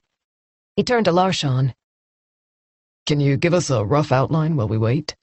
It might be best to hang on until everyone's here." Tomas nodded. He didn't want to push the guy. "Of course, one issue is that we don't have a confirmed crime scene to go on," Larsson said anyway. Why is that important? Karin asked. "Profiling always starts with the crime scene, what it looks like, the level of violence, behavior before and after the event. The problem here is that we don't have an exact location." He was right. The conclusion that Jeanette had ingested the poison in her own kitchen was based on the forensic pathologist's estimate of the time that had elapsed between her consumption of the beans and her death, an estimate that in turn was affected by the fact that the body had been lying out in the cold. It was impossible to establish the exact time of death, which meant they couldn't be 100% certain that she really had been given the poison at home. They were still working from a hypothesis, but Tomas was convinced Jeanette's unidentified visitor on Christmas Eve was a key figure. Mats Larsson continued his explanation. Karin was listening attentively. "What we have in this case is a place where the body was found, plus some evidence suggesting that the crime was committed in Jeanette's apartment. It's not critical, but what I'm saying is that we don't know how the perpetrator acted on that occasion." And how does that affect your work? "It means I have limited resources to go on when I start to compile the profile. I'm trying to pin down the social and behavioral qualities of an unknown individual, and in this case I have fewer elements to interpret when it comes to building up that profile." I understand, Karin said. It's like trying to do a jigsaw puzzle with several pieces missing. The sky outside the window was beginning to grow lighter, a colorless dawn with no sign of even the palest winter sun. The clouds merely changed from black to gray. Margit started drumming her fingers on the table. Where the hell is everybody? We need to get started. The door opened and the old man appeared. "Sorry I'm late. I had to take a call from the press office. The TV news is planning to run a major story on Jeanette Thiels, and they're pushing us hard." He turned to Mats Larsson. "Good morning. What can you tell us?" Chapter 78. Mats Larsson cleared his throat. "First of all, I have to stress that I've had very little time to evaluate the material I received. I can only offer guidance, if that." "We understand," the old man said, making an almost comical effort to sound encouraging. "Carry on." Poisoning isn't particularly common," Larsson began. "At least not in comparison with knife crime, which accounts for almost 50% of all homicides, or guns, which are used in around 20% of cases. The number of unrecorded deaths as a result of poisoning is also an issue. There are probably far more than we think." "We know all that," Tomas thought impatiently. "We're perfectly capable of looking up statistics. Tell us something we don't know." Discreetly, he checked his phone in case Aram had sent a text message. It was strange that he hadn't been in touch if he was sick. The old man seemed to be wondering where he was, too. "As I said, I've read through the material, and there are a number of things I'd like to highlight." Like what? As usual, Margit was incapable of keeping quiet. "The most common incidence of fatal poisoning is when mentally ill parents decide to kill their child, or vice versa, when adult children tire of their sick, elderly parents." "But we're not looking at either of those scenarios here," the old man chipped in. "Exactly. So this is an interesting deviation from the pattern." What does it tell us about the killer? Margit demanded. Man, woman, young, old? Larsson took off his glasses and placed them on the table. The tortoiseshell frame was broken at one corner, and a thin strip of silver tape had been wrapped around it as a temporary repair. You know I can't give you a definitive answer, he said. It's only on TV cop shows where you get a complete profile, including the perpetrator's height and shoe size. He allowed himself a faint smile. What I will say is that poisoning is a very personal way to commit a murder. What do you mean?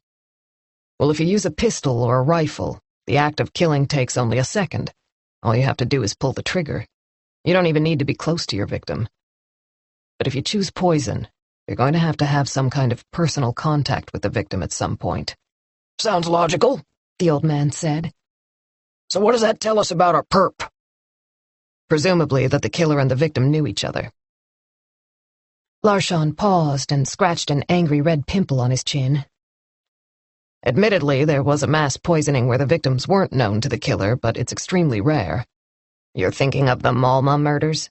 Kalle said. Larsson nodded. What happened? Karin asked. It was back in the 70s. A male nurse poisoned a number of residents in a care facility for the elderly. Kalle explained. He managed to kill off 12 people and was also convicted of an additional 16 counts of attempted homicide. He was one of Sweden's most notorious mass murderers. How did he do it? He used a highly corrosive detergent, which he mixed with juice. The residents all suffered from dementia and were incapable of protesting or refusing the drink. Horrible. Margit's eyes had narrowed. He was sick in the head, she said, dismissing the Malma case with an impatient gesture before turning back to Larsson. Can we get back to Jeanette Thiel's? There are a number of indications that she knew her killer, as you said. Do you think they knew each other well? She was thinking of the 2 coffee cups on the kitchen table, as was Tomas. It's impossible to say, but yes, probably. From a purely statistical point of view, we're aware that victim and killer know each other in 70% of cases. Larsson sat back and crossed his legs. One knee of his corduroy pants was noticeably worn. This is a method that requires an extremely high level of meticulous planning, which suggests a closer relationship, although that's not always the case. What do you mean? Tomas asked. It's easier to explain if we look at the statistics. As I said earlier, a knife is used in half of all homicides involving violence. Why? Larsson answered his own question. Because 70% of murders take place in the home, where knives are readily available. It's a spontaneous act and requires none of the preparation we're talking about here. So how is our perp thinking? Tomas said. Larsson put on his glasses. Opting for poison indicates that the perp wants to avoid discovery. Surely most killers feel the same way, Kalle commented in a rare burst of gallows humor. Larsson gave a brief nod. Absolutely. But if you shoot someone, it's obvious that a murder has been committed, and the same applies if you stick a knife in them. As far as Jeanette is concerned, the killer was probably hoping that the cause of death would go undetected. In other words, that no one would realize she'd been murdered. Tomas remembered Saxon's pride when he found the remains of the paternoster beans in Jeanette's stomach. If he hadn't been so meticulous, would they have decided there were no suspicious circumstances? Maybe he assumed she'd gotten sick, possibly due to food poisoning, and unfortunately collapsed in the snow where she froze to death. In other words, it was important for the killer to conceal the fact that a murder had been committed. Jeanette was dead, silenced. He or she must be trying to hide a secret. So the perp didn't want us poking around into Jeanette's death, he said. He or she wanted to get rid of her without too much fuss. Larsson nodded again. Probably. The police investigation was a mistake as far as the killer was concerned. Had anything else not gone according to plan? They hadn't found any unidentified fingerprints in Jeanette's apartment, in spite of the fact that the place had clearly been searched. And the computer was still missing. Tomas was becoming increasingly convinced that the killer had wanted to be absolutely certain that Jeanette hadn't made a copy of whatever was on her laptop. If he or she hadn't found what they were looking for, they must be desperate by this point. Several days had passed since Jeanette's death, and it was no secret that the police were on the case. Alice had denied that her mom had given her anything, but surely Jeanette would have backed up her work. Could the girl be lying? Oh, then again, why would she do that? Tomas shook his head in frustration. They were getting nowhere fast. There's no denying it's an unusual method, this business of the poisonous beans, the old man said. Where can you get a hold of them? Karin said, turning to Kala. Shouldn't you be looking into that?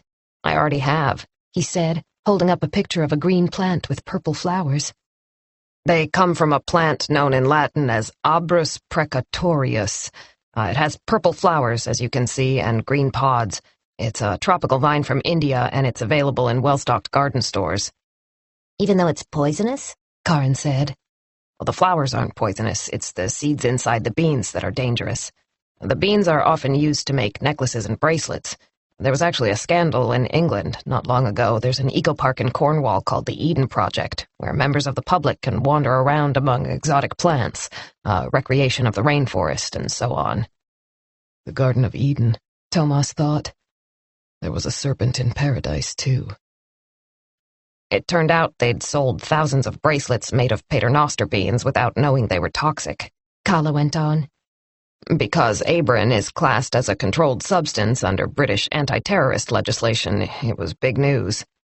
In other words, it's not that difficult to find the beans, Karin said, echoing Tomas's thoughts.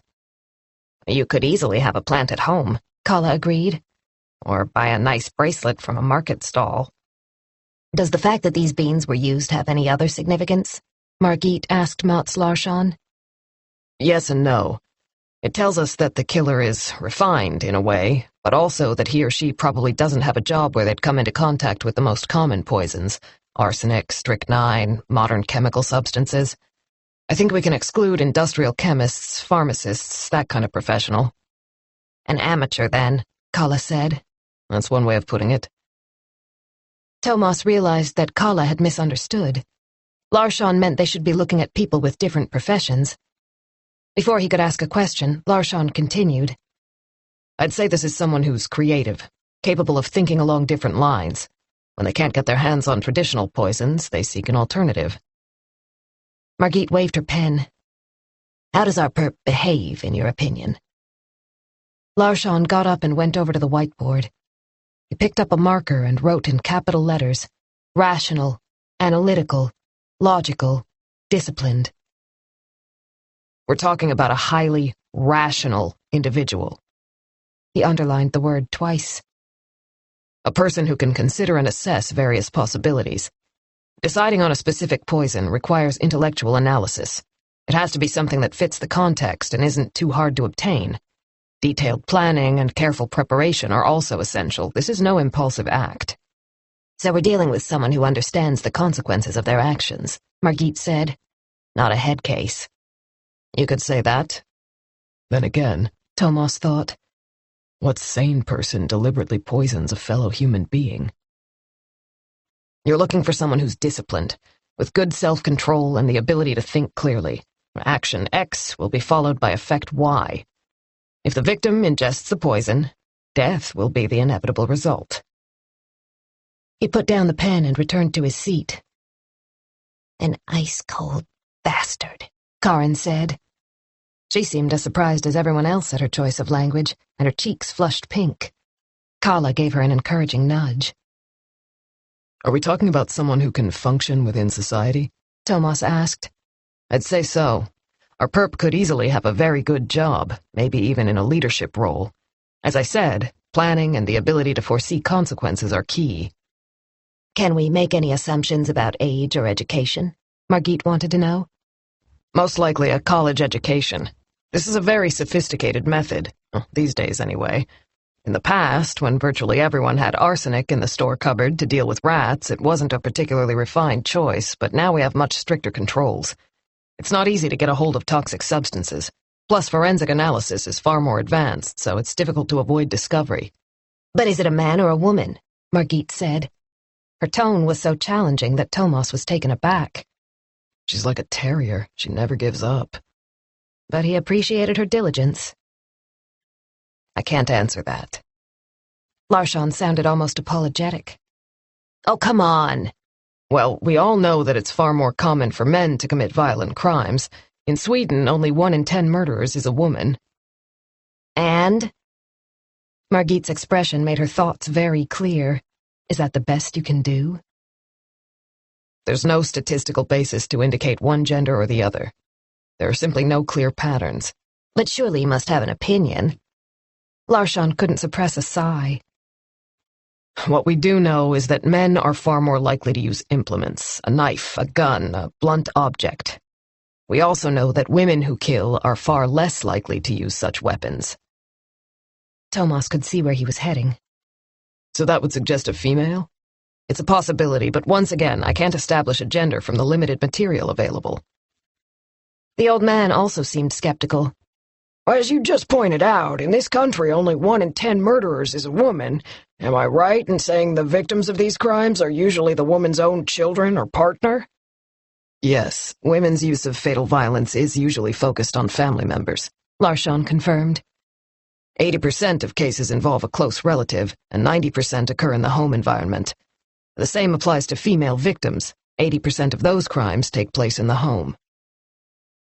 Tomas rubbed his eyes in an effort to maintain concentration. Larsson didn't usually hit them with quite so many statistics. He must have read a new report recently. Obviously, these statistics suggested they were looking for a man, but that wasn't much help under the circumstances. Tomas wanted to know if there was anything about the method that was significant for this particular case. A different angle. So, what about Jeanette herself? He said. Can we link motive and method to the fact that Jeanette was a woman? Good question, Larsson replied. My instinctive answer is that there's often an issue involving jealousy or problems arising from a relationship breakdown when men murder women. We haven't found anything like that, the old man said.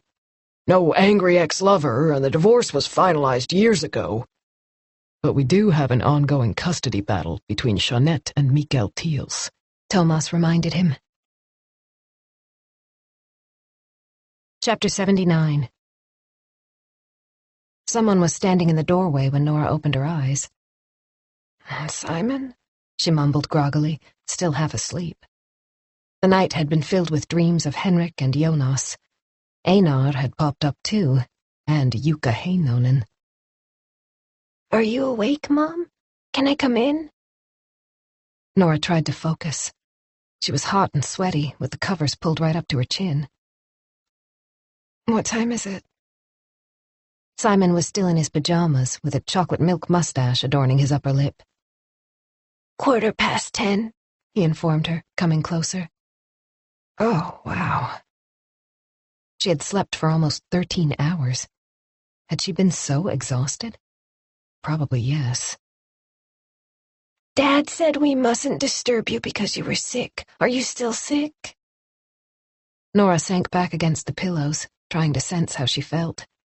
Her whole body felt heavy, but last night's fever had gone. I'm okay, sweetheart. I just need to rest a little while longer. Can I get into bed with you? Best not. You don't want to catch something. That's what Dad said. Nora patted his arm. So, what are you going to do today? Will you go over to Fabian's? There was a sound from behind Simon, and Henrik appeared with a tray. How's the patient? He asked as he came in. Can you manage a little breakfast? Nora could smell tea and toast. There was also a glass of juice and a fried egg with several slices of tomato. Shall we leave Mom to eat in peace? She'll soon be back on her feet, Henrik said to his son before turning to Nora. So how are you feeling? Nora sat up, smoothing down her hair with one hand.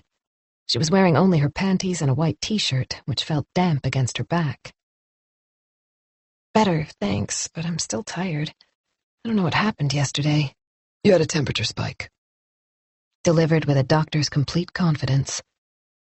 Henrik leaned over and placed a cool hand on her forehead. No fever. Let me check you over. He put gentle pressure on the glands in her neck. Open wide and say ah. Ah. Nora complied, feeling a little foolish, but at the same time it was nice to relinquish control. Let Henrik decide if she was sick or not. I can't see any sign of inflammation in your throat. It must have been something temporary, probably a 24-hour bug. That kind of thing is pretty common. You'll soon be back on your feet. He took a step back, gave her a little pat on the cheek. At least that's what your personal home physician thinks. Simon, how about you go and get dressed now? Leave Mom to have her breakfast. He headed for the door, shepherding Simon along in front of him. Try and get a little more sleep when you've eaten. You'll soon feel much better. The door closed behind them. Nora waited for a couple of minutes until she heard footsteps going down the stairs. Then she slipped into the bathroom to brush her teeth. Her toast had gotten cold by the time she returned, but it didn't matter. It was still delicious. She was hungry, and she ate everything Henrik had prepared. It was strange to get such a high temperature with no warning, but maybe it was her body's reaction to the previous day, to what had happened in Einar's office. She was overwhelmed by a wave of misery. I can resign, she thought, curling up under the covers. I can look for another job. The misery was immediately superseded by terror. She had taken out the loan on the apartment in Saltsjöbaden with the bank, taking advantage of her generous staff discount.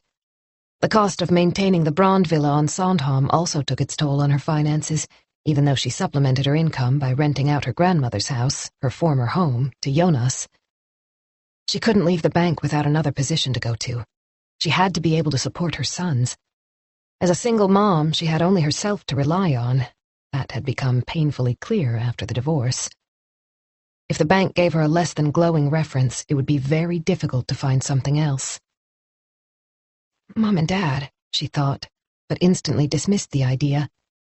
Her parents were both retirees. They had enough to get by, but not much more. Lasse had been self-employed, while Suzanne had worked for the local council in a clerical post. They had been there for her every step of the way when she split with Henrik, helping out with the boys and driving them to sports practice, but they wouldn't be able to help keep her afloat financially. I don't want to sell the Brandvilla. Aunt Sina had left the house to her. It was an act of trust, an inheritance to preserve for future generations. One day Adam and Simon would own it. She and Henrik had argued fiercely over Nora's decision to keep the place. That had been one of the reasons for the divorce. Nora couldn't imagine selling it, nor her grandmother's house. I need to talk to someone. Someone at the bank who knows both Einar and Jukka, who can give me advice. One by one, she went through her colleagues. There were 10 legal advisors in total, 4 women and 6 men. Alon was the latest appointment, Harabert the oldest at 62. The secretaries were Anna and Kerstin. Nora worked mainly with Anna, who'd been there for the same length of time as Nora, 10 years. Who could she trust? Who could she tell about Project Phoenix? And Einar. She didn't see any of them outside office hours, in spite of the fact that she got along well with all of them. What about Alon? They'd worked together quite a lot over the past year, and she liked him. But if she told him what happened, he would be caught in the middle, torn between Nora and their boss. He would be put in an impossible position, and she just couldn't do that to a colleague. But I'm not going to change my mind about Project Phoenix. I can't go back there. Even though her eyes filled with tears, she knew the decision was made. Chapter 80. Tomas headed to Margit's office to discuss Mikael Thiel's, but there was no sign of her. She wasn't in the kitchen either, so he headed for Karin's office, where the door was ajar. She was sitting at the desk, her attention focused on her computer. Pictures of a green plant with purple flowers filled the screen. Abrus precatorius. Have you seen Margit? He asked. I think she went to ask Nilsson if the results had come through from Linköping. Of course, they were due today. He'd forgotten. How about Aram? Has he called in? Karin shook her head. Shall I try his home number? Please. I've already tried his cell phone several times. The forensics department was on the same floor, beyond a locked door. Staffan Nilsson had the corner office at the far end, and Margit was already seated in the visitor's chair when Tomas arrived. I'm glad you're here, she said immediately. Staffan's had the report from Linköping. They've been so quick, they must have made us their #1 priority. Good news, which was much needed. What have you got? He said. They found Abrin in the samples we sent down. Nilsson began. So it was exactly as he'd suspected. Jeanette's coffee had been poisoned. It was in the chocolates, Margit announced. What? Do you remember seeing some chocolate truffles on a plate in Jeanette's kitchen, along with a dried-up, half-eaten Lucia bun? Nilsson said. Tomas tried to picture the table, the plate, the coffee cups. The chocolates were poisoned, Nilsson said. The beans had been ground up and added to the chocolate mixture. A couple of bites would probably have been enough to kill Jeanette. A dry cough. Even Agatha Christie couldn't have come up with anything better. A deadly festive treat served up on Christmas Eve. That's macabre, Tomas said. It reminds me of the murder in Malmö, Nilsson said. Tomas was vaguely aware of the case. Back in the 90s, a gangster in the south of Sweden had injected rohypnol into liqueur chocolates and persuaded an antiques dealer to eat them, with the aim of robbing him. Presumably our perp didn't grind the beans for long enough, which is why Saxon managed to find those fragments, Margit said. Luckily for us. Tomas was still trying to digest the information. So it was in the chocolates, he said slowly. Mats Larsson had said the method was personal, that there had to be some kind of intimate contact between victim and killer. Only a real sicko would offer a woman homemade poisoned chocolates. It must have been incredibly important to get Jeanette out of the way. What else had Larsson said? That it was someone Jeanette knew well. The tone of the text messages on her phone reinforced that view. There was only one person on their radar who fit those criteria. Only one person who also had a clear motive for wanting Jeanette dead. Mikael Thiels. Chapter 81. Mikael Thiels slowly put down the phone on the kitchen table, staring at the black receiver where his fingerprints were still visible. He had been called into Nacka police station for an interview at 1 o'clock, which was less than 2 hours from now. The woman who'd phoned had been brief. She hadn't wasted time on any pleasantries. Do I need my lawyer? He'd asked before she hung up. You're being interviewed as a matter of routine information gathering. Legal representation isn't normally necessary under those circumstances. However, you're welcome to bring someone with you if you wish. Then the call had ended, and he'd remained standing there by the kitchen counter, unable to grasp what was going on. His strength suddenly left him, and he felt a cold sweat break out on the back of his neck. He sank down onto a chair, overcome by exhaustion. He had to pull himself together, think. What am I going to say to them? Do I tell them the truth? He'd been angry with Jeanette for so long that he couldn't remember what his life used to be like. His fury had dominated everything, excused everything. Pietra had been pushed aside. Alice, too. Now that rage was melting away, like thin ice on a warm spring day. Mikael covered his face with his hands and sat there, not moving a muscle. How did we end up here? After a while, he looked at his watch.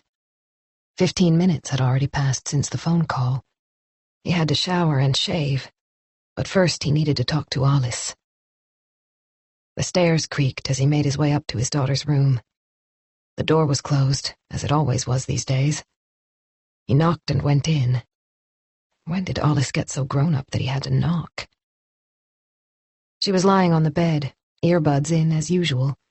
Sushi was beside her, curled up in a little ball. Alice's gray sweatpants were covered in white fur. I need to go out for a while, Mikael said casually. Okay. She hardly even looked up. It was as if he wasn't there. Alice, did you hear what I said? He felt a surge of despair. Jeanette was dead, and Alice wouldn't talk to him. You're all I have. Sweetheart, listen to me. Her angry expression didn't exactly make him feel better. What? The police want me to go to the station. They have some questions. About Mom? I presume so. She's such a mixture of a child and a young adult, he thought. A 13-year-old who knows everything and nothing, lost in the space between two different worlds. Why do they want you to go in? I don't know. In order to reassure her, he added, It's probably just routine. It's good that they're being thorough, so we can find out what happened to Mom. He caught a glimpse of something in Alice's eyes. For a second, he thought she was going to confide in him. Come back to me, Alice. But then she flopped back on her pillow and started messing with her iPod. The moment had passed. I might be gone for a few hours. The police station's in Naka, which means I have to drive through the city to get there, and the roads are pretty bad. Okay. He gazed at her pale face, the dark circles under her eyes. She was so skinny. He'd talked to Pietra about it, asked her how he should approach Alice, bring up the subject of how thin she'd gotten lately. He promised himself that he'd tackle the issue as soon as things calmed down.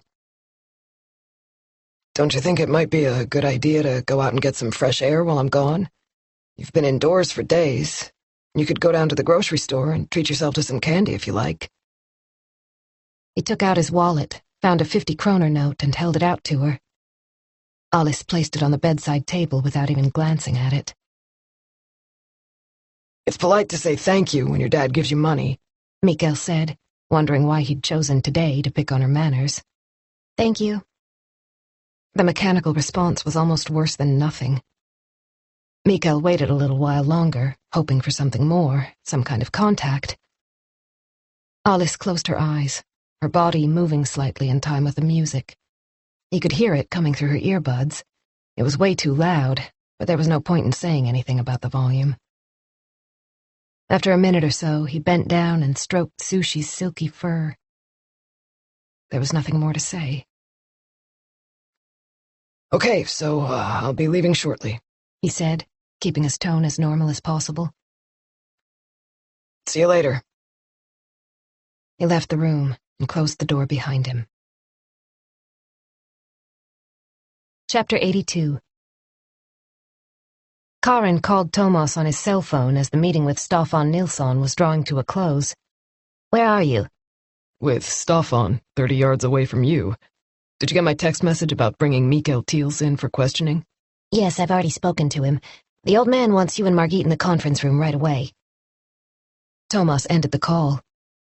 What's that about? He said to Margit. No idea. They took their leave of Nilsson and headed down the corridor. Karin was already sitting at the table. Did you manage to speak to Aram? Tomas asked her. No reply. Kalle walked in, clutching a half-eaten apple. You haven't heard from Aram? Tomas said. Kalle shook his head. Margit looked around. Where's the old man? I thought this was urgent. He's on his way, Karin said. He'll be here soon. Several minutes passed, and Margit started to look impatient. At long last, they heard footsteps approaching, and the old man appeared. He was holding his cell phone, and his eyelids looked heavy. He paused for a second in the doorway before taking a seat at the head of the table. Thank you for coming along at such short notice. Unfortunately, I have some very bad news. The room was so silent you could have heard a pin drop, with everyone's attention focused on the old man. Tomas's unease was growing by the second. I'm afraid it's about Aram, the old man went on. He's in Karolinska University Hospital, in intensive care. Oh my God, Karin gasped. Why? He's been seriously injured.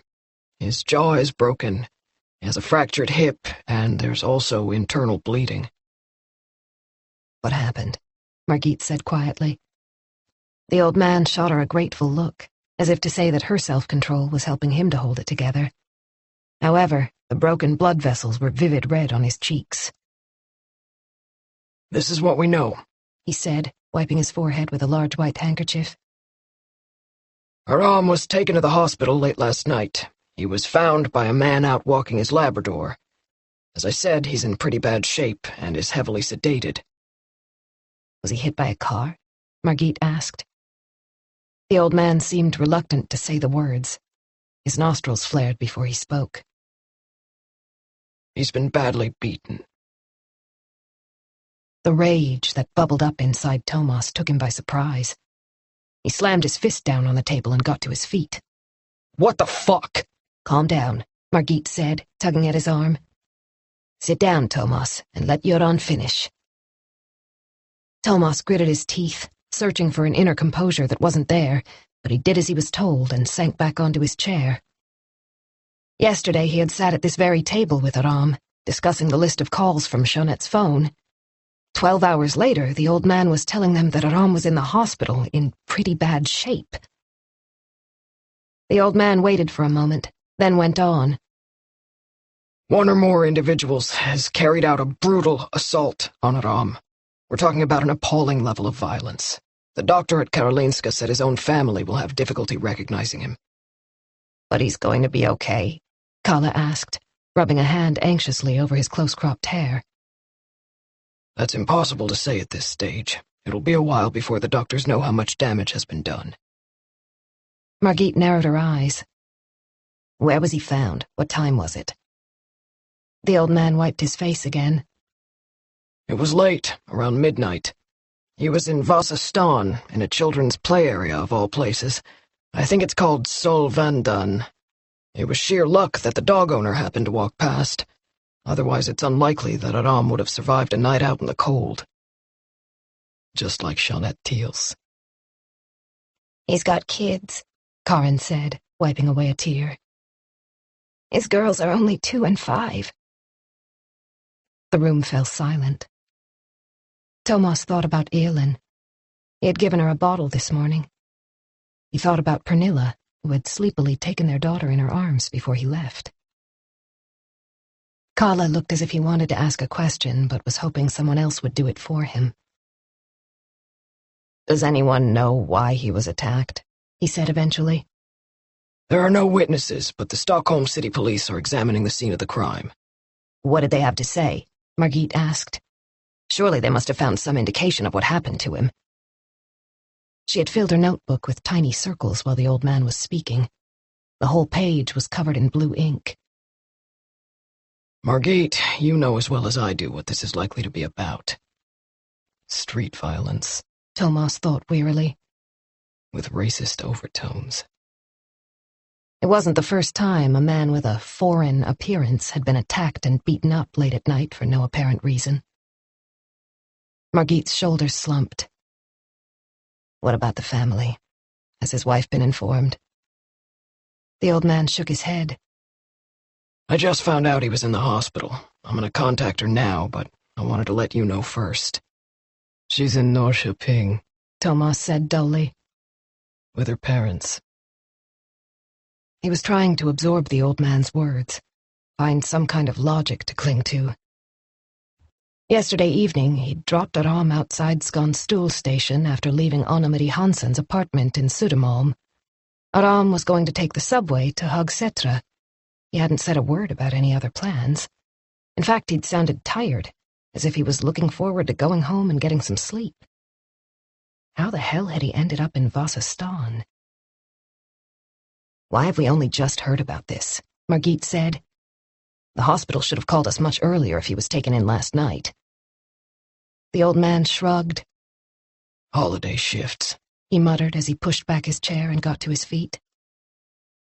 Can we go and see him? Karin asked.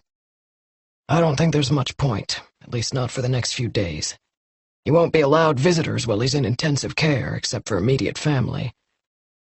I know it's not easy to concentrate after something like this, but we can't just drop everything else, the old man said before leaving the room.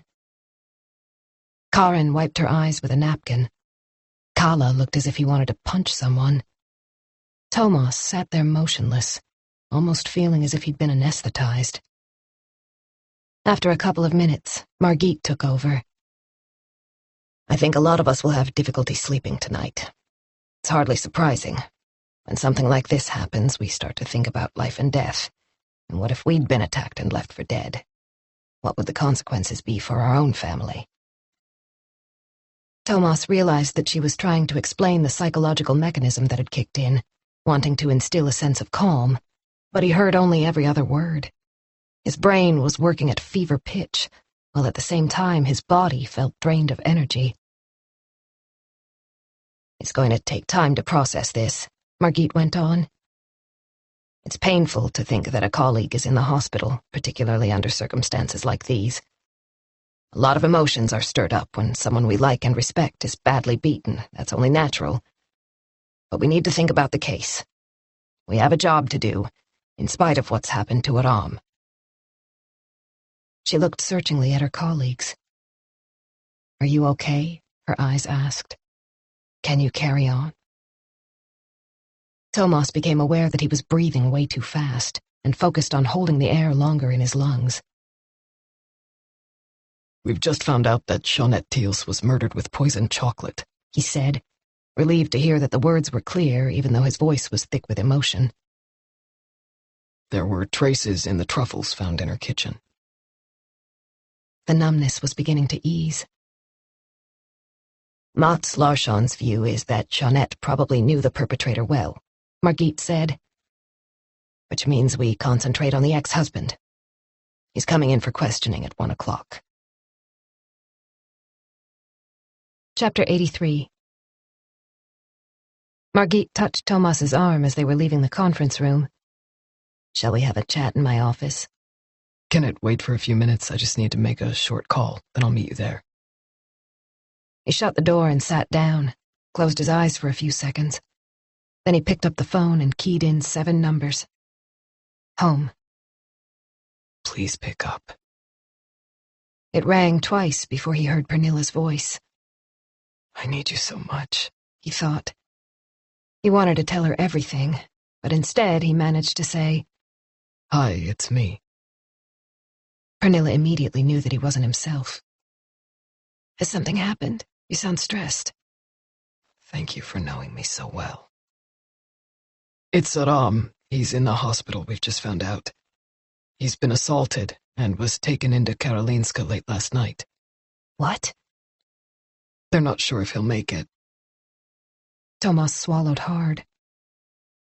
"It looks as if he was attacked, beaten half to death by thugs, racially motivated, presumably." "Oh, sweetheart." He could tell that Pernilla was equally shocked and upset. "I'm so angry," he realized. "So angry that I don't know what to do with myself." His hand instinctively moved toward his gun. "When was this?" Pernilla asked. "Last night after I dropped him off at the subway station." "So you were together yesterday?" "Yes, we went to talk to a neighbor of Jeanette Thiels. That was the last thing we did before I came home. I drove Aram to Skonstuhl, and it sounded as if he was planning to take the subway back to Hagsetra and go to bed. A guy out walking his dog found him in a children's play area of all places. Solvandan." "Solvandan. I recognize the name. Where is it?" Tomas thought back. What had the old man said? "Vasastan, I think." "That's it. I was there with Aylin in the spring, on an outing with the mother and baby group. It's up above Karlbergsvägen." Tomas heard a whimpering sound in the background. Aylin was probably waking up from her morning nap. He couldn't help wondering if Aram's 2-year-old was sleeping peacefully right now. "It's terrible," Pernilla said quietly. "How are Sonia and the girls?" Tomas tightened his grip on the receiver. Everything seemed to be moving in slow motion. Why was his brain so sluggish? "Where did you say the play area was?" "Up above Karlbergsvägen." Aram's words in the car, just after they'd left Anna-Marie. "By the way, I looked up Peter Moore's address. He lives in Birkastan, on Karlbergsvägen." Chapter 84. "Just look at the map," Tomas said to the old man and Margit, pointing to the street where Peter Moore lived. He knew he sounded agitated, but he couldn't help it. They were leaning over the old man's desk with a street map of Stockholm spread out in front of them. Moore's apartment was only minutes from the play area where Aram had been found.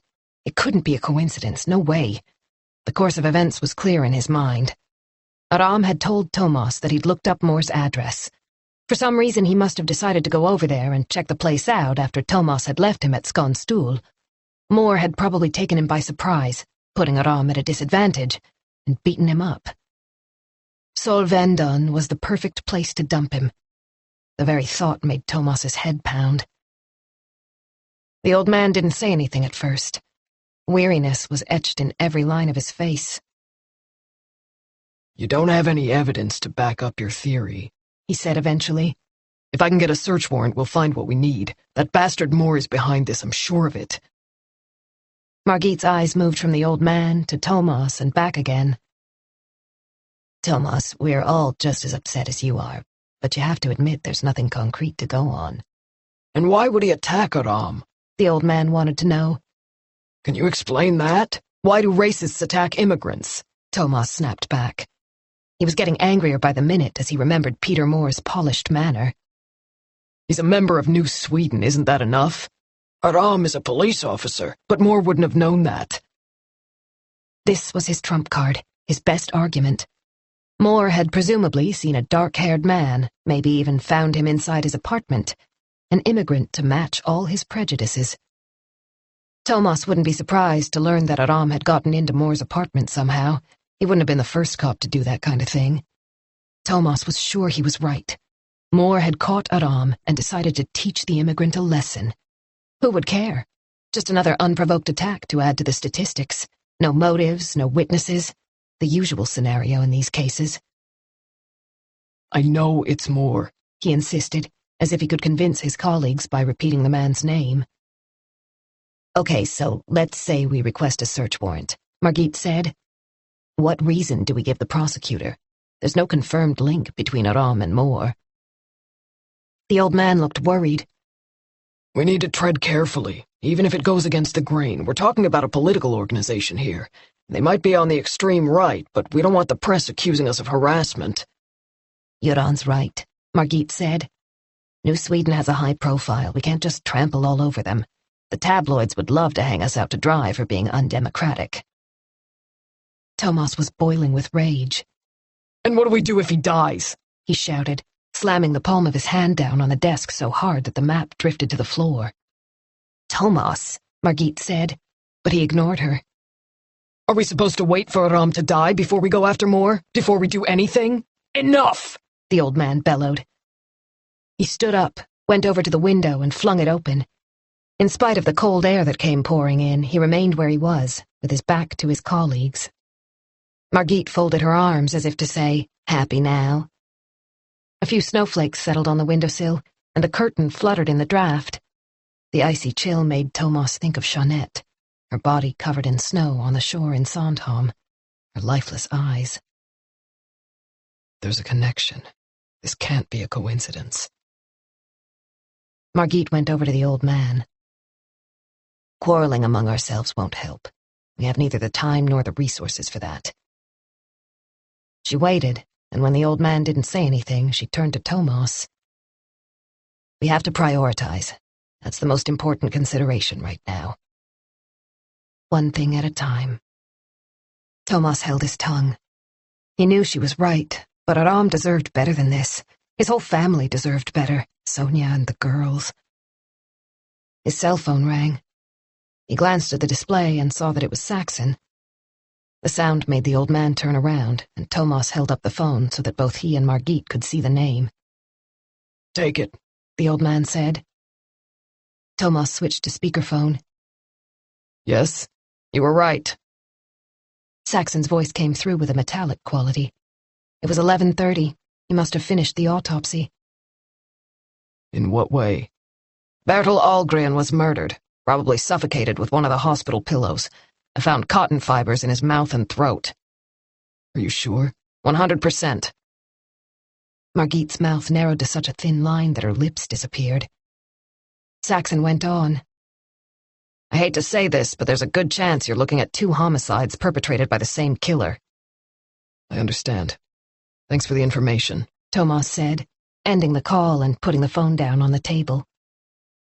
The old man closed the window and returned to his seat with fresh resolve. The homicide investigation has to take precedence, he told Tomas. Find Jeanette's killer. Then you can have your search warrant, even if I have to sign the damn thing myself. Are you okay to do this? Margit looked searchingly at Tomas. Karin had just informed them that Mikael Thiels was waiting. They had been on their way to the interview room when Margit suddenly stopped in the hallway. What do you mean? You know exactly what I mean. She had her back to the gray wall, which was blank except for the black rubber streaks left from the cleaning cart scraping along the baseboard. I'm upset about it, too. We all are. But we have a job to do. Tomas couldn't contradict her. He had reacted much more strongly than he would have expected. He wanted to explain, but struggled to find the right words. Did you know that Ram came here as a refugee when he was a teenager? He said eventually. His entire family had to flee from Iraq. His grandfather was tortured to death. No, Margit said slowly. I didn't know that. You should have heard some of the things he told me. Tomas shuddered. Margit didn't ask any more questions. She just headed for the glass door. You have to focus on the interview if you're coming in. I'm fine. Chapter 85. Alice stared at her phone, trying to summon a new text message by sheer willpower. Why hadn't whoever it was contacted her again? Weird. She'd looked up the sender's number online, but couldn't find a name. Must be a burner phone. Dad had gone into town, so she was home alone. Her bottom lip quivered. In hindsight, she was regretting everything she'd said to the police, wishing she'd kept her mouth shut when they asked their questions. Instead, she'd babbled away like a toddler.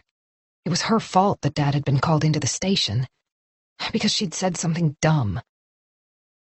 She'd wanted to say sorry earlier on, but the words wouldn't come. She felt so guilty she'd just clammed up and pulled away when he tried to give her a hug.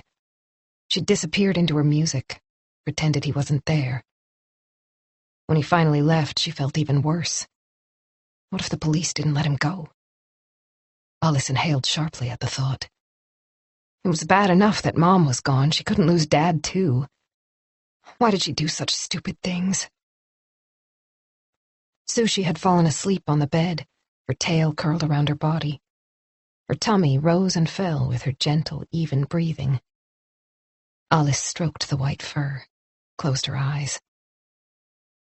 After a while, she sat up, tried to make a decision. Then she went into the bathroom.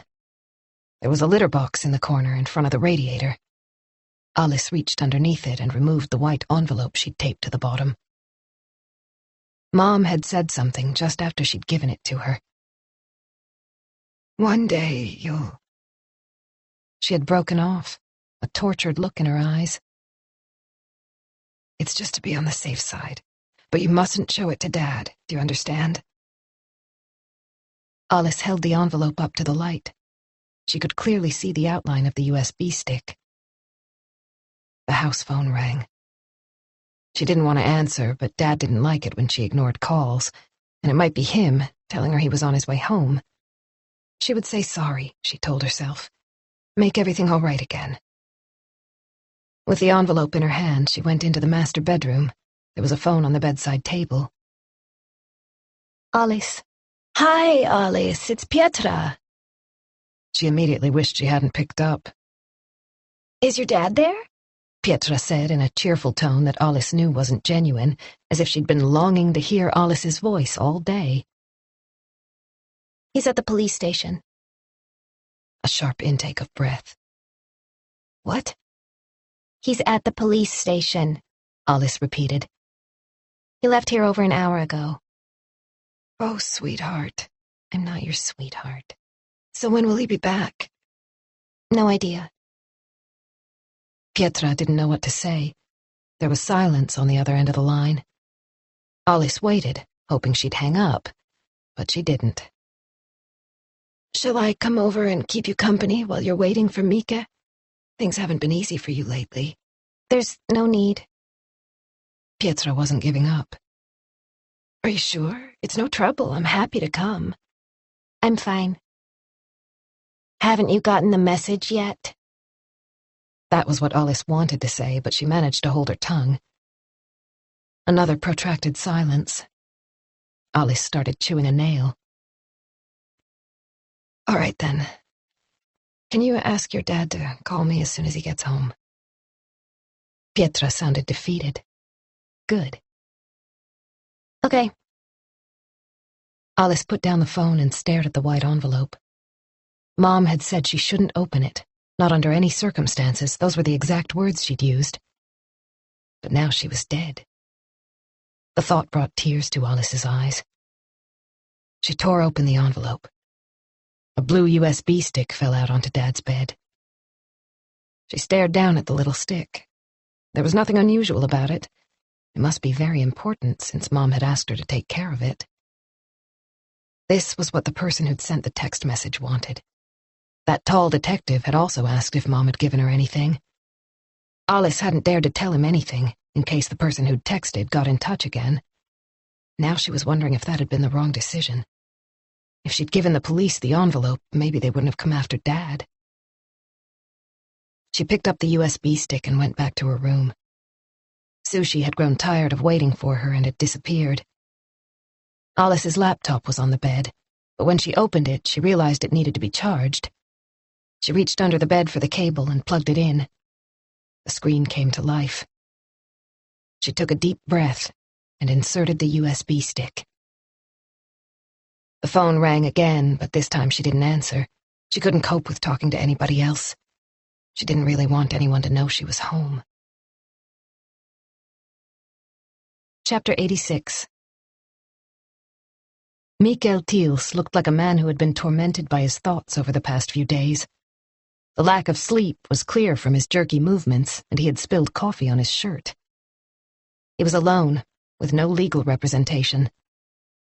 It might have been a good idea to bring his lawyer, Tomas thought. That would show that he understood the seriousness of the situation. Margit read the obligatory introduction onto the tape, and when she was done, she fixed Thiels in her gaze. You're here because we have a number of questions about the murder of your ex-wife, Jeanette Thiels. I realize that.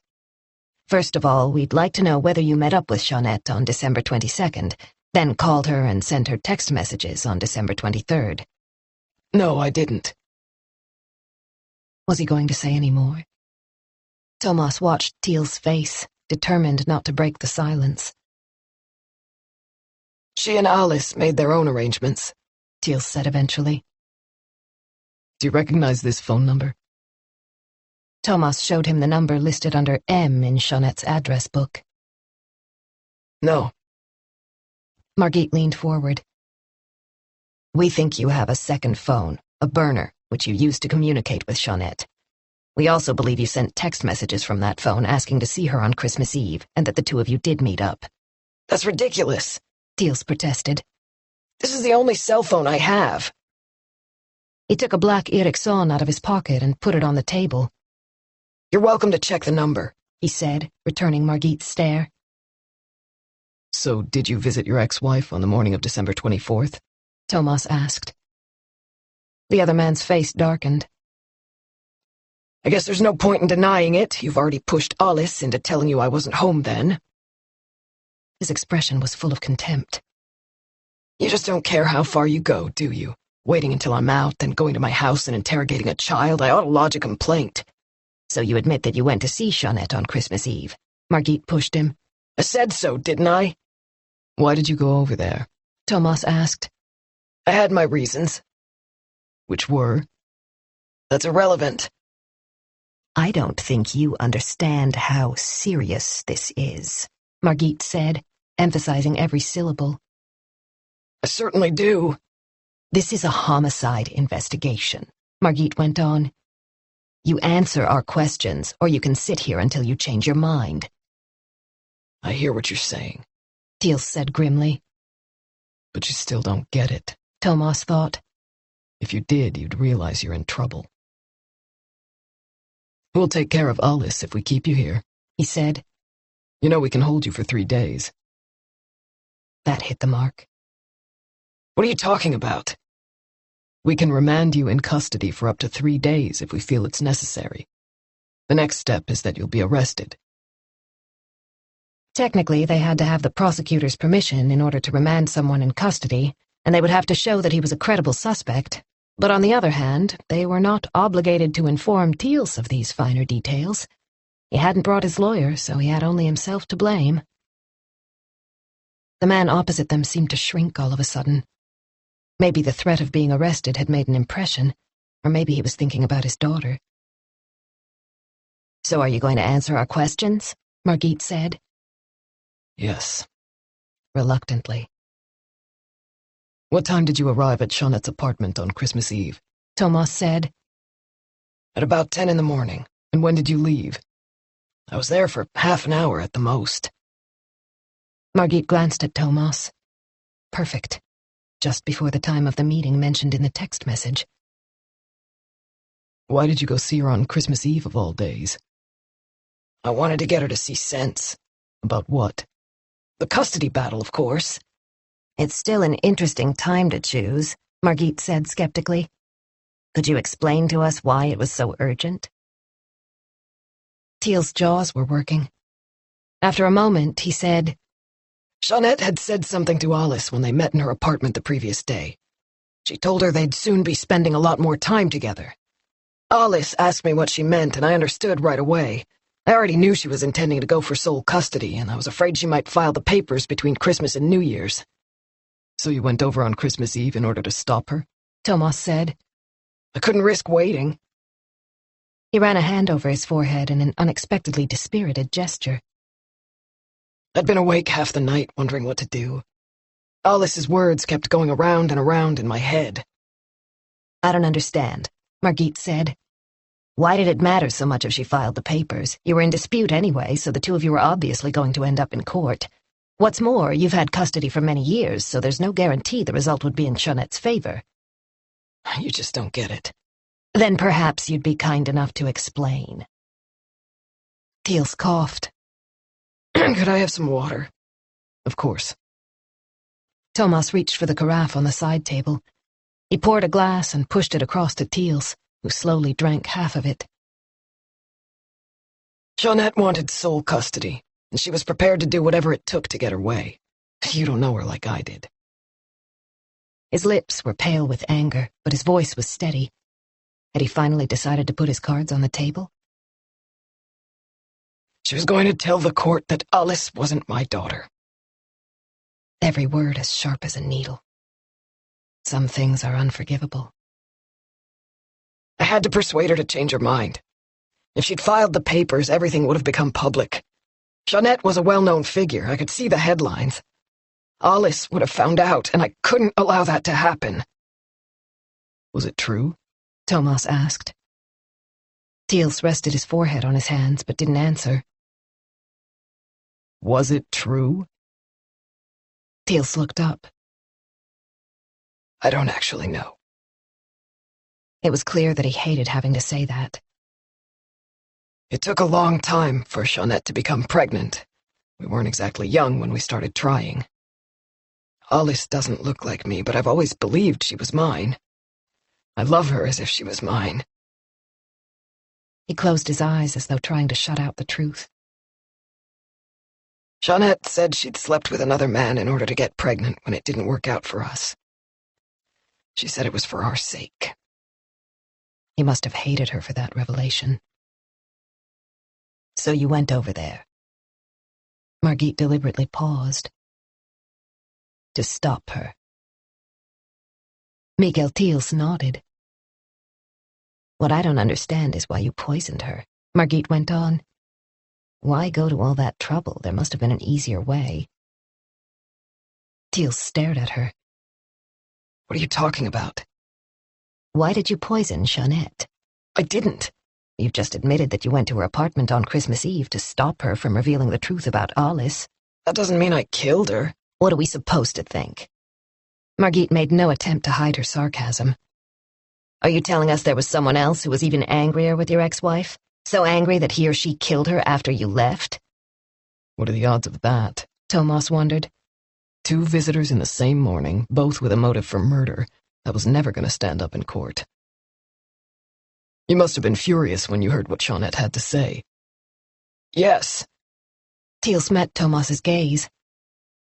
I won't deny it, but that still doesn't mean I killed her.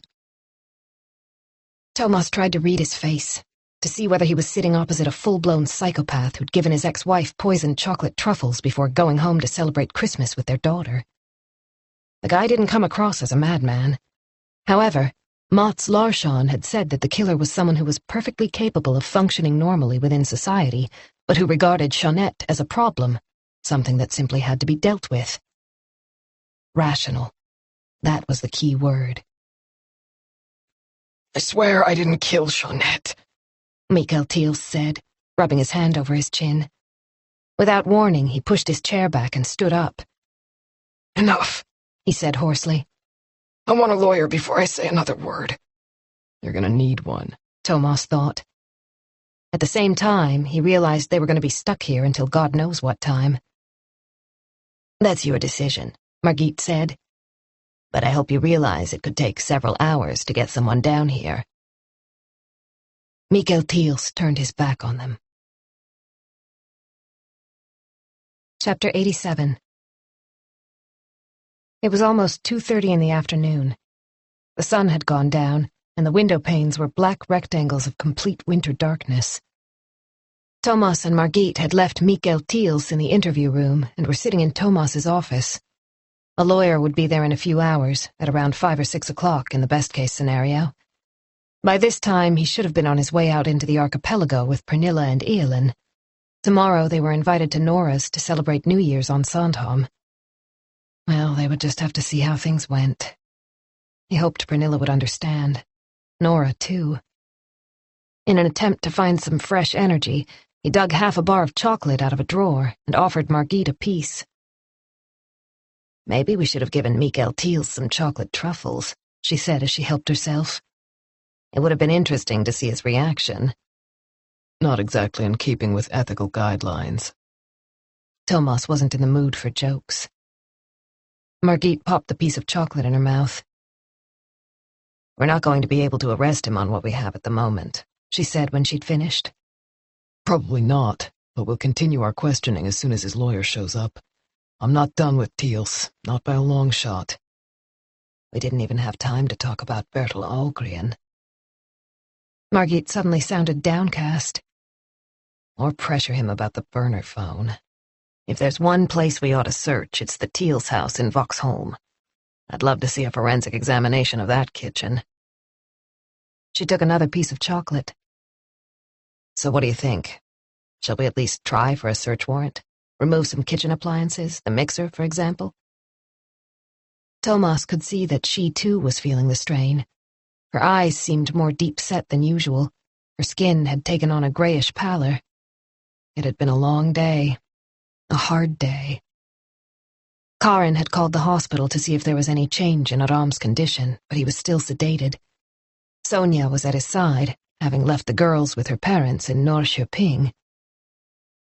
If we could do the search while Thiels is still here, we might be able to find his second phone, Margit added. Tomas didn't answer immediately. Something in the back of his mind was bothering him. There's another possibility, he said. M doesn't necessarily stand for Mikael. It could be a last name. Peter Moore. Margit sighed. Don't you think you're grasping at straws, Tomas? Let it go. You heard what the old man said. I know where you're coming from, but there's no evidence. I realize you want to nail him for what happened to Aram, but seriously. She got up and headed for the door. I need to go and find something to eat if we're going to be stuck here all evening. Can I get you anything? A sandwich would be good.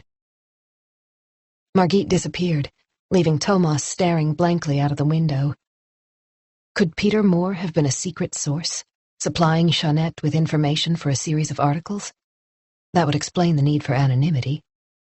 Maybe Moore had wanted to back out, but Jeanette had refused to give up her scoop. Moore became desperate. He couldn't risk anyone finding out he'd been talking to a journalist. So he came up with a solution. The phone on Tomas's desk rang, breaking the silence. He looked at the display. The call was coming in via the main switchboard. Tomas Andreasen. Holger Mambore, Uppsala Police. Yes? I think one of your colleagues, a guy with a foreign name, has been trying to get a hold of me. The switchboard said he's sick, so they've put me through to you instead. Tomas sat up straight. Are you talking about Aram Gorgis? I guess so. It was a little hard to make out. He called yesterday and left a message asking about a man named Peter Moore. This couldn't be yet another coincidence.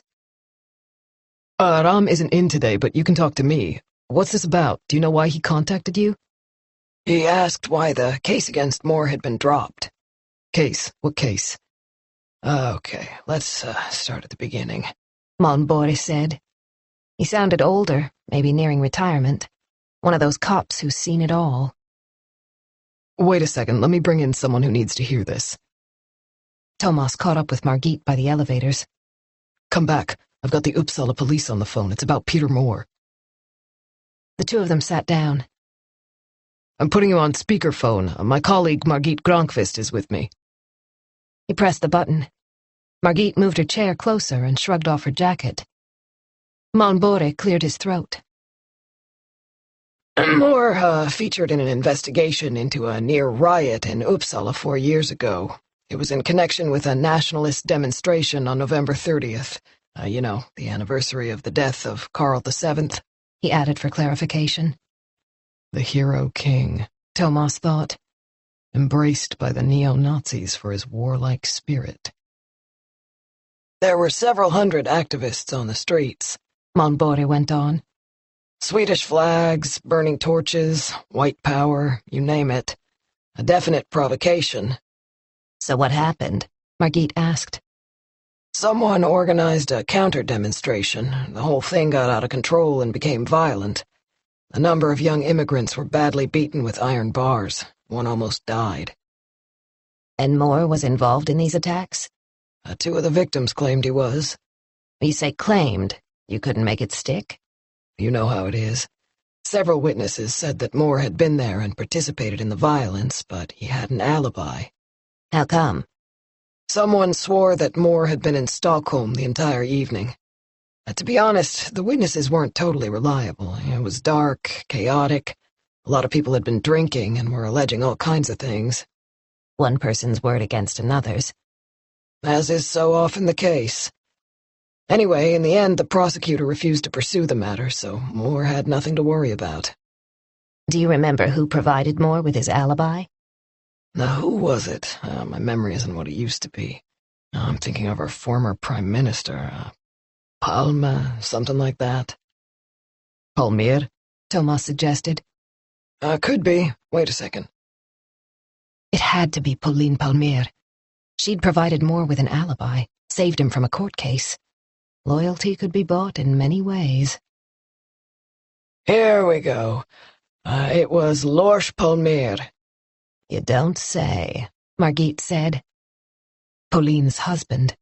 Smart. That meant she didn't need to feature in the police investigation at all. Can I ask why you're interested in this guy?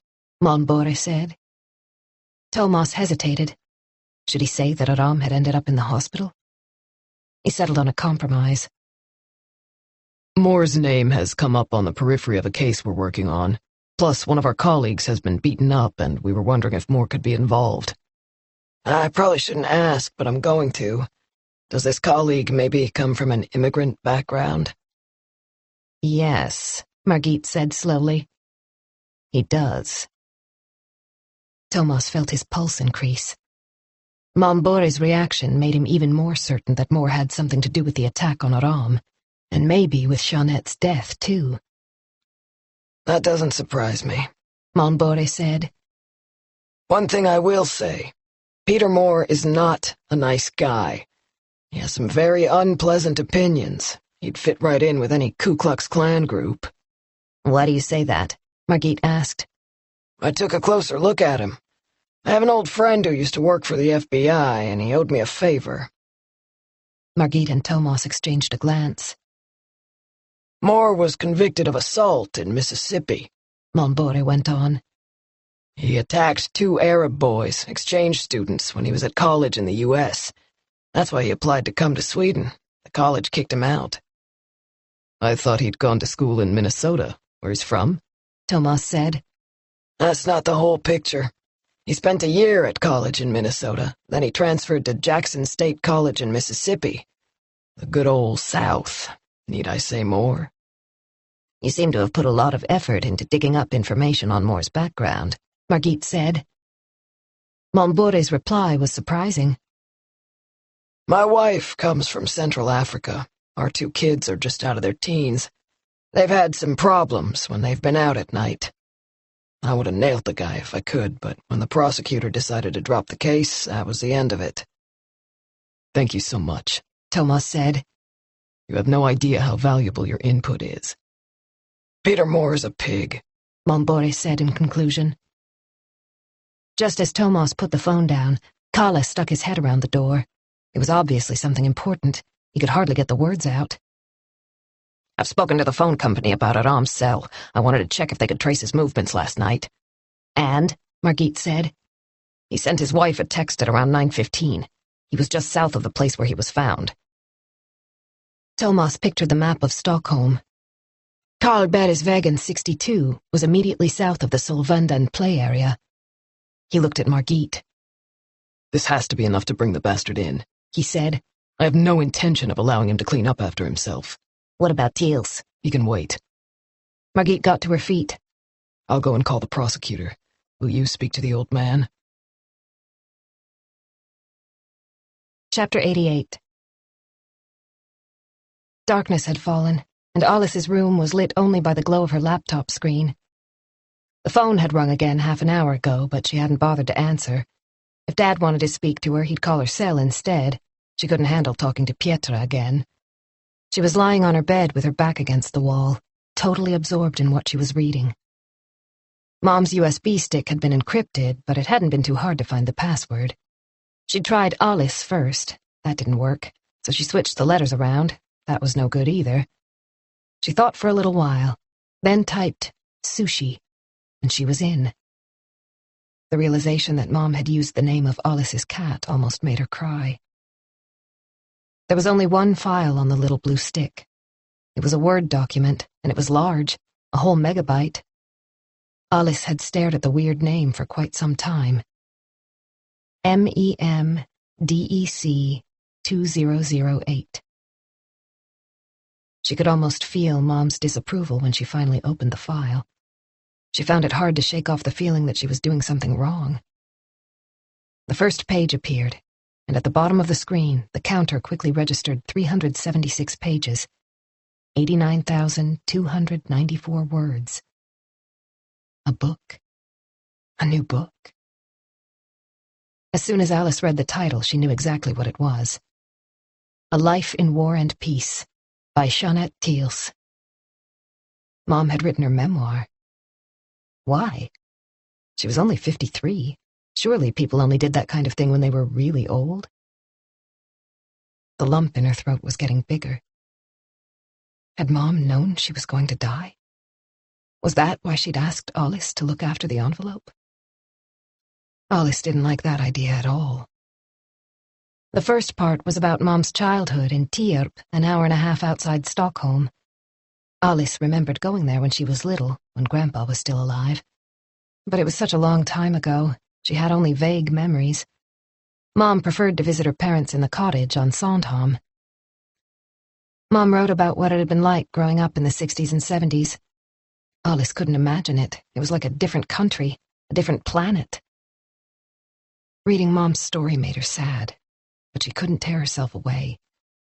It was almost like having Mom sitting beside her, hearing Mom's voice inside her head. Over the past few days, she'd called Mom's phone over and over again, just to hear her on the outgoing voicemail message. She felt a little dizzy. It had been a while since she'd eaten.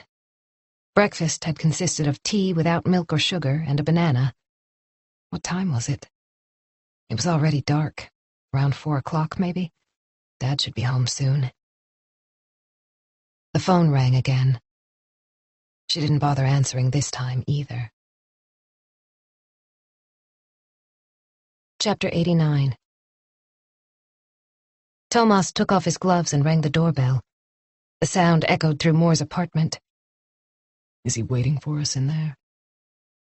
A locksmith and 2 uniformed officers were behind him, Margit by his side with her hand resting on her gun. Tomas nodded to the locksmith, a young woman with a thick brown braid hanging down her back. She did her job. It took a little longer than usual, but finally the door opened. Tomas felt a surge of adrenaline. He drew his gun and stepped across the threshold. The apartment was in darkness, and he couldn't see much in spite of the lighting on the stairs and landing. I don't think he's home, he said quietly to Margit as he listened for the slightest sound, all his senses on high alert. He can't possibly have known we were on the way, she whispered back. They should have brought a floor plan, Tomas realized, but it was too late now. He edged forward, feeling for the light switch. When the ceiling light came on, it revealed a square hallway. The bedroom lay straight ahead. The living room, study, and dining room were on the left. There were 2 closed doors on the right. Margit moved toward one of them, miming to him, "Can you take the other?" On 3, he said quietly. They flung both doors open at the same time. Tomas was faced with an empty kitchen, and when he turned around, he saw Margit looking at an equally empty bathroom. He had been right. There was no one home. He's not here, Tomas announced, even though it was superfluous. He walked into the modern living room. Black leather sofa, dark rug, black glass table, a pinball machine in one corner. Margit slipped her gun back in its holster and headed for the small study. One wall was lined with bookshelves, and the desk was piled high with papers. "Tomas, look at this," she said, pulling a book off the shelf. The dust jacket was red, and on the front was a black and white image of a man and woman, both with a gun in their hands, both aiming at something. The Turner Diaries. "Do you know what this is?" Tomas shook his head. "It's a Bible for Moore and his kind. It was written at the end of the 70s and published under a pseudonym. It's about a U.S. in the future which has been taken over by Jews and blacks. The hero is Earl Turner, and he fights to save the white race." She grimaced in distaste and replaced the book. "It's total crap." How did you come across it? I read about it in Expo. Expo. The real story behind Stieg Larsson's Millennium Trilogy, the magazine Larsson founded in order to combat racism and right-wing extremism. Suddenly they heard raised voices outside the front door. "What's going on?" Tomas went out into the hallway. An elderly white-haired man in a jacket and tie was on the landing. He pointed at Tomas and said belligerently, "What are you doing?" We're looking for Peter Moore. Do you happen to know where he is? "What are you doing in his apartment?" the man said, ignoring Tomas's question. We're police officers. We have a search warrant. "Prove it!" Tomas armed himself with a patient smile. It was only on American cop shows that written confirmation of a search warrant was required, but many people believed he ought to have a court order tucked away in his pocket. I don't need to do that, he said, holding up his police ID. Who are you, anyway? The man scrutinized Tomas's ID, then said a little less aggressively, "My name is Carl Gustav Gorton, and I'm the chair of the Residence Committee. I'm going to call Peter right now." Wait, Tomas said. I'd appreciate it if you didn't do that. He took out his notebook. How well do you know Peter Moore? Why?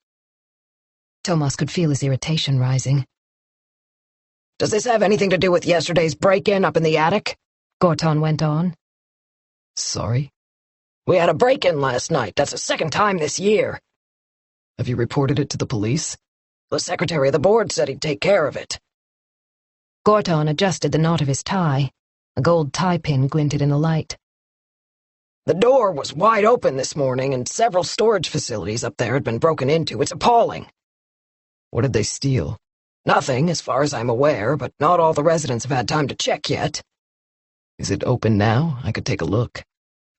Gorton pointed up the stairs. Feel free. I don't think the lock's been replaced yet. Tomas turned away, then paused. Which storage facility belongs to Peter Moore? Gorton looked suspiciously at him, but decided to answer. I think it's number 9. Chapter 90. Tomas took the stairs 2 at a time.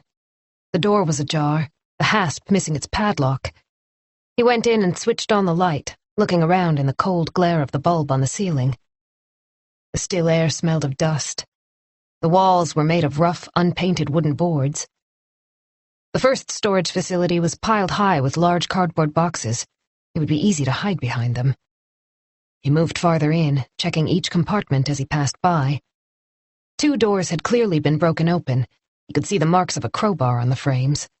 However, there was no sign that they'd been searched. Everything inside was neat and tidy behind the chicken wire. No boxes had been ripped apart. How convenient. A break-in by an unknown perpetrator. Tomas couldn't help suspecting that this had something to do with Aram. He just didn't believe in coincidences. At the far end, he found number 9, Peter Moore's storage compartment. From a distance, it looked the same as all the others, except that it was bigger.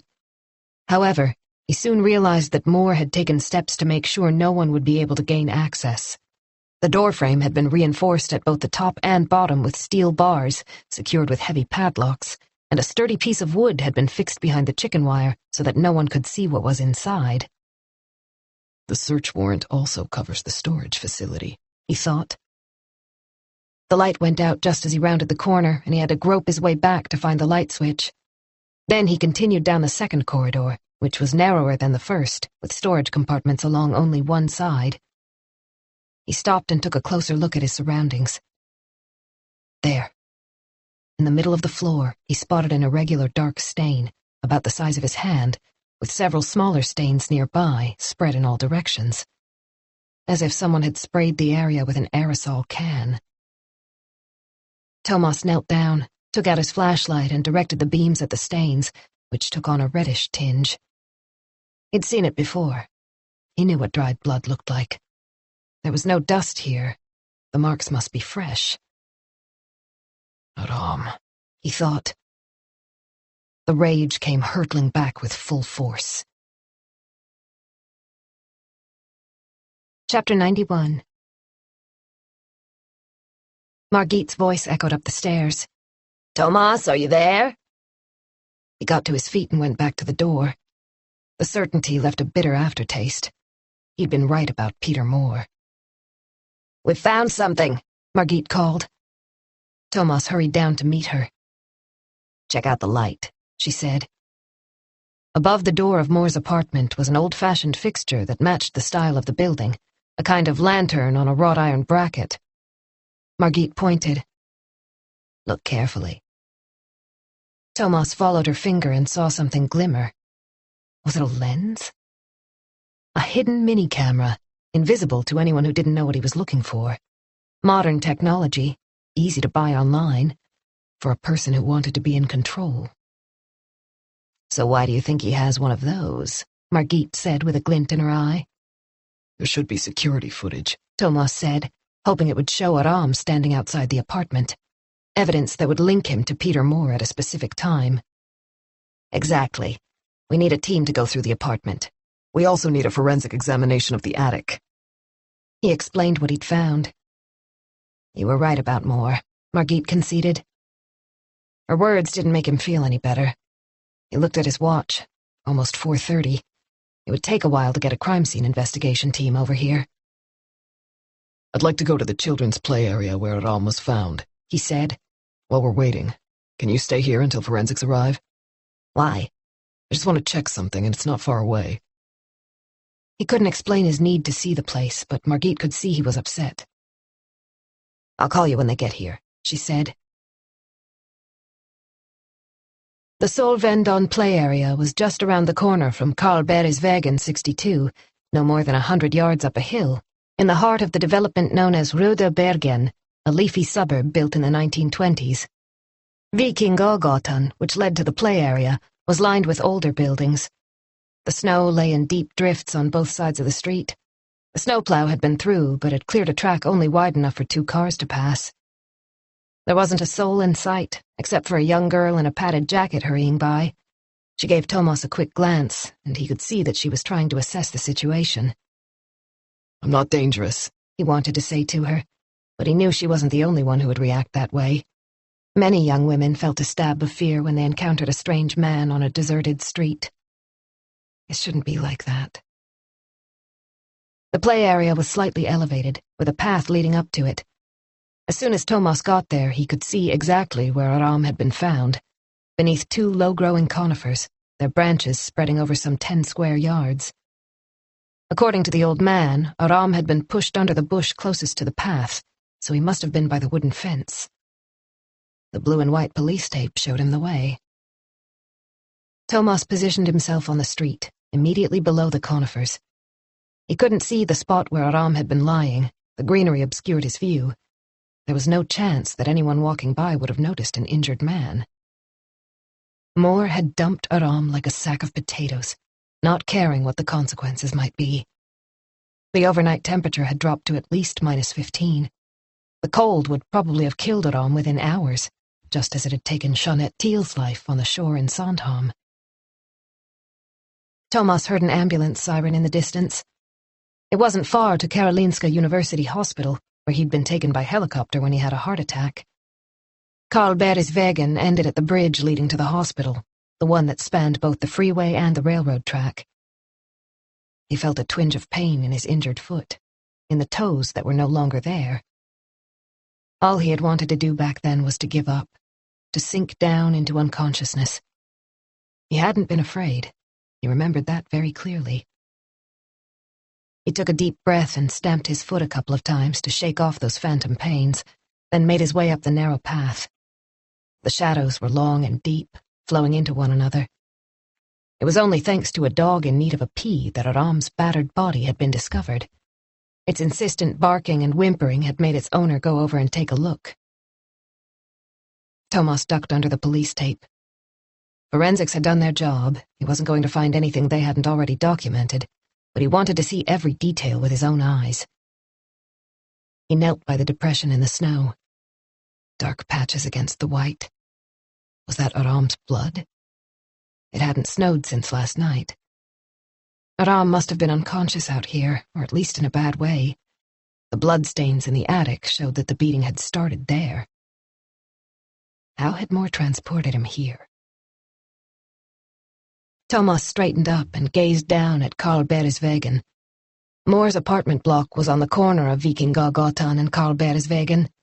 It wasn't far, but it was a considerable distance to convey a badly beaten, probably unconscious man.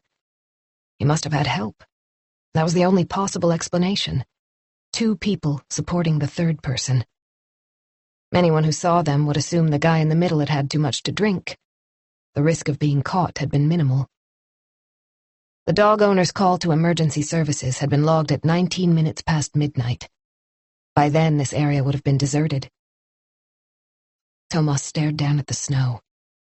It had been trampled by paramedics and police officers, so there was no chance of finding any useful footprints. But it had definitely taken 2 men to dump their human burden. He inhaled the cold air through his nostrils, seething with rage. Chapter 92. Alice couldn't stop reading. Mom wrote about her time as a student at Uppsala University, before she met Dad, before she had Alice. A different Mom, one Alice was getting to know. She felt as if she were in a dream, reading about Mom as a 23-year-old with no husband and no child, living in a world that no longer existed. She had been heavily involved in the Students' Union, written for the student newspaper, had fun at a whole lot of post-assignment parties. But what really made Alice gasp was her love life. Jeanette described her relationship with another woman in great detail. For several years, she'd had a secret romance with someone called Mina. Alice couldn't remember ever hearing Mom mention the name. Did Dad know about this? At the beginning of the 80s, being gay was pretty controversial. Mom tried to explain without making any apologies. Both of them were ambitious. Mina was aiming for an academic career. If it had gotten out that they were in a lesbian relationship, many doors would have closed. Alice sat there with tears running down her face. She hadn't known Mom at all. Was this why she hadn't wanted Alice to open the file? She knew she ought to stop, but instead she carried on reading, page after page. It was after 5 o'clock. She really needed to pee. It had been a while since she'd seen Sushi, but no doubt the cat had gone downstairs. She liked to lie among the cushions on the sofa. Or she might have gone out through the cat door, but that was less likely. Sushi wasn't keen on the cold. Alice pushed away her laptop and headed for the bathroom. She didn't bother switching on the light. She could find her way. The phone rang again while she was sitting on the toilet. She let it ring. Why couldn't Pietra just give up? If she wanted to get a hold of Dad, she should try his cell. Alice had no intention of speaking to her. Why didn't Pietra get that? She washed her hands with the soap that smelled of lavender, which made her think of Mom again. Mom always had a bottle of lavender-scented shower gel in her bathroom. Mom. Suddenly it was all too much. Alice sank down on the floor, buried her head in her hands, and wept and wept. Mom, she whispered. She would have done anything in that moment to be able to give her a hug, just one more time. She curled up against the wall, sobbing until she was hoarse. A howl came from somewhere deep inside, hurting her throat and providing no relief. She's never coming back. Eventually, the weeping subsided into dry, convulsive sobs. Her eyes were burning, and she could taste the salt on her lips. She stayed where she was, resting her cheek against the cold porcelain of the bathtub. Her breathing sounded unnaturally loud in the darkness, rasping painfully. She had no tears left. I love you, Mom, she said quietly. After a long time, she grabbed the edge of the bathtub and pulled herself to her feet. Everything spun around, little dots of fire dancing in front of her eyes. The doorbell rang. Should she go down and answer it? She didn't want to speak to anyone right now. It was out of the question. The doorbell rang again. Alice ignored it and rinsed her face in cold water. She pressed a towel to her eyes to stem the flow of the fresh tears that were threatening. After a moment, she left the room, almost wishing she'd never started reading Mom's book. A noise from the hallway made her stop dead. It sounded as if someone was cautiously pushing down the front door handle, very quietly, so that no one would hear whoever it was coming in. Dad would never do that. He always flung open the door and shouted, "Alice!" as soon as he got home. She hadn't locked it when she came back from the store, and now it was too late. There was a creak as the door slowly opened, then a heavy footstep followed by silence as the person stopped to listen. Alice didn't move. A rushing sound filled her ears. "Dad," she whispered, pressing her back against the bathroom door. Her legs were shaking so much she was afraid she might collapse. Her heart was pounding so loudly she thought the man downstairs must be able to hear it. She pictured him creeping across the parquet flooring, his big boots leaving wet marks from the snow beneath his soles. "Who are you? What are you doing here?" She almost let out a sob, then bit her lip hard to stop herself from screaming. She drew blood, the taste of iron on her tongue. She leaned forward as far as she dared and peeked over the banister. She saw a shadow disappearing into the kitchen. She thought she saw something flash in the darkness. Was he carrying a knife? "Please, God, please help me."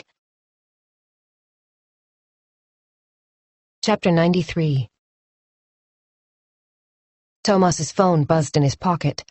A short text from Margit. "Come back, they're here." With a final glance at the conifers, he left the play area and headed down the hill, back toward Karlbergsvägen. He didn't bother with the sidewalk, but strode down the middle of the road instead. The snow was hard-packed beneath his feet, crunching with every step. His head was filled with speculation about Peter Moore. It was all about forensics now, whether the technicians could find enough evidence to nail him. His hands were freezing in spite of his gloves, and he pushed them deep in his pockets. There was a man in a dark jacket coming toward him from the subway at Sankt Eriksplan. He crossed Vikingagatan when he was about 10 yards away from Tomas and seemed to make a point of walking past the police car parked outside Moore's apartment block. He casually turned his head, registering the presence of the 2 police officers outside the main door before continuing on his way. Tomas climbed the short flight of steps leading from the street to the cleared sidewalk outside number 62. Something made him glance over his shoulder at the man in the dark jacket, who was now moving fast. That posture looked familiar. "Peter Moore!" He called out. Stop! I want to talk to you! The man couldn't help looking back and meeting Tomas's gaze. Then he broke into a run, heading west in the direction of the hospital. Tomas set off after him, yelling to his uniformed colleagues, "Come on!" The street lamps formed patterns of light and shadow as Moore's dark figure sped through the deserted neighborhood. Tomas followed as fast as he could. The road sloped downward, and Tomas slipped on a patch of ice. He managed to regain his balance by slamming his hand against a parked car. He felt a stab of pain in his wrist, but ignored it and continued his pursuit. Moore was now running down the middle of the road. If a car came along, it would have difficulty avoiding him. Karlbergsvägen narrowed. There were only 100 yards to go before the bridge leading to the hospital grounds. The railroad truck and the on-ramp to E4 ran beneath it, and farther along there was major road construction aimed at linking Stockholm's new city bypass system. "Stop!" Tomas yelled again, even though he knew it was a waste of time. There were traffic lights before the bridge. They were all red, with a Toyota waiting for them to turn green. Tomas could see a child in the passenger seat, little arms waving a toy rabbit around. As Moore drew closer to the car, he suddenly changed direction, came up on the driver's side, and stretched out his hand. A thought flashed through Tomas's mind. He's going to drag the driver out. He's going to steal the car. Chapter 94. Alice heard the scrape of a chair in the kitchen, then footsteps again. Into the living room, past the Christmas tree, the coffee table, and Dad's favorite armchair. Dad, where are you? Alice couldn't breathe, but didn't dare allow herself to cry. Her nose and throat felt thick as the tears threatened to spill over. She pushed her knuckles hard into her cheeks and inhaled through her mouth, taking short, panting breaths. She was determined not to make a sound. Suddenly everything went quiet downstairs. Alice closed her eyes, held her breath. Then there were different noises. She tried to figure out what was going on. The dining room. He was pulling out drawers, one after the other. She slid down the wall, rocking back and forth, arms wrapped around her legs. She had to think clearly. She knew what he was looking for. She just knew. Mom's book. The next realization. He's going to come up here in a minute to search the bedrooms. I've got to hide. She began to crawl toward her room. She pushed open the door, hoping her laptop would have switched to standby so that the light from the screen wouldn't give her away. She almost let out a sob of relief when she saw that the room was in darkness. She groped for the computer on the bed, removed the USB stick and slipped it in the pocket of her jeans. More noise from the living room. What was happening now? A series of dull thuds, one after the other. Then she understood. He was pulling the books off the shelves. He sounded increasingly desperate. Chapter 95. More! Tomas bellowed. At that moment, the light changed to green and the car began to move, a second before Moore could grab the door handle. It sped away just in time. Moore stopped dead, turned, and saw Tomas running toward him. He raced across the street to the steel fence that separated the bridge from the traffic below. He looked over his shoulder again, as if he were trying to guess what Tomas was going to do. Then he jumped over the fence and immediately disappeared from view. Seconds later, Tomas was there. Without even thinking, he grabbed the steel rail and swung himself over. He landed in the snow on a ledge, as Moore must have done. He slipped on the icy surface and groped for something to hold on to. The on-ramp to the E4 was just below him. If he fell, he would land right in the middle of the traffic lanes. He spotted a sturdy wooden beam sticking out. He managed to grab it and steady himself. He took a moment to catch his breath and check out his surroundings. Where the hell had Moore gone? A shadow moved on the rusty railroad track, the one heading north, running parallel with the freeway to the airport. The slope where Tomas was standing ended in a thick gray concrete wall. By the glow of the car headlights, he could see that it must be at least 15 feet down to the road. Too far to jump, which was why Moore had kept on running. He was searching for a place where he could safely clamber down to the road and get away. In his peripheral vision, Tomas saw one of the uniformed officers leaning over the fence. Cut him off! He shouted, then set off after Moore along the track. He hoped his colleague had heard him in spite of the traffic noise from below. Moore was shuffling down to the fence on top of the wall above the freeway, the last obstacle. Cars were zooming along the E4. The speed limit here was 45 miles per hour, but most were traveling at 50 or 60. Tomas tried to cut across the slope in order to gain time, but got stuck in the thick snow.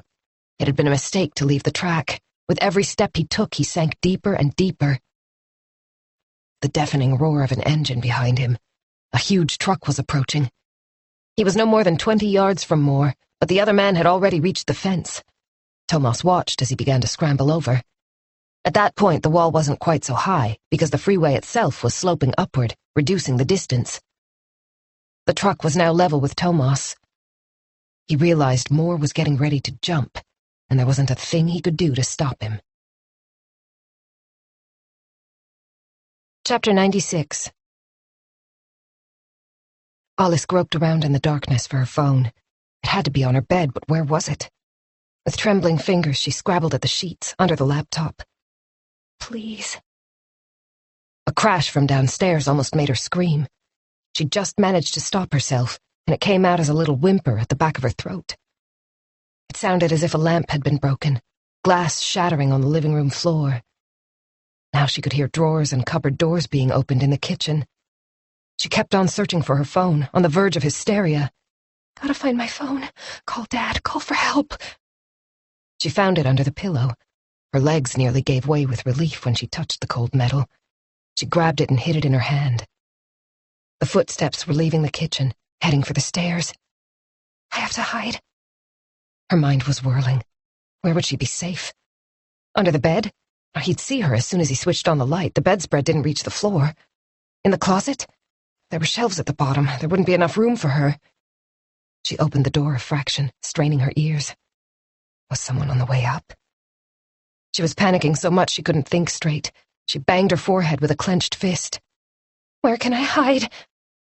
Then she heard a stair creak. He's coming. Chapter 97. The sound of the engine was getting louder by the second. Tomas realized he had no chance of reaching Moore before the truck got there. Moore had already clambered over the fence and was clinging to the railing with one hand, crouching as he prepared to leap. Meanwhile, a stream of oncoming cars was whizzing by, their headlights blinding Tomas as he tried to fix his eyes on the other man. He made one last effort to increase his speed, but moving quickly through the snow was impossible. It was like running through mud or water. His thigh muscles were screaming, and whatever he did, he sank down with every step. The front of the truck was almost level with Moore now. It was made up of 2 white trailers with TNT in orange letters on the side, streaked with dirt that had splashed up from the highway. Tomas could see that the bearded driver had no idea what was going on above his head. Wait! He yelled, even though he knew his voice would be drowned out by the noise of the engine. Moore threw himself at the truck. He fell with both arms outstretched, almost like a bat gliding through the night. He seemed to be fighting to reach the roof of the first trailer, fingers outstretched, feet pedaling in the air. He landed with a thump, causing the truck to shudder. His body kind of bounced, then began to slide across the slippery surface. Tomas could see him clawing for something to grab a hold of, anything to keep him on the roof. The driver must have heard the thud and wondered what the hell was going on. There was no way he could stop in the middle of the freeway with steady traffic right behind him. The truck disappeared from view. Was Moore still on the roof? As soon as Tomas had caught his breath, he trudged back up to the top where it was easier to move quickly. Then he began to run toward the bend, hoping the truck would find a place to pull over. Chapter 98. Dad's closet was huge, almost like a room, with a sloping ceiling and a little window right at the top. The door didn't lock from the inside, but Alice had closed it and crawled into the farthest corner, under Dad's jackets. She had covered herself with articles of clothing that had been dumped on the floor, ready to be taken to the dry cleaners. She drew her knees up to her chin, listening to the intruder. He was moving around in her room. She could hear him through the wall. A stranger's hands rifling through her stuff. She'd left her laptop on the bed. She hoped he wouldn't realize she'd been lying there a few minutes ago, reading Mom's book, because then he would know she was still in the house. The bathroom door opened and closed. Then the footsteps continued to the guest room. Something fell on the floor. She didn't even want to guess what it might be. Then nothing. Alice held her breath. The silence was even more terrifying. The bedroom door opened, and a thin strip of light shone into the closet, like a searchlight sweeping across a city during an air raid. He's going to find me.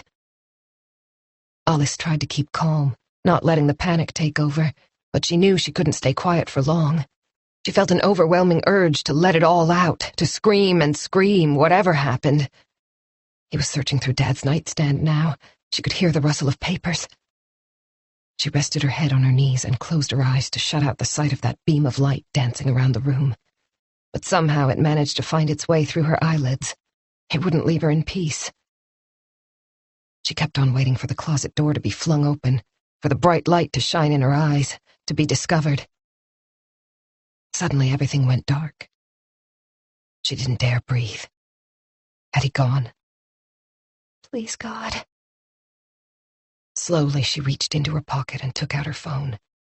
As soon as the intruder had gone downstairs, she could send Dad a text, get him to come home right away, then everything would be okay.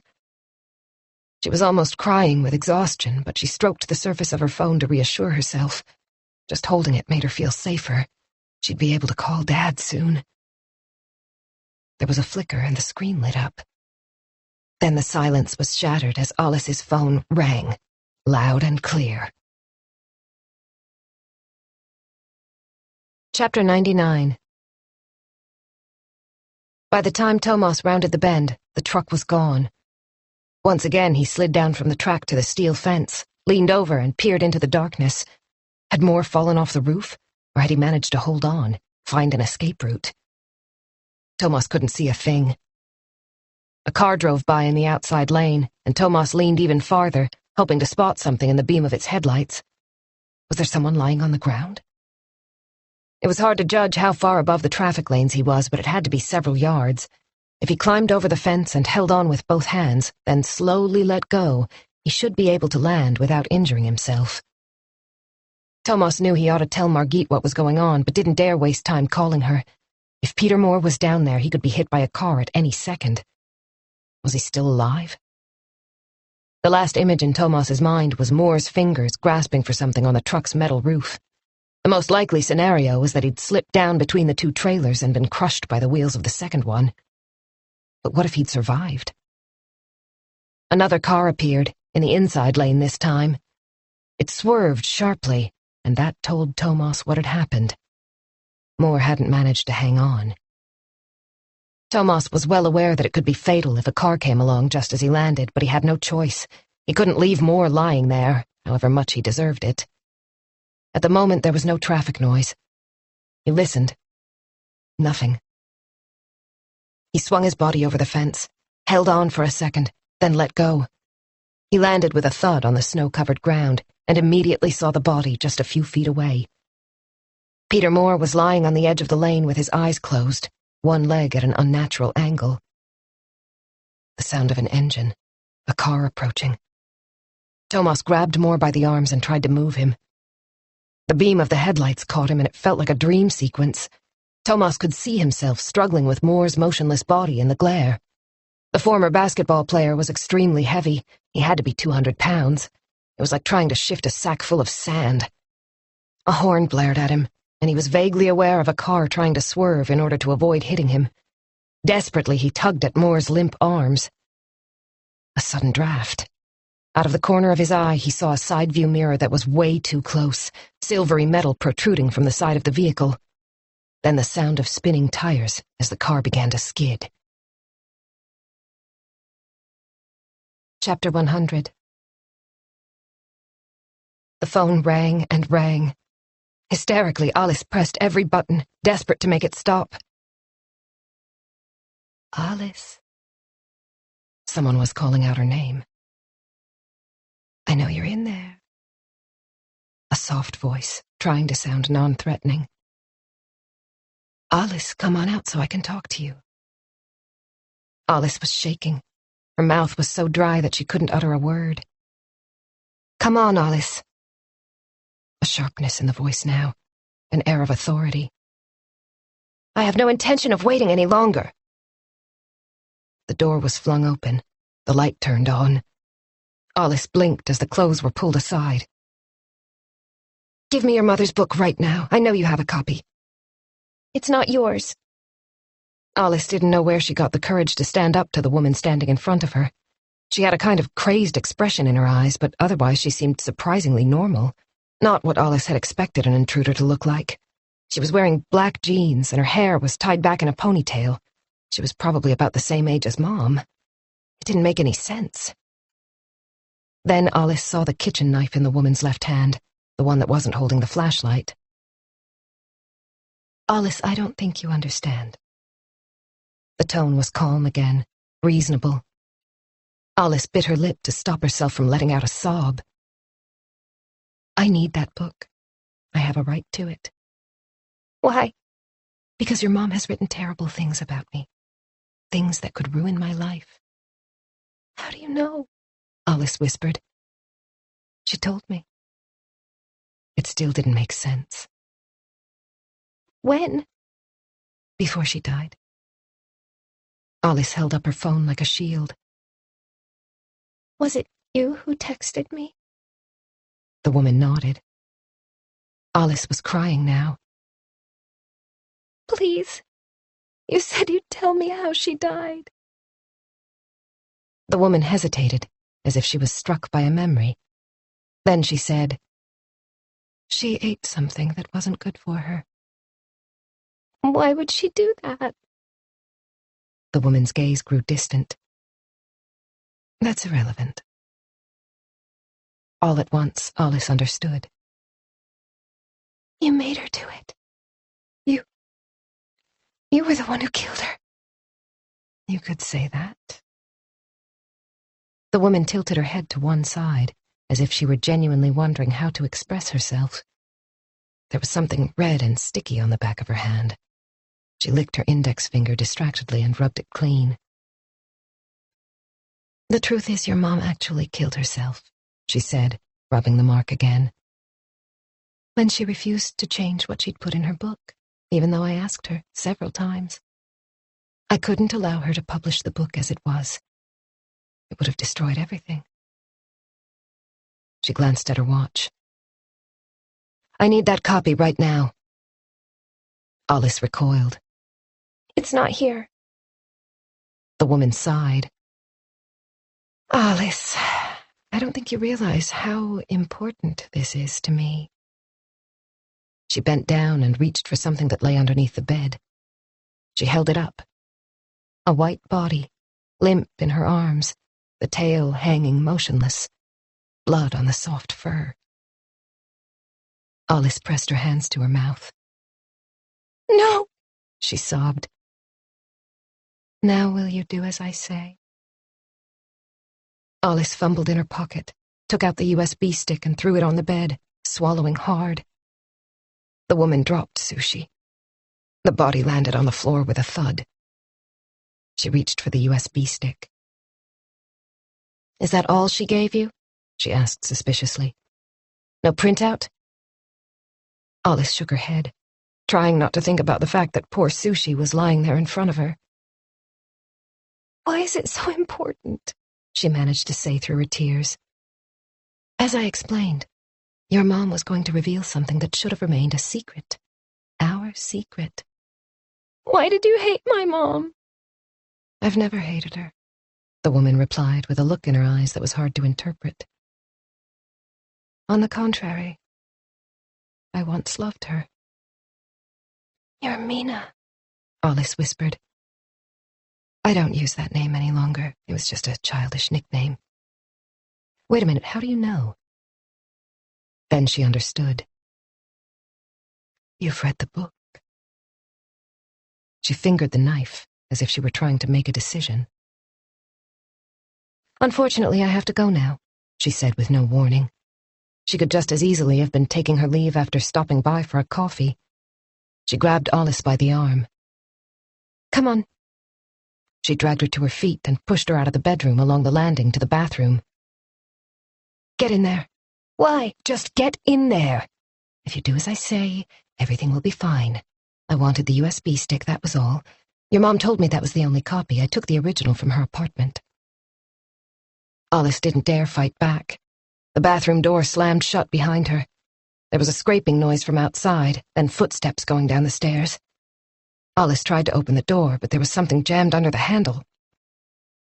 She sank to the floor, hands pressed to her mouth again, trying not to think about the blood-stained white fur.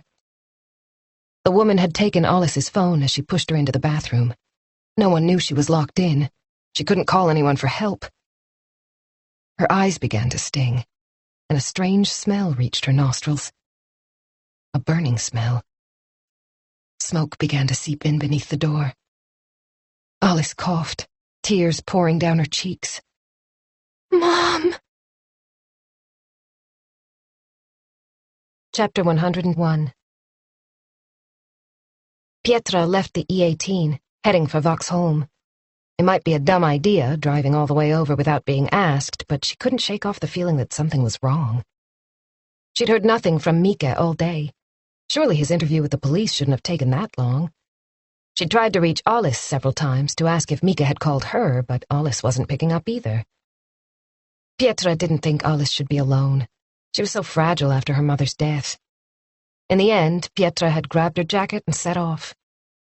She was driving pretty fast. There was very little traffic. Darkness had fallen long ago, but she'd had new winter tires put on her car recently.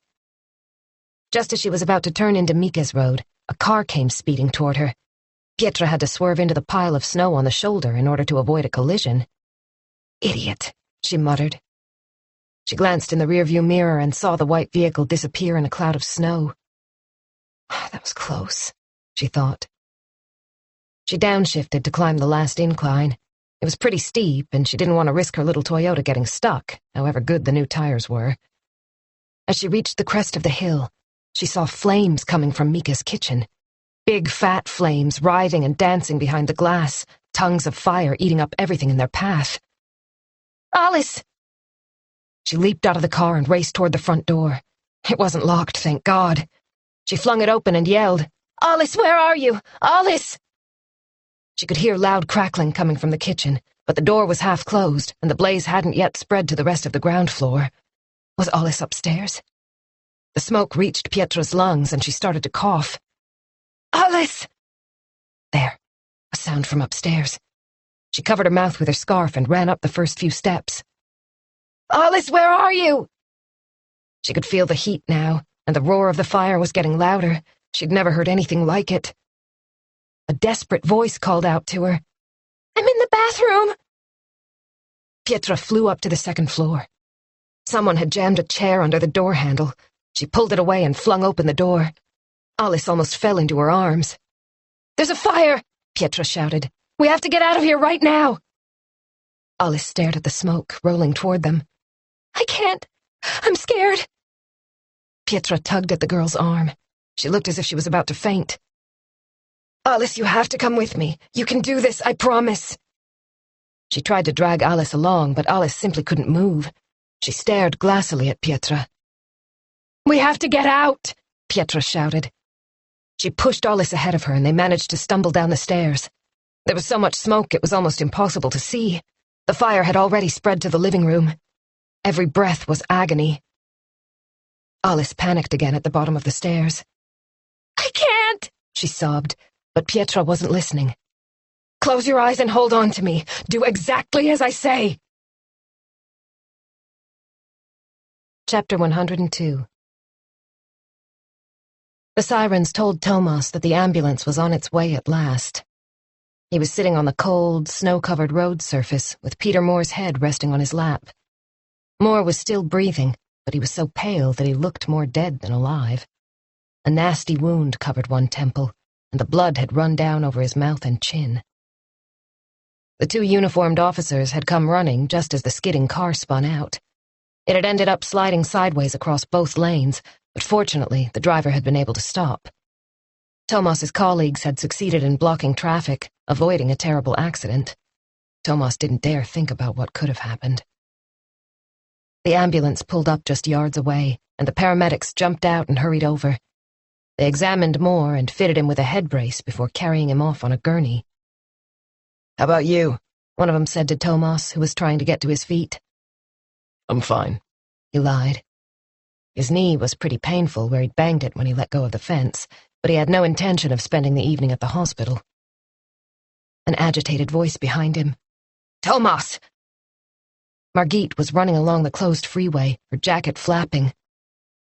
"What the hell is going on?" Tomas realized she was both angry and scared. He pointed to the ambulance. The unconscious Moore was being lifted inside. He was trying to get away. A sudden wave of dizziness. Tomas had to lean on the wall for support. He shut his eyes. "Are you okay?" Margit said anxiously. I think so. The ambulance drove off, blue lights flashing. I didn't have time to call you. I had to go after him. "You're fucking crazy, you know that." But Tomas could hear the relief in her voice. Any luck with the camera? "Yes. The footage shows Aram standing outside Moore's front door.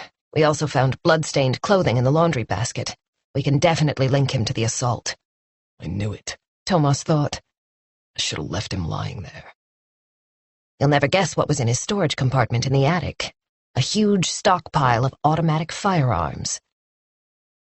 Margit's phone rang. She listened, and the color drained from her face. Someone set fire to Mikael Thiel's house. Chapter 103.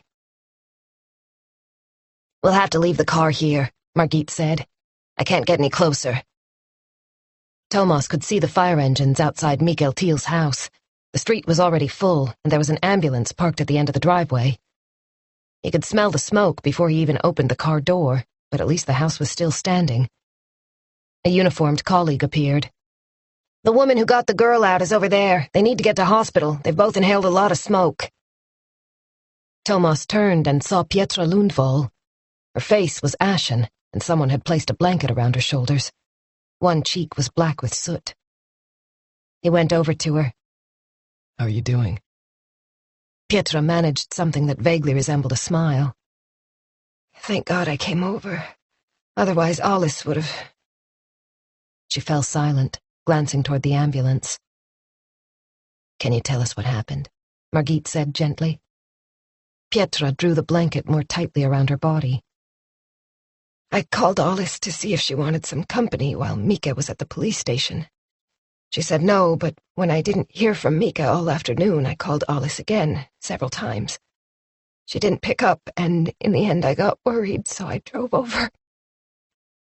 Pietra broke off, unable to suppress a sob. She wiped her eyes with one hand, rubbing off some of the soot on her cheek. "When I arrived, the kitchen was already on fire. I ran in and found Alice locked in the bathroom." "She was definitely locked in?" Pietra nodded. "Someone had jammed a chair under the door handle. How could they do that to a child?" She pressed a hand to her mouth and turned away. Just then, one of the firefighters came over. "Excuse me, we found this in the hallway." He handed Tomas a cell phone. It had a bright pink case adorned with silver skulls. It was Ericsson's most expensive model. He recognized it from the advertising campaign. Is this yours? He asked Pietra. "No, it's probably Alice's. Mika usually makes sure she has the latest thing." "Where is she?" Margit asked. "She's resting in the ambulance." Pietra seemed uncomfortable, as if she wanted to get away as soon as possible. Tomas stared at the phone, then looked over at the ambulance. Eventually, he went and stuck his head around the door. Alice was lying there with her eyes closed. Alice, he said quietly, climbing inside. The smell of smoke was overwhelming. He gently touched her arm. How are you feeling? She didn't move at first, but then she opened her eyes. Her face was streaked with black. "Where's Dad?" "He's on his way to the hospital," Margit said from behind Tomas. "He's going to meet you there." Tomas held up the phone so that Alice could see it properly. Is this yours? "Yes," she whispered. The strain was etched on her face, as if the skin had been tightened over her bones. "Check out the video." I recorded her. Chapter 104.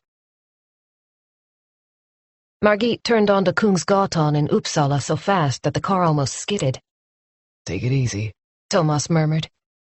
He was still holding Alice's phone. He'd played the video clip over and over again as they drove from Vaxholm to Pauline Palmer's apartment. He wondered if it was pure evil he had been watching, in the shape of a woman with blonde hair and a pearl necklace. She had trapped a young girl in a room and tried to burn her to death, after killing her mother. Mats Larsson's words echoed in his mind. We're talking about a highly rational individual. This was about solving a problem. Larsson had been wrong. This woman is evil, he said quietly. What? Nothing. Margit screeched to a halt outside the Palmer's apartment building. The SWAT team should be here by now, she said crossly. Tomas looked around. I'm sure they won't be long. He got out of the car and looked up at Pauline's apartment. There were lights showing in several windows. Someone's home. Margit was already inside and heading for the stairs. Tomas followed her, trying to keep the pressure off his injured knee. When they reached the top floor, they found the Palmer's door ajar. Tomas exchanged a glance with Margit, drawing his gun at the same time. He nudged open the door with his elbow, and was confronted by Lars Palmer wearing an overcoat and holding a dog leash. Behind him, the black German shepherd was moving around restlessly. What are you doing here? Palmer asked, clearly taken aback. We're looking for your wife, Margit said. Pauline's in her study. I was just about to take Hannibal for his walk. Then he saw the gun in Tomas's hand and inhaled sharply. Has something happened? He said, much too loudly. Tomas hoped Pauline wouldn't hear. Could you wait downstairs for your own safety? And put the dog on its leash, please. Lars Palmer stared at them, wide-eyed, but he did as they asked and headed off with the dog. Tomas walked into the apartment with Margit right behind him. The study door was shut. Margit gave him a signal and positioned herself to the side, gun at the ready. Tomas flung open the door. Pauline was standing by the window, which was also wide open. She looked back at the two officers and leaned out. If you come any closer, I'll jump, she said, her voice utterly calm. Ice-cold air was pouring into the room. Don't do anything stupid, Pauline, Margit said. I know exactly what I'm doing. Her tone was authoritarian now, nowhere near as pleasant and obliging as on their previous visit when they'd sat in her kitchen with cinnamon buns and the warm glow of candles. Killing yourself won't improve the situation. Pauline's lips contorted in a bitter grimace. That's not true. Margit took a step forward, and Pauline immediately leaned farther over the sill. I mean what I say, stay where you are. Margit moved back. Pauline, Tomas ventured. We can sort this out, but you need to come away from the window. There's nothing to sort out. I knew that as soon as I heard on the radio that Alice had been rescued. Not a trace of emotion. I failed, and now I must accept the consequences. Tomas felt his stomach muscles contract as he tried to recall Mats Larsson's profile to find a way to approach Pauline. He tightened his grip on his gun as his brain rejected one question after another. Margit stepped forward again, at the same time putting away her gun with an exaggerated gesture. So, why did you kill Jeanette? She asked. Pauline's expression changed. Her face became younger, softer, just for a few seconds. The years fell away as a memory surfaced. We had a relationship, a long time ago. Jeanette was going to write about it. I couldn't allow that to happen. So you poisoned her. Margit sounded genuinely interested. We need to buy time, Tomas thought. Until the SWAT team gets here. I had no choice. Why not? Tomas immediately regretted the harshness in his tone. They had to gain Pauline's trust rather than alienate her. Margit tried again. Please tell us why things ended up the way they did. We really want to know. Pauline changed her position slightly. She regarded the two detectives with undisguised suspicion. Jeanette could have agreed not to write about us, she said eventually. I asked her not to. In fact, I practically begged her. Pauline looked away, as if she were embarrassed at having admitted her weakness. The chocolate truffles were the last resort. That was why I took them with me, just in case. How come you chose that method? Not many people would be able to come up with an idea like that. Now there was admiration in Margit's voice. Someone had given me a bracelet made of brightly colored beans, Pauline replied. I read an article that said they were poisonous. It was pure coincidence. I got the idea when I was busy baking for Christmas. Jeanette had already called and told me what she was going to do. I knew I had to make her change her mind. Pauline was virtually sitting on the windowsill now. The room was freezing cold, but she didn't seem to notice. A few snowflakes landed on her hair and melted away. I still don't know how you did it, Margit said. It wasn't that difficult. Was the woman actually smiling? Go on, tell us, Margit encouraged her. Well, I used the nut grinder and ground up the beans along with a couple of ounces of almonds. Then I added them to the chocolate mixture along with a little cognac to improve the flavor and rolled out my truffles, just as I always do. Tomas felt the hairs stand up on the back of his neck as he listened to Pauline's matter-of-fact description. She had an enigmatic look in her eyes now. It wasn't difficult or unpleasant. It was just the same as usual, in fact. So you took the truffles over to Jeanette's? Yes. Pauline sighed. Just to be on the safe side. When she refused to take out the chapter about us, she left me no choice. That was when I offered her a truffle. And then what happened? Pauline shrugged. We kept arguing, which convinced me even more that I'd made the right decision. Tomas couldn't stop himself. Was it you who suffocated Jeanette's neighbor? No. Did Peter help you out? Margit said. Pauline turned her head away, then nodded. Peter's very loyal. He always has been. As they talked, she had been gradually inching back, so that by now her upper body was outside the window, her weight balanced on the very edge of the sill. Suddenly loud voices could be heard down in the street, along with the angry barking of a dog, as if it was trying to pull away from someone who was restraining it. Let go of me! A man yelled. I want to talk to her! Let go of me! When Pauline heard her husband's voice, she swayed. For the first time since they'd come into the room, Tomas saw something like sorrow on her face. Losh has nothing to do with any of this, she said quietly. She closed her eyes, and Tomas reacted instinctively. He hurled himself across the room and grabbed hold of her leg, tried to drag her away from the window. Get off me! Pauline screamed, lashing out at Tomas to try to make him loosen his grip. She scratched the back of his hand, but Margit was there now too. Together they pulled her onto the floor, face down. Couldn't you have just let me die? Pauline Palmier whispered. Chapter 105. Mikael Thiels was holding his daughter's hand. It was so pale against the yellow hospital blanket, the color was much too harsh against those white fingers. He had been sitting there for hours, ever since the ambulance brought her in. She was sleeping now, but from time to time she let out a little sob. The doctor had said she would be kept under observation for a day or so, but there were no signs of serious damage from the smoke inhalation. Pietra was also staying overnight. Mikael had asked for another bed to be brought in so that he could sleep next to Alice. He had no intention of letting her out of his sight. Tears sprang to his eyes when he thought about what could have happened if Pietra hadn't gotten worried when neither he nor Alice answered the phone. He had Pietra to thank for his daughter's life.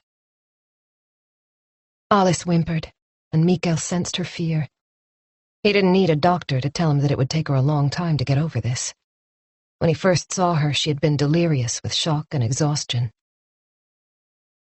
Tomas Andreasen had said that Pauline Palmier was responsible for Jeanette's death, and explained how she'd gone about it. Mikael was no longer under suspicion. That crazy woman had admitted everything she'd done, along with her so-called assistant. Those two had no boundaries. They destroyed anyone who got in their way. Apparently, a police officer had been badly beaten, too. Would he ever be able to tell Alice how her mother had been murdered? Mikael recoiled at the thought, while at the same time a deep feeling of shame came over him. His behavior toward Jeanette had been unforgivable. If only he'd known what she was going through. Alice stirred and opened her eyes. Mikael reached out and stroked her cheek. Dad? I'm here, sweetheart. You will always be my daughter. Chapter 106. Tomas unlocked the Volvo and got in, but then he just sat there without fastening his seatbelt or starting the engine. He was bone-weary. Even a simple movement like turning the key seemed to require an immense effort. When he held up his hand in front of his face, it was shaking. What time was it? After 9. He ought to call Pernilla, tell her he was on his way home at last. She must be wondering where he was and whether they would be able to go over to Nora's tomorrow as planned. But first he needed a few minutes to himself. Needed the chance to breathe, to digest the events of the past few hours, to try to work out how someone could commit the crimes of which Pauline Palmier was guilty. No, he couldn't do it. He would have to set everything aside until he felt strong enough to think it through. Certain things were impossible to understand, let alone accept. The memory of Alice's terrified, soot-streaked face in the ambulance would stay with him for a long time. Tomas leaned back and closed his eyes. He was so very, very tired. I'm not fit to drive home. I'll have to leave the car and take a cab. His cell phone buzzed, a text message. He considered ignoring it, but thought he'd better check who it was from. Karin. Aram has regained consciousness. He's on strong pain meds, but will be able to have visitors in a few days. The surge of relief was so powerful that Tomas gasped. Tomorrow he would call Sonia, find out how she and the girls were doing. He wanted to check on Eric, too, as soon as he was feeling better. After a couple of minutes, he pressed home. Hi, it's me. I was starting to worry, Pernilla said immediately. Are you okay? Now he was okay. Now he'd heard her voice. Never leave me again. I'm in the car, he said, making a huge effort so that she wouldn't hear how exhausted he was. We've closed the case. I'll tell you more when I get home. Tomorrow they would go to Sandhamn to celebrate New Year's with Nora and Jonas and the boys. He couldn't wait to relax in the company of good friends, to be in a place where everyone had one another's best interests at heart. He would close the door on anything to do with work. He wouldn't allow himself to brood on the case or let despair take over. That was his personal New Year's resolution. Then they would spend a few days with Aelin on Hara, just as they had planned before the phone rang on December 26th. The thought made him feel better. It gave him the strength to reach out, turn the key, and start the engine. I'll be home soon, he told Pernilla. Chapter 107. Wednesday. Nora pulled on her boots and thick jacket. Jonas was due to arrive on the ferry at 10:15. Suddenly she longed to see him. She could hardly wait. He was staying until Sunday, which meant they would have 5 days together. Time to talk. Time to tell him about everything that had happened at the bank. Strangely enough, she was no longer upset. Once she'd made her decision, a sense of calm had come over her. She would get by somehow. She would find a new job, support herself and the boys. Are you going down to meet Jonas? Simon came out of the kitchen, looking miserable. She knew he was disappointed because Henrik had gone back to town last night. I am, honey. Do you want to come with me? He stared at the floor, his hair falling over his face. Would you have preferred for us to celebrate New Year's with Dad? He nodded. like Christmas Eve. That was so cool. Nora crouched down in front of her son. You know, I like Dad a lot, but I really like Jonas, too. How could she possibly explain the situation to a 9-year-old? There was nothing he wanted more than for Nora and Henrik to get back together, but she just couldn't conjure up those feelings once again. The love had gone. Yesterday evening, Henrik had asked if he could stay for New Year's.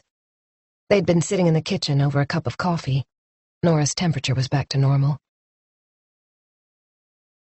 I'm still fond of you, she'd said quietly. We have 2 wonderful sons, and we had a lot of good years together. He could see it in her eyes. She didn't need to go on. You're in love with Jonas. Nora looked down at the table. Yes. I'm sorry. She was so pleased that she and Henrik were able to spend time with each other, that they'd celebrated Christmas as a family without the tensions of the past couple of years. But she just didn't love him anymore. It was Jonas she yearned for. After a brief silence, Henrik reached out and stroked her cheek. I only have myself to blame. Don't think I don't know that. I've behaved like a complete asshole for way too long. Henrik was more subdued than she'd ever seen him. Marie left me, by the way. Nora knew how hard it had been for him to say those words. Maybe that's what it took to make me think. He went on after a while. Realize what I'd done. They had parted as friends. At least that was how it felt. Nora put her arm around Simon's shoulders. Sweetheart, your dad and I still care about each other, but that doesn't mean we can live together. You'll understand when you get older, I promise. A gloomy expression was the only response. Listen, Thomas and Pernilla are coming over tonight, along with baby Eowyn. That'll be fun, won't it? Are they staying over? Absolutely. They can't go back to Hara in the middle of the night. She straightened up and fastened her jacket. I'm off to meet Jonas now. It wouldn't surprise me if he has a belated Christmas present for you. It was good to get outside, even though it was cold. She had felt a little unwell when she woke up, but the air was fresh and made her feel much better. For the first time in several days, a bright winter sun was shining down. It was going to be a perfect evening for fireworks. The Sailors' Hotel usually put on an impressive display on the last night of the year. When she reached the harbor, she saw that the Vauxholm ferry was already making its way through the Sound. She hurried along to the jetty. By the time she got there, the ferry was only about 30 feet from the quayside. Nora craned her neck, desperate to see if she could spot Jonas. He was right at the front, and he also seemed to be looking for someone. For her. As soon as he saw Nora, he began to wave so eagerly that the sailor standing beside him couldn't help smiling. Nora felt a wave of happiness spreading right through her body. It was going to be a wonderful New Year's.